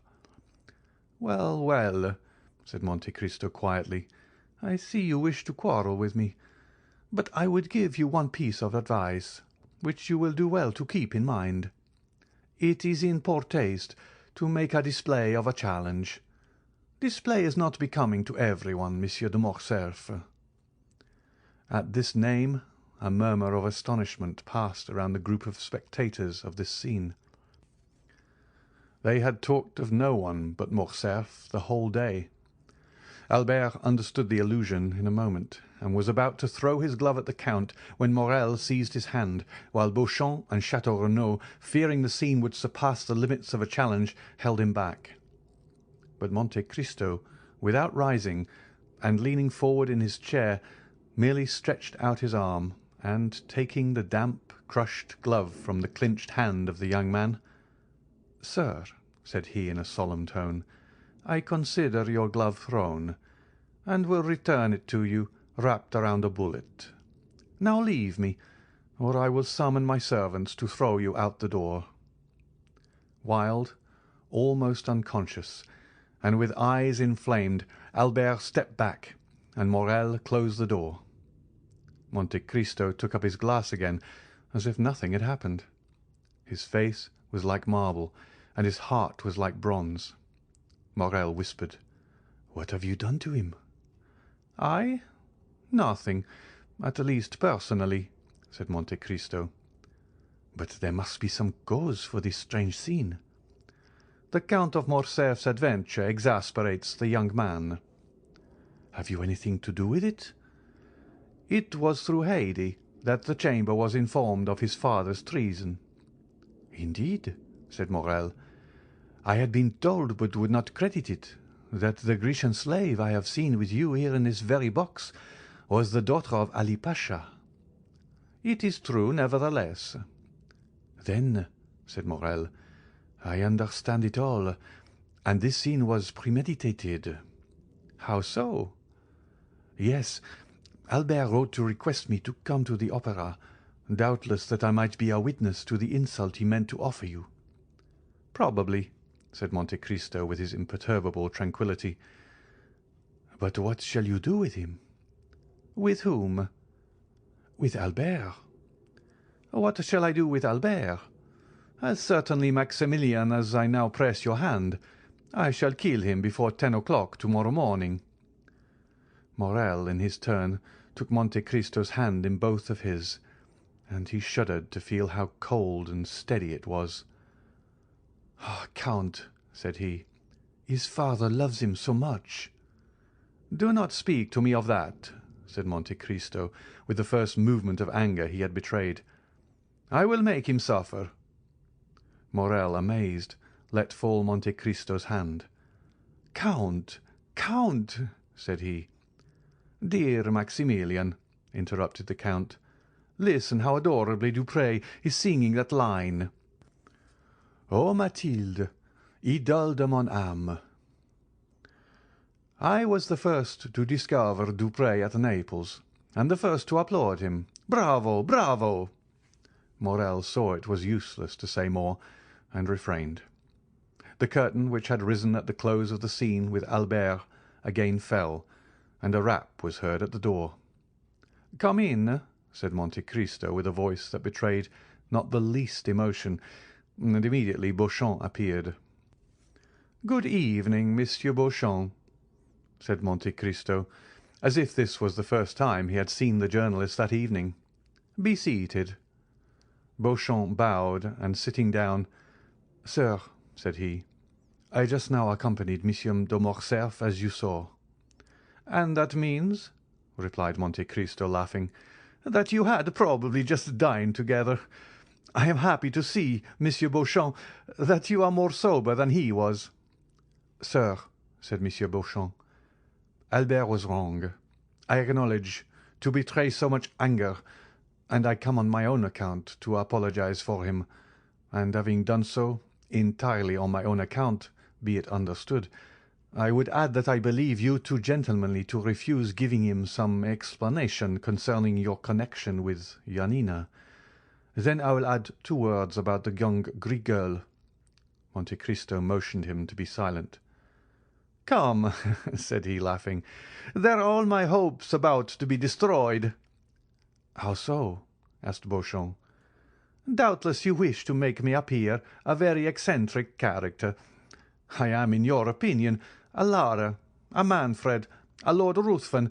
Then, just as I am arriving at the climax, you defeat your own end and seek to make an ordinary man of me. You bring me down to your own level and demand explanations. Indeed, Monsieur Beauchamp, it is quite laughable." "Yet," replied Beauchamp haughtily, "there are occasions when probity commands—" "Monsieur Beauchamp," interposed this strange man, "the Count of Monte Cristo bows to none but the Count of Monte Cristo himself. Say no more, I entreat you. I do what I please, Monsieur Beauchamp, and it is always well done." "Sir," replied the young man, "honest men are not to be paid with such coin. I require honourable guarantees." "I am, sir, a living guarantee," replied Monte Cristo, motionless, but with a threatening look. "We have both blood in our veins which we wish to shed. That is our mutual guarantee. Tell the Viscount so, and that tomorrow before 10 o'clock I shall see what colour he is." "Then I have only to make arrangements for the duel," said Beauchamp. "It is quite immaterial to me," said Monte Cristo, "and it was very unnecessary to disturb me at the opera for such a trifle. In France people fight with the sword or pistol, in the colonies with the carbine, in Arabia with the dagger. Tell your client that although I am the insulted party, in order to carry out my eccentricity, I leave him the choice of arms, and will accept without discussion, without dispute, anything, even combat by drawing lots, which is always stupid, but with me different from other people, as I am sure to gain." "Sure to gain?" repeated Beauchamp, looking with amazement at the Count. "Certainly," said Monte Cristo, slightly shrugging his shoulders. "Otherwise I would not fight with Monsieur de Morcerf. I shall kill him. I cannot help it. Only by a single line this evening at my house let me know the arms and the hour. I do not like to be kept waiting." "Pistols, then, at 8 o'clock, in the Bois de Vincennes," said Beauchamp, quite disconcerted, not knowing if he was dealing with an arrogant braggadocio or a supernatural being. "Very well, sir," said Monte Cristo. "Now all that is settled. Do let me see the performance, and tell your friend Albert not to come any more this evening. He will hurt himself with all his ill-chosen barbarisms. Let him go home and go to sleep." Beauchamp left the box, perfectly amazed. "Now," said Monte Cristo, turning towards Morrel, "I may depend upon you, may I not?" "Certainly," said Morrel. "I am at your service, Count. Still—" "What?" "It is desirable I should know the real cause." "That is to say, you would rather not?" "No." "The young man himself is acting blindfolded, and knows not the true cause, which is known only to God and to me. But I give you my word, Morrel, that God, who does know it, will be on our side." "Enough," said Morrel. "Who is your second witness?" "I know no one in Paris, Morrel, on whom I could confer that honour besides you and your brother Emmanuel. Do you think Emmanuel would oblige me?" "I will answer for him, Count." "Well, that is all I require. Tomorrow morning at 7 o'clock. You will be with me, will you not?" "We will." "Hush! The curtain is rising. Listen. I never lose a note of this opera if I can avoid it. The music of William Tell is so sweet." End of chapter 88. Chapter 89 of the Count of Monte Cristo by Alexandre Dumas. A nocturnal interview. Monte Cristo waited, according to his usual custom, until Dupré had sung his famous Suivez-moi. Then he rose and went out. Morel took leave of him at the door, renewing his promise to be with him the next morning at 7 o'clock, and to bring Emmanuel. Then he stepped into his coupé, calm and smiling, and was at home in 5 minutes. No one who knew the Count could mistake his expression when, on entering, he said, "Ali, bring me my pistols with the ivory cross." Ali brought the box to his master, who examined the weapons with a solicitude very natural to a man who is about to entrust his life to a little powder and shot. These were pistols of an especial pattern, which Monte Cristo had made for target practice in his own room. A cap was sufficient to drive out the bullet, and from the adjoining room no one would have suspected that the Count was, as sportsmen would say, keeping his hand in. He was just taking one up and looking for the point to aim at on a little iron plate which served him as a target, when his study door opened, and Baptistin entered. Before he had spoken a word, the Count saw in the next room a veiled woman, who had followed closely after Baptistin, and now, seeing the Count with a pistol in his hand and swords on the table, rushed in. Baptistin looked at his master, who made a sign to him, and he went out, closing the door after him. "Who are you, madame?" said the Count to the veiled woman. The stranger cast one look around her to be certain that they were quite alone, then bending as if she would have knelt, and joining her hands, she said with an accent of despair, "Edmond, you will not kill my son." The Count retreated a step, uttered a slight exclamation, and let fall the pistol he held. "What name did you pronounce, then, Madame de Morcerf?" said he. "Yours," cried she, throwing back her veil. "Yours, which I alone, perhaps, have not forgotten, Edmond. It is not Madame de Morcerf who is come to you. It is Mercédès." "Mercédès is dead, madame," said Monte Cristo. "I know no one now of that name." "Mercédès lives, sir, and she remembers, for she alone recognized you when she saw you, and even before she saw you, by your voice, Edmond, by the simple sound of your voice, and from that moment she has followed your steps, watched you, feared you, and she needs not to inquire what hand has dealt the blow which now strikes Monsieur de Morcerf." "Fernand, do you mean?" replied Monte Cristo with bitter irony. "Since we are recalling names, let us remember them all." Monte Cristo had pronounced the name of Fernand with such an expression of hatred that Mercédès felt a thrill of horror run through her every vein. "You see, Edmond, I am not mistaken, and have cause to say, spare my son." "And who told you, madam, that I have any hostile intentions against your son?" "No one, in truth, but a mother has twofold sight. I guessed all. I followed him this evening to the opera, and concealed in a parquet box, have seen all." "If you have seen all, madame, you know that the son of Fernand has publicly insulted me," said Monte Cristo with awful calmness. "Oh, for pity's sake!" "You have seen that he would have thrown his glove in my face if Morel, one of my friends, had not stopped him." "Listen to me. My son has also guessed who you are. He attributes his father's misfortunes to you."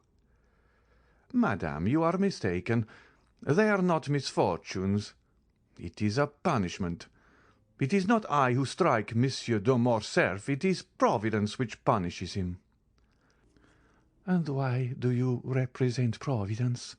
cried Mercédès. "Why do you remember when it forgets? What are Janina and its vizier to you, Edmond? What injury has Fernand Mondego done you in betraying Ali Tepelini?" "Ah, madame," replied Monte Cristo, "all this is an affair between the French captain and the daughter of Vasiliki. It does not concern you. If you are right, and if I have sworn revenge myself, it is not on the French captain or the Count of Morcerf, but on the fisherman Fernand, the husband of Mercédès the Catalane." Ah, sir, cried the Countess, how terrible a vengeance for a fault which fatality made me commit! For I am the only culprit, Edmond, and if you owe revenge to anyone, it is to me, who had not fortitude to bear your absence and my solitude. But, exclaimed Monte Cristo, why was I absent? And why were you alone? Because you had been arrested, Edmond, and were a prisoner. And why was I arrested? Why was I a prisoner? I do not know, said Mercédès. You do not, madame. At least I hope not. But I will tell you. I was arrested and became a prisoner because under the arbour of La Réserve, the day before I was to marry you, a man named Danglars wrote this letter which the fisherman Fernand himself posted. Monte Cristo went to a secretary, opened a drawer by a spring from which he took a paper which had lost its original colour, and the ink of which had become a rusty hue. This he placed in the hands of Mercédès. It was Danglars' letter to the king's attorney, which the Count of Monte Cristo, disguised as a clerk from the house of Thomson and French, had taken from the file against Edmond Dantès, on the day he had paid the 200,000 francs to Monsieur de Beauville. Mercédès read with terror the following lines. The king's attorney is informed by a friend to the throne and religion that one Edmond Dantès, second in command on board the Pharaon, this day arrived from Smyrna, after having touched at Naples and Porto Ferraio, is the bearer of a letter from Murat to the usurper, and of another letter from the usurper to the Bonapartist Club in Paris. Ample corroboration of this statement may be obtained by arresting the above-mentioned Edmond Dantès, who either carries the letter for Paris about with him, or has it at his father's abode. Should it not be found in possession of either father or son, then it will assuredly be discovered in the cabin belonging to the said Dantès on board the Pharaon. How dreadful! said Mercédès, passing a hand across her brow moist with perspiration. And that letter? I bought it for 200,000 francs, madame, said Monte Cristo, but that is a trifle, since it enables me to justify myself to you. And the result of that letter? You well know, madame, was my arrest, but you do not know how long that arrest lasted. You do not know that I remained for 14 years within a quarter of a league of you, in a dungeon in the Château d'If. You do not know that every day of those 14 years I renewed the vow of vengeance which I had made the first day, and yet I was not aware that you had married Fernand, my calumniator, and that my father had died of hunger. Can it be? cried Mercédès, shuddering.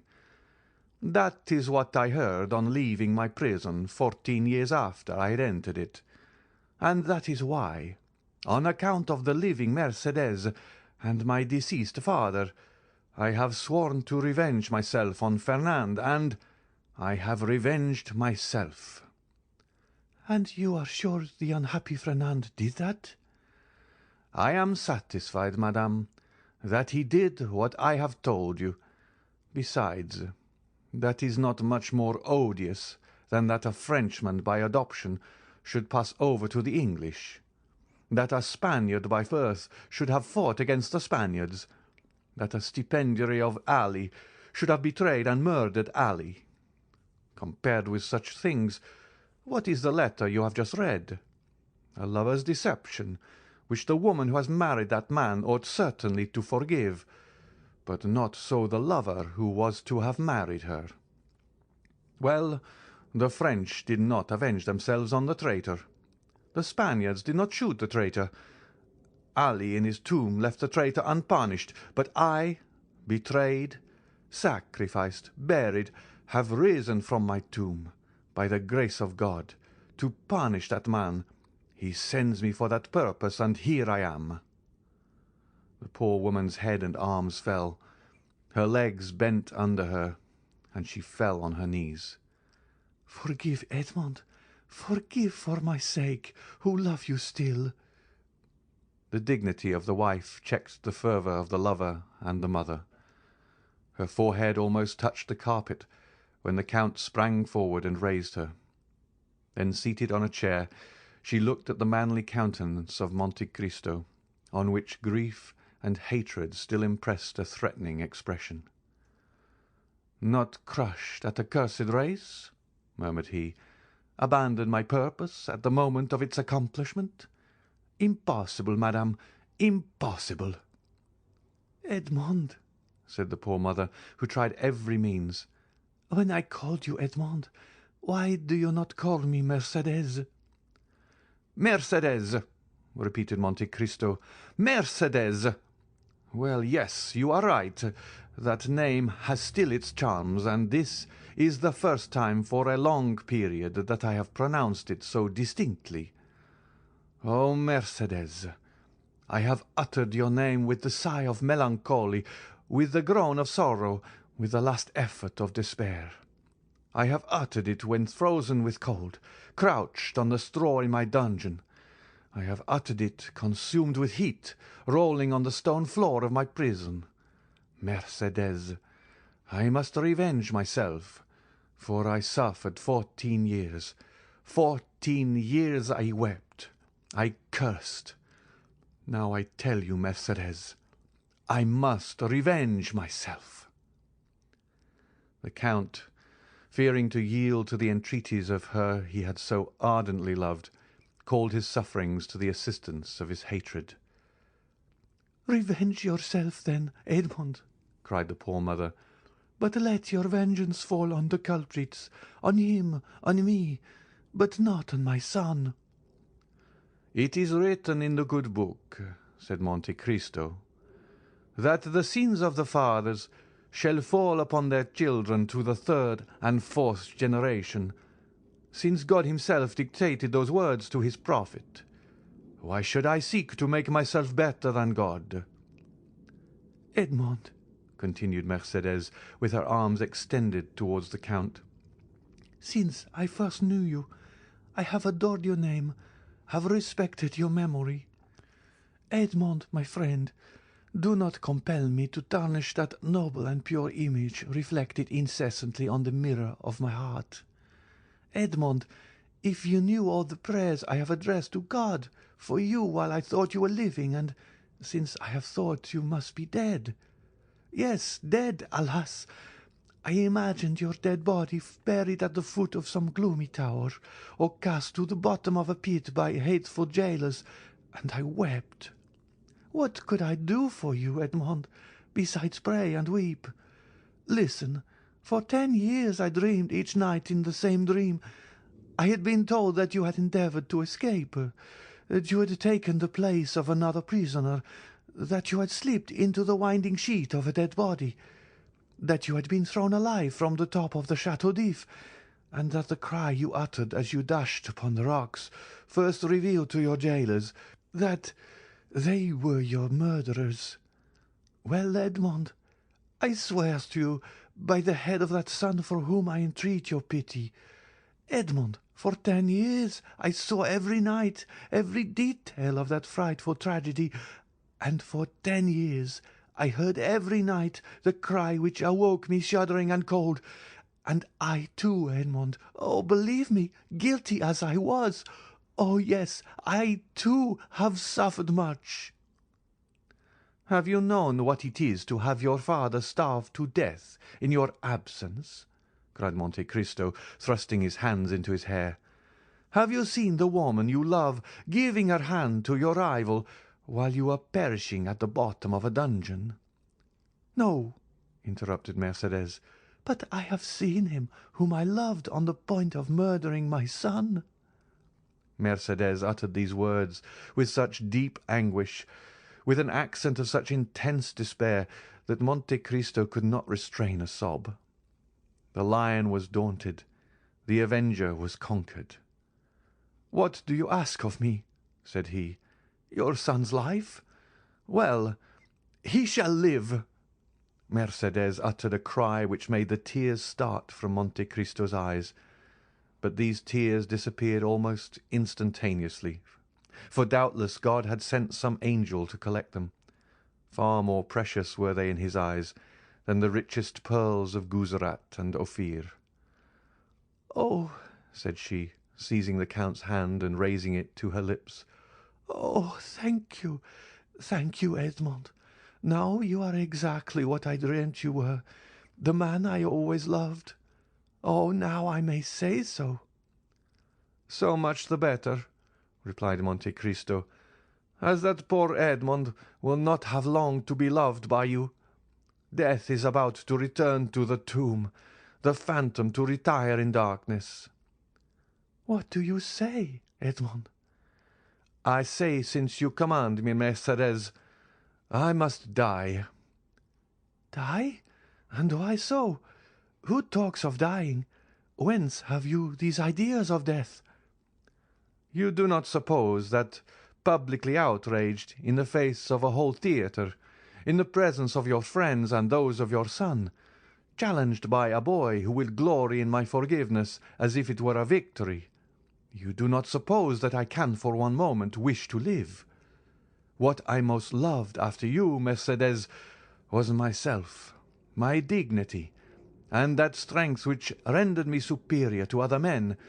That strength was my life. With one word you have crushed it, and I die." "But the duel will not take place, Edmond, since you forgive." "It will take place," said Monte Cristo in a most solemn tone, "but instead of your son's blood to stain the ground, mine will flow." Mercédès shrieked and sprang towards Monte Cristo, but suddenly stopping. "Edmond," said she, "there is a God above. Since you live, and since I have seen you again, I trust to him from my heart. While waiting his assistance, I trust to your word. You have said that my son should live, have you not?" "Yes, madame, he shall live," said Monte Cristo, surprised that without much more emotion Mercédès had accepted the heroic sacrifice he made for her. Mercédès extended her hand to the Count. "Edmond," said she, and her eyes were wet with tears while looking at him to whom she spoke, "how noble it is of you! How great the action you have just performed! How sublime to have taken pity on a poor woman who appealed to you with every chance against her! Alas, I am grown old with grief more than with years, and cannot now remind my Edmond by a smile or by a look of that Mercédès whom he once spent so many hours in contemplating. Ah, believe me, Edmond, as I told you, I too have suffered much. I repeat, it is melancholy to pass one's life without having one joy to recall, without preserving a single hope. But that proves that all is not yet over. No, it is not finished. I feel it by what remains in my heart. Oh, I repeat it, Edmond. What you have just done is beautiful. It is grand. It is sublime." "Do you say so now, Mercédès? Then what would you say if you knew the extent of the sacrifice I make to you? Suppose that the Supreme Being, after having created the world and fertilized chaos, had paused in the work to spare an angel the tears that might one day flow for mortal sins from her immortal eyes. Suppose that when everything was in readiness, and the moment had come for God to look upon his work and see that it was good, suppose he had snuffed out the sun and tossed the world back into eternal night, then, even then, Mercédès, you could not imagine what I lose in sacrificing my life at this moment." Mercédès looked at the Count in a way which expressed at the same time her astonishment, her admiration, and her gratitude. Monte Cristo pressed his forehead on his burning hands, as if his brain could no longer bear alone the weight of its thoughts. "Edmond," said Mercédès, "I have but one word more to say to you." The Count smiled bitterly. "Edmond," continued she, "you will see that if my face is pale, if my eyes are dull, if my beauty is gone, if Mercedes, in short, no longer resembles her former self in her features, you will see that her heart is still the same. Adieu, then, Edmond. I have nothing more to ask of heaven. I have seen you again, and have found you as noble and as great as formerly you were. Adieu, Edmond. Adieu, and thank you. But the Count did not answer.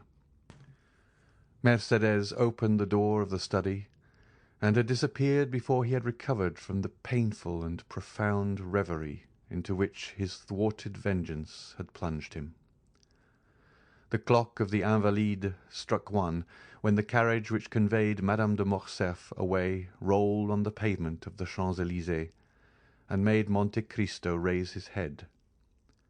"What a fool I was," said he, "not to tear my heart out on the day when I resolved to avenge myself." End of chapter 89. Chapter 90 of the Count of Monte Cristo by Alexandre Dumas. The Meeting.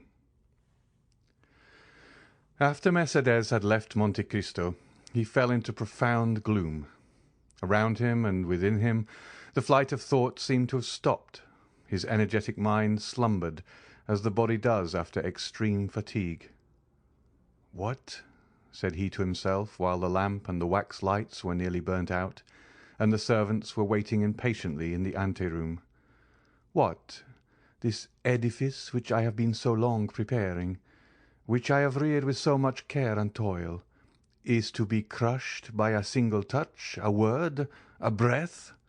Yes, this self of whom I thought so much, of whom I was so proud, who had appeared so worthless in the dungeons of the Château d'If, and whom I had succeeded in making so great, will be but a lump of clay tomorrow. Alas!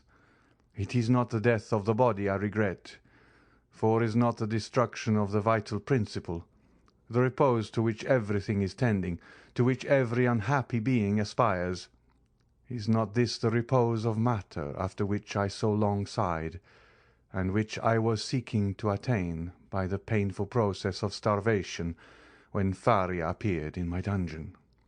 What is death for me? One step farther into rest, 2, perhaps, into silence.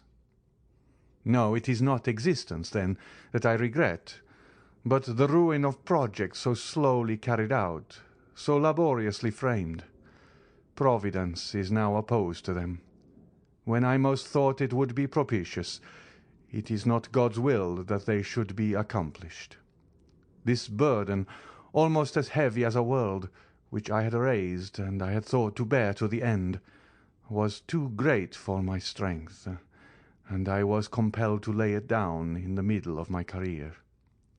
Oh, shall I then again become a fatalist, whom 14 years of despair and 10 of hope had rendered a believer in Providence? And all this because my heart, which I thought dead, was only sleeping, because it has awakened and has begun to beat again, because I have yielded to the pain of the emotion excited in my breast by a woman's voice. Yet," continued the Count, becoming each moment more absorbed in the anticipation of the dreadful sacrifice for the morrow which Mercedes had accepted, "yet it is impossible that so noble-minded a woman should thus through selfishness consent to my death when I am in the prime of life and strength. It is impossible that she can carry to such a point maternal love, or rather delirium. There are virtues which become crimes by exaggeration. No, she must have conceived some pathetic scene. She will come and throw herself between us, and what would be sublime here will there appear ridiculous." The blush of pride mounted to the Count's forehead as this thought passed through his mind. "Ridiculous?" repeated he, "and the ridicule will fall on me. I, ridiculous? No, I would rather die." By thus exaggerating to his own mind the anticipated ill fortune of the next day to which he had condemned himself by promising Mercédès to spare her son, the Count at last exclaimed, "Folly, folly, folly, to carry generosity so far as to put myself up as a mark for that young man to aim at. He will never believe that my death was suicide, and yet it is important for the honour of my memory, and this surely is not vanity but a justifiable pride. It is important the world should know that I have consented by my free will to stop my arm, already raised to strike, and that with the arm which has been so powerful against others I have struck myself. It must be. It shall be." Seizing a pen, he drew a paper from a secret drawer in his desk and wrote at the bottom of the document, which was no other than his will, made since his arrival in Paris, a sort of codicil clearly explaining the nature of his death. "I do this, O my God," said he, with his eyes raised to heaven, "as much for thy honour as for mine. I have during 10 years considered myself the agent of thy vengeance, and other wretches like Morcerf, Danglars, Villefort, even Morcerf himself, must not imagine that chance has freed them from their enemy. Let them know, on the contrary, that their punishment, which had been decreed by Providence, is only delayed by my present determination, and although they escape it in this world, it awaits them in another, and that they are only exchanging time for eternity." While he was thus agitated by gloomy uncertainties, wretched waking dreams of grief, the first rays of morning pierced his windows, and shone upon the pale blue paper on which he had just inscribed his justification of Providence. It was just 5 o'clock in the morning, when a slight noise like a stifled sigh reached his ear.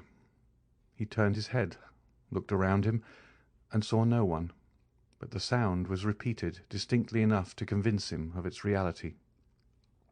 He arose, and quietly opening the door of the drawing-room, saw Haydée, who had fallen on a chair, with her arms hanging down and her beautiful head thrown back.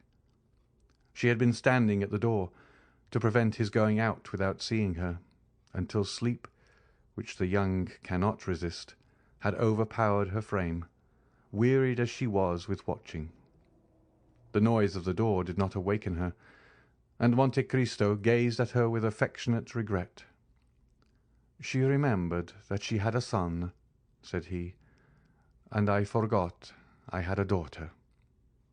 Then shaking his head sorrowfully, "Poor Haydée," said he, "she wished to see me, to speak to me. She has feared or guessed something.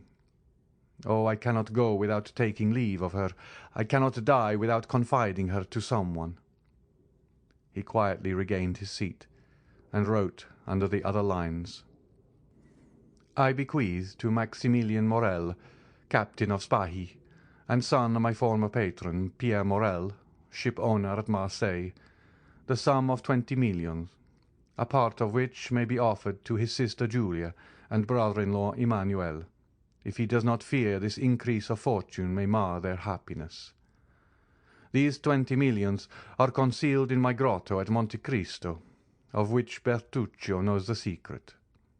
If his heart is free, and he will marry Haydée, the daughter of Ali Pasha of Yanina, whom I have brought up with the love of a father, and who has shown the love and tenderness of a daughter for me, he will thus accomplish my last wish. This will has already constituted Haydée heiress of the rest of my fortune, consisting of lands, funds in England, Austria, and Holland, furniture in my different palaces and houses, and which, without the 20 millions and the legacies to my servants, may still amount to 60 millions. He was finishing the last line when a cry behind him made him start, and the pen fell from his hand. "Haydée," said he, "did you read it?" "Oh, my lord," said she, "why are you writing thus at such an hour? Why are you bequeathing all your fortune to me? Are you going to leave me?" "I am going on a journey, dear child," said Monte Cristo with an expression of infinite tenderness and melancholy. "And if any misfortune should happen to me—" The Count stopped. Well? asked the young girl with an authoritative tone the Count had never observed before, and which startled him. "Well, if any misfortune happened to me," replied Monte Cristo, "I wish my daughter to be happy." Haydée smiled sorrowfully and shook her head. "Do you think of dying, my lord?" said she. "The wise man, my child, has said, 'It is good to think of death.'" "Well, if you die," said she, "bequeath your fortune to others, for if you die I shall require nothing." And taking the paper, she tore it into 4 pieces and threw it in the middle of the room. Then, the effort having exhausted her strength, she fell not asleep this time, but fainting on the floor. The Count leaned over her and raised her in his arms, and seeing that sweet pale face, those lovely eyes closed, that beautiful form motionless, and to all appearance lifeless, the idea occurred to him for the first time that perhaps she loved him otherwise than as a daughter loves a father. "Alas!" murmured he with intense suffering, "I might, then, have been happy yet." Then he carried Haydée to her room, resigned her to the care of her attendants, and returning to his study, which he shut quickly this time, he again copied the destroyed will. As he was finishing, the sound of a cabriolet entering the yard was heard. Monte Cristo approached the window and saw Maximilian and Emmanuel alight. "Good," said he, "it was time." And he sealed his will with 3 seals. A moment afterwards he heard a noise in the drawing-room, and went to open the door himself. Morrel was there. He had come 20 minutes before the time appointed. "I am perhaps come too soon, Count," said he, "but I frankly acknowledge that I have not closed my eyes all night, nor has anyone in my house. I need to see you strong in your courageous assurance to recover myself." Monte Cristo could not resist this proof of affection. He not only extended his hand to the young man, but flew to him with open arms. "Morrel," said he, "it is a happy day for me to feel that I am beloved by such a man as you. Good morning, Emmanuel. You will come with me, then, Maximilian?" "Did you doubt it?" said the young captain. "But if I were wrong?"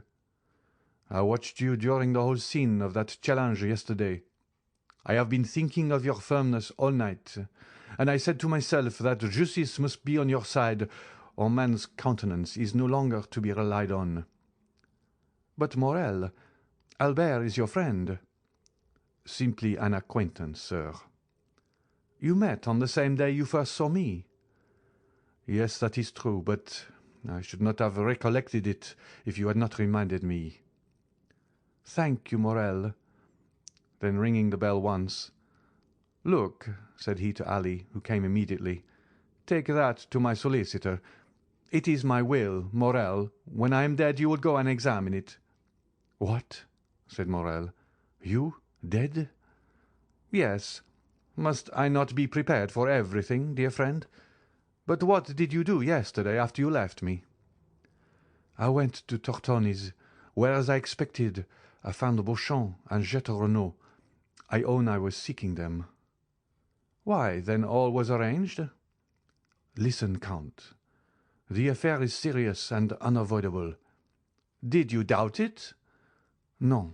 The offence was public, and everyone is already talking of it." "Well?" "Well, I hope to get an exchange of arms, to substitute the sword for the pistol. The pistol is blind." "Have you succeeded?" asked Monte Cristo quickly, with an imperceptible gleam of hope. "No, for your skill with the sword is so well known." "Ah, who has betrayed me?" "The skilful swordsman whom you have conquered." "And you failed?" "They positively refused." "Morrel," said the Count, "have you ever seen me fire a pistol?" "Never." "Well, we have time. Look."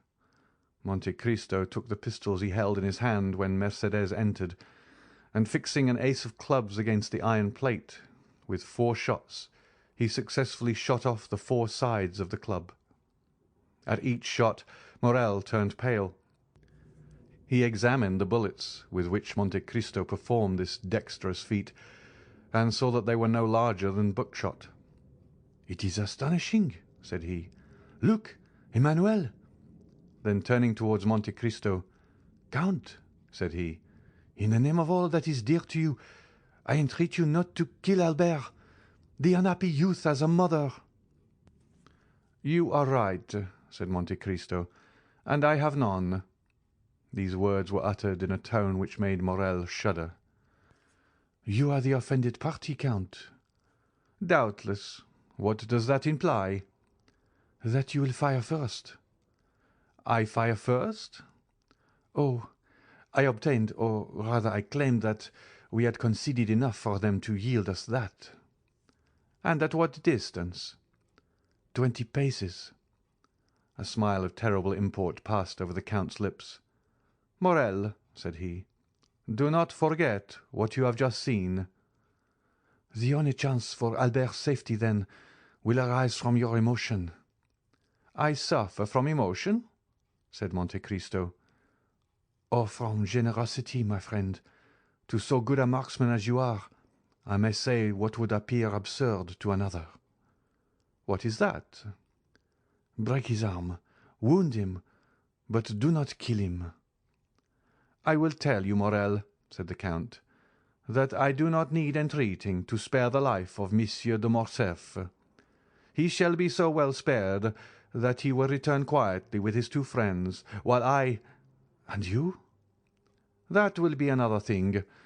I shall be brought home." "No, no!" cried Maximilian, quite unable to restrain his feelings. "As I told you, my dear Morrel, Monsieur de Morcerf will kill me." Morrel looked at him in utter amazement. "But what has happened since last evening, Count?" "The same thing that happened to Brutus the night before the battle of Philippi. I have seen a ghost." "And that ghost?" "Told me, Morrel, that I had lived long enough." Maximilian and Emmanuel looked at each other. Monte Cristo drew out his watch. "Let us go," said he. "It is 5 minutes past 7, and the appointment was for 8 o'clock." A carriage was in readiness at the door. Monte Cristo stepped into it with his 2 friends. He had stopped a moment in the passage to listen at a door, and Maximilian and Emmanuel, who had considerately passed forward a few steps, thought they heard him answer by a sigh to a sob from within. As the clock struck 8, they drove up to the place of meeting. "We are first," said Morrel, looking out of the window. "Excuse me, sir," said Baptistin, who had followed his master with indescribable terror, "but I think I see a carriage down there under the trees." Monte Cristo sprang lightly from the carriage, and offered his hand to assist Emmanuel and Maximilian. The latter retained the Count's hand between his. "I like," said he, "to feel a hand like this, when its owner relies on the goodness of his cause." "It seems to me," said Emmanuel, "that I see 2 young men down there who are evidently waiting." Monte Cristo drew Morrel a step or 2 behind his brother-in-law. "Maximilian," said he, "are your affections disengaged?" Morrel looked at Monte Cristo with astonishment. "I do not seek your confidence, my dear friend. I only ask you a simple question. Answer it. That is all I require." "I love a young girl, Count." "Do you love her much?" "More than my life." "Another hope defeated," said the Count. Then with a sigh, "Poor Haydée," murmured he. "To tell the truth, Count, if I knew less of you, I should think that you are less brave than you are." "Because I sigh when thinking of someone I am leaving. Come, Morrel, it is not like a soldier to be so bad a judge of courage. Do I regret life? What is it to me, who have passed 20 years between life and death? Moreover, do not alarm yourself, Morrel. This weakness, if it's such, is betrayed to you alone. I know the world is a drawing-room from which we must retire politely and honestly. That is, with a bow and our debts of honour paid. That is to the purpose. Have you brought your arms? I? What for? I hope these gentlemen have theirs. I will inquire, said Morel. Do, but make no treaty. You understand me. You need not fear. Morel advanced towards Beauchamp and Chateau Renaud, who, seeing his intention, came to meet him. The three young men bowed to each other courteously, if not affably. "Excuse me, gentlemen," said Morel, "but I do not see Monsieur de Morcerf." "He sent us word this morning," replied Chateau Renaud, "that he would meet us on the ground." "Ah," said Morel. Beauchamp pulled out his watch. "It is only 5 minutes past 8, said he to Morel. "There is not much time lost yet." "Oh, I made no allusion of that kind," replied Morel. "There is a carriage coming," said Chateau Renaud. It advanced rapidly along one of the avenues leading towards the open space where they were assembled. "You are doubtless provided with pistols, gentlemen? Monsieur de Monte Cristo yields his right of using his." "We had anticipated this kindness on the part of the Count," said Beauchamp, "and I have brought some weapons which I brought 8 or 10 days since, thinking to want them on a similar occasion. They are quite new, and have not yet been used. Will you examine them?" "Oh, Monsieur Beauchamp, if you assure me that Monsieur de Morcerf does not know these pistols, you may readily believe that your word will be quite sufficient." "Gentlemen," said Chateau Renaud, "it is not Morcerf coming in that carriage. Faith, it is Franz and Debray." The two young men he announced were indeed approaching. "What chance brings you here, gentlemen?" said Chateau Renaud, shaking hands with each of them. "Because," said Debray, "Albert sent this morning to request us to come." Beauchamp and Chateau Renaud exchanged looks of astonishment. "I think I understand this reason," said Morel. "What is it?" "Yesterday afternoon I received a letter from Monsieur de Morcerf, begging me to attend the opera." "And I," said Debray. "And I also," said Franz. "And we too," added Beauchamp and Chateau Renaud. "Having wished you all to witness the challenge, he now wishes you to be present at the combat." "Exactly so," said the young men. "You have probably guessed right." "But after all these arrangements, he does not come himself," said Chateau Renaud. "Albert is 10 minutes after time." "There he comes," said Beauchamp, "on horseback, at full gallop, followed by a servant." "How imprudent," said Chateau Renaud, "to come on horseback to fight a duel with pistols, after all the instructions I had given him." "And besides," said Beauchamp, "with a collar above his cravat, an open coat and white waistcoat. Why has he not painted a spot upon his heart? It would have been more simple." Meanwhile Albert had arrived within 10 paces of the group formed by the 5 young men. He jumped from his horse, threw the bridle on his servant's arms, and joined them. He was pale, and his eyes were red and swollen. It was evident that he had not slept. A shade of melancholy gravity overspread his countenance which was not natural to him. "I thank you, gentlemen," said he, "for having complied with my request. I feel extremely grateful for this mark of friendship." Morel had stepped back as Morcerf approached, and remained at a short distance. "And to you also, Monsieur Morel, my thanks are due. Come, there cannot be too many." "Sir," said Maximilian, "you are not perhaps aware that I am Monsieur de Monte Cristo's friend?" "I was not sure, but I thought it might be so." "So much the better. The more honourable men there are here, the better I shall be satisfied." "Monsieur Morel," said Chateau Renaud, "will you apprise the Count of Monte Cristo that Monsieur de Morcerf is arrived, and we are at his disposal?" Morel was preparing to fulfil his commission. Beauchamp had meanwhile drawn the box of pistols from the carriage. "Stop, gentlemen," said Albert. "I have 2 words to say to the Count of Monte Cristo." In private?" said Morrel. "No, sir, before all who are here." Albert's witnesses looked at each other. Franz and Debray exchanged some words in a whisper, and Morrel, rejoiced at this unexpected incident, went to fetch the Count, who was walking in a retired path with Emmanuel. "What does he want with me?" said Monte Cristo. "I do not know, but he wishes to speak to you." "Ah," said Monte Cristo, "I trust he is not going to tempt me by some fresh insult." "I do not think that such is his intention," said Morrel. The Count advanced, accompanied by Maximilian and Emmanuel. His calm and serene look formed a singular contrast to Albert's grief-stricken face, who approached also, followed by the other 4 young men. When at 3 paces distant from each other, Albert and the Count stopped.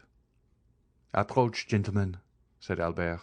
"I wish you not to lose one word of what I am about to have the honor of saying to the Count of Monte Cristo, for it must be repeated by you to all who will listen to it, strange as it may appear to you." "Proceed," said the Count. "Sir," said Albert, at first with a tremulous voice, but which gradually became firmer, "I reproached you with exposing the conduct of Monsieur de Morcerf in Epirus. For guilty as I knew he was, I thought you had no right to punish him. But I have since learned that you had that right. It is not Fernand Mondego's treachery toward Ali Pasha which induces me so readily to excuse you, but the treachery of the fisherman Fernand towards you, and the almost unheard-of miseries which were its consequences. And I say, and proclaim it publicly, that you were justified in revenging yourself on my father, and I, his son, thank you for not using greater severity." Had a thunderbolt fallen in the midst of the spectators of this unexpected scene, it would not have surprised them more than did Albert's declaration. As for Monte Cristo, his eyes slowly rose towards heaven with an expression of infinite gratitude. He could not understand how Albert's fiery nature, of which he had seen so much among the Roman bandits, had suddenly stooped to this humiliation. He recognized the influence of Mercédès, and saw why her noble heart had not opposed the sacrifice she knew beforehand would be useless. "Now, sir," said Albert, "if you think my apology sufficient, pray you give me your hand. Next to the merit of infallibility which you appear to possess, I rank that of candidly acknowledging a fault. But this confession concerns me only. I acted well as a man, but you have acted better than man. An angel alone could have saved one of us from death. That angel came from heaven, if not to make us friends, which, alas, fatality renders impossible, at least to make us esteem each other." Monte Cristo, with moistened eye, having breast and lips half open, extended to Albert a hand which the latter pressed with a sentiment resembling respectful fear. "Gentlemen," said he, "Monsieur de Monte Cristo receives my apology. I had acted hastily towards him. Hasty actions are generally bad ones. Now my fault is repaired. I hope the world will not call me cowardly for acting as my conscience dictated. But if anyone should entertain a false opinion of me," added he, drawing himself up as if he would challenge both friends and enemies, "I shall endeavour to correct his mistake." "What happened during the night?" asked Beauchamp of Château Renaud. "We appear to make a very sorry figure here." "In truth, what Albert has just done is either very despicable or very noble," replied the Baron. "What can it mean?" said Debray to Franz. "The Count of Monte Cristo acts dishonourably to Monsieur de Morcerf, and is justified by his son? Had I 10 Yaninas in my family, I should only consider myself the more bound to fight 10 times." As for Monte Cristo, his head was bent down, his arms were powerless. bowing under the weight of 24 years' reminiscences. He thought not of Albert, of Beauchamp, of Château Renaud, or of any of that group, but he thought of that courageous woman who had come to plead for her son's life, to whom he had offered his, and who had now saved it by the revelation of a dreadful family secret, capable of destroying for ever in that young man's heart every feeling of filial piety.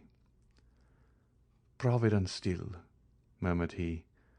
"Now only am I fully convinced of being the emissary of God." End of chapter 90. Chapter 91 of the Count of Monte Cristo by Alexandre Dumas. Mother and Son.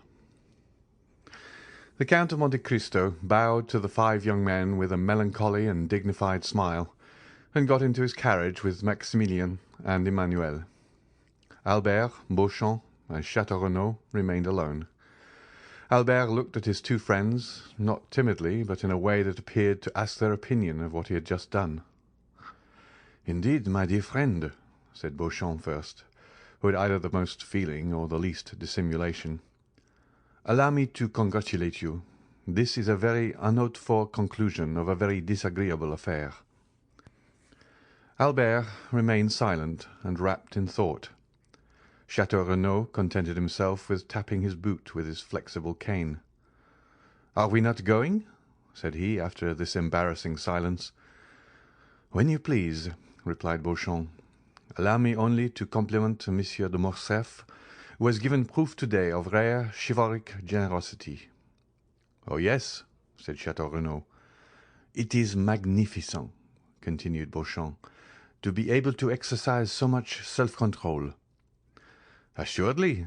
As for me, I should have been incapable of it," said Château Renaud, with most significant coolness. "Gentlemen," interrupted Albert, "I think you did not understand that something very serious had passed between Monsieur de Monte Cristo and myself." "Possibly, possibly," said Beauchamp immediately, "but every simpleton would not be able to understand your heroism, and sooner or later you will find yourself compelled to explain it to them more energetically than would be convenient to your bodily health and the duration of your life. May I give you a friendly counsel? Set out for Naples, The Hague, or St. Petersburg, calm countries, where the point of honour is better understood than among our hot-headed Parisians. Seek quietude and oblivion, so that you may return peaceably to France after a few years. Am I not right, Monsieur de Château Renaud?" "That is quite my opinion," said the gentleman. "Nothing induces serious duels so much as a duel forsworn." "Thank you, gentlemen," replied Albert with a smile of indifference. "I shall follow your advice, not because you give it, but because I had before intended to quit France. I thank you equally for the service you have rendered me in being my seconds. It is deeply engraved on my heart, and after what you have just said, I remember that only." Château Renaud and Beauchamp looked at each other. The impression was the same on both of them, and the tone on which Morcerf had just expressed his thanks was so determined that the position would have become embarrassing for all if the conversation had continued. "Good-bye, Albert," said Beauchamp suddenly, carelessly extending his hand to the young man. The latter did not appear to arouse from his lethargy. In fact, he did not notice the offered hand. "Good-bye," said Château Renaud in his turn, keeping his little cane in his left hand and saluting with his right. Albert's lips scarcely whispered, "Good-bye," but his look was more explicit. It expressed a whole poem of restrained anger, proud disdain, and generous indignation. He preserved his melancholy and motionless position for some time after his 2 friends had regained their carriage. Then suddenly, unfastening his horse from the little tree to which his servant had tied it, he mounted and galloped off in the direction of Paris. In a quarter of an hour he was entering the house in the Rue du Helder. As he alighted, he thought he saw his father's pale face behind the curtain of the Count's bedroom.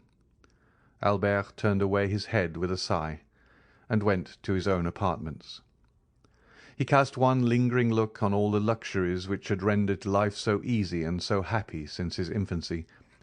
He looked at the pictures, whose faces seemed to smile, and the landscapes, which appeared painted in brighter colours.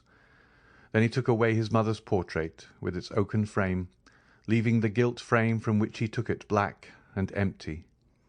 Then he arranged all his beautiful Turkish arms, his fine English guns, his Japanese china, his cups mounted in silver, his artistic bronzes by Foucher and Barye, examined the cupboards, and placed the key in each, threw into a drawer of his secretary, which he left open, all the pocket-money he had about him, and with it the 1,000 fancy jewels from his vases and his jewel-boxes.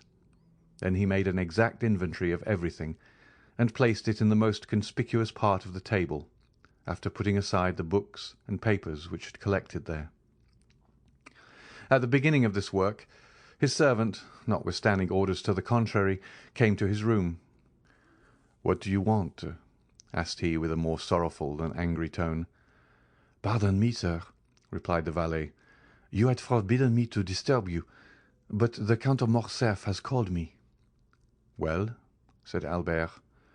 "I did not like to go to him without first seeing you." "Why?" "Because the Count is doubtless aware that I accompanied you to the meeting this morning." "It is probable," said Albert.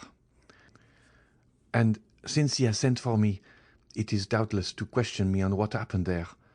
What must I answer?" "The truth." "Then I shall say the duel did not take place?" "You will say I apologized to the Count of Monte Cristo. Go." The valet bowed and retired, and Albert returned to his inventory. As he was finishing this work, the sound of horses prancing in the yard and the wheels of a carriage shaking his window attracted his attention. He approached the window, and saw his father get into it and drive away. The door was scarcely closed when Albert bent his steps to his mother's room, and no one being there to announce him, he advanced to her bedchamber, and, distressed by what he saw and guessed, stopped for one moment at the door. As if the same idea had animated these two beings, Mercédès was doing the same in her apartments that he had just done in his. Everything was in order: laces, dresses, jewels, linen, money, all were arranged in the drawers, and the Countess was carefully collecting the keys. Albert saw all these preparations, and understood them, and exclaiming, "My mother!" he threw his arms around her neck. The artists who could have depicted the expression of these two countenances would certainly have made them a beautiful picture. All these proofs of an energetic resolution, which Albert did not fear on his own account, alarmed him for his mother. "What are you doing?" asked he. "What were you doing?" replied she. "Oh, my mother!" exclaimed Albert, so overcome he could scarcely speak. "It is not the same with you and me. You cannot have made the same resolution I have, for I have come to warn you that I bid adieu to your house and to you." "I also," replied Mercédès, "am going, and I acknowledge I had depended on your accompanying me, for I deceived myself." "Mother," said Albert with firmness, "I cannot make you share the fate I have planned for myself. I must live henceforth without rank and fortune, and to begin this hard apprenticeship I must borrow from a friend the loaf I shall eat until I have earned one.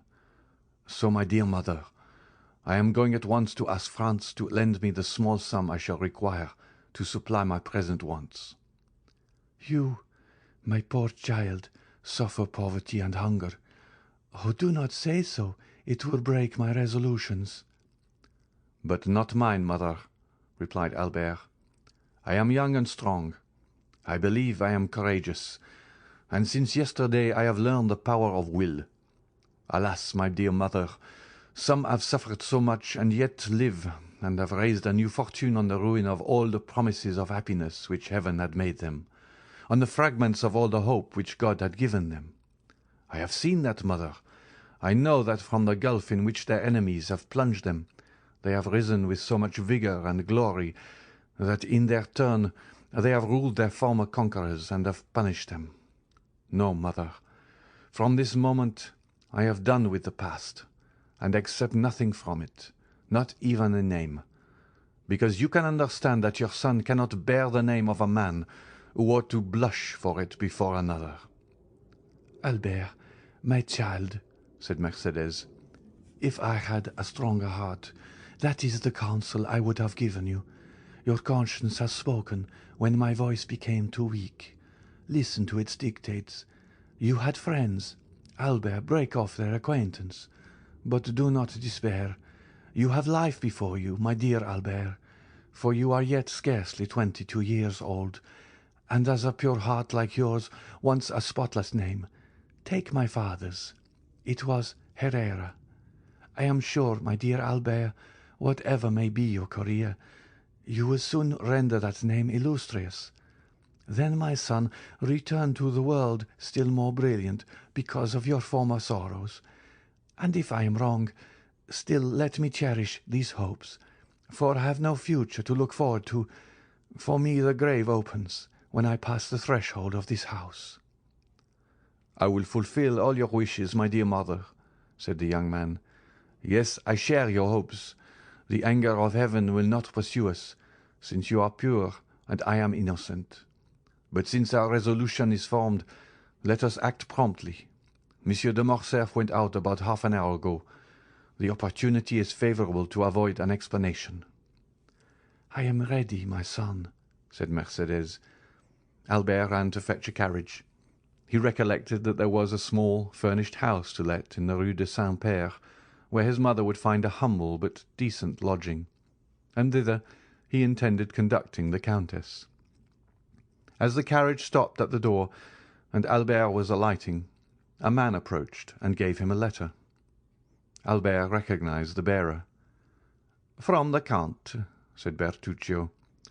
Albert took the letter, opened and read it, then looked round for Bertuccio, but he was gone.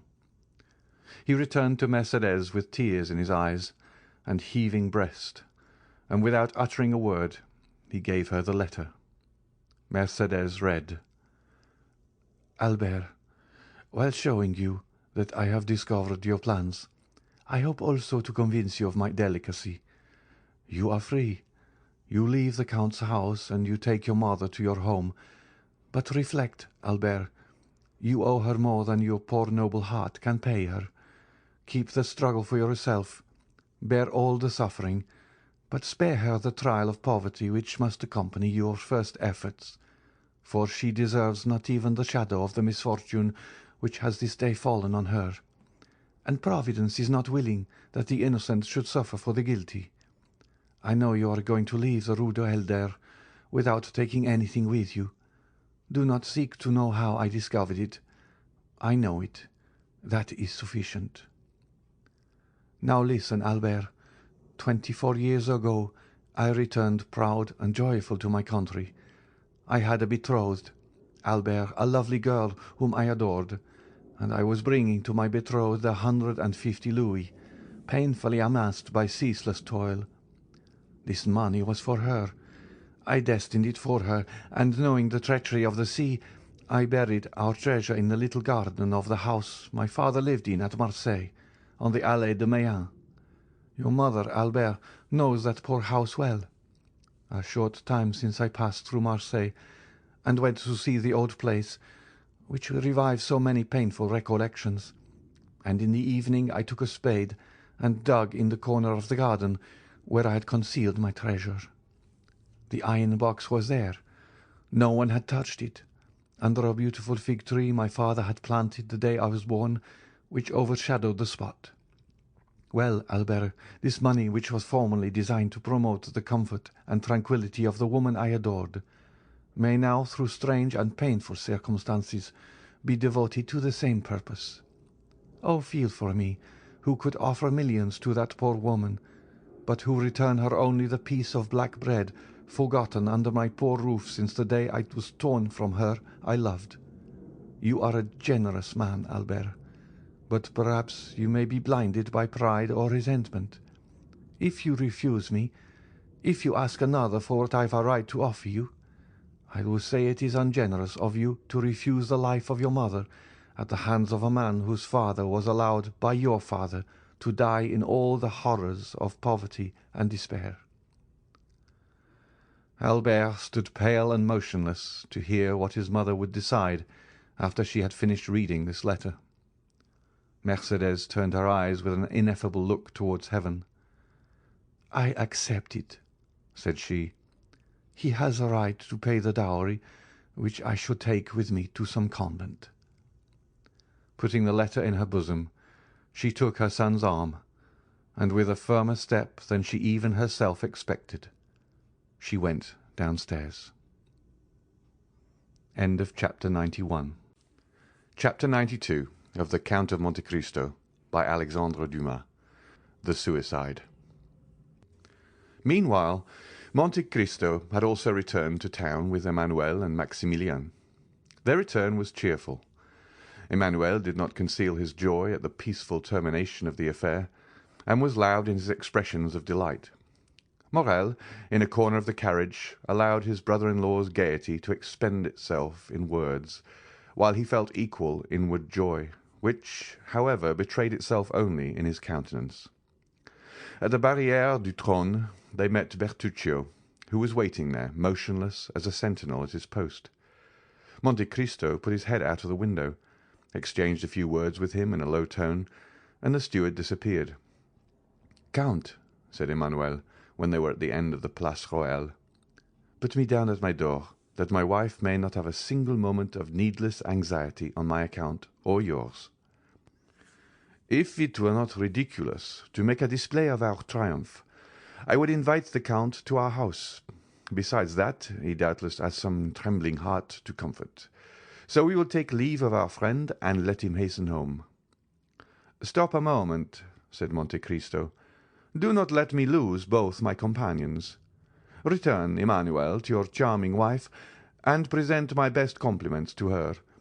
And do you, Morrel, accompany me to the Champs-Élysées?" "Willingly," said Maximilien, "particularly as I have business in that quarter." "Shall we wait breakfast for you?" asked Emmanuel. "No," replied the young man. The door was closed, and the carriage proceeded. "See what good fortune I brought you," said Morrel, when he was alone with the Count. "Have you not thought so?" "Yes," said Monte Cristo. "For that reason I wished to keep you near me." "It is miraculous," continued Morrel, answering his own thoughts. "What?" said Monte Cristo. "What has just happened." "Yes," said the Count. "You are right, it is miraculous." "For Albert is brave," resumed Morrel. "Very brave," said Monte Cristo. "I have seen him sleep with a sword suspended over his head." "And I know he has fought 2 duels," said Morrel. "How can you reconcile that with his conduct this morning?" "All allowing to your influence," replied Monte Cristo, smiling. "It is well for Albert he is not in the army," said Morrel. "Why?" "An apology on the ground?" said the young captain, shaking his head. "Come," said the Count mildly, "do not entertain the prejudices of ordinary men. Acknowledge that if Albert is brave, he cannot be a coward. He must then have had some reason for acting as he did this morning, and confess that his conduct is more heroic than otherwise." "Doubtless, doubtless," said Morrel, "but I shall say, like the Spaniard, he has not been so brave today as he was yesterday." "You will breakfast with me, will you not, Morrel?" said the Count, to turn the conversation. "No, I must leave you at 10 o'clock." "Your engagement was for breakfast, then?" said the Count. Morrel smiled and shook his head. "Still, you must breakfast somewhere." "But if I am not hungry?" said the young man. "Oh," said the Count, "I only know 2 things which destroy the appetite: grief, and as I am happy to see you are very cheerful, it is not that, and love. Now, after what you told me this morning of your heart, I may believe." "Well, Count," replied Morrel gaily, "I will not dispute it. "But you will not make me your confidant, Maximilian," said the Count, in a tone which showed how gladly he would have been admitted to the secret. "I showed you this morning that I had a heart, did I not, Count?" Monte Cristo only answered by extending his hand to the young man. "Well," continued the latter, "since that heart is no longer with you in the Bois de Vincennes, it is elsewhere, and I must go and find it." "Go," said the Count deliberately. "Go, dear friend, but promise me, if you meet with any obstacle, to remember that I have some power in this world, and that I am happy to use that power in the behalf of those I love, and that I love you, Morrel." "I will remember it," said the young man, "as selfish children recollect their parents when they want their aid. When I need your assistance, and the moment arrives, I will come to you, Count." "Well, I rely upon your promise. Good-bye, then." "Good-bye, till we meet again." They had arrived in the Champs-Élysées. Monte Cristo opened the carriage door. Morrel sprang out on the pavement. Bertuccio was waiting on the steps. Morrel disappeared down the Avenue de Marigny, and Monte Cristo hastened to join Bertuccio. "Well?" asked he. "She is going to leave her house," said the steward. "And her son?" "Florentin, his valet, thinks he is going to do the same." "Come this way." Monte Cristo took Bertuccio into his study, wrote the letter we have seen, and gave it to the steward. "Go," said he quickly. "But first let Haydée be informed that I have returned." "Here I am," said the young girl, who at the sound of the carriage had run down the stairs, and whose face was radiant with joy at seeing the Count return safely. Bertuccio left.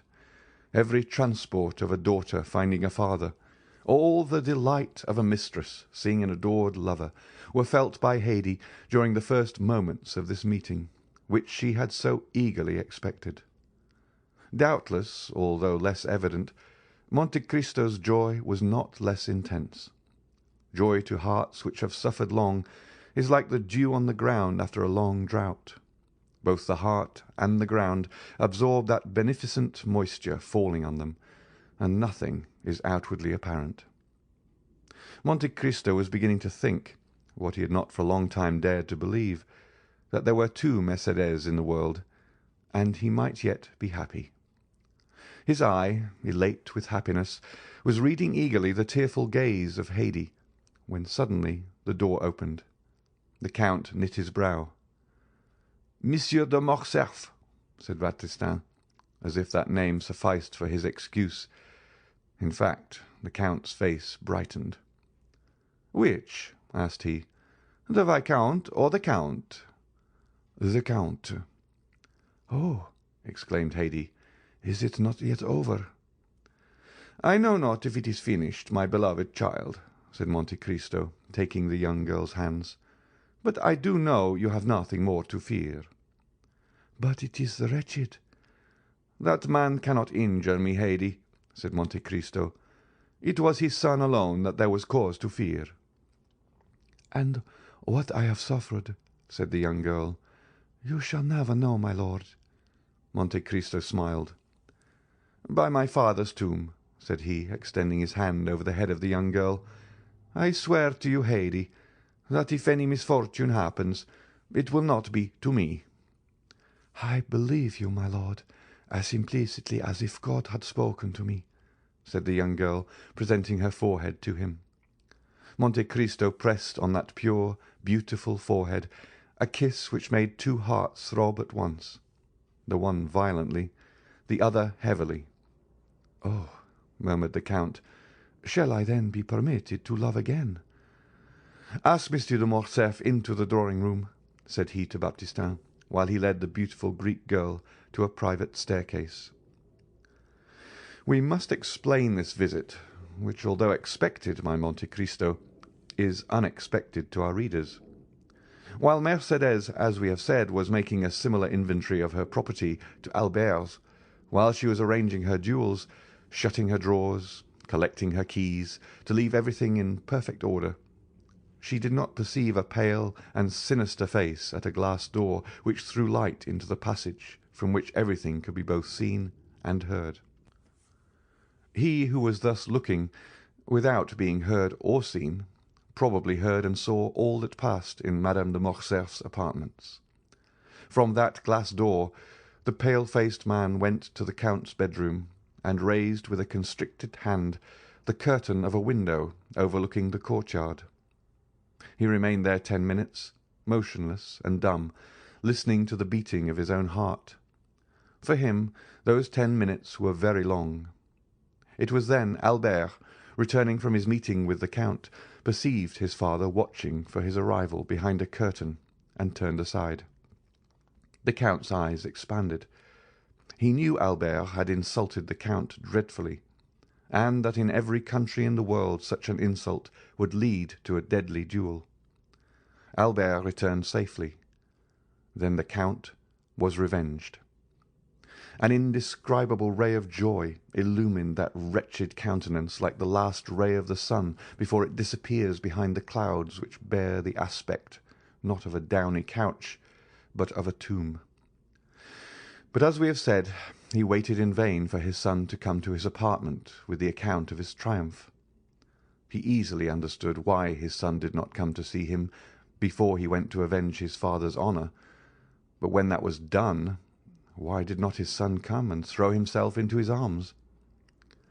It was then, when the Count could not see Albert, that he sent for his servant, who knew was authorized not to conceal anything from him.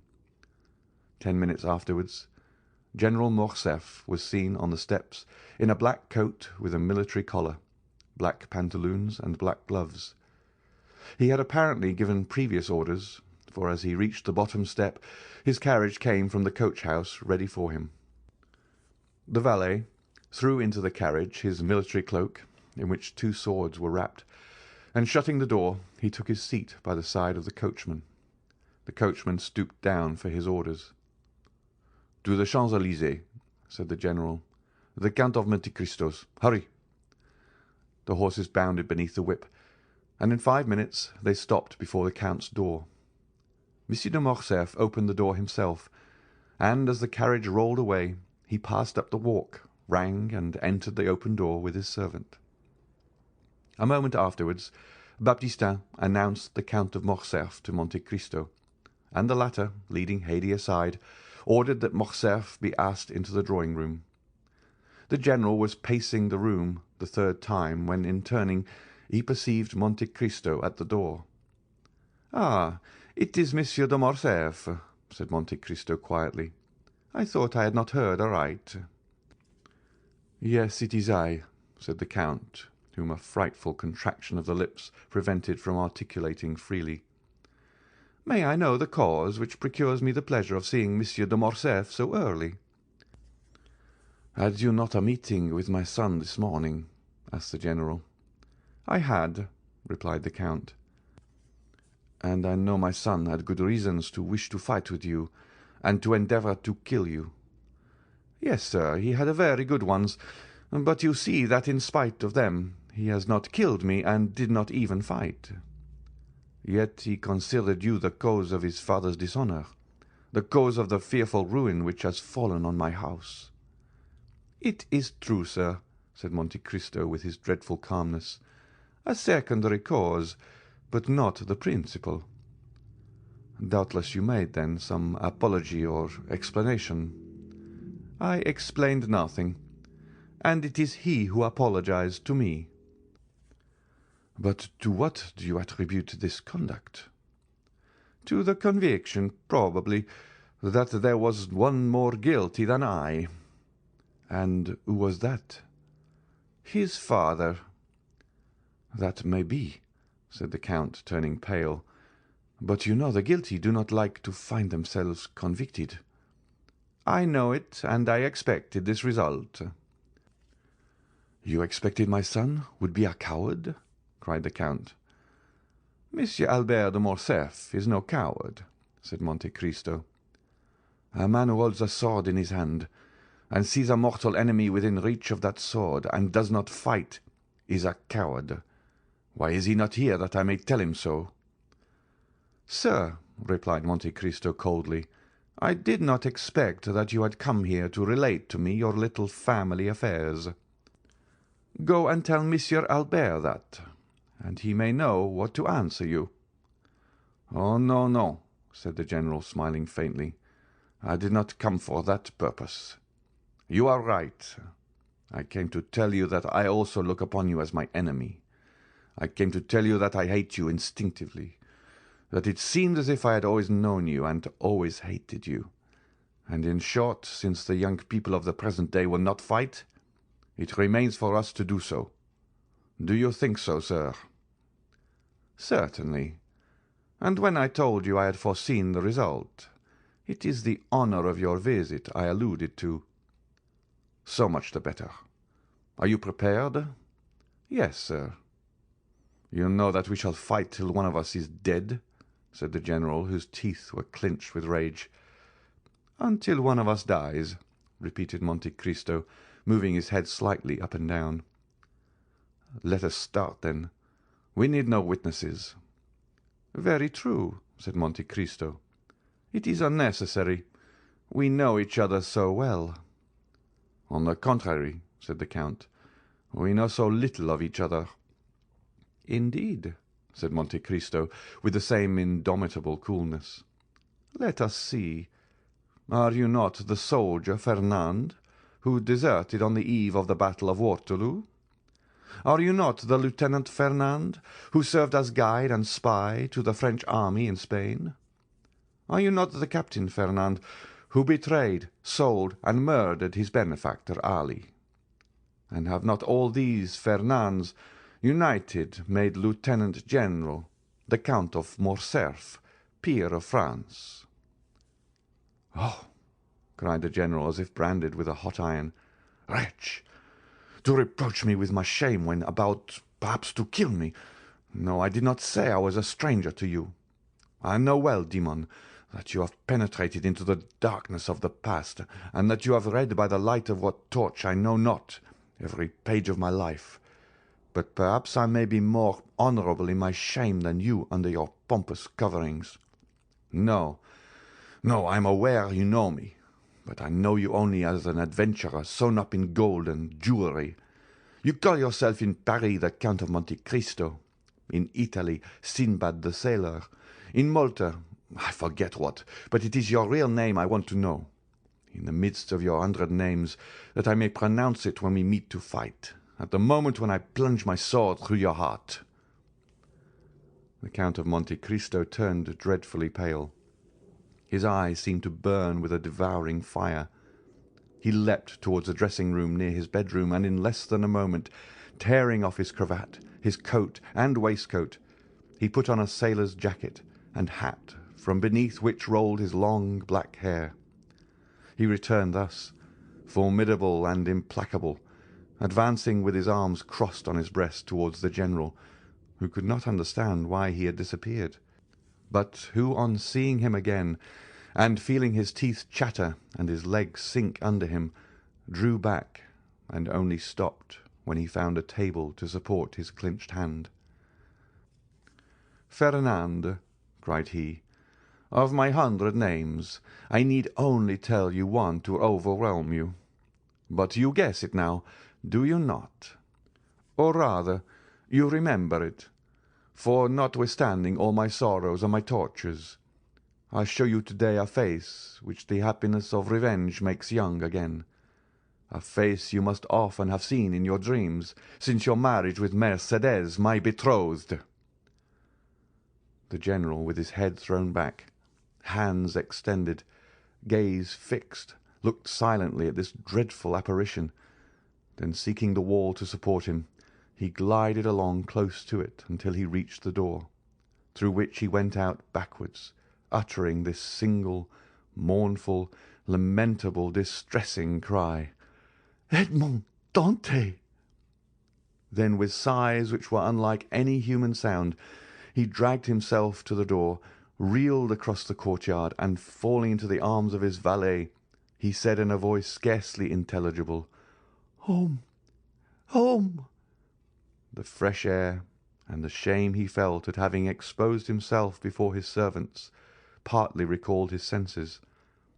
But the ride was short, and as he drew near his house all his wretchedness revived. He stopped at a short distance from the house and alighted. The door was wide open. A hackney coach was standing in the middle of the yard, a strange sight before so noble a mansion.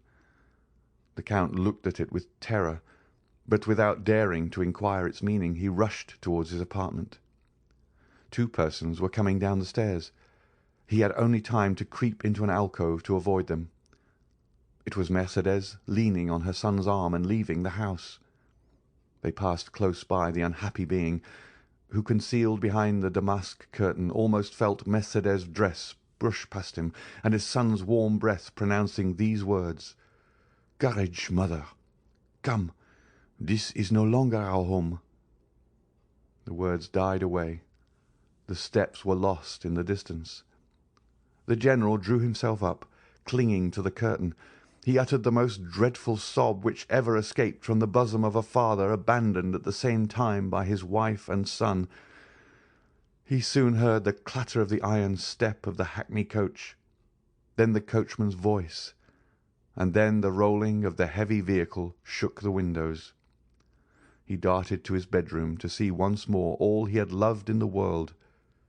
But the hackney coach drove on, and the head of neither Mercédès nor her son appeared at the window to take a last look at the house or the deserted father and husband.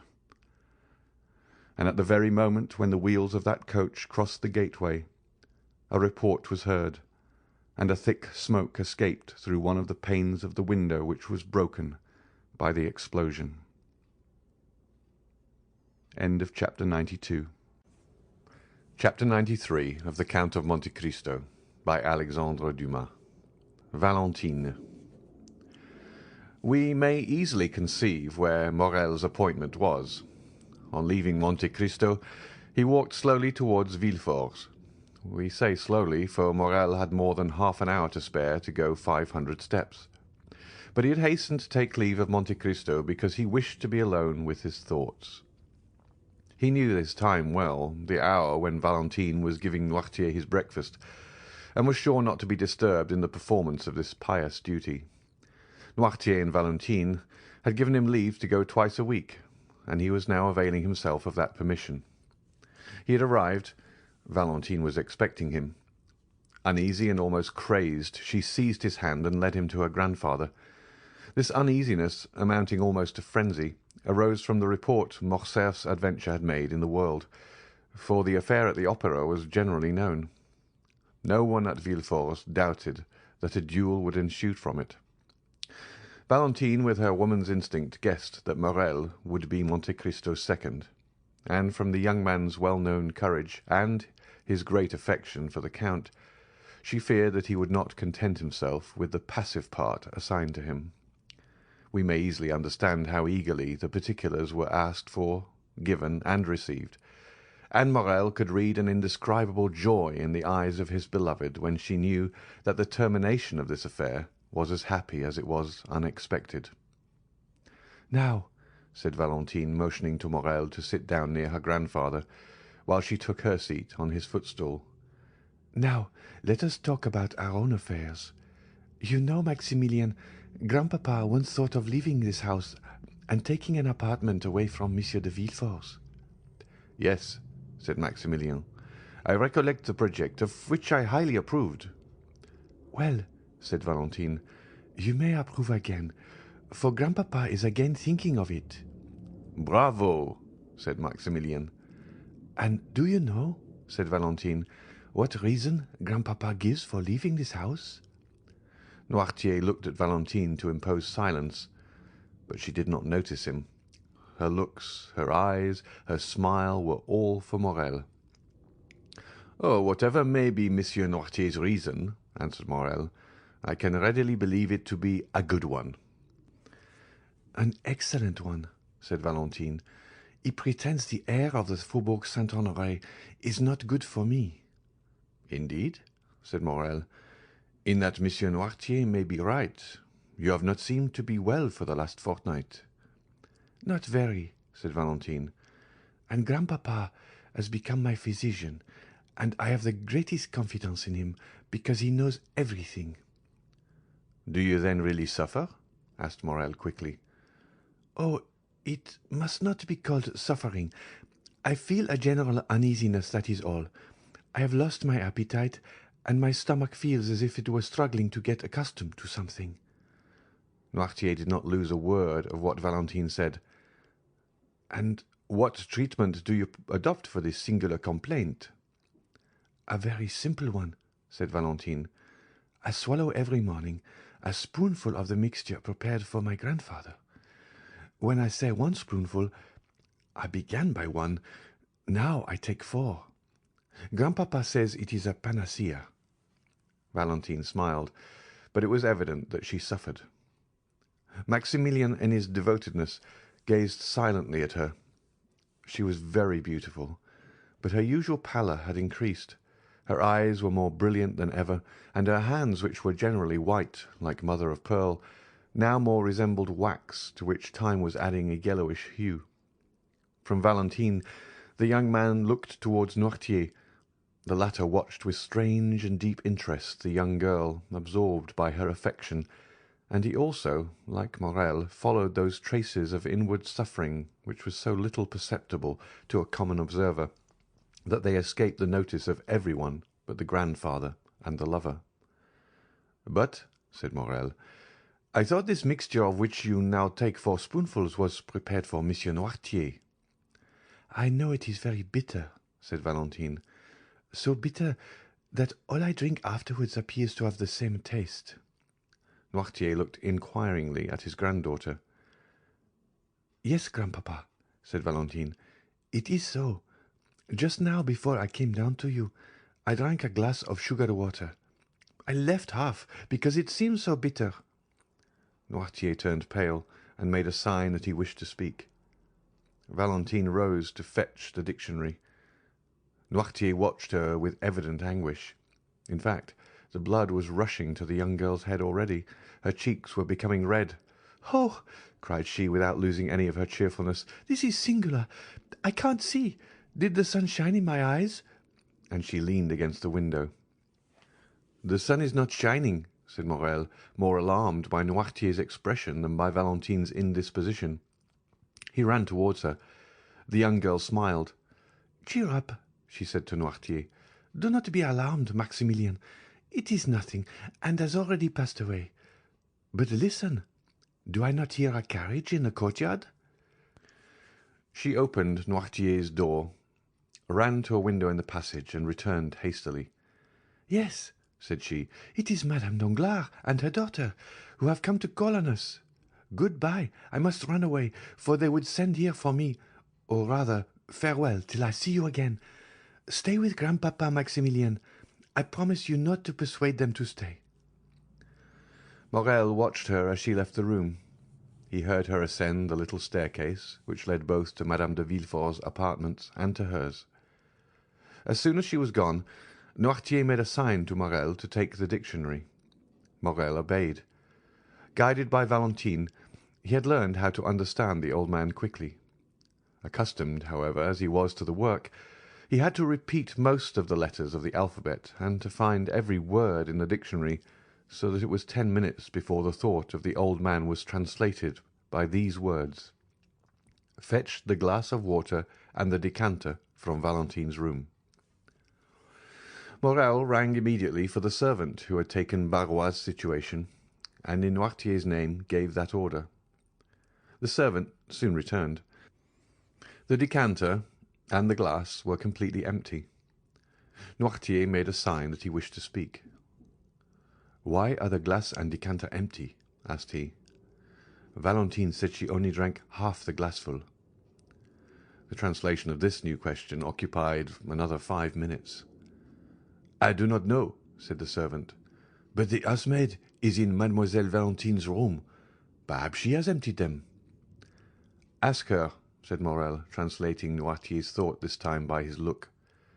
The servant went out, but returned almost immediately. "Mademoiselle Valentine passed through the room to go to Madame de Villefort's," said he, "and in passing, as she was thirsty, She drank what remained in the glass. As for the decanter, Master Edward had emptied that to make a pond for his ducks." Noirtier raised his eyes to heaven, as a gambler does who stakes his all on one stroke. From that moment the old man's eyes were fixed on the door, and did not quit it. It was indeed Madame Danglars and her daughter whom Valentine had seen. They had been ushered into Madame de Villefort's room, who had said she would receive them there. That is why Valentine passed through her room, which was on a level with Valentine's and only separated from it by Edward's. The two ladies entered the drawing-room with that sort of official stiffness which preludes a formal communication. Among worldly people manner is contagious. Madame de Villefort received them with equal solemnity. Valentine entered at this moment, and the formalities were resumed. "My dear friend," said the Baroness, while the two young people were shaking hands, "I and Eugenie are come to be the first to announce to you the approaching marriage of my daughter with the Prince Cavalcanti." Danglars kept up the title of Prince. The popular banker found that it answered better than Count. "Allow me to present to you my sincere congratulations," replied Madame de Villefort. "Prince Cavalcanti appears to be a young man of rare qualities."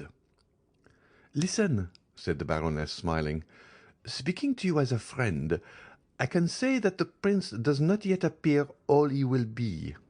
He has about him a little of that foreign manner by which French persons recognize at first sight the Italian or German nobleman.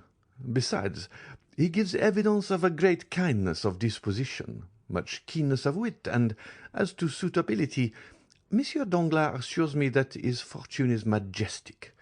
That is his word."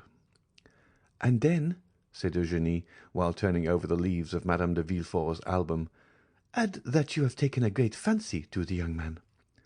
"And," said Madame de Villefort, "I need not ask you if you share that fancy." "I?"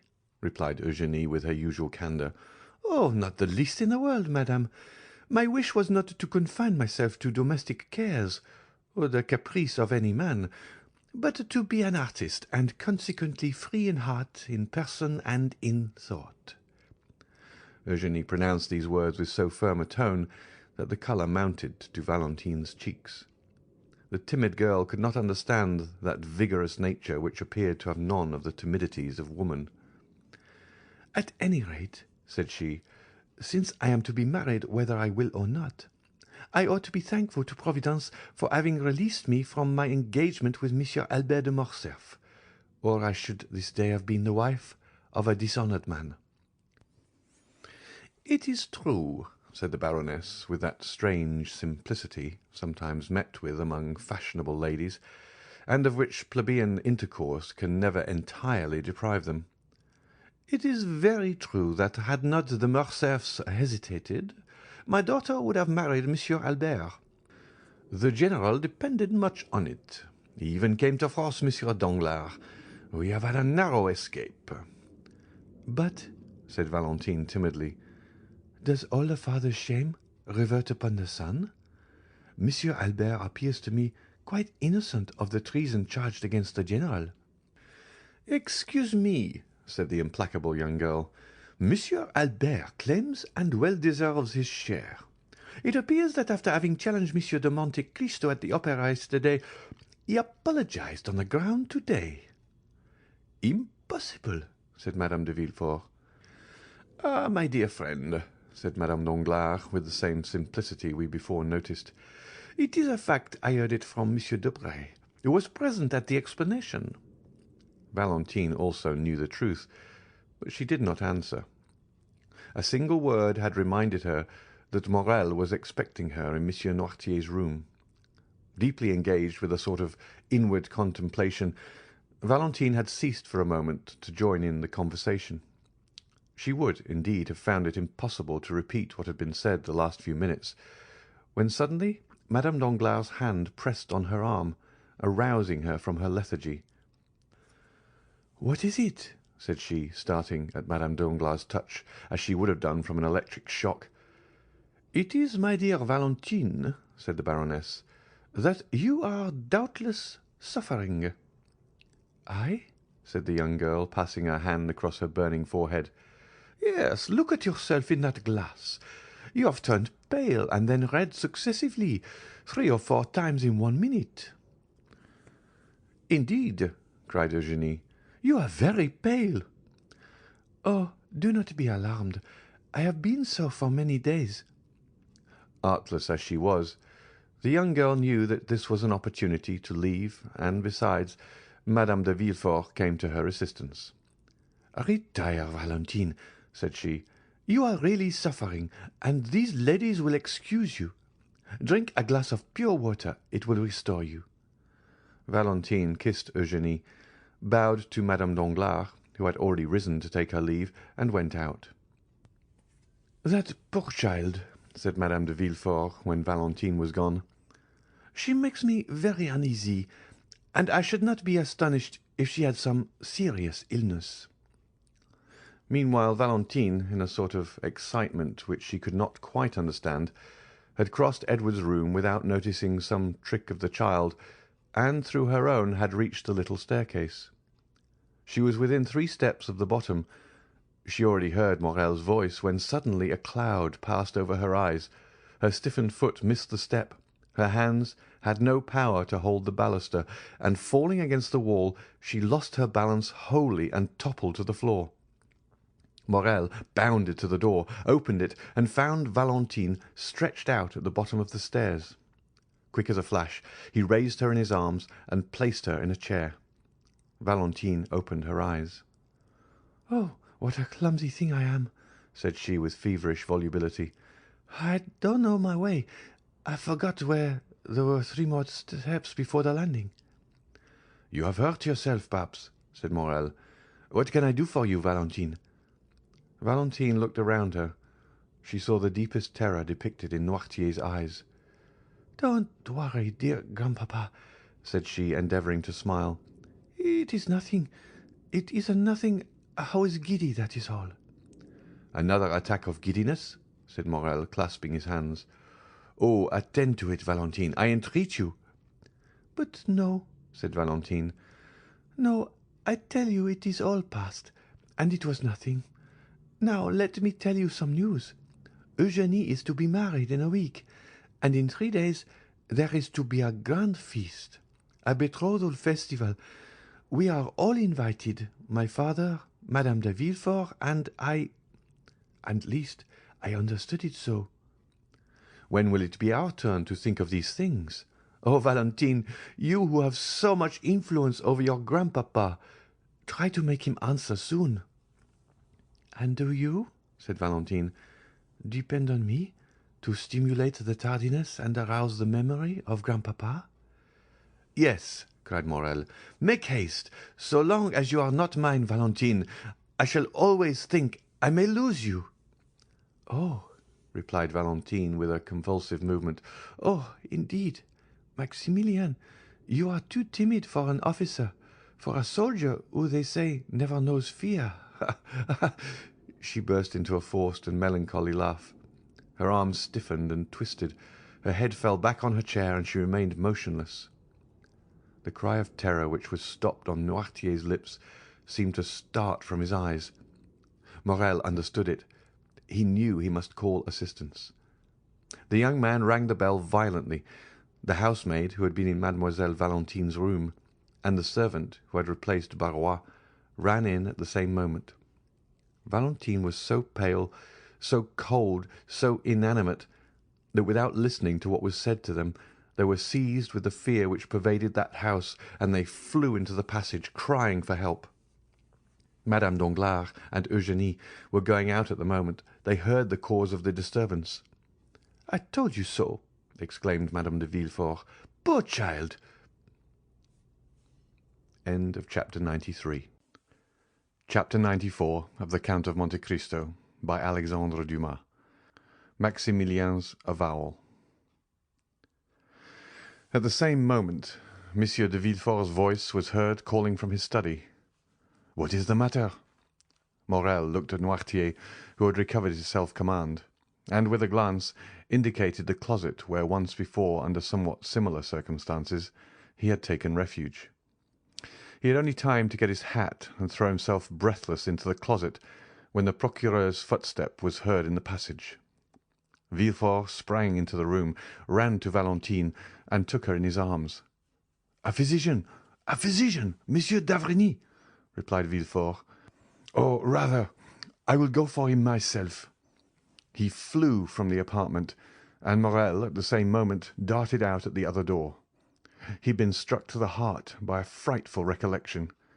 The conversation he had heard between the doctor and Villefort the night of Madame de Saint-Méran's death recurred to him. These symptoms, to a less alarming extent, were the same which had preceded the death of Barrois.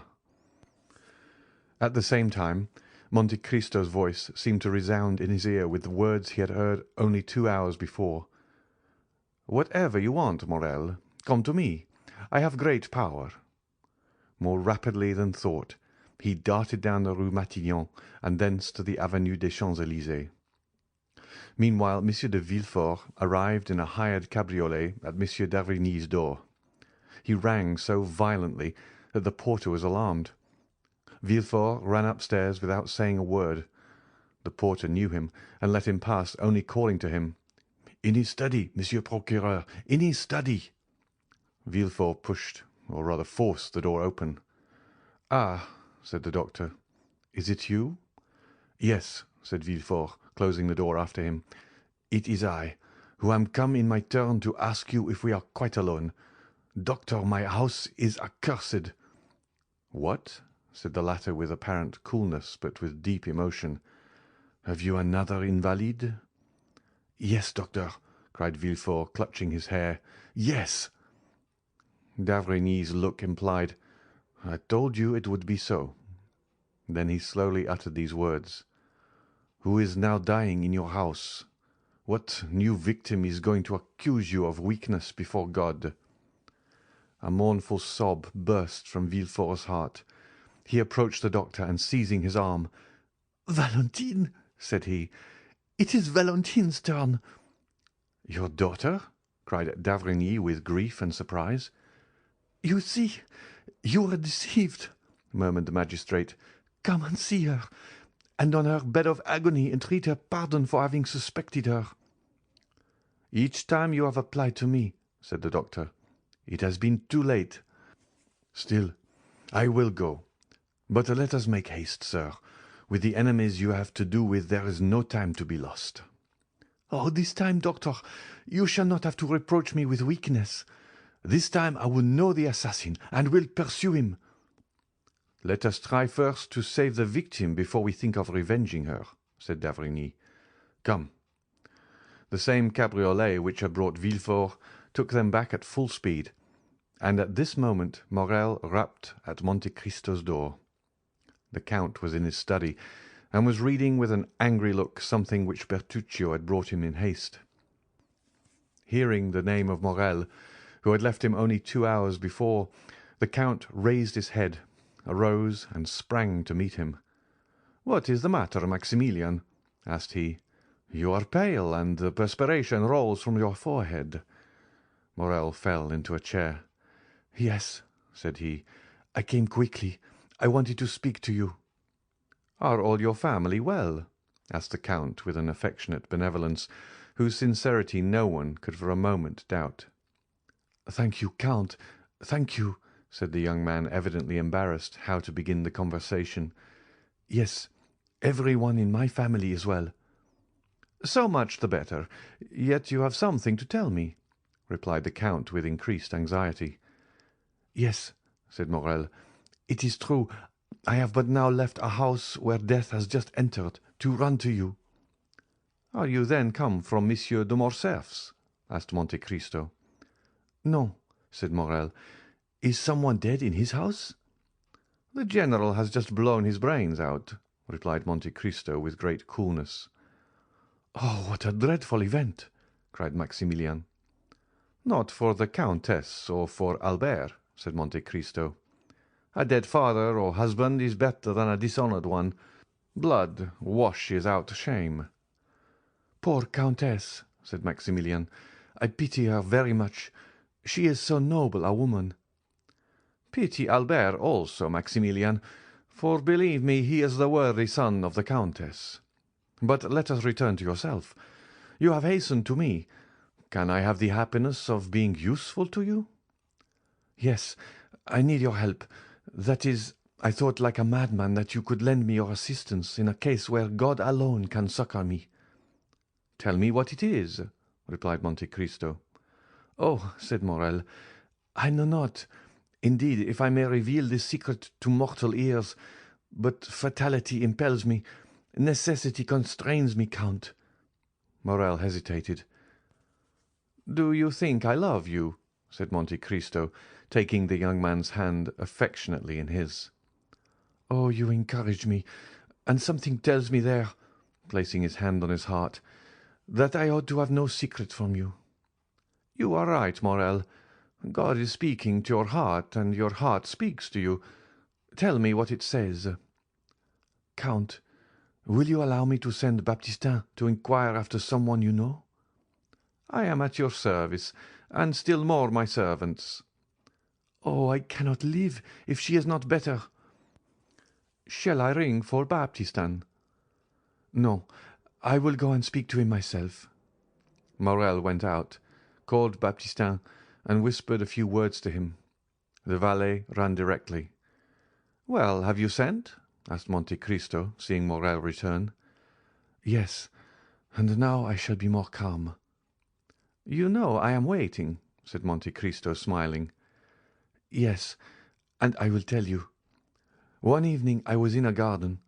A clump of trees concealed me. No one suspected I was there. Two persons passed near me.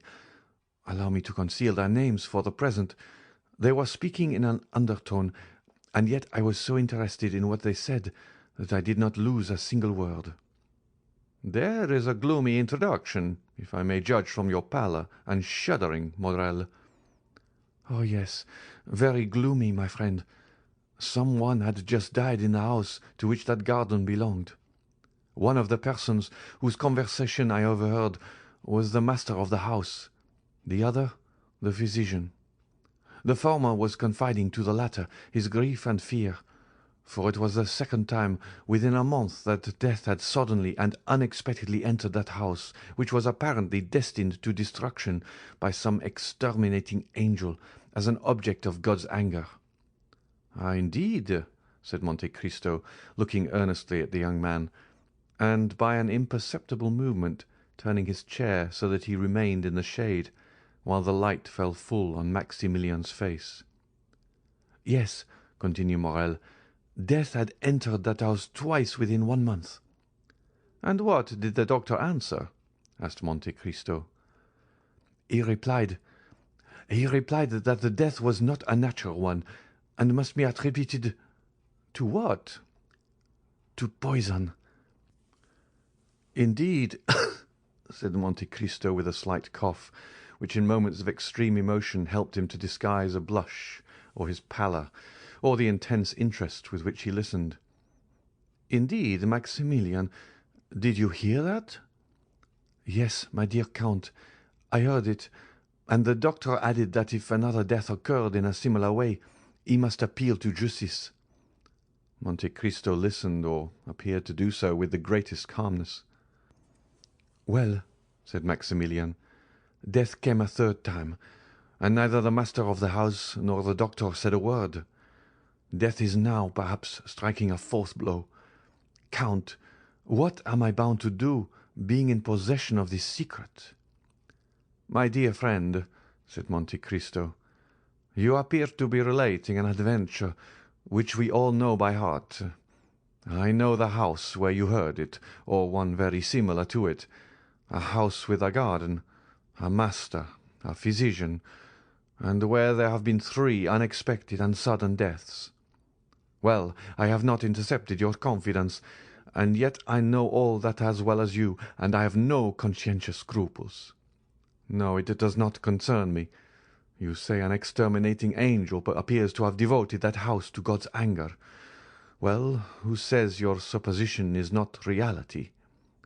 Do not notice things which those whose interest it is to see them pass over. If it is God's justice, instead of his anger which is walking through that house, Maximilian, turn away your face, and let his justice accomplish its purpose." Morrel shuddered. There was something mournful, solemn, and terrible in the Count's manner. "Besides," continued he, in so changed a tone that no one would have supposed it was the same person speaking, "besides, who says that it will begin again?" "It has returned, Count," exclaimed Morrel. "That is why I hasten to you." "Well, what do you wish me to do? Do you wish me, for instance, to give information to the procureur?" Monte Cristo uttered the last words with so much meaning that Morrel started up, cried out, "You know of whom I speak, Count, do you not?" "Perfectly well, my good friend, and I will prove it to you by putting the dots to the I, or rather by naming the persons. You were walking one evening in Monsieur de Villefort's garden. From what you relate, I suppose it to have been the evening of Madame de Saint-Méran's death. You heard Monsieur de Villefort talking to Monsieur d'Avrigny about the death of Monsieur de Saint-Méran, and that no less surprising of the Countess.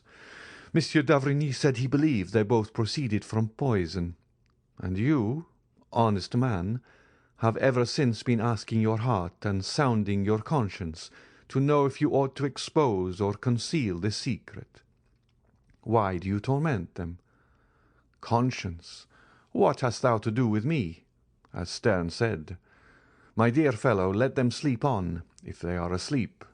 Let them grow pale in their drowsiness, if they are disposed to do so. And pray do you remain in peace, who have no remorse to disturb you." Deep grief was depicted on Morrel's features. He seized Monte Cristo's hand. "But it is beginning again, I say." "Well," said the Count, astonished at his perseverance, which he could not understand, and looking still more earnestly at Maximilian, "let it begin again. It is like the house of Atrides. God has condemned them, and they must submit to their punishment. They will all disappear like the fabrics children build with cards, and which fall one by one under the breath of their builder, even if there are 200 of them. 3 months since it was Monsieur de Saint-Méran, Madame de Saint-Méran. 2 months since, the other day, it was Barrois. Today the old Noirtier, or young Valentine." "You knew it," cried Morrel in such a paroxysm of terror that Monte Cristo started. He whom the falling heavens would have found unmoved. "You knew it, and said nothing." "And what is it to me?" replied Monte Cristo, shrugging his shoulders. "Do I know these people? And must I lose the one to save the other? Faith, no, for between the culprit and the victim I have no choice." "But I," cried Morrel, groaning with sorrow, "I love her." "You love? Whom?" cried Monte Cristo, starting to his feet and seizing the 2 hands which Morrel was raising towards heaven. "I love most fondly, I love madly. I love as a man who would give his life-blood to spare her a tear.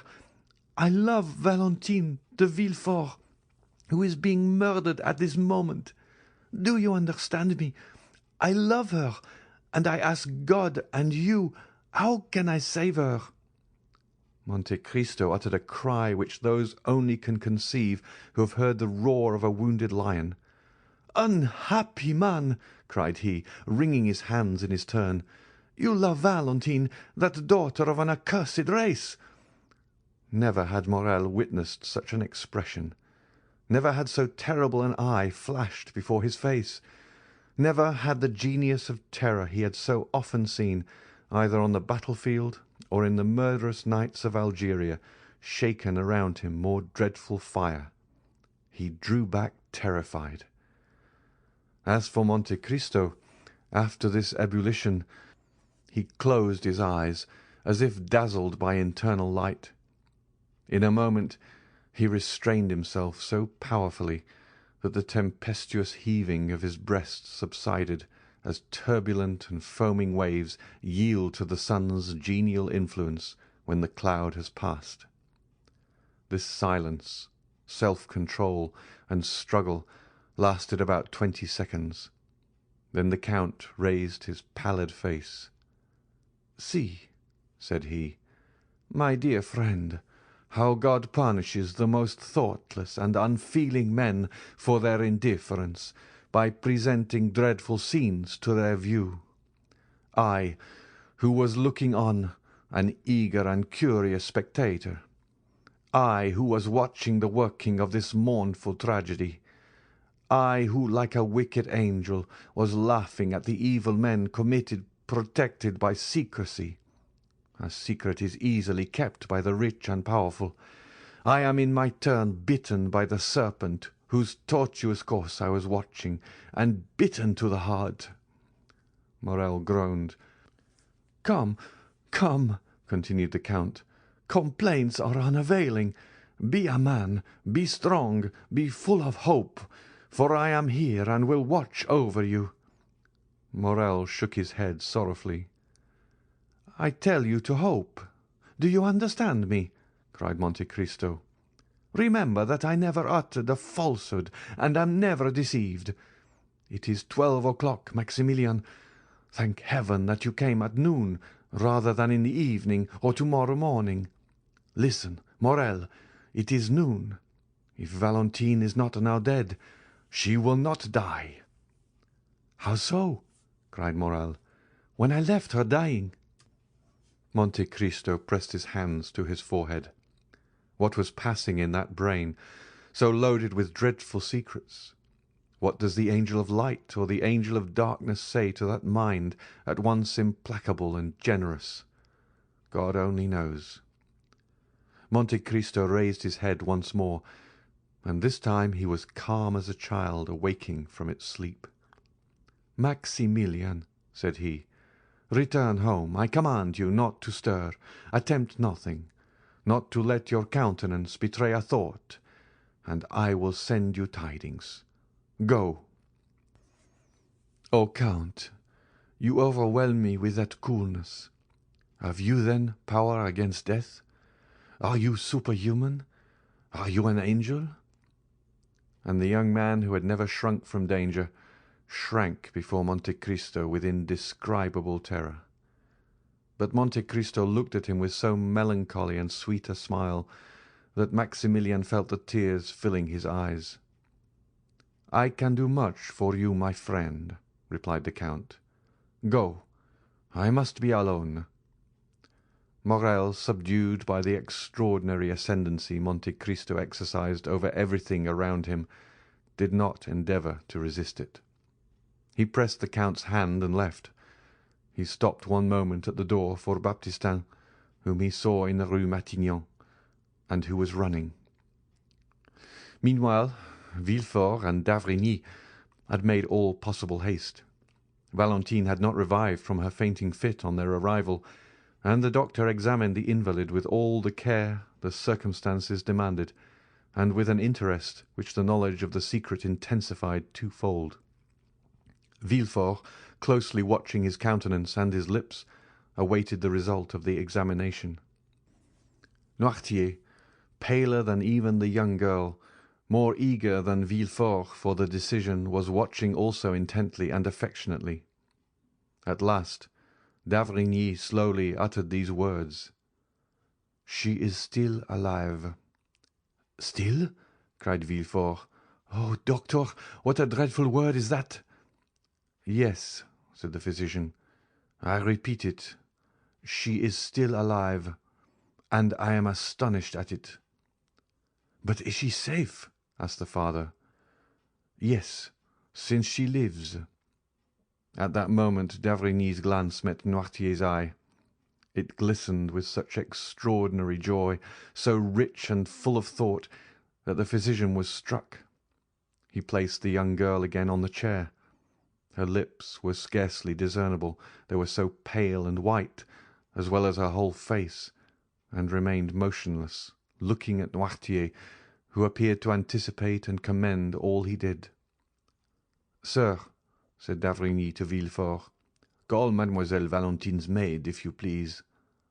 Villefort went himself to find her, and d'Avrigny approached Noirtier. "Have you something to tell me?" asked he. The old man winked, his eyes expressively, which we may remember was his only way of expressing his approval. "Privately?" "Yes." "Well, I remain with you." At this moment Villefort returned, followed by the lady's maid, and after her came Madame de Villefort. "What is the matter, then, with this dear child? She has just left me, and she complained of being indisposed, but I do not think seriously of it." The young woman, with tears in her eyes and every mark of affection of a true mother, approached Valentine and took her hand. D'Avrigny continued to look at Noirtier. He saw the eyes of the old man dilate and become round. His cheeks turn pale and tremble. The perspiration stood in drops upon his forehead. "Ah," said he, involuntarily following Noirtier's eyes, which were fixed on Madame de Villefort, who repeated, "This poor child would be better in bed. Come, Fanny, we will put her to bed." Monsieur d'Avrigny, who saw that would be a means of his remaining alone with Noirtier, expressed his opinion that it was the best thing that could be done, but he forbade that anything should be given to her except what he ordered. They carried Valentine away. She had revived, but could scarcely move or speak, so shaken was her frame by the attack. She had, however, just power to give one parting look to her grandfather, who in losing her seemed to be resigning his very soul. D'Avrigny followed the invalid, wrote a prescription, ordered Villefort to take a cabriolet, go in person to a chemist's to get the prescribed medicine, bring it himself, and wait for him in his daughter's room. Then, having renewed his injunction not to give Valentine anything, he went down again to Noirtier, shut the doors carefully, and after convincing himself that no one was listening, "Do you," said he, "know anything of this young lady's illness?" "Yes," said the old man. "We have no time to lose. I will question, and do you answer me?" Noirtier made a sign that he was ready to answer. "Did you anticipate the accident which has happened to your granddaughter?" "Yes." D'Avrigny reflected a moment, then approaching Noirtier, "Pardon what I am going to say," added he, "but no indication should be neglected in this terrible situation. Did you see poor Barrois die?" Noirtier raised his eyes to heaven. "Do you know of what he died?" asked d'Avrigny, placing his hand on Noirtier's shoulder. "Yes," replied the old man. "Do you think he died a natural death?" A sort of smile was discernible on the motionless lips of Noirtier. "Then you have thought that Barrois was poisoned?" "Yes." "Do you think the poison he fell a victim to was intended for him?" "No." "Do you think the same hand which unintentionally struck Barrois has now attacked Valentine?" "Yes." "Then she will die too?" asked d'Avrigny, fixing his penetrating gaze on Noirtier. He watched the effect of this question on the old man. "No," replied he, with an air of triumph which would have puzzled the most clever diviner. "Then you hope?" said d'Avrigny with surprise. "Yes." "What do you hope?" The old man made him understand with his eyes that he could not answer. "Ah, yes, it is true," murmured d'Avrigny. Then turning to Noirtier, "Do you hope the assassin will be tried?" "No." "Then you hope the poison will take no effect on Valentine?" "Yes." "It is no news to you," added d'Avrigny, "to tell you that an attempt has been made to poison her." The old man made a sign that he entertained no doubt upon the subject. "Then how do you hope Valentine will escape?" Noirtier kept his eyes steadfastly fixed on the same spot. D'Avrigny followed the direction and saw that they were fixed on a bottle containing the mixture which he took every morning. "Ah, indeed," said d'Avrigny, struck with a sudden thought. "Has it occurred to you?" Noirtier did not let him finish. "Yes," said he. "To prepare a system to resist poison." "Yes." "By accustoming her by degrees." "Yes, yes, yes," said Noirtier, delighted to be understood. "Of course. I had told you that there was brucine in the mixture I gave you." "Yes." "And by accustoming her to that poison, you have endeavoured to neutralize the effect of a similar poison." Noirtier's joy continued. "And you have succeeded!" exclaimed d'Avrigny. "Without that precaution, Valentine would have died before assistance could have been procured. The dose has been excessive, but she has only been shaken by it, and this time, at any rate, Valentine will not die." A superhuman joy expanded the old man's eyes, which were raised towards heaven with an expression of infinite gratitude. At this moment Villefort returned. "Here, doctor," said he, "is what you sent me for." "Was this prepared in your presence?" "Yes," replied the procureur. "Have you not let it get out of your hands?" "No." D'Avrigny took the bottle, poured some drops of the mixture it contained in the hollow of his hand, and swallowed them. "Well," said he, "let us go to Valentine. I will give instructions to everyone, and you, Monsieur de Villefort, will yourself see that no one deviates from them." At the moment when d'Avrigny was returning to Valentine's room, accompanied by Villefort, an Italian priest of serious demeanour and calm and firm tone hired for his use the house adjoining the hotel of Monsieur de Villefort. No one knew how the three former tenants of that house left it. About 2 hours afterwards its foundation was reported to be unsafe, but the report did not prevent the new occupant establishing himself there with his modest furniture the same day at 5 o'clock. The lease was drawn up for 3, 6, or 9 years by the new tenant, who, according to the rule of the proprietor, paid 6 months in advance. This new tenant, who, as we have said, was an Italian, was called Il Signor Giacomo Busoni. Workmen were immediately called in, and that same night the passengers at the end of the faubourg saw with surprise that carpenters and masons were occupied in repairing the lower part of the tottering house. End of chapter 94. Chapter 95 of the Count of Monte Cristo by Alexandre Dumas. Father and daughter. We saw in a preceding chapter how Madame Danglars went formally to announce to Madame de Villefort the approaching marriage of Eugénie Danglars and Monsieur Andrea Cavalcanti. This announcement, which implied, or appeared to imply, the approval of all the persons concerned in this momentous affair, had been preceded by a scene to which our readers must be admitted. We beg them to take one step backward and to transport themselves, the morning of that day of great catastrophes, into the showy, gilded salon we have before shown them, and which was the pride of its owner, Baron Danglars. In this room, at about 10 o'clock in the morning, the banker himself had been walking to and fro for some minutes, thoughtfully and in evident uneasiness, watching both doors and listening to every sound. When his patience was exhausted, he called his valet. "Etienne," said he, "see why Mademoiselle Eugénie has asked me to meet her in the drawing-room, and why she makes me wait so long." Having given this vent to his ill-humour, the Baron became more calm.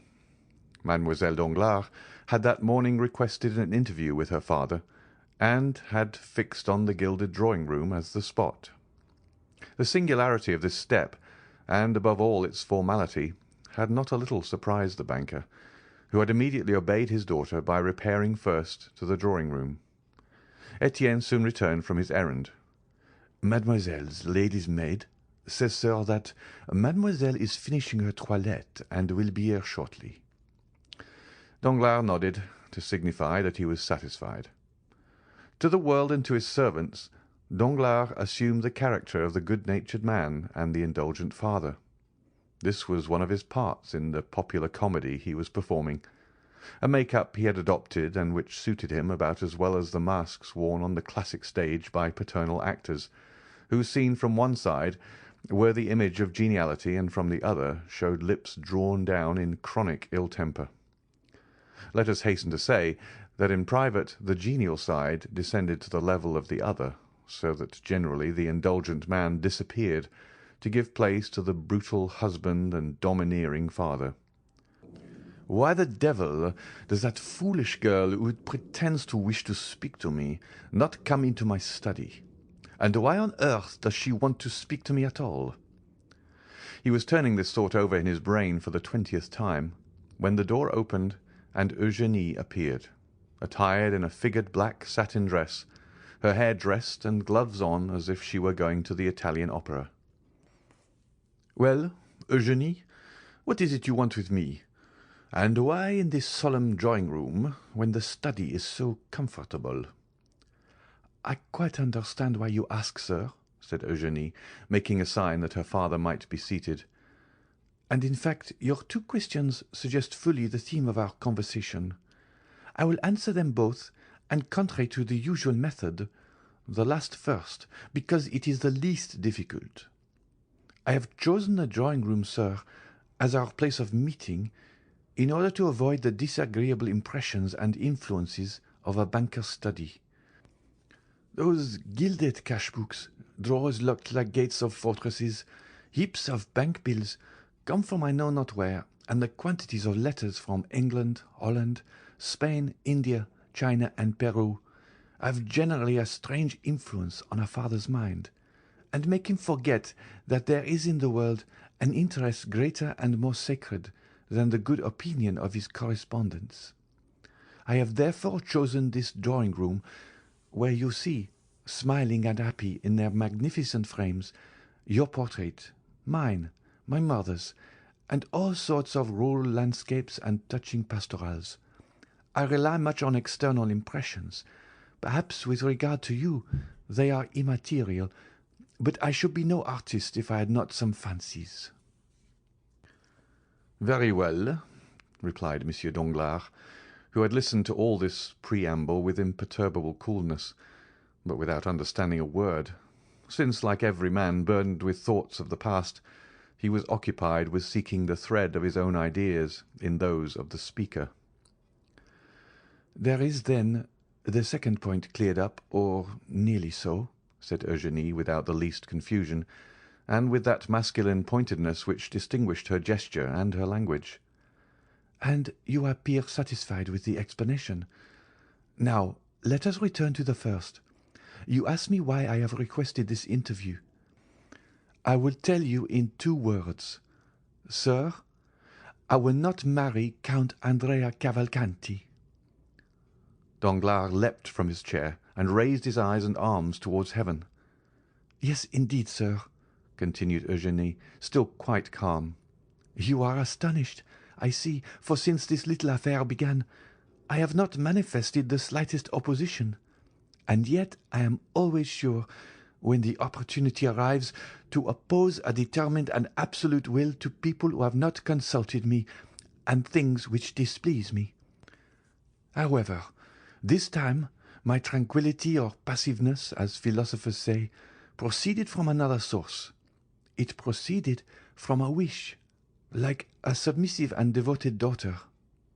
A slight smile was observable on the purple lips of the young girl. "To practice obedience." "Well?" asked Danglars. "Well, sir," replied Eugénie, "I have tried to the very last, and now that the moment has come, I feel, in spite of all my efforts, that it is impossible." "But," said Danglars, whose weak mind was at first quite overwhelmed with the weight of this pitiless logic, marking evident premeditation and force of will, "what is the reason for this refusal, Eugénie? What reason do you assign?" "My reason?" replied the young girl. "Well, it is not that the man is more ugly, more foolish, or more disagreeable than any other. No, Monsieur Andrea Cavalcanti may appear to those who look at men's faces and figures as a very good specimen of his kind. It is not either that my heart is less touched by him than any other. That would be a schoolgirl's reason, which I consider quite beneath me. I actually love no one, sir. You know it, do you not? I do not then see why, without real necessity, I should encumber my life with a perpetual companion. Has not some sage said, "Nothing too much," and another, "I carry all my effects with me." I have been taught these two aphorisms in Latin and in Greek. One is, I believe, from Phaedrus, and the other from Bias. Well, my dear father, in the shipwreck of life, for life is an eternal shipwreck of our hopes, I cast into the sea my useless encumbrance, that is all, and I remain with my own will disposed to live perfectly alone, and consequently perfectly free. Unhappy girl, murmured Danglars, turning pale, for he knew from long experience the solidity of the obstacle he had so suddenly encountered. Unhappy girl? replied Eugénie. Unhappy girl, do you say, sir? No, indeed. The exclamation appears quite theatrical and affected. Happy, on the contrary, for what am I in want of? The world calls me beautiful. It is something to be well received. I like a favourable reception. It expands the countenance, and those around me do not then appear so ugly.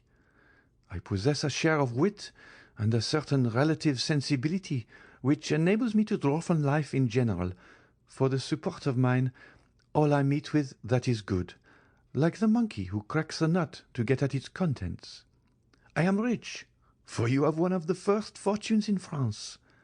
I am your only daughter, and you are not so exacting as the fathers of the Porte Saint-Martin and Gaiety, who disinherit their daughters for not giving them grandchildren.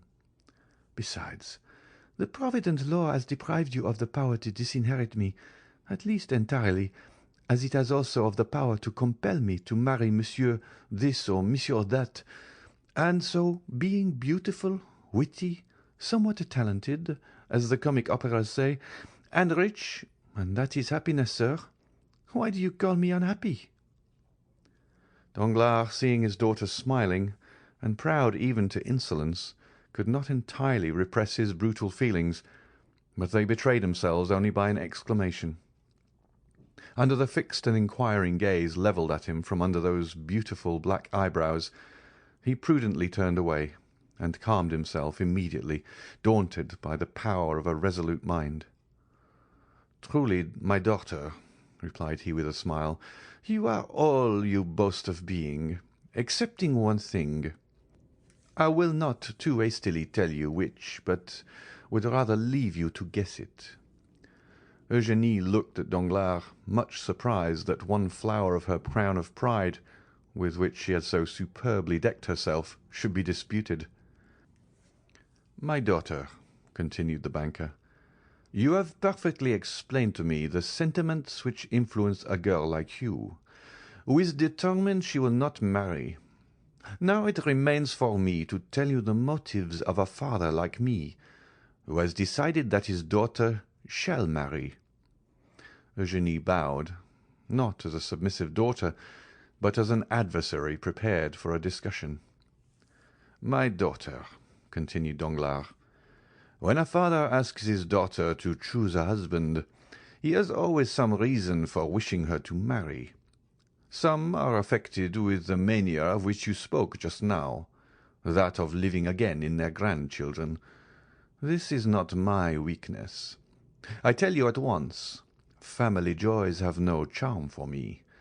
I may acknowledge this to a daughter whom I know to be philosophical enough to understand my indifference, and not to impute it to me as a crime." "This is not to the purpose," said Eugénie. "Let us speak candidly, sir. I admire candour." "Oh," said Danglars, "I can, when circumstances render it desirable, adopt your system, although it may not be my general practice. I will therefore proceed. I have proposed to you to marry, not for your sake, for indeed I do not think of you in the least at the moment. You admire candour, and will now be satisfied, I hope. But because it suited me to marry you as soon as possible, on account of certain commercial speculations I am desirous of entering into." Eugénie became uneasy. "It is just as I tell you, I assure you, and you must not be angry with me, for you have sought this disclosure. I do not willingly enter into arithmetical explanations with an artist like you, who fears to enter my study, lest she should imbibe disagreeable or anti-poetic impressions and sensations. But in that same banker's study, where you were very willingly presented yourself yesterday to ask for the 1,000 francs I give you monthly for pocket money, you must know, my dear young lady, that many things may be learned, useful even to a girl who will not marry. There one may learn, for instance, what, out of regard to your nervous susceptibility, I will inform you of in the drawing-room, namely, that the credit of a banker is his physical and moral life, that credit sustains him as breath animates the body, and Monsieur de Monte Cristo once gave me a lecture on that subject, which I have never forgotten.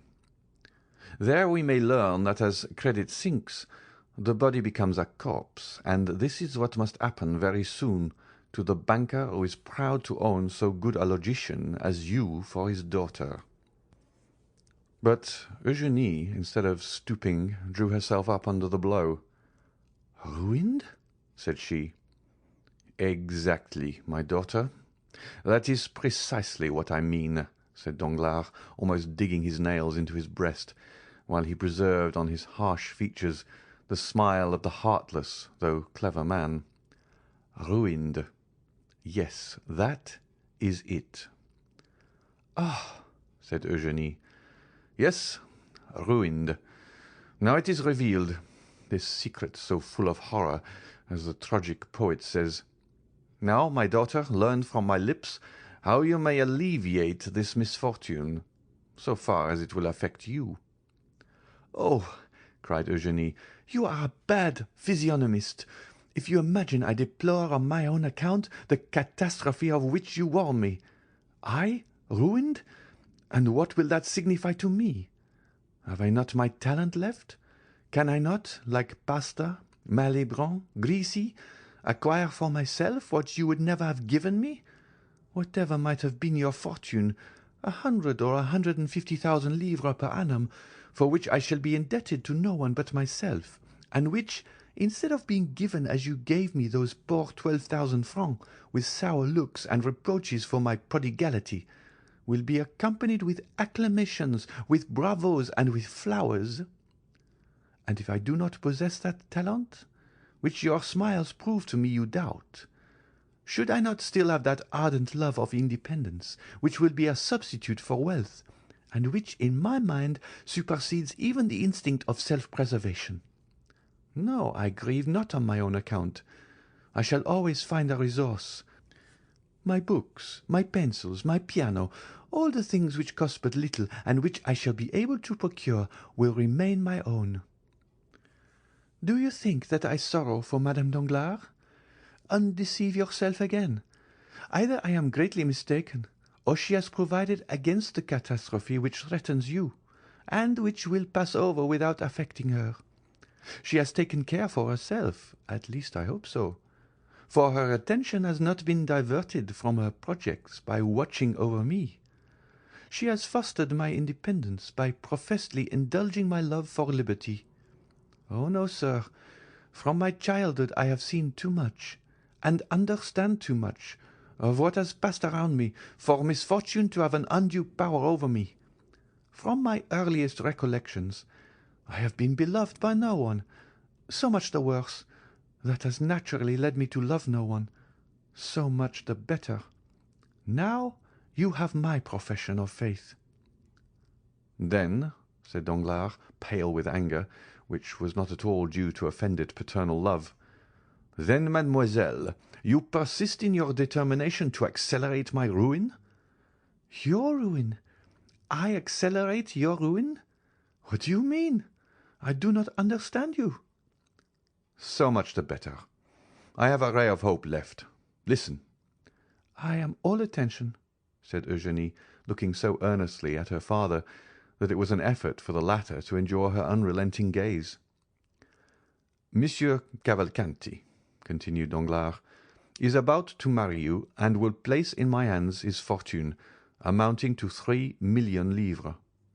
"That is admirable," said Eugénie with sovereign contempt, smoothing her gloves out, one upon the other. "You think I shall deprive you of those 3,000,000?" said Danglars. "But do not fear it. They are destined to produce at least 10.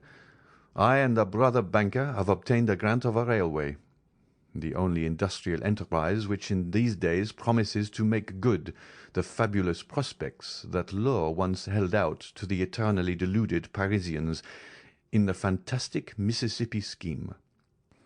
As I look at it, a millionth part of a railway is worth fully as much as an acre of waste land on the banks of the Ohio. We make in our case a deposit on a mortgage, which is an advance, as you see, since we gain at least 10, 15, 20, or 100 livres worth of iron in exchange for our money.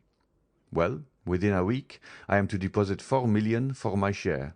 The 4,000,000, I promise you, will produce 10 or 12. "But during my visit to you the day before yesterday, sir, which you appear to recollect so well," replied Eugénie, "I saw you arranging a deposit, is not that the term, of 5,000,000 and a half. You even pointed it out to me in 2 drafts on the treasury, and you were astonished that so valuable a paper did not dazzle my eyes like lightning." "Yes, but those 5,000,000 and a half are not mine, and are only a proof of the great confidence placed in me. My title of popular banker has gained me the confidence of charitable institutions, and the 5,000,000 and a half belong to them. At any other time I should not have hesitated to make use of them, but the great losses I have recently sustained are well known, and, as I told you, my credit is rather shaken. That deposit may be at any moment withdrawn, and if I had employed it for another purpose, I should bring on me a disgraceful bankruptcy. I do not despise bankruptcies, believe me, but they must be those which enrich, not those which ruin. Now, if you marry Monsieur Cavalcanti and I get the 3,000,000, or even if it is thought I am going to get them, my credit will be restored, and my fortune, which for the last month or 2 has been swallowed up in gulfs which have been opened in my path by an inconceivable fatality, will revive. Do you understand me?" "Perfectly. You pledge me for 3,000,000, do you not?" "The greater the amount, the more flattering it is to you. It gives you an idea of your value." "Thank you. One word more, sir. Do you promise me to make what use you can of the report of the fortune Monsieur Cavalcanti will bring, without touching the money? This is no act of selfishness, but of delicacy. I am willing to help rebuild your fortune, but I will not be an accomplice in the ruin of others." "But since I tell you," cried Danglars, "that with these 3,000,000—" "Do you expect to recover your position, sir, without touching those 3,000,000? "I hope so, if the marriage should take place and confirm my credit." "Shall you be able to pay Monsieur Cavalcanti the 500,000 francs you promise for my dowry?" "He shall receive them on returning from the mayor's." "Very well." "What next? What more do you want?" "I wish to know if, in demanding my signature, you leave me entirely free in my person." "Absolutely." "Then, as I said before, sir, very well. I am ready to marry Monsieur Cavalcanti." "But what are you up to?" "Ah, that is my affair.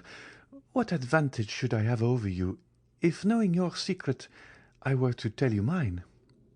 Danglars bit his lips. "Then," said he, "you are ready to pay the official visits, which are absolutely indispensable?" "Yes," replied Eugénie. And to sign the contract in 3 days?" "Yes." "Then in my turn I also say, very well." Danglars pressed his daughter's hand in his.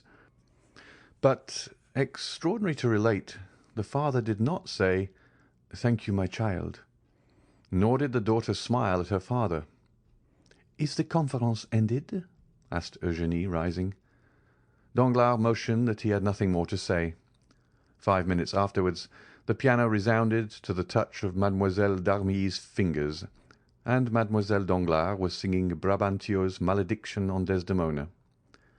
At the end of the piece Etienne entered, and announced to Eugénie that the horses were in the carriage, and that the Baroness was waiting for her to pay her visits.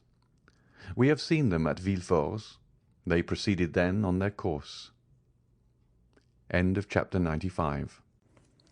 Chapter 96 of the Count of Monte Cristo by Alexandre Dumas. The Contract. 3 days after the scene we have just described, namely towards 5 o'clock in the afternoon of the day fixed for the signature of the contract between Mademoiselle Eugénie Danglars and Andrea Cavalcanti, whom the banker persisted in calling Prince, a fresh breeze was stirring the leaves in the little garden in front of the Count of Monte Cristo's house, and the Count was preparing to go out. While his horses were impatiently pawing the ground, held in by the coachman who had been seated a quarter of an hour on his box, the elegant phaeton with which we are familiar rapidly turned the angle of the entrance gate and cast out on the doorsteps Monsieur Andrea Cavalcanti, as decked up and gay as if he were going to marry a princess. He inquired after the Count with his usual familiarity, and ascending lightly to the second story, met him at the top of the stairs. The Count stopped on seeing the young man. As for Andrea, he was launched, and when he was once launched, nothing stopped him. "Ah, good morning, my dear Count," said he. "Ah, Monsieur Andrea," said the latter, with his half-jesting tone. "How do you do?" "Charmingly, as you see. I am come to talk to you about 1,000 things. But first tell me, were you going out or just returned?" "I was going out, sir." "Then in order not to hinder you, I would get up with you, if you please, in your carriage, and Tom shall follow with my phaeton in tow." "No," said the Count, with an imperceptible smile of contempt, for he had no wish to be seen in the young man's society. "No, I prefer listening to you here, my dear Monsieur Andrea. We can chat better indoors, and there is no coachman to overhear our conversation." The Count returned to a small drawing-room on the first floor, sat down, and crossing his legs, motioned to the young man to take a seat also. Andrea assumed his gayest manner. "You know, my dear Count," said he, "the ceremony is to take place this evening at 9 o'clock. The contract is to be signed at my father-in-law's." "Ah, indeed," said Monte Cristo. "What, is it news to you? Has not Monsieur Danglars informed you of the ceremony?" "Ah, yes," said the Count. "I received a letter from him yesterday, but I do not think the hour was mentioned." "Possibly my father-in-law trusted to its general notoriety." "Well," said Monte Cristo, "you are fortunate, Monsieur Cavalcanti. It is a most suitable alliance you are contracting, and Mademoiselle Danglars is a handsome girl." "Yes, indeed she is," replied Cavalcanti in a very modest tone. "Above all, she is very rich, "At least I believe so," said Monte Cristo. "Very rich, do you think?" replied the young man. "Doubtless. It is said Monsieur Danglars conceals at least half of his fortune." "And he acknowledges 15 or 20 millions," said Andrea with a look sparkling with joy. "Without reckoning," added Monte Cristo, "that he is on the eve of entering into a sort of speculation already in vogue in the United States and in England, but quite novel in France." "Yes, yes, I know what you mean. The railway of which he has obtained the grant, is it not?" "Precisely. It is generally believed he will gain 10 millions by that affair." 10 millions? Do you think so? It is magnificent," said Cavalcanti, who was quite confounded at the metallic sound of these golden words. "Without reckoning," replied Monte Cristo, "that all his fortune will come to you, and justly too, since Mademoiselle Danglars is an only daughter. Besides, your own fortune, as your father assured me, is almost equal to that of your betrothed. But enough of money matters. Do you know Monsieur Andrea? I think you have managed this affair rather skilfully." "Not badly, by any means," said the young man. "I was born for a diplomatist." "Well, you must become a diplomatist. Diplomacy, you know, is something that is not to be acquired. It is instinctive. Have you lost your heart?" "Indeed, I fear it," replied Andrea, in the tone in which he had heard Durante or Valere reply to Alceste at the Théâtre Français. "Is your love returned?" "I suppose so," said Andrea with a triumphant smile, "since I am accepted. But I must not forget one grand point." "Which?" "That I have been singularly assisted." "Nonsense." "I have indeed." "By circumstances?" "No, by you." "By me? Not at all, Prince," said Monte Cristo, laying a marked stress on the title. "What have I done for you? Are not your name, your social position, and your merit sufficient?" "No," said Andrea. "No, it is useless for you to say so, Count. I maintain that the position of a man like you has done more than my name, my social position, and my merit." "You are completely mistaken, sir," said Monte Cristo coldly, who felt the perfidious manoeuvre of the young man, and understood the bearing of his words. "You only acquired my protection after the influence and fortune of your father had been ascertained. For, after all, who procured for me, who had never seen either you or your illustrious father, the pleasure of your acquaintance? Two of my good friends, Lord Wilmore and the Abbé Busoni. What encouraged me not to become your surety, but to patronize you? Your father's name, so well known in Italy and so highly honoured. Personally, I do not know you." This calm tone and perfect ease made Andrea feel that he was, for the moment, restrained by a more muscular hand than his own, and that the restraint could not be easily broken through. "Oh, then my father has a really very large fortune, Count." "It appears so, sir," replied Monte Cristo. "Do you know if the marriage settlement he promised me has come?" "I have been advised of it." "But the 3 millions?" "The 3 millions are probably on the road." "Then I shall really have them." "Oh, well," said the Count, "I do not think you have yet known the want of money." Andrea was so surprised that he pondered the matter for a moment, then arousing from his reverie, "Now, sir, I have one request to make to you, which you will understand, even if it should be disagreeable to you." "Proceed," said Monte Cristo. "I have formed an acquaintance, thanks to my good fortune, with many noted persons, and have, at least for the moment, a crowd of friends. But marrying, as I am about to do before all Paris, I ought to be supported by an illustrious name, and in the absence of the paternal hand some powerful one ought to lead me to the altar. Now, my father is not coming to Paris, is he? He is old, covered with wounds, and suffers dreadfully, he says, in travelling." "Indeed?" "Well, I am come to ask a favour of you." "Of me?" "Yes, of you." "And pray what may it be?" "Well, to take his part." "Ah, my dear sir!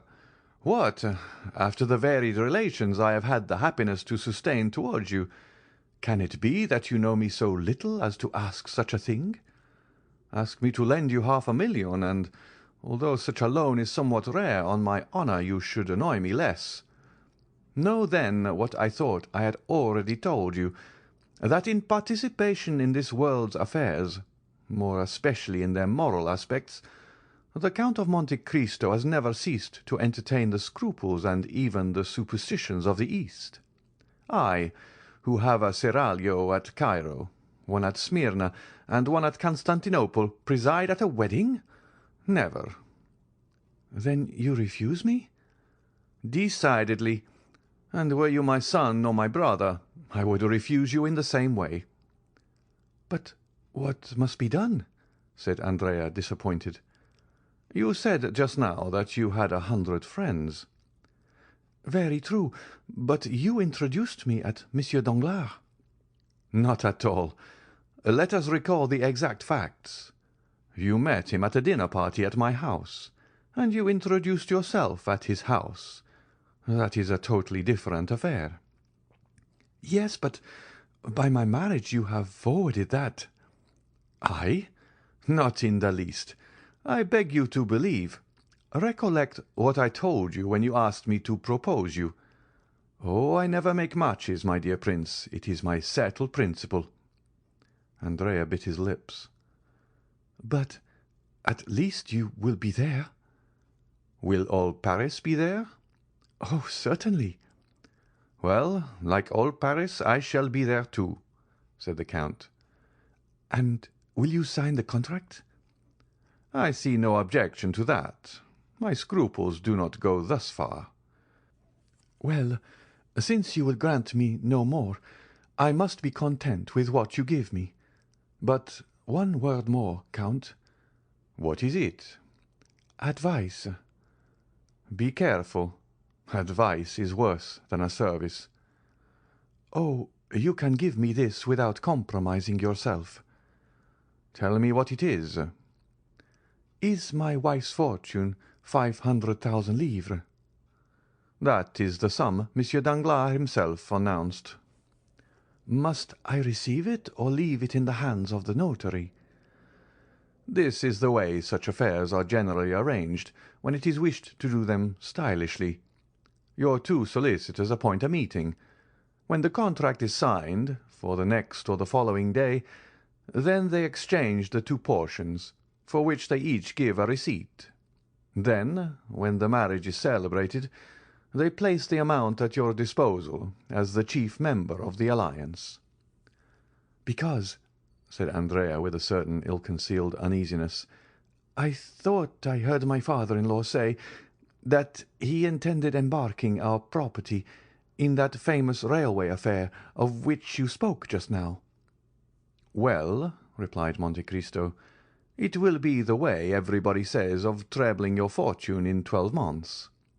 Baron Danglars is a good father, and knows how to calculate." "In that case," said Andrea, "everything is all right excepting your refusal, which quite grieves me." "You must attribute it only to natural scruples under similar circumstances." "Well," said Andrea, "let it be as you wish. This evening, then, at 9 o'clock." "Adieu till then." Notwithstanding a slight resistance on the part of Monte Cristo, whose lips turned pale, but who preserved his ceremonious smile, Andrea seized the Count's hand, pressed it, jumped into his phaeton, and disappeared. The 4 or 5 remaining hours before 9 o'clock arrived, Andrea employed in riding, paying visits, designed to induce those of whom he had spoken to appear at the banker's in their gayest equipage, dazzling them by promises of shares in schemes which have since turned every brain, and in which Danglars was just taking the initiative. In fact, at 8:30 in the evening, the grand salon, the gallery adjoining, and the 3 other drawing-rooms on the same floor were filled with a perfumed crowd, who sympathized but little in the event, but who all participated in that love of being present wherever there is anything fresh to be seen. An academician would say that the entertainments of the fashionable world are collections of flowers which attract inconstant butterflies, famished bees, and buzzing drones. No one could deny that the rooms were splendidly illuminated. The light streamed forth on the gilt mouldings and the silk hangings, and all the bad taste of decorations which had only their richness to boast of shone in its splendour. Mademoiselle Eugénie was dressed with elegant simplicity in a figured white silk dress, and a white rose half concealed in her jet black hair was her only ornament. unaccompanied by a single jewel. Her eyes, however, betrayed that perfect confidence which contradicted the girlish simplicity of this modest attire. Madame Danglars was chatting at a short distance with Debray, Beauchamp, and Château Renaud. Debray was admitted to the house for this grand ceremony, but on the same plane with everyone else, and without any particular privilege. Monsieur Danglars, surrounded by deputies and men connected with the revenue, was explaining a new theory of taxation which he intended to adopt when the course of events had compelled the government to call him into the ministry. Andrea, on whose arm hung one of the most consummate dandies of the opera, was explaining to him rather cleverly, since he was obliged to be bold to appear at ease, his future projects, and the new luxuries he meant to introduce to Parisian fashions with his 175,000 livres per annum. The crowd moved to and fro in the rooms like an ebb and flow of turquoises, rubies, emeralds, opals, and diamonds. As usual, the oldest women were the most decorated, and the ugliest the most conspicuous. If there was a beautiful lily or a sweet rose, you had to search for it, concealed in some corner behind a mother with a turban, or an aunt with a bird of paradise. At each moment, in the midst of the crowd, the buzzing and the laughter, the doorkeeper's voice was heard announcing some name well known in the financial department, respected in the army, or illustrious in the literary world, and which was acknowledged by a slight movement in the different groups. But for one whose privilege it was to agitate that ocean of human waves, how many were received with a look of indifference or a sneer of disdain.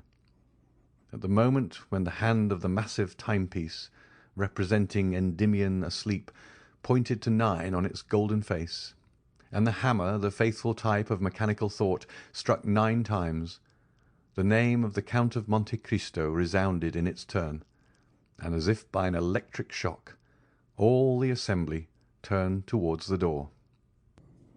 The Count was dressed in black, and with his habitual simplicity, his white waistcoat displayed his expansive, noble chest, and his black stock was singularly noticeable because of its contrast with the deadly paleness of his face. His only jewellery was a chain, so fine that the slender gold thread was scarcely perceptible on his white waistcoat. A circle was immediately formed around the door.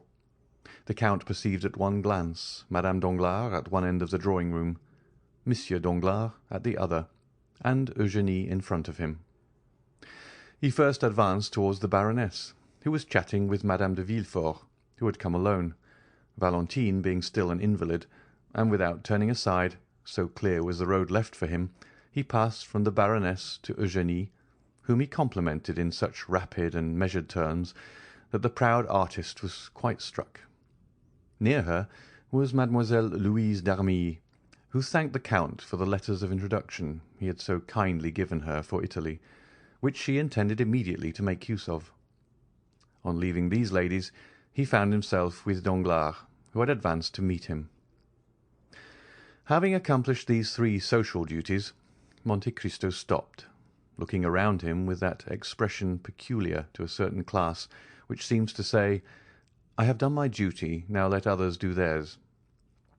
Andrea, who was in an adjoining room, had shared in the sensation caused by the arrival of Monte Cristo, and now came forward to pay his respects to the Count. He found him completely surrounded. All were eager to speak to him, as is always the case with those whose words are few and weighty. The solicitors arrived at this moment, and arranged their scrawled papers on the velvet cloth embroidered with gold which covered the table prepared for the signature. It was a gilt table, supported on lion's claws. One of the notaries sat down, the other remained standing. They were about to proceed to the reading of the contract, which half Paris assembled was to sign. All took their places, or rather the ladies formed a circle, while the gentlemen, more indifferent to the restraints of what Boileau calls the energetic style, commented on the feverish agitation of Andrea, on Monsieur Danglars' riveted attention, Eugénie's composure, and the light and sprightly manner in which the Baroness treated this important affair. The contract was read during a profound silence. But as soon as it was finished, the buzz was redoubled through all the drawing-rooms. The brilliant sums, the rolling millions which were to be at the command of the two young people, and which crowned the display of the wedding presents and the young lady's diamonds, which had been made in a room entirely appropriated for that purpose, had exercised to the full their delusions over the envious assembly. Mademoiselle Danglars' charms were heightened in the opinion of the young men, and for the moment seemed to outvie the sun in splendour. As for the ladies, it is needless to say that while they coveted the millions, they thought they did not need them for themselves, as they were beautiful enough without them. Andrea, surrounded by his friends, complimented, flattered, beginning to believe in the reality of his dream, was almost bewildered. The notary solemnly took the pen, flourished it above his head, and said, "Gentlemen, we are about to sign the contract." The Baron was to sign first, then the representative of Monsieur Cavalcanti senior, then the Baroness, afterwards the future couple, as they are styled in the abominable phraseology of legal documents. The Baron took the pen and signed, then the representative. The Baroness approached, leaning on Madame de Villefort's arm. "My dear," said she, as she took the pen, "is it not vexatious? An unexpected incident in the affair of murder and theft at the Count of Monte Cristo's, in which he nearly fell a victim, deprives us of the pleasure of seeing Monsieur de Villefort." "Indeed," said Monsieur Danglars, in the same tone in which he would have said, "Oh, well, what do I care?" "As a matter of fact," said Monte Cristo, approaching, "I am much afraid that I am the involuntary cause of his absence." "What, you, Count?" said Madame Danglars, signing. "If you are, take care, for I shall never forgive you." Andrea pricked up his ears. "But it is not my fault, as I shall endeavour to prove." Everyone listened eagerly. Monte Cristo, who so rarely opened his lips, was about to speak. "You remember," said the Count, during the most profound silence, "that the unhappy wretch who came to rob me died at my house. The supposition is that he was stabbed by his accomplice on attempting to leave it." "Yes," said Danglars. "In order that his wounds might be examined, he was undressed, and his clothes were thrown into a corner, where the police picked them up, with the exception of the waistcoat, which they overlooked." Andrea turned pale, and drew towards the door. He saw a cloud rising in the horizon, which appeared to forebode a coming storm.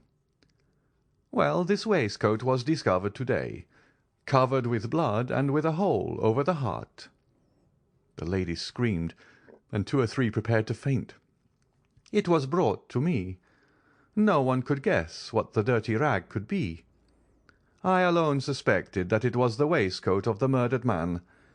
My valet, in examining this mournful relic, felt a paper in the pocket and drew it out. It was a letter addressed to you, Baron." "To me?" cried Danglars. "Yes, indeed, to you.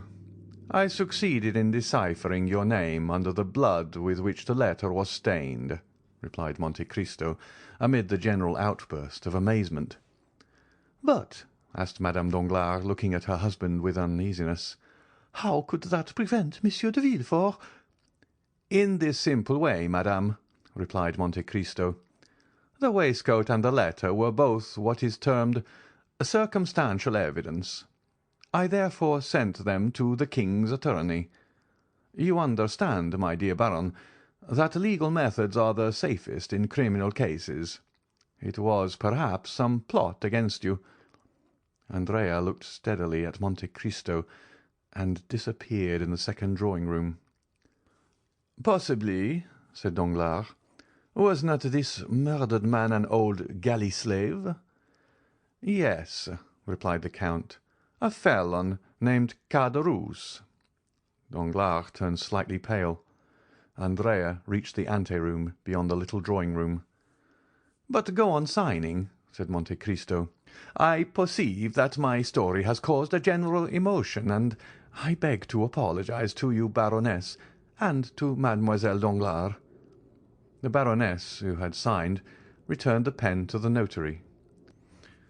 "Prince Cavalcanti," said the latter. "Prince Cavalcanti, where are you?" "Andrea, Andrea," repeated several young people who were already on sufficiently intimate terms with him to call him by his Christian name. "Call the prince. Inform him that it is his turn to sign," cried Danglars to one of the floor-keepers. But at the same instant the crowd of guests rushed in alarm into the principal salon, as if some frightful monster had entered the apartments, quærens quem deveret.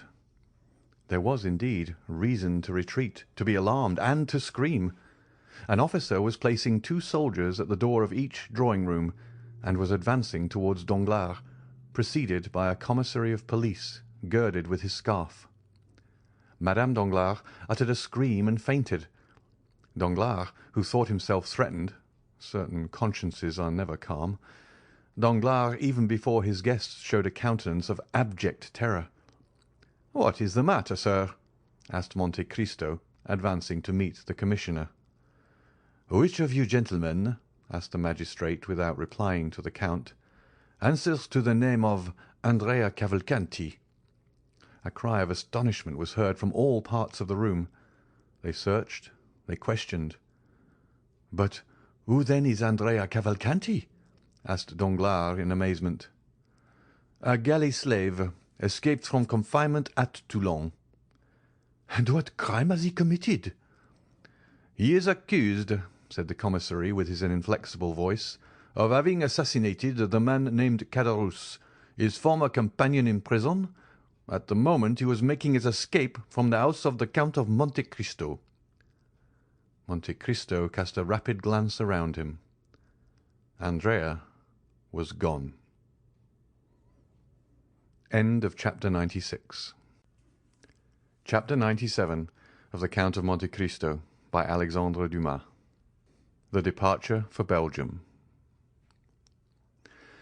A few minutes after the scene of confusion produced in the salons of Monsieur Danglars by the unexpected appearance of the brigade of soldiers, and by the disclosure which had followed, the mansion was deserted with as much rapidity as if a case of plague or of cholera morbus had broken out among the guests.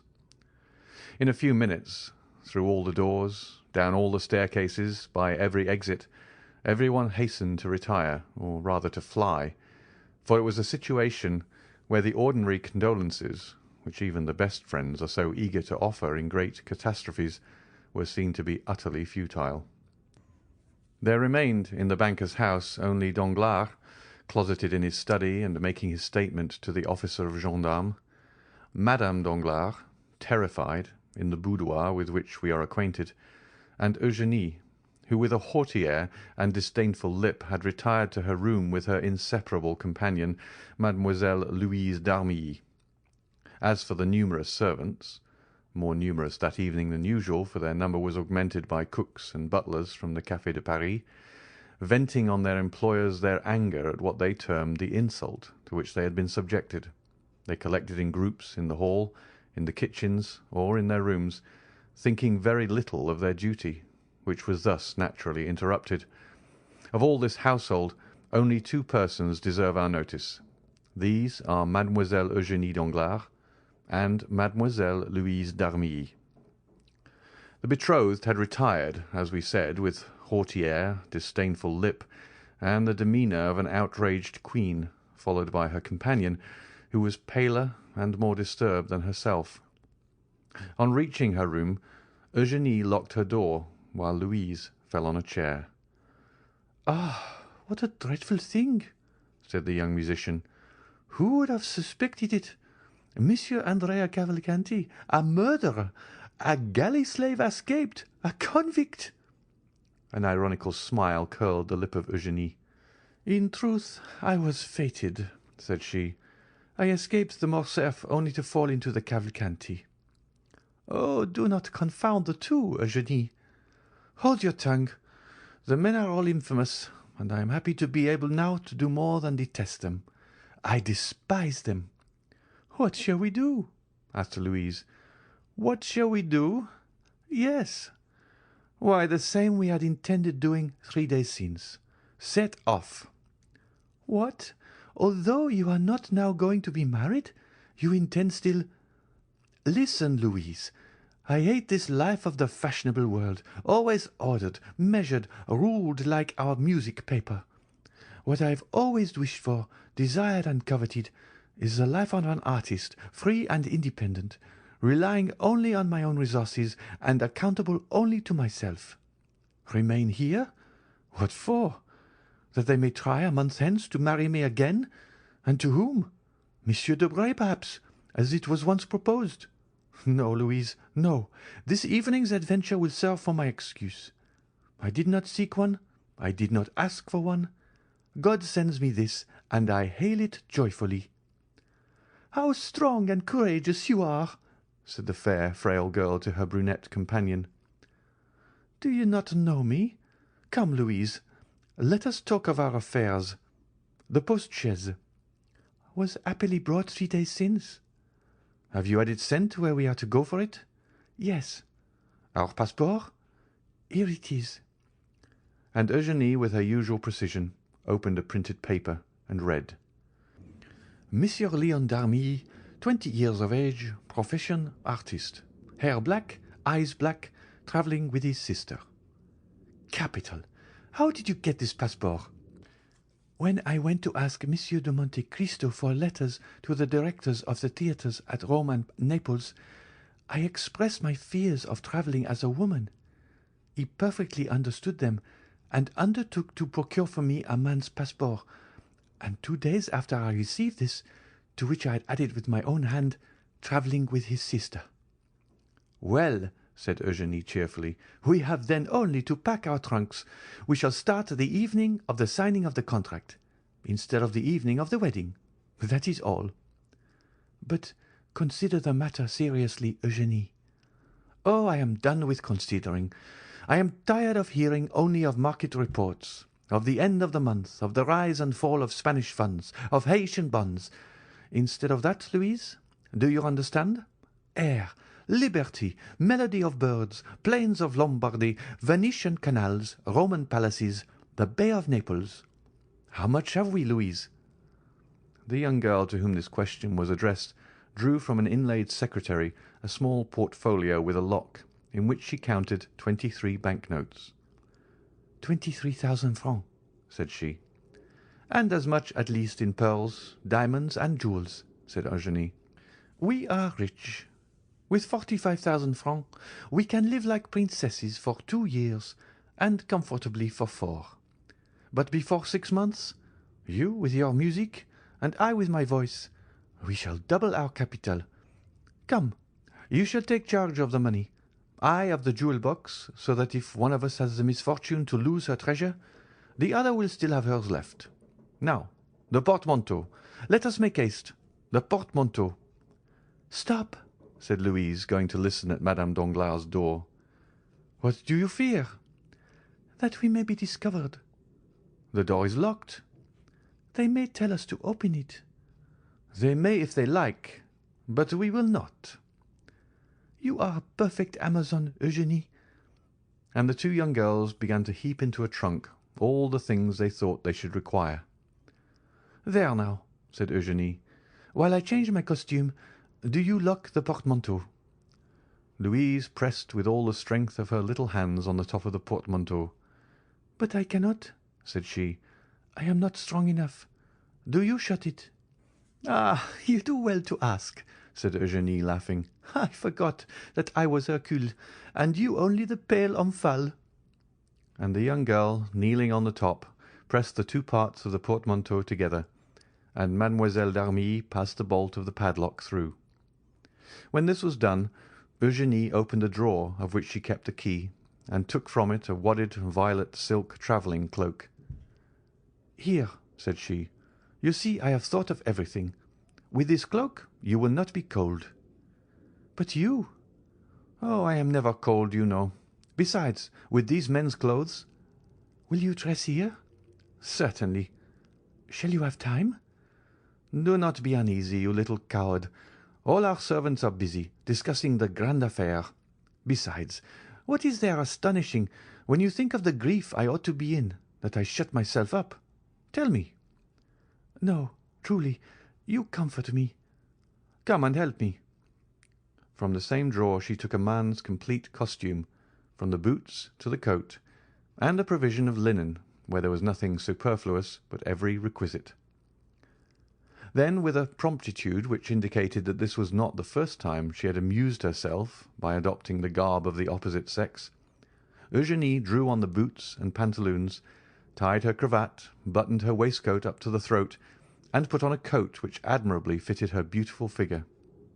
"Oh, that is very good, indeed, it is very good," said Louise, looking at her with admiration. "But that beautiful black hair, those magnificent braids, which made all the ladies sigh with envy, will they go under a man's hat like the one I see down there?" "You shall see," said Eugénie, and with her left hand seizing the thick mass which her long fingers could scarcely grasp, she took in her right hand a pair of long scissors, and soon the steel met through the rich and splendid hair, which fell in a cluster at her feet as she leaned back to keep it from her coat. Then she grasped the front hair, which she also cut off, without expressing the least regret. On the contrary, her eyes sparkled with greater pleasure than usual under her ebony eyebrows. "Oh, the magnificent hair!" said Louise with regret. "And am I not 100 times better thus?" cried Eugénie, smoothing the scattered curls of her hair, which had now quite a masculine appearance. "And do you not think me handsomer so?" "Oh, you are beautiful, always beautiful," cried Louise. "Now, where are you going?" "To Brussels. If you like, it is the nearest frontier. We can go to Brussels, Liège, Aix-la-Chapelle, then up the Rhine to Strasbourg. We will cross Switzerland and go down into Italy by the Saint-Gothard. Will that do?" "Yes." "What are you looking at?" "I am looking at you. Indeed, you are adorable like that. One would say you were carrying me off." "And they would be right, pardieu." "Oh, I think you swore, Eugénie." And the two young girls, whom every one might have thought plunged in grief, the one on her own account, the other from interest in her friend, burst out laughing as they cleared away every visible trace of the disorder which had naturally accompanied the preparations for their escape. Then, having blown out the lights, the two fugitives, looking and listening eagerly with outstretched necks, opened the door of a dressing-room which led by a side staircase down to the yard, Eugénie going first, and holding with one arm the portmanteau, which by the opposite handle Mademoiselle d'Armilly scarcely raised with both hands. The yard was empty. The clock was striking 12. The porter was not yet gone to bed. Eugénie approached softly, and saw the old man sleeping soundly in an armchair in his lodge. She returned to Louise, took up the portmanteau, which she had placed for a moment on the ground, and they reached the archway under the shadow of the wall. Eugénie concealed Louise in an angle of the gateway, so that if the porter chanced to awake he might see but one person. Then, placing herself in the full light of the lamp which lit the yard, "Gate!" cried she with her finest contralto voice, and rapping at the window.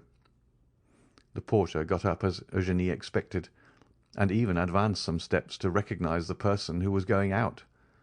But seeing a young man striking his boot impatiently with his riding-whip, he opened it immediately. Louise slid through the half-open gate like a snake, and bounded lightly forward.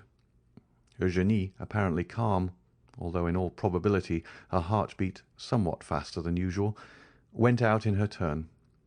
A porter was passing, and they gave him the portmanteau. Then the two young girls, having told him to take it to No. 36 Rue de la Victoire, walked behind this man, whose presence comforted Louise. As for Eugénie, she was as strong as a Judith or a Delilah. They arrived at the appointed spot. Eugénie ordered the porter to put down the portmanteau, gave him some pieces of money, and, having rapped at the shutter, sent him away. The shutter where Eugénie had rapped was that of a little laundress who had been previously warned and was not yet gone to bed. She opened the door. "Mademoiselle," said Eugénie, "let the porter get the post-chaise from the coach-house and fetch some post-horses from the hotel. Here are 5 francs for his trouble." "Indeed," said Louise, "I admire you, and I could almost say respect you."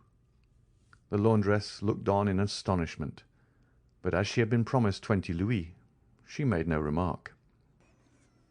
In a quarter of an hour the porter returned with a post-boy and horses, which were harnessed and put in the post-chaise in a minute, while the porter fastened the portmanteau on with the assistance of a cord and a strap. "Here is the passport," said the postilion. "Which way are we going, young gentlemen?" "To Fontainebleau," replied Eugénie with an almost masculine voice. "What do you say?" asked Louise. "I am giving them the slip," said Eugénie. "This woman to whom we have given 20 louis may betray us for 40. We will soon alter our direction." And the young girl jumped into the britska, which was admirably arranged for sleeping in, without scarcely touching the step. "You are always right," said the music teacher, seating herself by the side of her friend. A quarter of an hour afterwards, the postilion, having been put in the right road, passed with a crack of his whip through the gateway of the Barrière Saint-Martin. "Ah," said Louise, breathing freely, "here we are out of Paris." "Yes, my dear, the abduction is an accomplished fact," replied Eugénie. "Yes, and without violence," said Louise. "I shall bring that forward as an extenuating circumstance," replied Eugénie. These words were lost in the noise which the carriage made in rolling over the pavement of La Villette. Monsieur Danglars no longer had a daughter. End of chapter 97. Chapter 98 of the Count of Monte Cristo by Alexandre Dumas. The Bell and Bottle Tavern. And now let us leave Mademoiselle Danglars and her friend pursuing their way to Brussels, and return to poor Andrea Cavalcanti, so inopportunely interrupted in his rise to fortune. Notwithstanding his youth, Master Andrea was a very skilful and intelligent boy. We have seen that on the first rumour which reached the salon, he had gradually approached the door, and, crossing 2 or 3 rooms, at last disappeared. But we have forgotten to mention one circumstance, which nevertheless ought not to be omitted. In one of the rooms he crossed, the trousseau of the bride-elect was on exhibition. There were caskets of diamonds, cashmere shawls, Valenciennes lace, English veilings, and, in fact, all the tempting things, the bare mention of which makes the hearts of young girls bound with joy, and which is called the corbeille.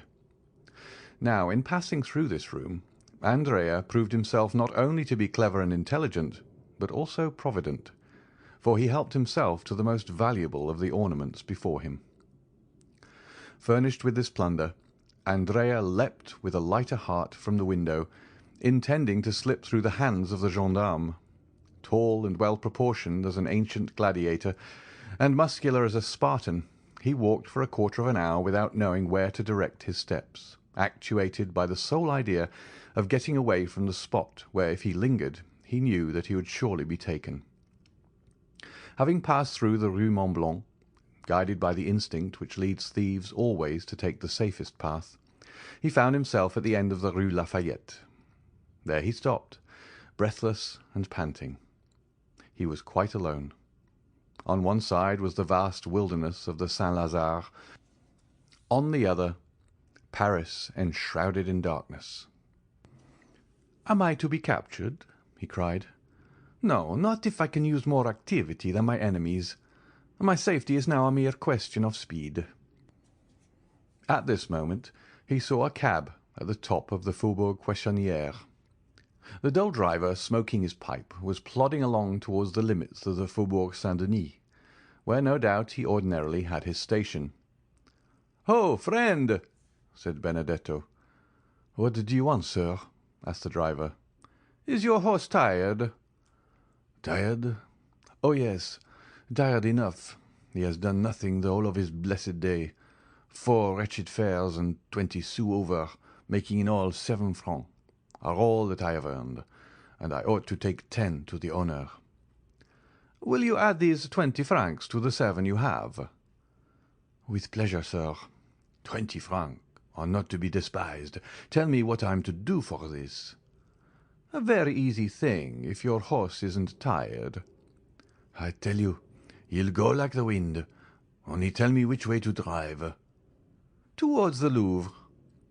"I know the way. You get good sweetened rum over there." "Exactly so. I merely wish to overtake one of my friends with whom I am going to hunt to-morrow at Chapelle-en-Savel. He should have waited for me here with a cabriolet till 11:30. It is 12, and, tired of waiting, he must have gone on." "It is likely." "Well, will you try and overtake him?" "Nothing I should like better." "If you do not overtake him before you reach Bourget, you shall have 20 francs. If not before Louvre, 30. "And if we do overtake him?" 40, said Andrea after a moment's hesitation, at the end of which he remembered that he might safely promise. "That's all right," said the man. "Hop in and we're off. Whoop-la!" Andrea got into the cab, which passed rapidly through the Faubourg Saint-Denis, along the Faubourg Saint-Martin, crossed the barrier, and threaded its way through the interminable Villette. They never overtook the chimerical friend, yet Andrea frequently inquired of people on foot whom he passed, and at the inns which were not yet closed, for a green cabriolet and bay horse, and as there are a great many cabriolets to be seen on the road to the Low Countries, and as 9/10 of them are green, the inquiries increased at every step. Every one had just seen it pass. It was only 500, 200, 100 steps in advance. At length they reached it, but it was not the friend. Once the cab was also passed by a calash, rapidly whirled along by 2 post-horses. "Ah," said Cavalcanti to himself, "if I only had that britska, those 2 good post-horses, and above all the passport that carries them on." And he sighed deeply. The calash contained Mademoiselle Danglars and Mademoiselle d'Armilly. "Hurry, hurry," said Andrea. "We must overtake him soon." And the poor horse resumed the desperate gallop it had kept up since leaving the barrier, and arrived steaming at Louvre. "Certainly," said Andrea. "I shall not overtake my friend, but I shall kill your horse. Therefore I had better stop. Here are 30 francs. I will sleep at the Red Horse, and will secure a place in the first coach. Good night, friend."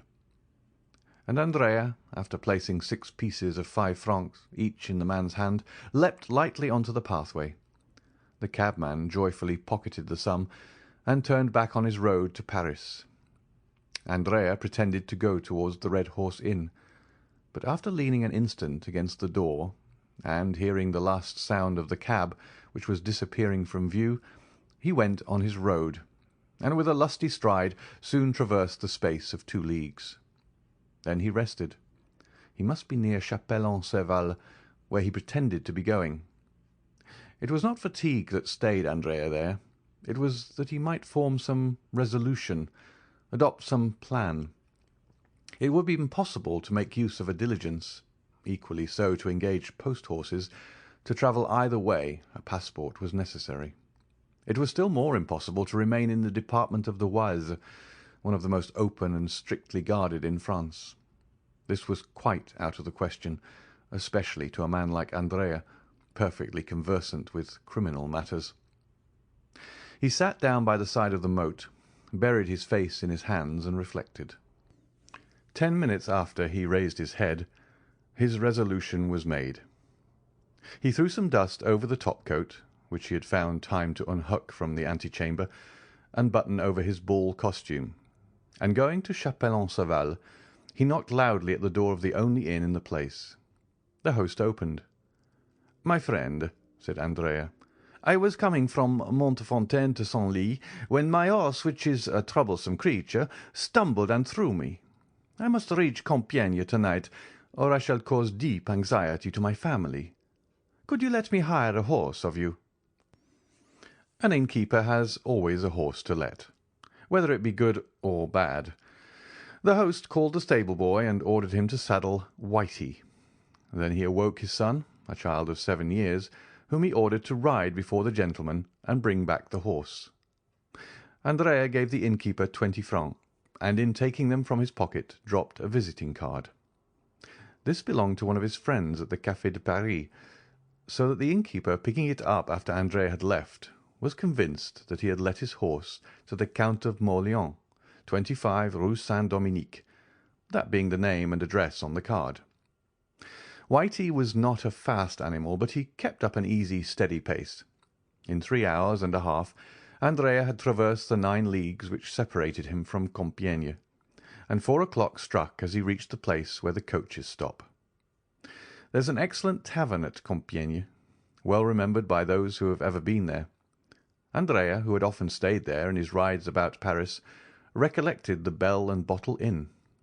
He turned around, saw the sign by the light of a reflected lamp, and having dismissed the child, giving him all the small coin he had about him, he began knocking at the door, very reasonably concluding that, having now 3 or 4 hours before him, he had best fortify himself against the fatigues of the morrow by a sound sleep and a good supper. A waiter opened the door. "My friend," said Andrea, "I have been dining at Saint-Jean-au-Bois, and expected to catch the coach which passes by at midnight. But, like a fool, I have lost my way, and have been walking for the last 4 hours in the forest. Show me into one of those pretty little rooms which overlook the court, and bring me a cold fowl and a bottle of Bordeaux." The waiter had no suspicions. Andrea spoke with perfect composure. He had a cigar in his mouth and his hands in the pocket of his top-coat. His clothes were fashionably made, his chin smooth, his boots irreproachable. He looked merely as if he had stayed out very late, that was all. While the waiter was preparing his room, the hostess arose.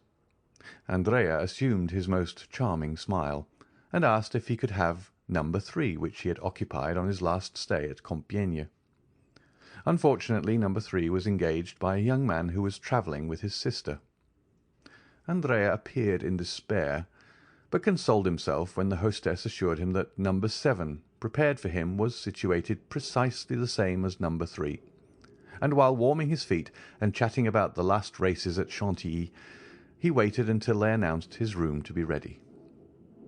Andrea had not spoken without cause of the pretty rooms looking out upon the court of the Bell Tavern, which, with its triple galleries like those of a theatre, with the jessamine and clematis twining round the light columns, forms one of the prettiest entrances to an inn that you can imagine. The fowl was tender, the wine old, the fire clear and sparkling, and Andrea was surprised to find himself eating with as good an appetite as though nothing had happened. Then he went to bed, and almost immediately fell into that deep sleep which is sure to visit men of 20 years of age, even when they are torn with remorse. Now, here we are obliged to own that Andrea ought to have felt remorse, but that he did not. This was the plan which had appealed to him to afford the best chance of his security. Before daybreak he would awake, leave the inn after rigorously paying his bill, and reaching the forest he would, under pretence of making studies in painting, test the hospitality of some peasants, procure himself the dress of a woodcutter and a hatchet, casting off the lion-skin to assume that of the woodman.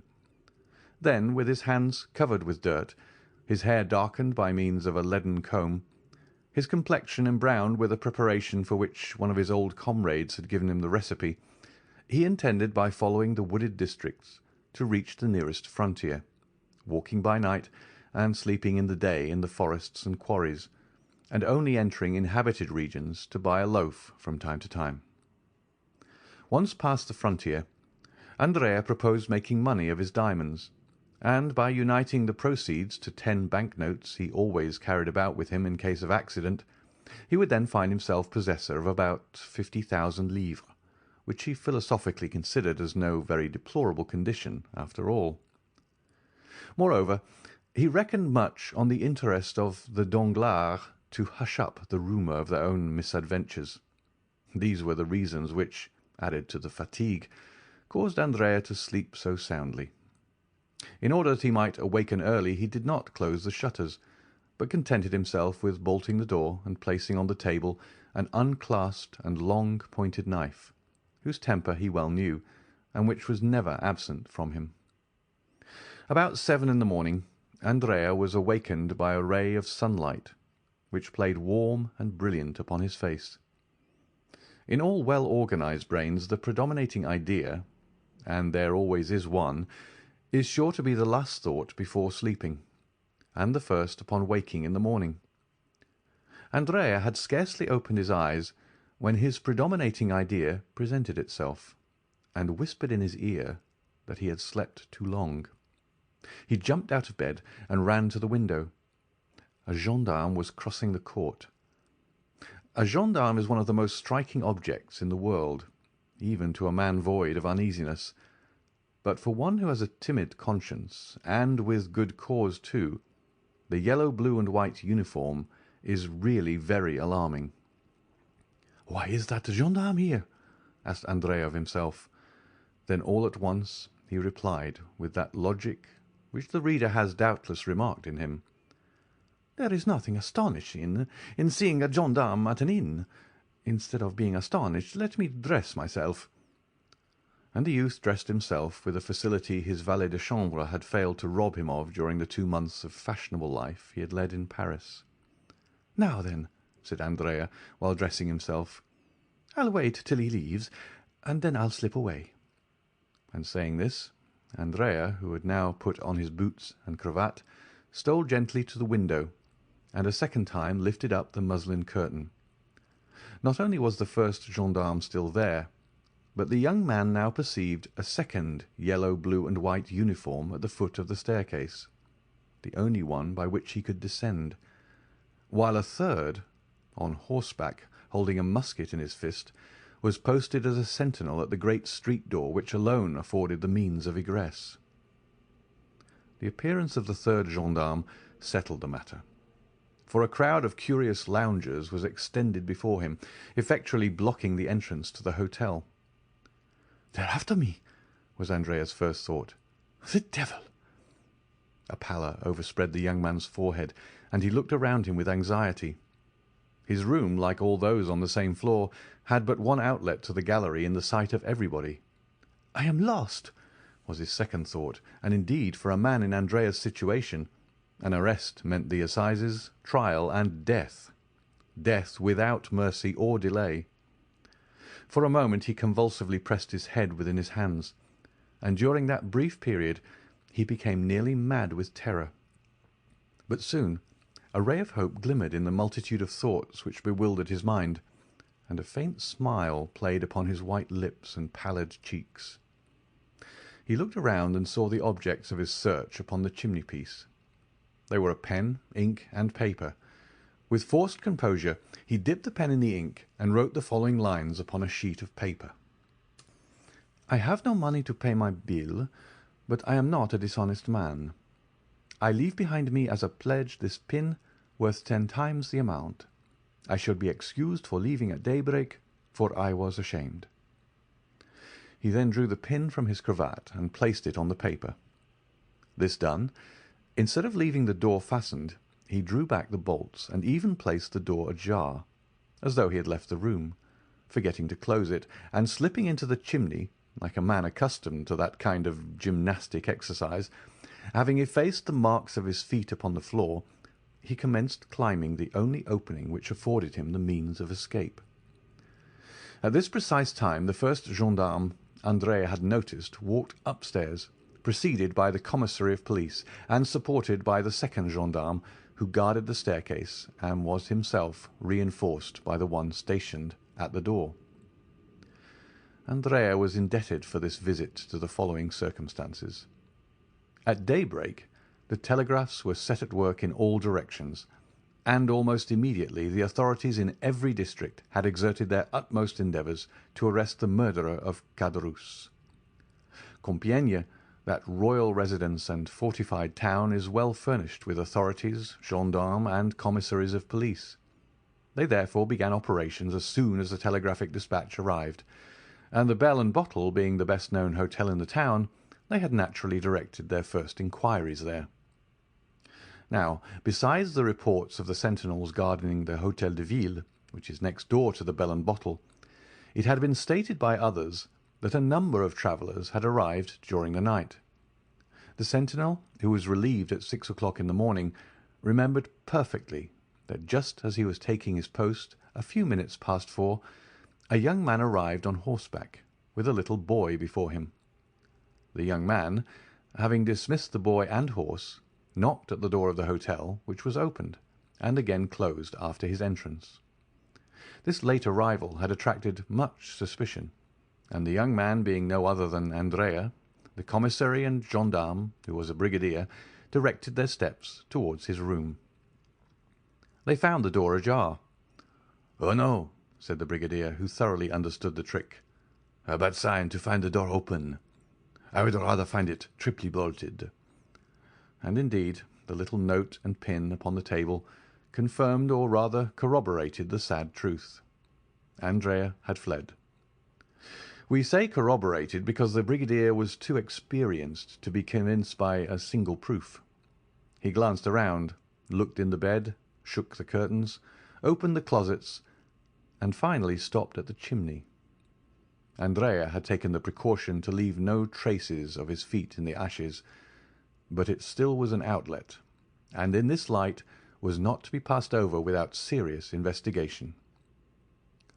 The brigadier sent for some sticks and straw, and having filled the chimney with them, set a light to it. The fire crackled and the smoke ascended like the dull vapour from a volcano. But still no prisoner fell down, as they expected.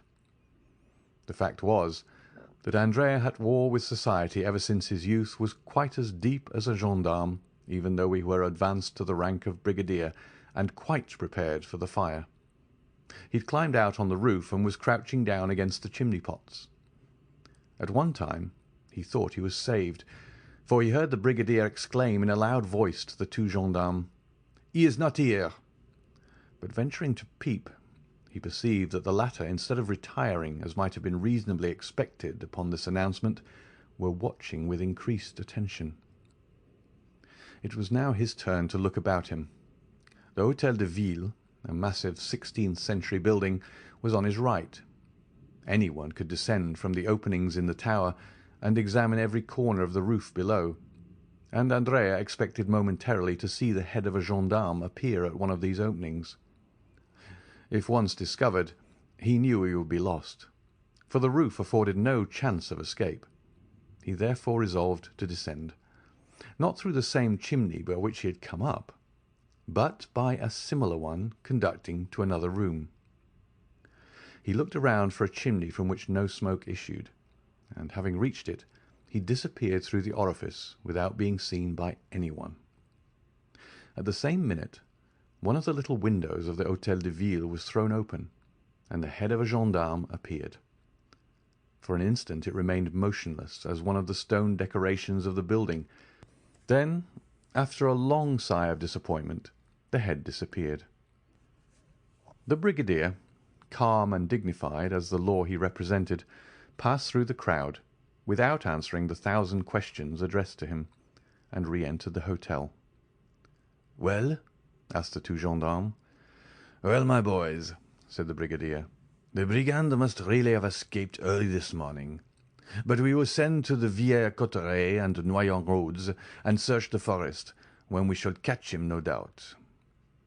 The honourable functionary had scarcely expressed himself thus, in that intonation which is peculiar to brigadiers of the gendarmerie, when a loud scream, accompanied by the violent ringing of a bell, resounded through the court of the hotel.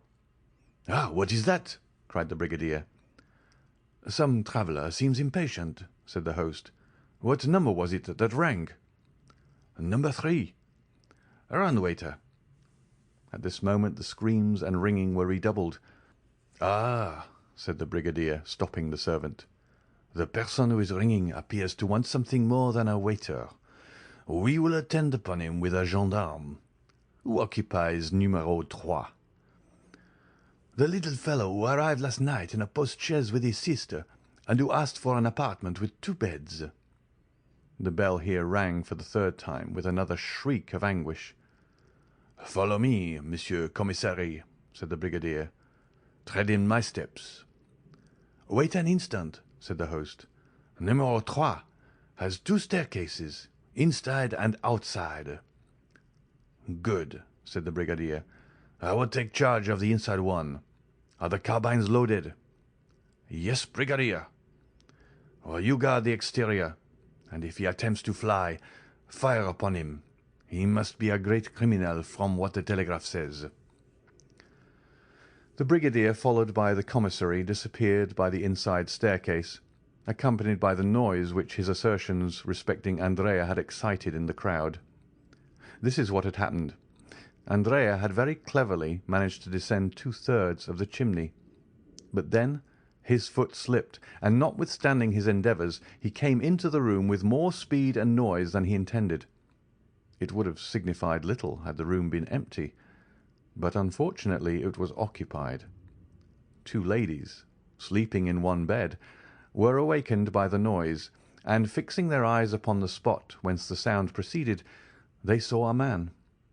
One of these ladies, the fair one, uttered those terrible shrieks which resounded through the house, while the other, rushing to the bell-rope, rang with all her strength.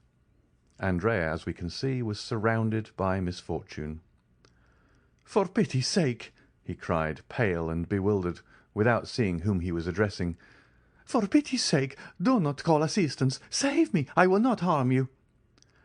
"Andrea, the murderer!" cried one of the ladies. "Eugénie! Mademoiselle Danglars!" exclaimed Andrea, stupefied. "Help! Help!" cried Mademoiselle d'Armilly, taking the bell from her companion's hand and ringing it yet more violently. "Save me! I am pursued!" said Andrea, clasping his hands. "For pity, for mercy's sake, do not deliver me up!" "It is too late. They are coming," said Eugénie. "Well, conceal me somewhere. You can say you were needlessly alarmed. You can turn their suspicions and save my life." The 2 ladies, pressing closely to one another, and drawing the bedclothes tightly around them, remained silent to this supplicating voice, repugnance and fear taking possession of their minds. "Well, be it so," at length said Eugénie. "Return by the same road you came, and we will say nothing about you, unhappy wretch." Here he is!" cried a voice from the landing. "Here he is! I see him!" The brigadier had put his eye to the keyhole and had discovered Andrea in a posture of entreaty. A violent blow from the butt end of the musket burst open the lock. 2 more forced out the bolts, and the broken door fell in. Andrea ran to the other door, leading to the gallery, ready to rush out, but he was stopped short, and he stood with his body a little thrown back, pale and with the useless knife in his clinched hand. "Fly, then!" cried Mademoiselle d'Armilly, whose pity returned as her fears diminished. "Fly!" "Or kill yourself," said Eugénie, in a tone which a vestal in the amphitheatre would have used when urging the victorious gladiator to finish his vanquished adversary. Andrea shuddered, and looked on the young girl with an expression which proved how little he understood such ferocious honour. "Kill myself!" he cried, throwing down his knife. "Why should I do so?" "Why, you said," answered Mademoiselle Danglars, "that you would be condemned to die like the worst criminals." "Bah!" said Cavalcanti, crossing his arms. "One has friends." The brigadier advanced to him, sword in hand.